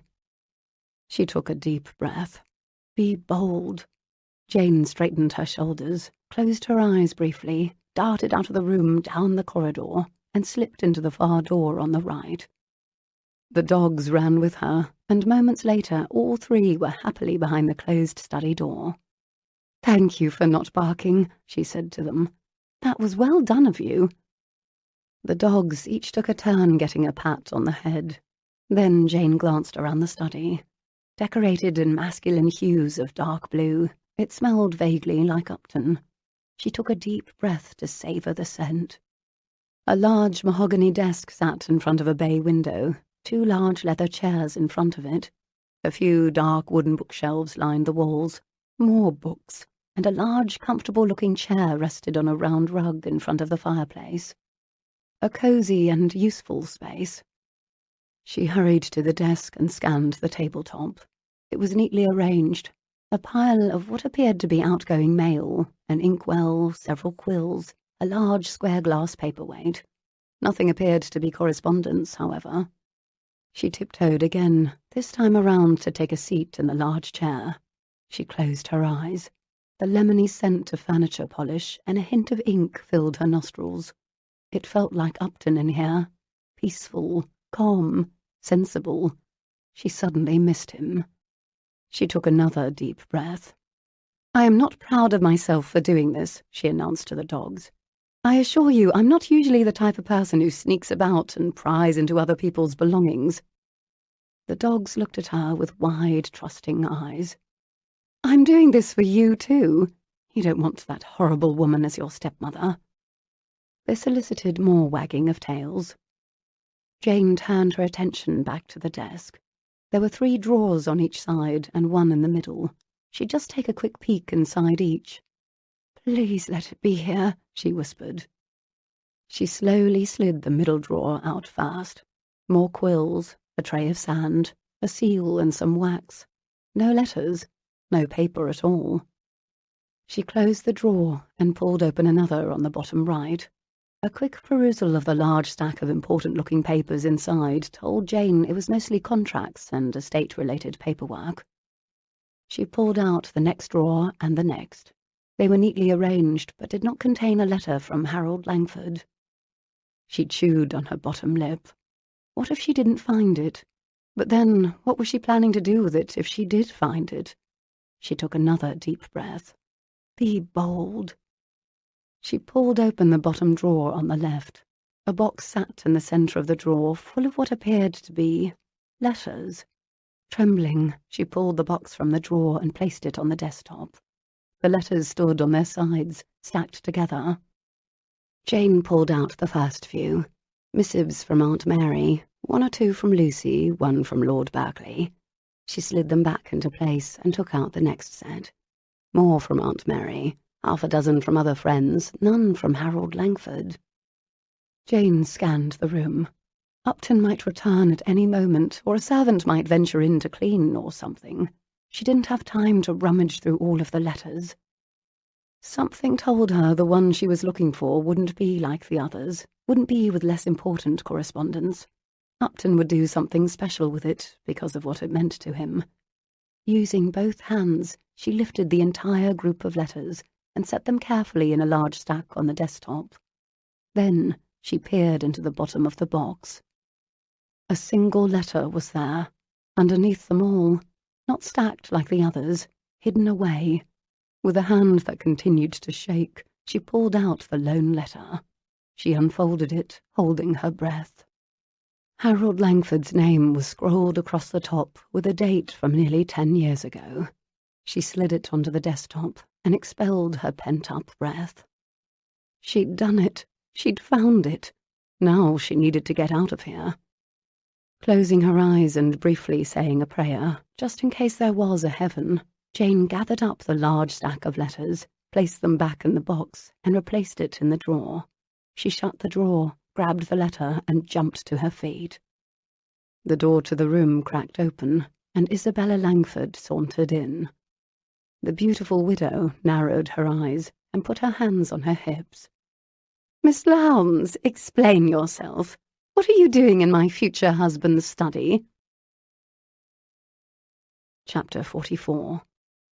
Garrett bounded up the stairs to his townhouse and flung open the door.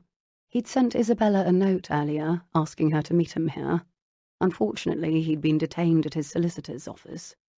He didn't slow as he made his way toward his study, the dogs jumping at his heels. "Cartwright, is Mrs. Langford in the study?" "She is, sir." "Has she been waiting long?" "Not very, sir. And, sir—" The butler cleared his throat. Garrett stopped and turned to face him. "Yes." "Miss Lowndes just left." Garrett blinked. "Miss Lowndes was here?" "Yes, sir. She came to have a look at the library again." "Ah, I trust you made her comfortable." "I did, sir. Tea and cakes were served immediately upon her arrival." Garrett had to smile. He was sorry he'd missed Jane, but it was probably for the best. What he had to say to Isabella needed to be said in private. "Thank you, Cartwright. That will be all for now." Garrett continued his brisk pace down the corridor to the study, opened the door and marched inside. Isabella sat on the settee, a cup of tea suspended in her hand. The moment she saw Garrett, she turned to face him. "There you are. I've been waiting." "No tea cakes?" "I never eat those things. They're bad for my figure." They were quite good for Miss Lowndes' figure. A devilish grin spread across his face. "I see." "Why was Jane Lowndes in this house when I arrived?" Isabella demanded. Garrett managed to keep his voice steady. "Miss Lowndes is welcome to use my library at any time." "That will change once we're married." "No, it won't." Isabella's jaw tightened, but her voice softened, and she pretended to smile. "We can discuss it later, after the wedding." "There's not going to be any wedding, Isabella." Her teacup clattered to the saucer. "Not going to be?" A questioning look spread across her face, part fear, part confusion. "Are you saying you'd prefer to marry by special license? That can easily be arranged. I know someone who—" "No, that's not what I mean." Garrett took a deep breath. "I have made mistakes in my life, more than one, some more grievous than others. I'll never forget the day Harold died, and I will always honour him and thank him. I can never repay him. It's not possible." Isabella's brows had snapped together over her pale green eyes. She watched him carefully. "Yes, you can repay him. You can repay him by marrying me." "Our marriage will not bring back Harold. I refuse to compound one mistake with another. We'd make each other miserable, Isabella. We cannot marry." Her mouth dropped open. "You cannot be serious. You're tossing me over." "We haven't formally announced our engagement. There will be little talk." "But I've begun planning. I'm sorry, Isabella. Don't worry. I'll ensure you and the children are looked after financially until the bill passes in Parliament." "The bill?" "The one Swifton and Clarendon are sponsoring to ensure the families of the dead and wounded are provided for." Her mouth turned into a white line. "A pension from the government cannot keep me in the manner to which I've grown accustomed. How can you do this? What about Harold's letter? What about the baby?" "The baby belongs to your footman, Boris, doesn't it? He should do the honourable thing and marry you." Her face paled to match her lips. "You expect me to marry a footman?" she sneered. Her eyes narrowed to tiny slits. "Harold would turn over in his grave if he knew you were abandoning us." Her words hurt, as Garrett had expected them to, but he no longer felt the wrenching guilt. "If you ever need anything monetarily for the children, all you need do is send me a note." "That's it. You plan to foist us off with a promise based on a note. You have no honour, Garrett Upton." Garrett winced and clenched his jaw. It was the most hurtful thing she could say to him. He'd also been prepared for that. "I shall always do right by you and by the children for Harold's sake. You have my word." "Your word is as good as dirt," she spat. "I'm sorry you feel that way, but it does not change my mind." She set down her teacup and stood. Moving toward him, she held out her palms in supplication. "Please, Garrett." Her voice had turned wheedling. "Please marry me." "I can't, Isabella. I do not trust you. I also happen to be in love with someone else." Her eyes rounded in shock. "Don't trust me? Why, in heaven's name, not?" "Don't feign innocence. I know you had Boris tamper with Miss Lowndes' saddle the day you raced each other.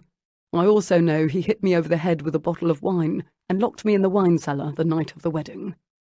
She looked away. "I have no idea what you're talking about." "Don't you? What if I told you Jane saw you in my bedchamber that night?" Her head snapped up and her eyes flared. "It's her, isn't it? She's the one you think you're in love with. What are you saying? That your precious virginal Miss Lowndes was in your bedchamber that night? What would the ton have to say about that?" He clenched his fists at his sides. "Isabella, if you tell anyone about this—" "You'll what?" "I'll tell them about everything you've done, including the fact that you're breeding." "You have no proof about anything I've done. If you refuse to marry me, I'm already ruined, but the damage to your precious Miss Lowndes' reputation will be done by then. There are already rumours swirling about her behaviour at the party. One word from me, someone who was actually there, and she'll be ruined completely." "You wouldn't dare." "Try me." A muscle ticked in his jaw. "What do you want?" "I want you to marry me." "I refuse to be manipulated, Isabella." "Even for your precious little blue stocking? She won't be received in any decent drawing room in London by the time I'm through telling my tale." "Not if I marry her first." Chapter 45. If Hughes, the butler, thought it was odd that Miss Jane Lowndes kept appearing at the Duke of Clarendon's doorstep at all hours of the day without an escort, he did not acknowledge his concern, as a good duke's butler should. With Lucy as the Duchess, the man was assured a lifetime of odd happenings in his household. This time he ushered Jane into the blue salon, with barely a lift of his haughty brow. Lucy came in moments later. "Well," Lucy rushed over and sat next to Jane on the settee. "What happened?" Jane couldn't hide her smile. "I just came from Garrett's townhouse." "And?" Lucy searched her face. "And I found it." Lucy clapped her hands with glee. "Let me see it." Jane tugged open the drawstring to her reticule and pulled out the crumpled letter. "I barely made it out of there," she said in a rush, excitement making her words tumble over themselves. "Isabella came in and found me in the study." Lucy scrunched her nose, as if she smelled something awful. "What was Isabella doing there?" "She said she came to speak with her future husband. I wanted to retch. I made a quick excuse as to why I was standing behind his desk when she saw me, and then I left immediately." Lucy covered her laughing mouth with her hand. "You did not. What did you say?" Jane leaned in. "I told her I was playing a game of hide-and-seek with the dogs." "No." "Yes." "Did she believe you?" Lucy's eyes danced with mischief. "What do I care? I slipped the letter into my reticule and left, but not before informing her that Garrett had told me I might have the use of his library whenever I like. I couldn't resist." She slapped her knee to punctuate her words. "That harlot." "That's perfect. Did she have an apoplectic fit?" She gave me a stare that could turn water into ice. "I believe she reminds me of Medusa." "She reminds me a great deal of Medusa, though admittedly her hair is more fetching than Snake's." Lucy waved a hand in the air. "Enough about her. Show me the letter. Have you read it?" "Not yet. I haven't had a chance. I was so nervous. I'm still shaking." Jane held out her trembling hand for her friend's inspection. "You did an excellent job. Mission accomplished. Now, let's see the letter." Sitting side by side, the two unfolded the letter and both scanned the page. Lucy sucked in her breath. Jane gasped. They turned to look at each other. "So sad," Lucy said, shaking her head. "It is sad, but I don't believe for one moment that Harold Langford actually wrote this." Jane jabbed a finger at the paper. "I don't either," Lucy agreed. "But how would we prove such a thing?" She tapped her finger against her cheek. "If I knew what Mrs. Langford's handwriting looked like, I could compare the two.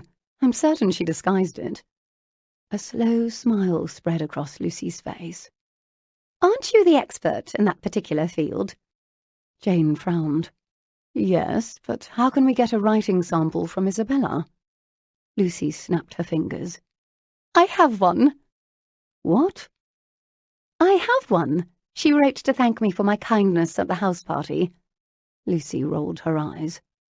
"Ugh, she did." "Yes, obsequious, wasn't it? I get that quite a lot now that I'm a duchess." "Where is her letter?" Jane asked frantically. "I'll be right back." Lucy hurried out of the room, while Jane struggled to remain calm. She would love to prove something Mrs. Langford had done wrong, make her stand accountable for just one of her devious schemes. Lucy returned, waving the other letter in her hand. "Here it is." Jane took the two letters and hurried to the writing desk, where she flattened them side by side. She studied the writing of first one, then the other. "Well," Lucy prodded, impatiently tapping her slipper. "Give me a moment." Jane narrowed her eyes. "It's definitely not Isabella's handwriting on this letter from Harold." "But—" "Look here, the line of the L is quite similar. The A also looks suspiciously like hers. She may have copied the words from letters from Harold, but she cannot entirely disguise her own penmanship." Jane continued to study the letters intently. "The H, there's an extra tail on the top, just like hers." Lucy peered over Jane's shoulder. "So you do think it's a forgery?" Jane lifted her gaze and pushed up her spectacles. "Yes, she forged this letter." Lucy pressed her lips together and crossed her arms over her chest. "That evil minx! How dare she try to play on my poor cousin's sense of guilt?" "Your cousin can take care of himself," Jane replied. "But I refuse to allow her to get away with this." Jane stood and straightened her shoulders. "I intend to do something about it." "What are you going to do, Jane?" Lucy asked. "I'm going to confront Medusa and make her eat this letter." She waved the fake letter in the air. "And then?" Lucy prodded. "Then I'm going to ask your cousin to marry me." Lucy's mouth fell open. "Do you mean it?" Jane nodded slowly and took a deep breath. "Yes, marriage has always frightened me. I never wanted to answer to a man. But Garrett is my equal. He'll be my partner. He's always treated me with kindness and respect. I don't fear marriage any longer, Lucy. I covet it. How do you like that?" Lucy's eyes shimmered with tears. "Oh, Janey, I'm so happy for you." Jane shot Lucy an impudent look over her shoulder. "First, I need you to help me with a scheme to end all schemes, Your Boldness. It will solve the problem with my mother, my scandal, and Isabella Langford all at once." She waved the fake letter again. "I'm going to need this, and we're going to need Derek's help with something. Something big." Chapter 46. "I must say I'm surprised you would come here, Miss Lowndes." Isabella Langford strutted across her purple silk drawing-room toward Jane.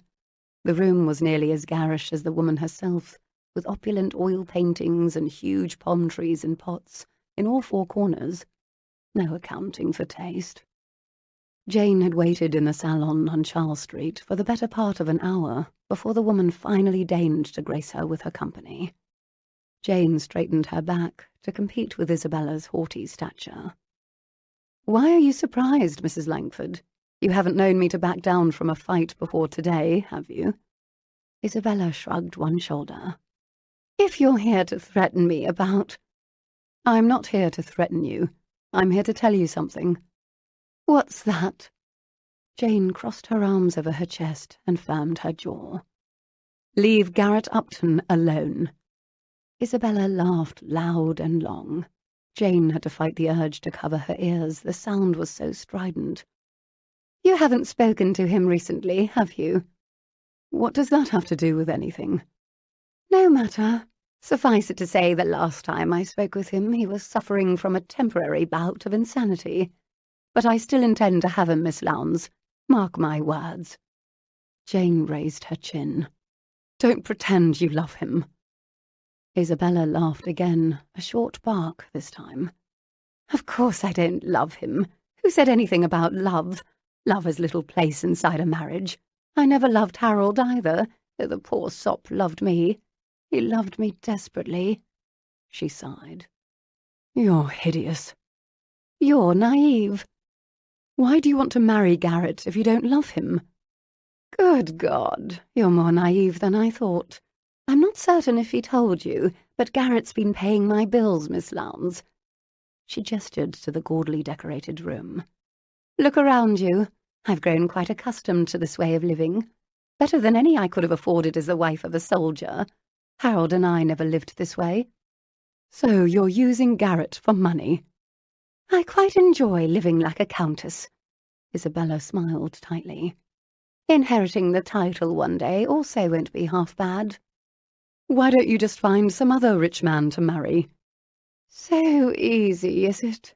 Is that why you've been unsuccessful in the marriage mart? Jane clutched her reticule so tightly her knuckles turned white.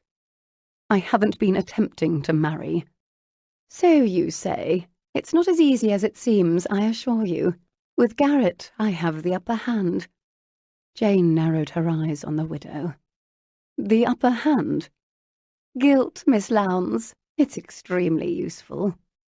Jane counted 3. She desperately wanted to slap Medusa, but that would hardly be helpful. You mean Garrett's guilt over Harold's death? Of course.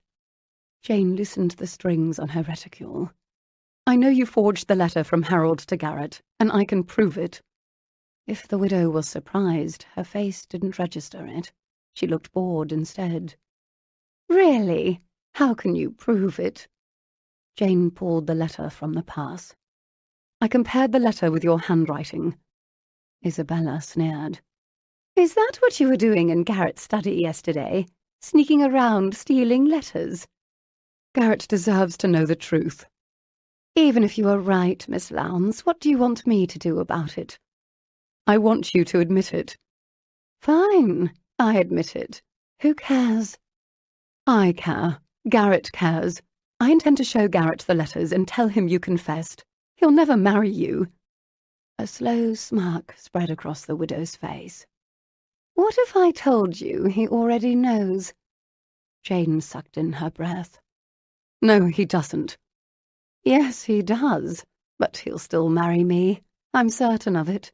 I have one final card to play. He's beautiful, my future husband. I'll give him that. Beautiful, but stupid. How dare you? You don't even know him.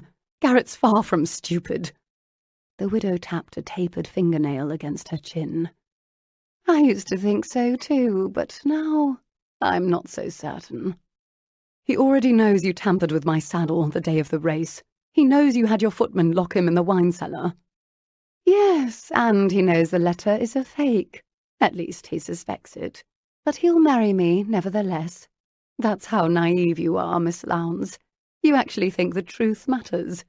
Besides, what do you care? I thought you believed him to be a reprobate.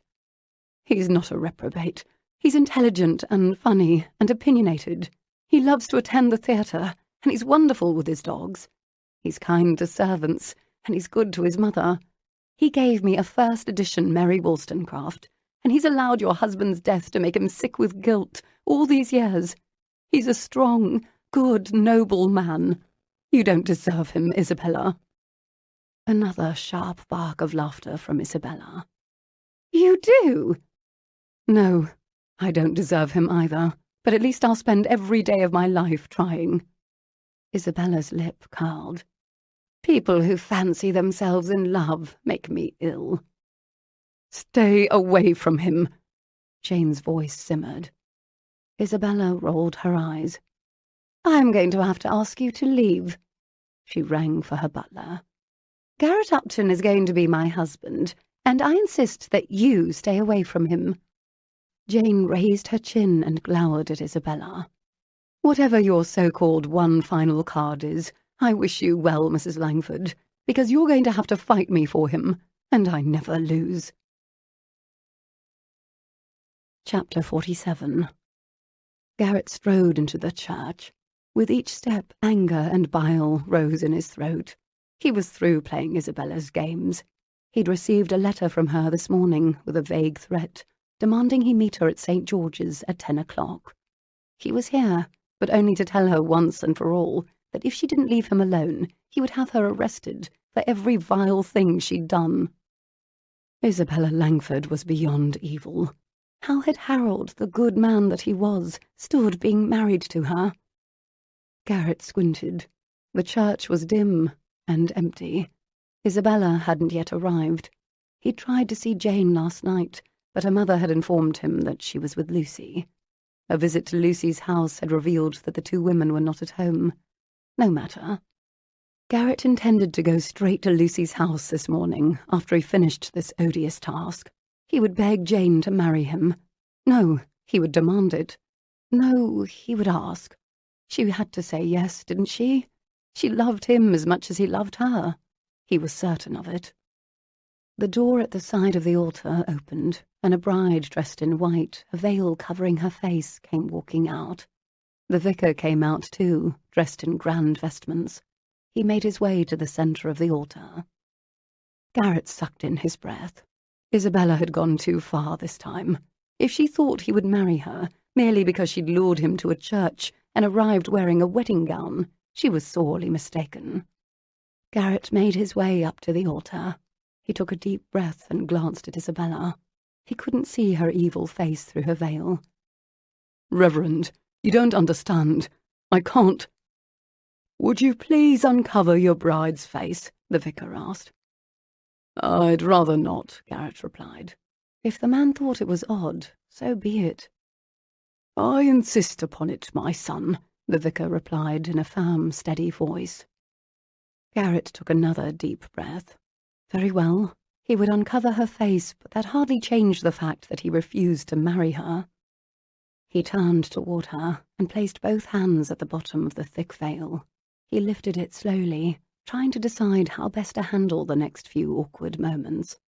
Finally, he flipped the veil over her head in one swift motion and took a step back. It wasn't Isabella. It was Jane. She smiled at him brightly. Thank you. It was quite hot under there, Upton. I was concerned my spectacles would fog. Garrett's jaw dropped. Jane, what? I forged the letter asking you to meet here today, Jane whispered. Garrett only had a moment to process that before the door on the side of the altar opened again, and his mother, Daphne Swift, Owen Munro, Rafe Cavendish, the Hunt brothers, Lucy and Clarendon all came strolling out. Jane nodded to the vicar. Will you please give us a moment, Reverend? Of course. The vicar nodded and moved into the small group of people. Jane fell to one knee. She clasped Garrett's hand. Would you do me the honour of marrying me, Upton? His face broke into a huge smile. He pulled her back up to her feet, still clasping her hands. Are you jesting? Of course not. I know Mrs. Langford has threatened to ruin my reputation, but, as Lucy says, I can hardly be a scandal if I marry the man with whom I was scandalous. But... Mother and father have already approved. They're thrilled, actually. They never thought I would marry.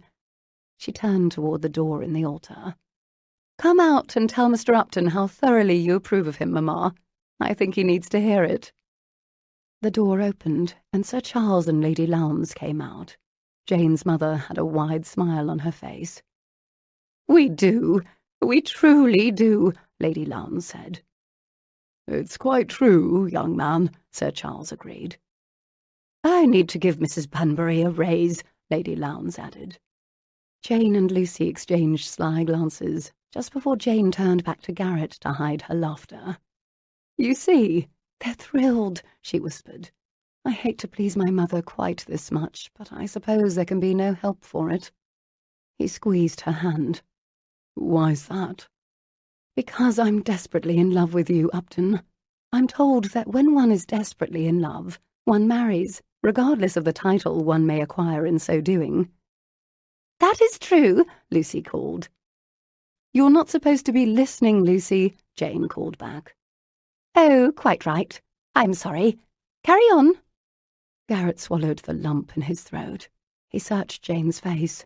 This was a great deal to absorb, but he had no doubts. There was only one problem. As much as I'd like to say yes, we don't have a license. Jane nodded. Yes, we do. Derek procured one for us last night. It's extremely convenient to know a duke. Garrett turned toward Clarendon. You got us a license? Indeed, came Clarendon's reply. Deuced awkward to wake the Archbishop in the middle of the night, but he appreciated the coin I gave him. You owe me a drink the next time I see you at the club. Several drinks. Jane smiled a satisfied smile. See there, you have no more excuses. The door to the church opened then, and Isabella Langford, wearing all black, came strolling down the centre aisle. She crossed her arms over her chest and tapped her fingers along the opposite arm. Well, well, well, isn't this a pretty sight? Garrett and Jane turned to face her. Isabella. Garrett's voice was grim. Boris has been following you, Garrett. He told me I might find you here this morning, Isabella replied.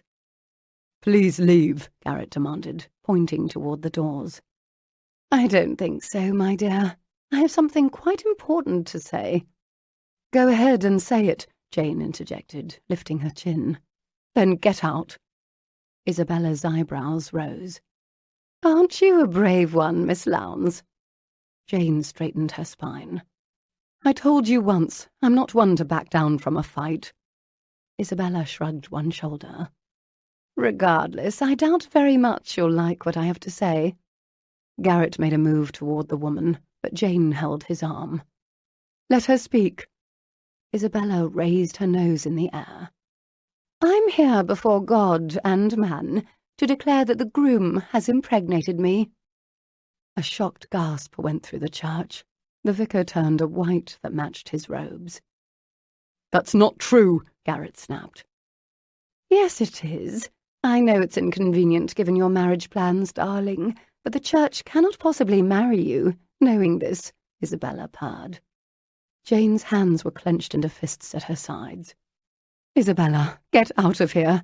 You're a liar, and we all know it. You don't love Garrett, and he doesn't love you. Stop this madness. Isabella laughed again, a short bark this time. I refuse to allow the father of my baby not to own up to his responsibilities. I will own up to them. Everyone's head swiveled to the left. Boris came marching in.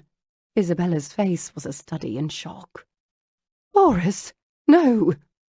Yes, Boris replied. I've asked you to marry me 6 times and you've refused, but I won't allow you to ruin another man's life over a mistake we made together.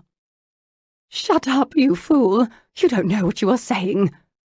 Isabella's voice was high and strained. Her face was quickly turning a mottled shade of red. I know exactly what I'm saying, and it's high time I spoke up. Boris faced Garrett and Jane. I'm sorry for what I've done, Mr. Upton. Isabella told me she saw the two of you in the upstairs drawing room the night of the masquerade. She asked me to cut the strap on Miss Lowndes' saddle. Jane shook her head. I knew it. Boris nodded guiltily, but kept talking. She also overheard you planning to meet the night of the wedding. She told me to follow you to the wine cellar, Mr. Upton, and to ensure you didn't make it back to your room. Garrett glared at Isabella. Shut up, you imbecile, Isabella hissed. Boris turned back toward Isabella. I'm sorry to have done those things. I did them because I loved you, and I thought you loved me. But now I must make things right." He walked up to Garrett and handed him something. Garrett clutched the gold pocket watch in his fist. "I only took it so you'd think one of the Moreland servants had done it," Boris said. "I'm sorry." The vicar stepped forward. "Are you certain, young man? You swear you are the father of this woman's unborn baby?" "Yes, Reverend. I must confess, and I have no doubts." Isabella tore at her hair and ran shrieking from the church. Boris quickly followed her. "Best of luck with that one," Lucy called after him. The vicar cleared his throat and nodded toward Garrett. "Well, then, now that unpleasant business is settled, do you wish to proceed?" "Just one more moment, Reverend." Garrett turned back to Jane. "Jane," Garrett whispered, this time swallowing the even larger lump in his throat. She'd done all this for him, and she loved him. "Are you sure? Are you certain this is what you want?" She leaned up on her tiptoes and kissed his cheek. "You were right about me, Garrett. I've been hiding behind books all my life. It's high time I became brave enough to take a chance in the real world, in a real story, my own story. I want my happy ending to be with you." Garrett cupped her cheeks and kissed her. The small crowd behind them cheered. "By all means, my love. Let's get married." Chapter 48. Garrett carried her over the threshold of his townhouse. It was a silly, sentimental thing to do, and Jane adored it. She'd worn her mother's wedding gown, which had made her mother's eyes moist with tears, but Jane was in a hurry to get the uncomfortable thing off, for more than one reason. They'd spent the remainder of the morning and all the afternoon celebrating with their friends at Derek's townhouse, but now they were home, alone. She'd been looking forward to this all day. The butterflies had winged in her middle since she'd first seen Garrett at the church, when he set her down in the marble foyer of his home and tenderly kissed her. Her traitorous legs began shaking again. "I sent a note. The servants have all been dismissed for the evening," he whispered in her ear. "That's nice." Her voice trembled. Apparently the servants had taken the dogs with them. Garrett rubbed his thumb along her cheekbone and tipped up her chin. "Don't be nervous, Jane." "I don't want to be. Truly, I don't." He nuzzled her ear, and Jane closed her eyes. "Come upstairs with me," he murmured. "Yes," she breathed. Oh, yes. How she wanted to make love to this man. He led her by the hand to his bedchamber. The room was sparse and masculine, and very Upton. 2 candles in a silver brace flickered atop the mantelpiece, casting the room in a shadowy glow. A large bed against the back wall was covered in silken emerald sheets. A dark cherrywood wardrobe, a matching writing desk, a portrait of a black and white spaniel on the wall. "That's not Dogberry or Verges, is it?" Jane asked. "No, that's Henry. I had him when I was a boy. I miss him still." An unexpected rush of tears stung the backs of Jane's eyes. This was why she loved him. On the outside he was witty and carefree, but on the inside he cared, deeply, about everyone and everything in his world. Jane kicked off her white satin slippers and rolled off both stockings before whirling around. "Unbutton me." He chuckled. "Not the most romantic way to begin." "No, it's not that," she answered with a laugh. "This gown is terribly uncomfortable." "I'm happy to comply," he said softly, his lips moving to the back of her neck. Jane felt the tug of his fingers against the long row of buttons along her back, but all she could concentrate on was his mouth, on the soft spot beneath her ear. She tilted her head to the side. He turned her slowly. The bodice gaped away. She held it to her with both hands. "You're unbuttoned, my lady." Nerves took over then. "Thank you." Gently cupping her shoulders, he pressed a kiss to her forehead. "Would you like to keep your spectacles?" Jane looked up into his face. and realized he was teasing her. It would make things easier to see. What if I missed something important, fumbling around blind as a mole? I won't let that happen, he breathed, slowly pulling her spectacles over each ear. He pulled them away from her face and led her to the bed, where he placed them on the table next to the huge mattress. Jane clutched at the front of her gown. Wouldn't you like to remove it entirely? He asked, turning back to face her. Yes, she nodded. She let go and the gown pulled around her waist in waves of white satin. She pushed it over her hips and it fell to the carpet in a whoosh of fabric. Her stays remained, and her chemise beneath that. She took a shaky breath. The voices in her head returned to haunt her. Would Garrett think she was too plump, not beautiful enough? You are gorgeous, he whispered, pulling her into his arms and kissing the column of her throat. Jane's head fell back, the hint of a smile on her lips. Well, it certainly bolstered her confidence to be told she was gorgeous. Would you like me to help you with your stays? He asked. They're not easy, she warned. I remember. A flash of heat spiked through Jane's body.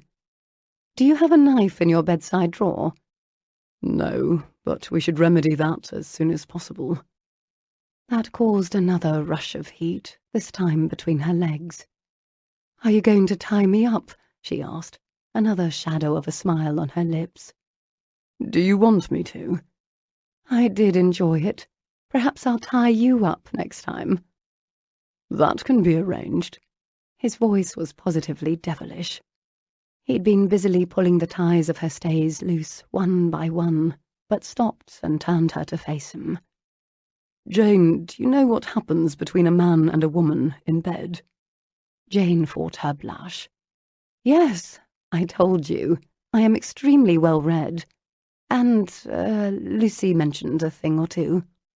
His face relaxed. Please do not tell me a word, Lucy said. Don't worry, I won't. He rubbed Jane's shoulder.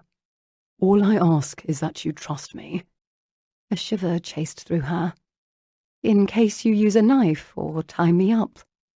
Nothing like that. He kissed her tenderly again. Tonight, I want to make you touch the clouds. Jane's shivering increased. It sounds positively delightful.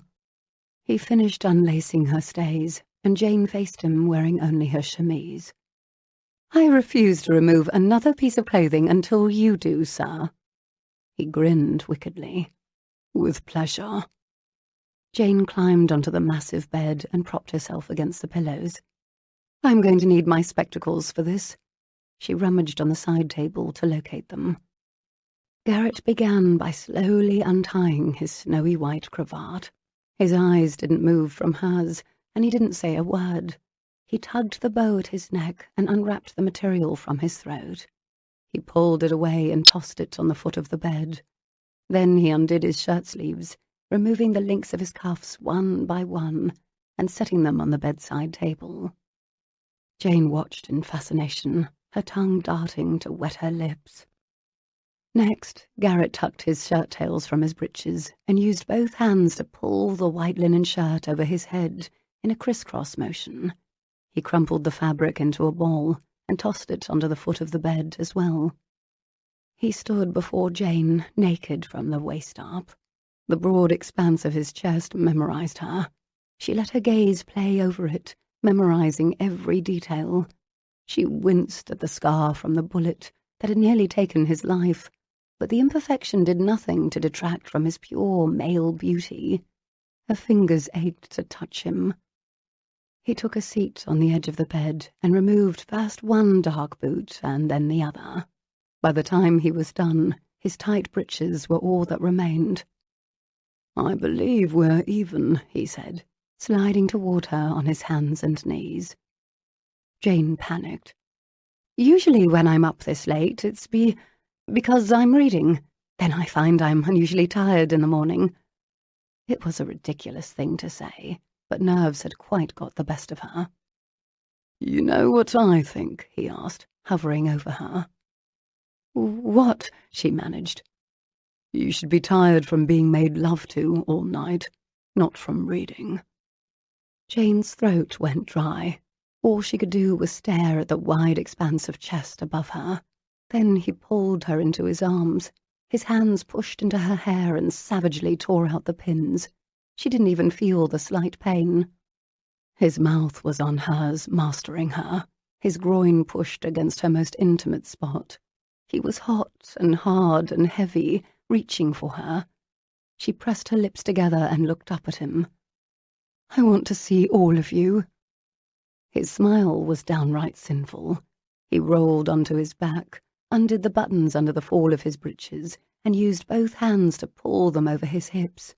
The garment was gone in one quick movement, tossed to the end of the bed. Jane's gaze scoured him. He lay with his hands crossed under his head, entirely nude. "Look all you like," he said in a teasing voice Jane found irresistible. So look she did. The man was stunning. His broad shoulders and wide, muscled chest tapered down into the flat plane of his abdomen, and then his member looked enormous, far too big to fit, but she'd worry about that later. For now she was preoccupied staring at her husband's unbearably handsome body. Her husband. His legs were long and muscled. There was another scar at the top of his right leg. Amazing that he walked without a limp. She wanted to touch it, to kiss it. Her brave, strong Garrett. Her gaze trailed off at his ankles and his feet. He even had beautiful feet. Levering up on one elbow, he pulled her spectacles from her face and placed them back on the table. She sighed. "I suppose you're going to want to see me now." He snorted. "God, Jane, you make me laugh. I love that about you." Jane shrugged. "Mamma says gentlemen are rarely interested in ladies who are humorous." "With all due respect, your mother is wrong." "That's what I said." Jane pushed herself to her knees. "So is that a yes? You do want to see me naked?" He grinned and quirked a brow. "If it's not too much trouble." With shaking hands, she gathered her chemise in both fists near her knees and slowly pulled it up. Garrett's eyes turned a mossy green. She pulled the garment over her head and tossed it aside, shivering as the cool air found her naked flesh. He moved up to sit beside her, his eyes focused on her breasts. "Jane, you are magnificent." Magnificent. She closed her eyes and smiled to herself. That was a promising start. He leaned over her and followed her down, his mouth finding hers, his sleek, warm tongue sliding against hers. "Can I touch you, Garrett?" "All you like," he whispered into her hair. She wrapped her arms around his neck first, sliding her fingers through the dark curls. Then she skimmed along the broad column of his neck and across his muscled shoulders. His skin was bundled silk beneath her fingertips. She trailed her hands down his chest, and pride swelled in her heart as his muscles jumped in response to her touch. He closed his eyes, and Jane stroked his rough cheek. She ran her thumb along the firm line of his jaw. "Stopping there?" His voice sounded strained. Jane kissed his chest. She revelled in the feel of his hot skin beneath her lips. He smelled like soap and masculinity.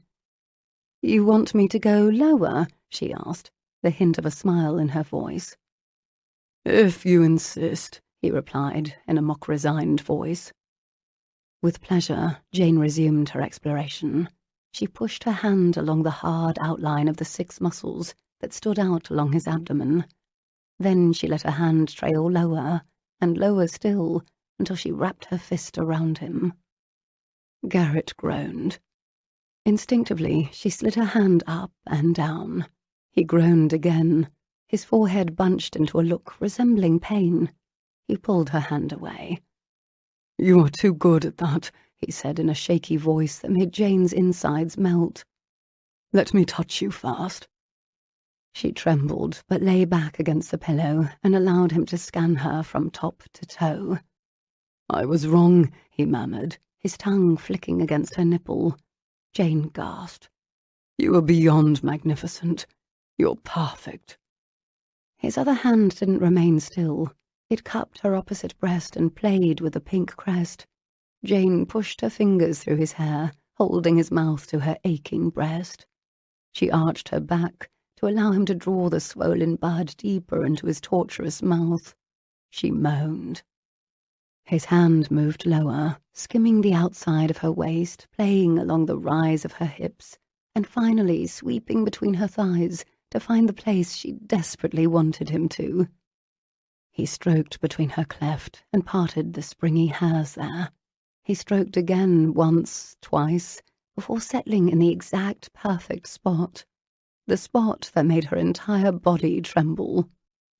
He lowered himself between her legs, his head moving down until his mouth was at her navel. "Jane," he whispered against the soft skin of her belly. "Yes," she managed, but she could hardly think with his finger doing magical things to her, let alone speak. "You're really going to enjoy this next bit." She sucked in her breath. "I am." "Yes, a lot." "Show me," she breathed. He continued his slow movement down her body until his hot, wet mouth hovered above her most sensitive place. He drew his finger away. She cried out at the loss, but the location of his mouth promised better things. Surely he didn't mean to.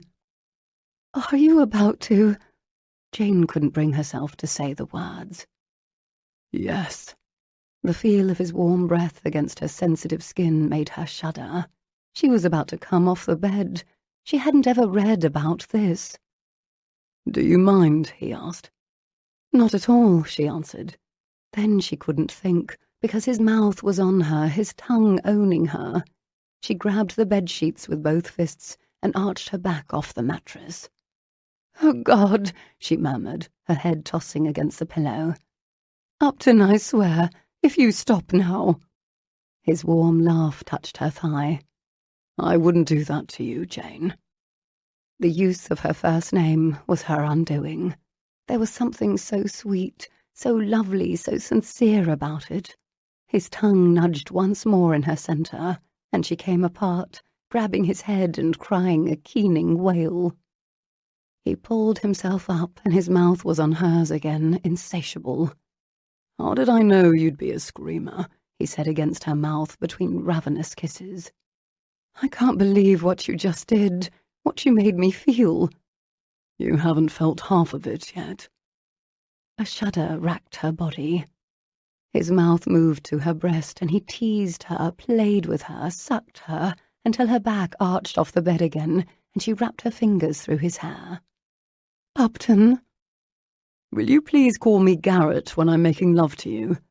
His voice was peaked, but heavy with lust. "Garrett," she breathed. He groaned and slid one finger into her hot, wet warmth. "Oh, God, yes!" Another keening wail from her that he covered with his mouth.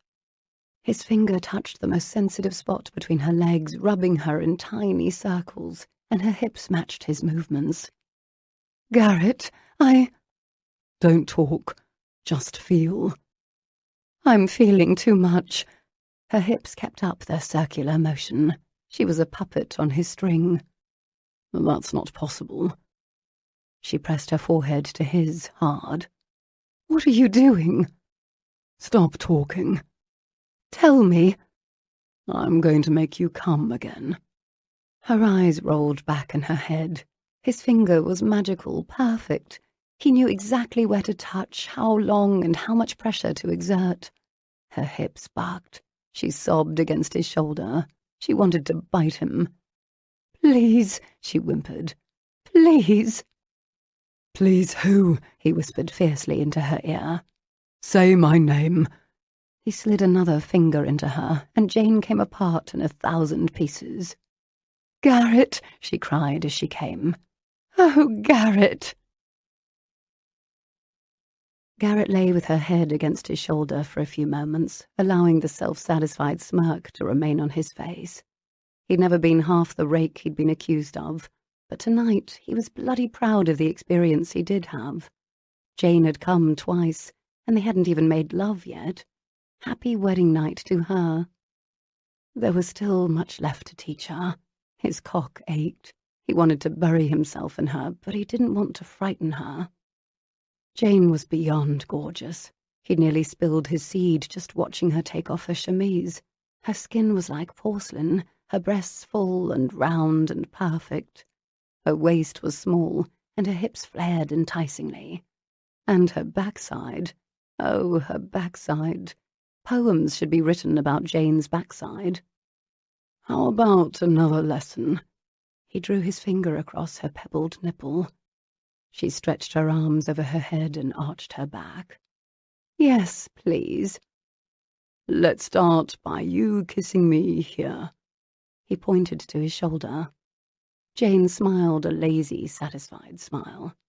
Yes. She moved to her knees and pushed him back against the pillows. Then she leaned over him, those full, gorgeous breasts making his mouth water. They pressed against his chest, making his skin tingle as she bent her head to kiss his shoulder. His breathing hitched. Now here. He pointed to his nipple. Jane's dark eyes flared. She moved lower, and her pink tongue darted to lick his nipple. She was learning fast. Thank God for intelligent women. His voice wavered a bit this time. Now here.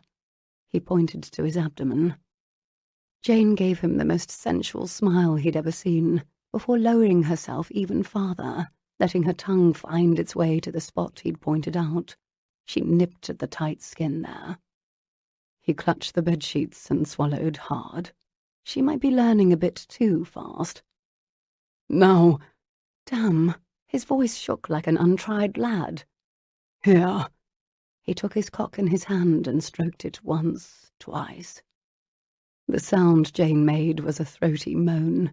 His hand moved away and her tongue dipped again. She closed her entire mouth around his tip. God, he breathed. That's so good. Her lips began a slow descent, and he clutched both hands in the bedsheets. So damn good, he groaned, his forehead beading with sweat.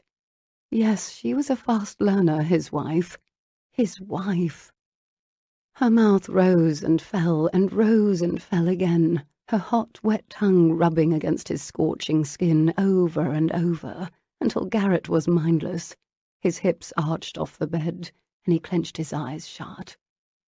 Grab my balls, he demanded, and Jane complied, squeezing them in her torturous hand. The ache between his legs was unholy. Jesus, Jane, Her lips came off his cock with a sucking noise that was strangely erotic. You what? Her scent was driving him mad. I can't wait, he breathed, pulling her roughly into his arms and rolling on top of her. He grabbed the back of her head by her hair and tugged, exposing her neck and nipping at it. I have to have you now. He pushed his rough thigh between her soft legs, and Jane spread open for him. I'll do my best to make this as painless as... Take me! He pushed into her warm wetness and took a deep breath. He wanted to control himself, but the overwhelming feeling of being inside her made him mad. He thrust again, rocking a bit farther this time. Then he kissed her mouth and slid into the hilt. Jane winced. Not moving inside of her, he kissed the side of her eye, her ear, her cheek. Are you all right? He whispered.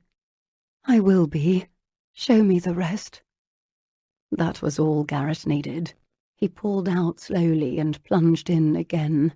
He repeated the action, watching her face for any sign of discomfort. Instead, a slow smile soon spread across her face. He pressed his forehead hard against hers and stroked into her again and again. He clenched his jaw. He needed to make this good for her, too. His hand worked its way between her legs and found the little nub of pleasure there. Jane's eyes widened. He rubbed her up and down, over and over, until she slid into another climax. Her inner muscles clamped him, and Garrett was lost. He pumped into her again one final time and wrapped his arms around her fiercely. He groaned her name, while shudders racked his entire frame. "That was incredible," Jane said moments later, tugging the sheets over her still trembling body. He pulled her into his arms, cradling her against his belly. "That's what you said the last time we were intimate." "I'm much more eloquent when you're not touching me." He traced his finger along her collarbone. "That's too bad, because I find that I cannot stop touching you." "You're very good, you know." Jane did her best to concentrate, despite the fact that he was already making her hot and wet again. "Are you saying you prefer a rake after all?" "I suppose I do." "Then I hate to disappoint you, but I am not, and never have been, a rake." She leaned up on one elbow to look at him. Her dark hair fell over one shoulder. "What are you talking about? Lucy always said how popular you were with ladies, and—" "Popular as a friend, yes, and I do admit to a certain amount of experience, but hardly of the sort you convicted me of in your head." Jane fell back to the mattress and bounced slightly. "I suppose that's what I get for being such a know-it-all." He buried his nose in her hair and nipped her ear. "I never called you that." "No, but you were thinking it." He rested his chin atop her head. "You do tend to pontificate upon every subject. However, if you weren't such a know-it-all, Isabella may have thought she'd got away with her handwriting subterfuge." Jane smiled. "That's true." She smoothed a hand over the pillow and sighed. "Being a know-it-all was how I dealt with being different when I was a child. I tried to impress people with my knowledge rather than my appearance." He lifted the sheet and stole a quick peek. "You're doing a fine job of impressing me with your appearance." She laughed and swatted at his hand. "Be serious, you rogue. No one ever wanted me the way a man wants a woman." Garrett's face sobered, and he pulled her back into his arms and kissed her forehead. "You are as lovely as you are intelligent. I love you for both." Her eyes filled with tears. "You love me?" "Of course I do, my darling. I think I've loved you since you argued with me about Much Ado About Nothing. I'd never met a woman I couldn't charm before I met you." "And I never met a man who argued with me so vehemently. I cannot tell you the number of times I dreamed of tripping you." His crack of laughter bounced against the far wall. "Do I need to watch my step?" "Never." She wrapped her arms around his neck and kissed him soundly. "I love you, Garrett. I love you very much."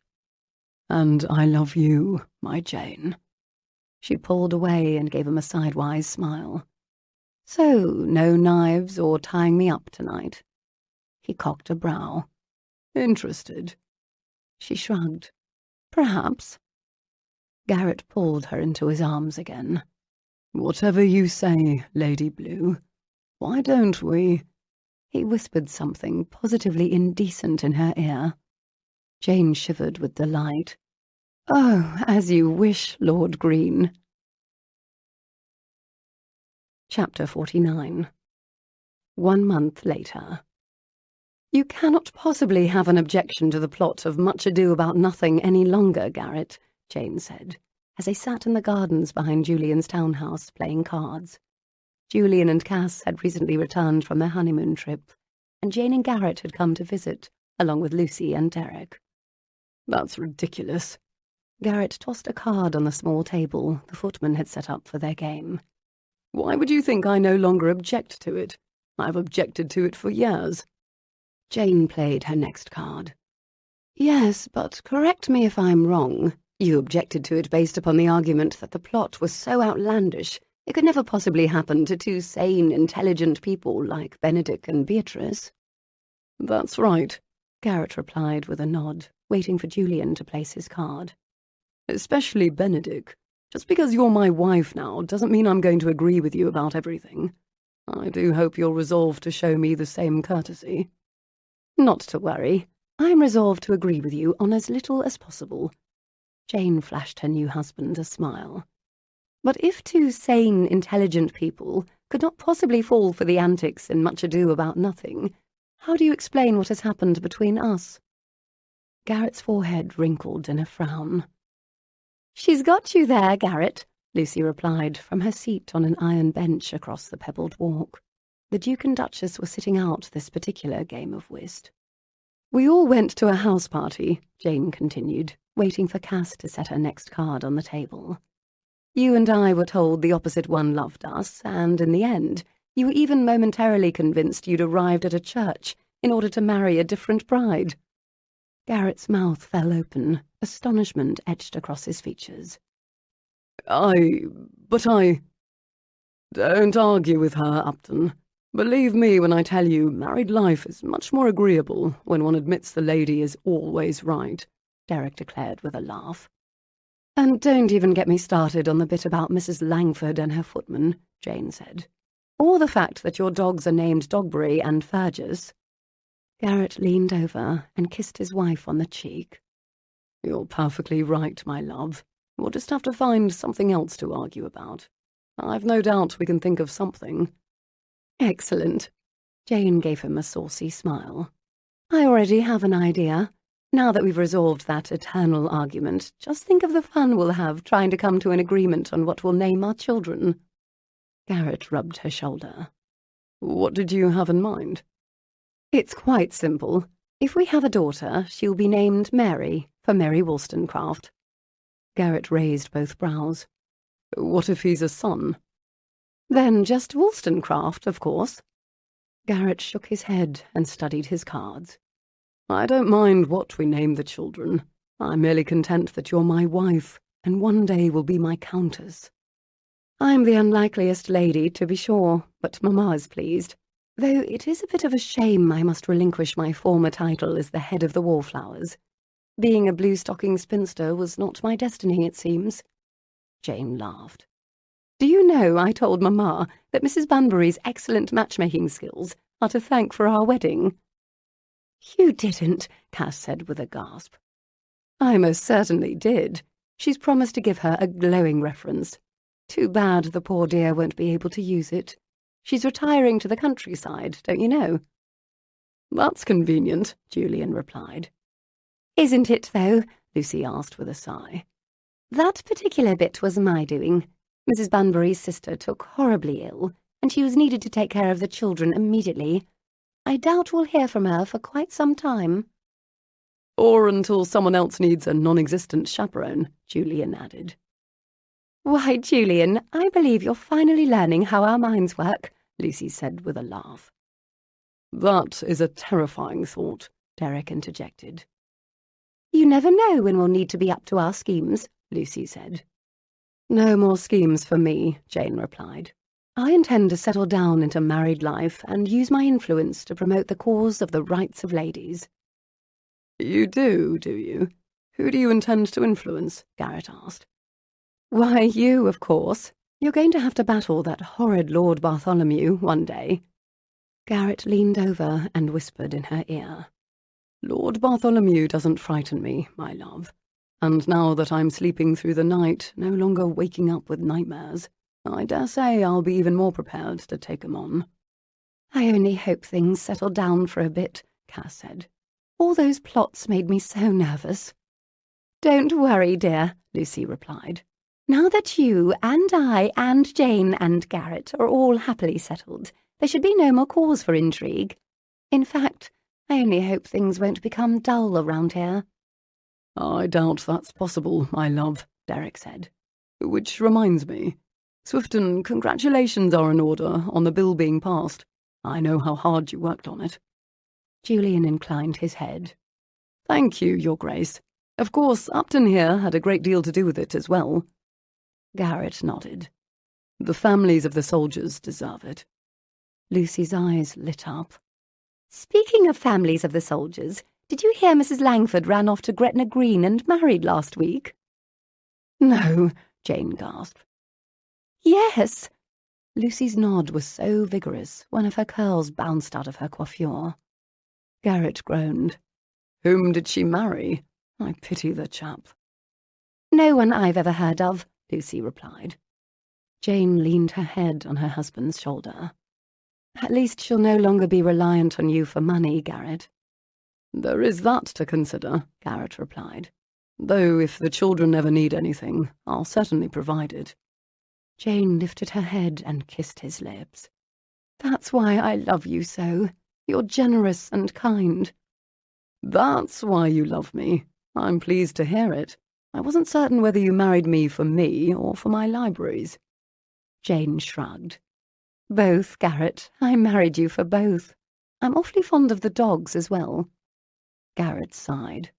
Now that Mrs. Cat and her kittens are ensconced in our house, we've got a practical menagerie. Who knew the two of you would be such unabashed lovebirds? Cass asked with a happy smile. I can hardly believe my eyes.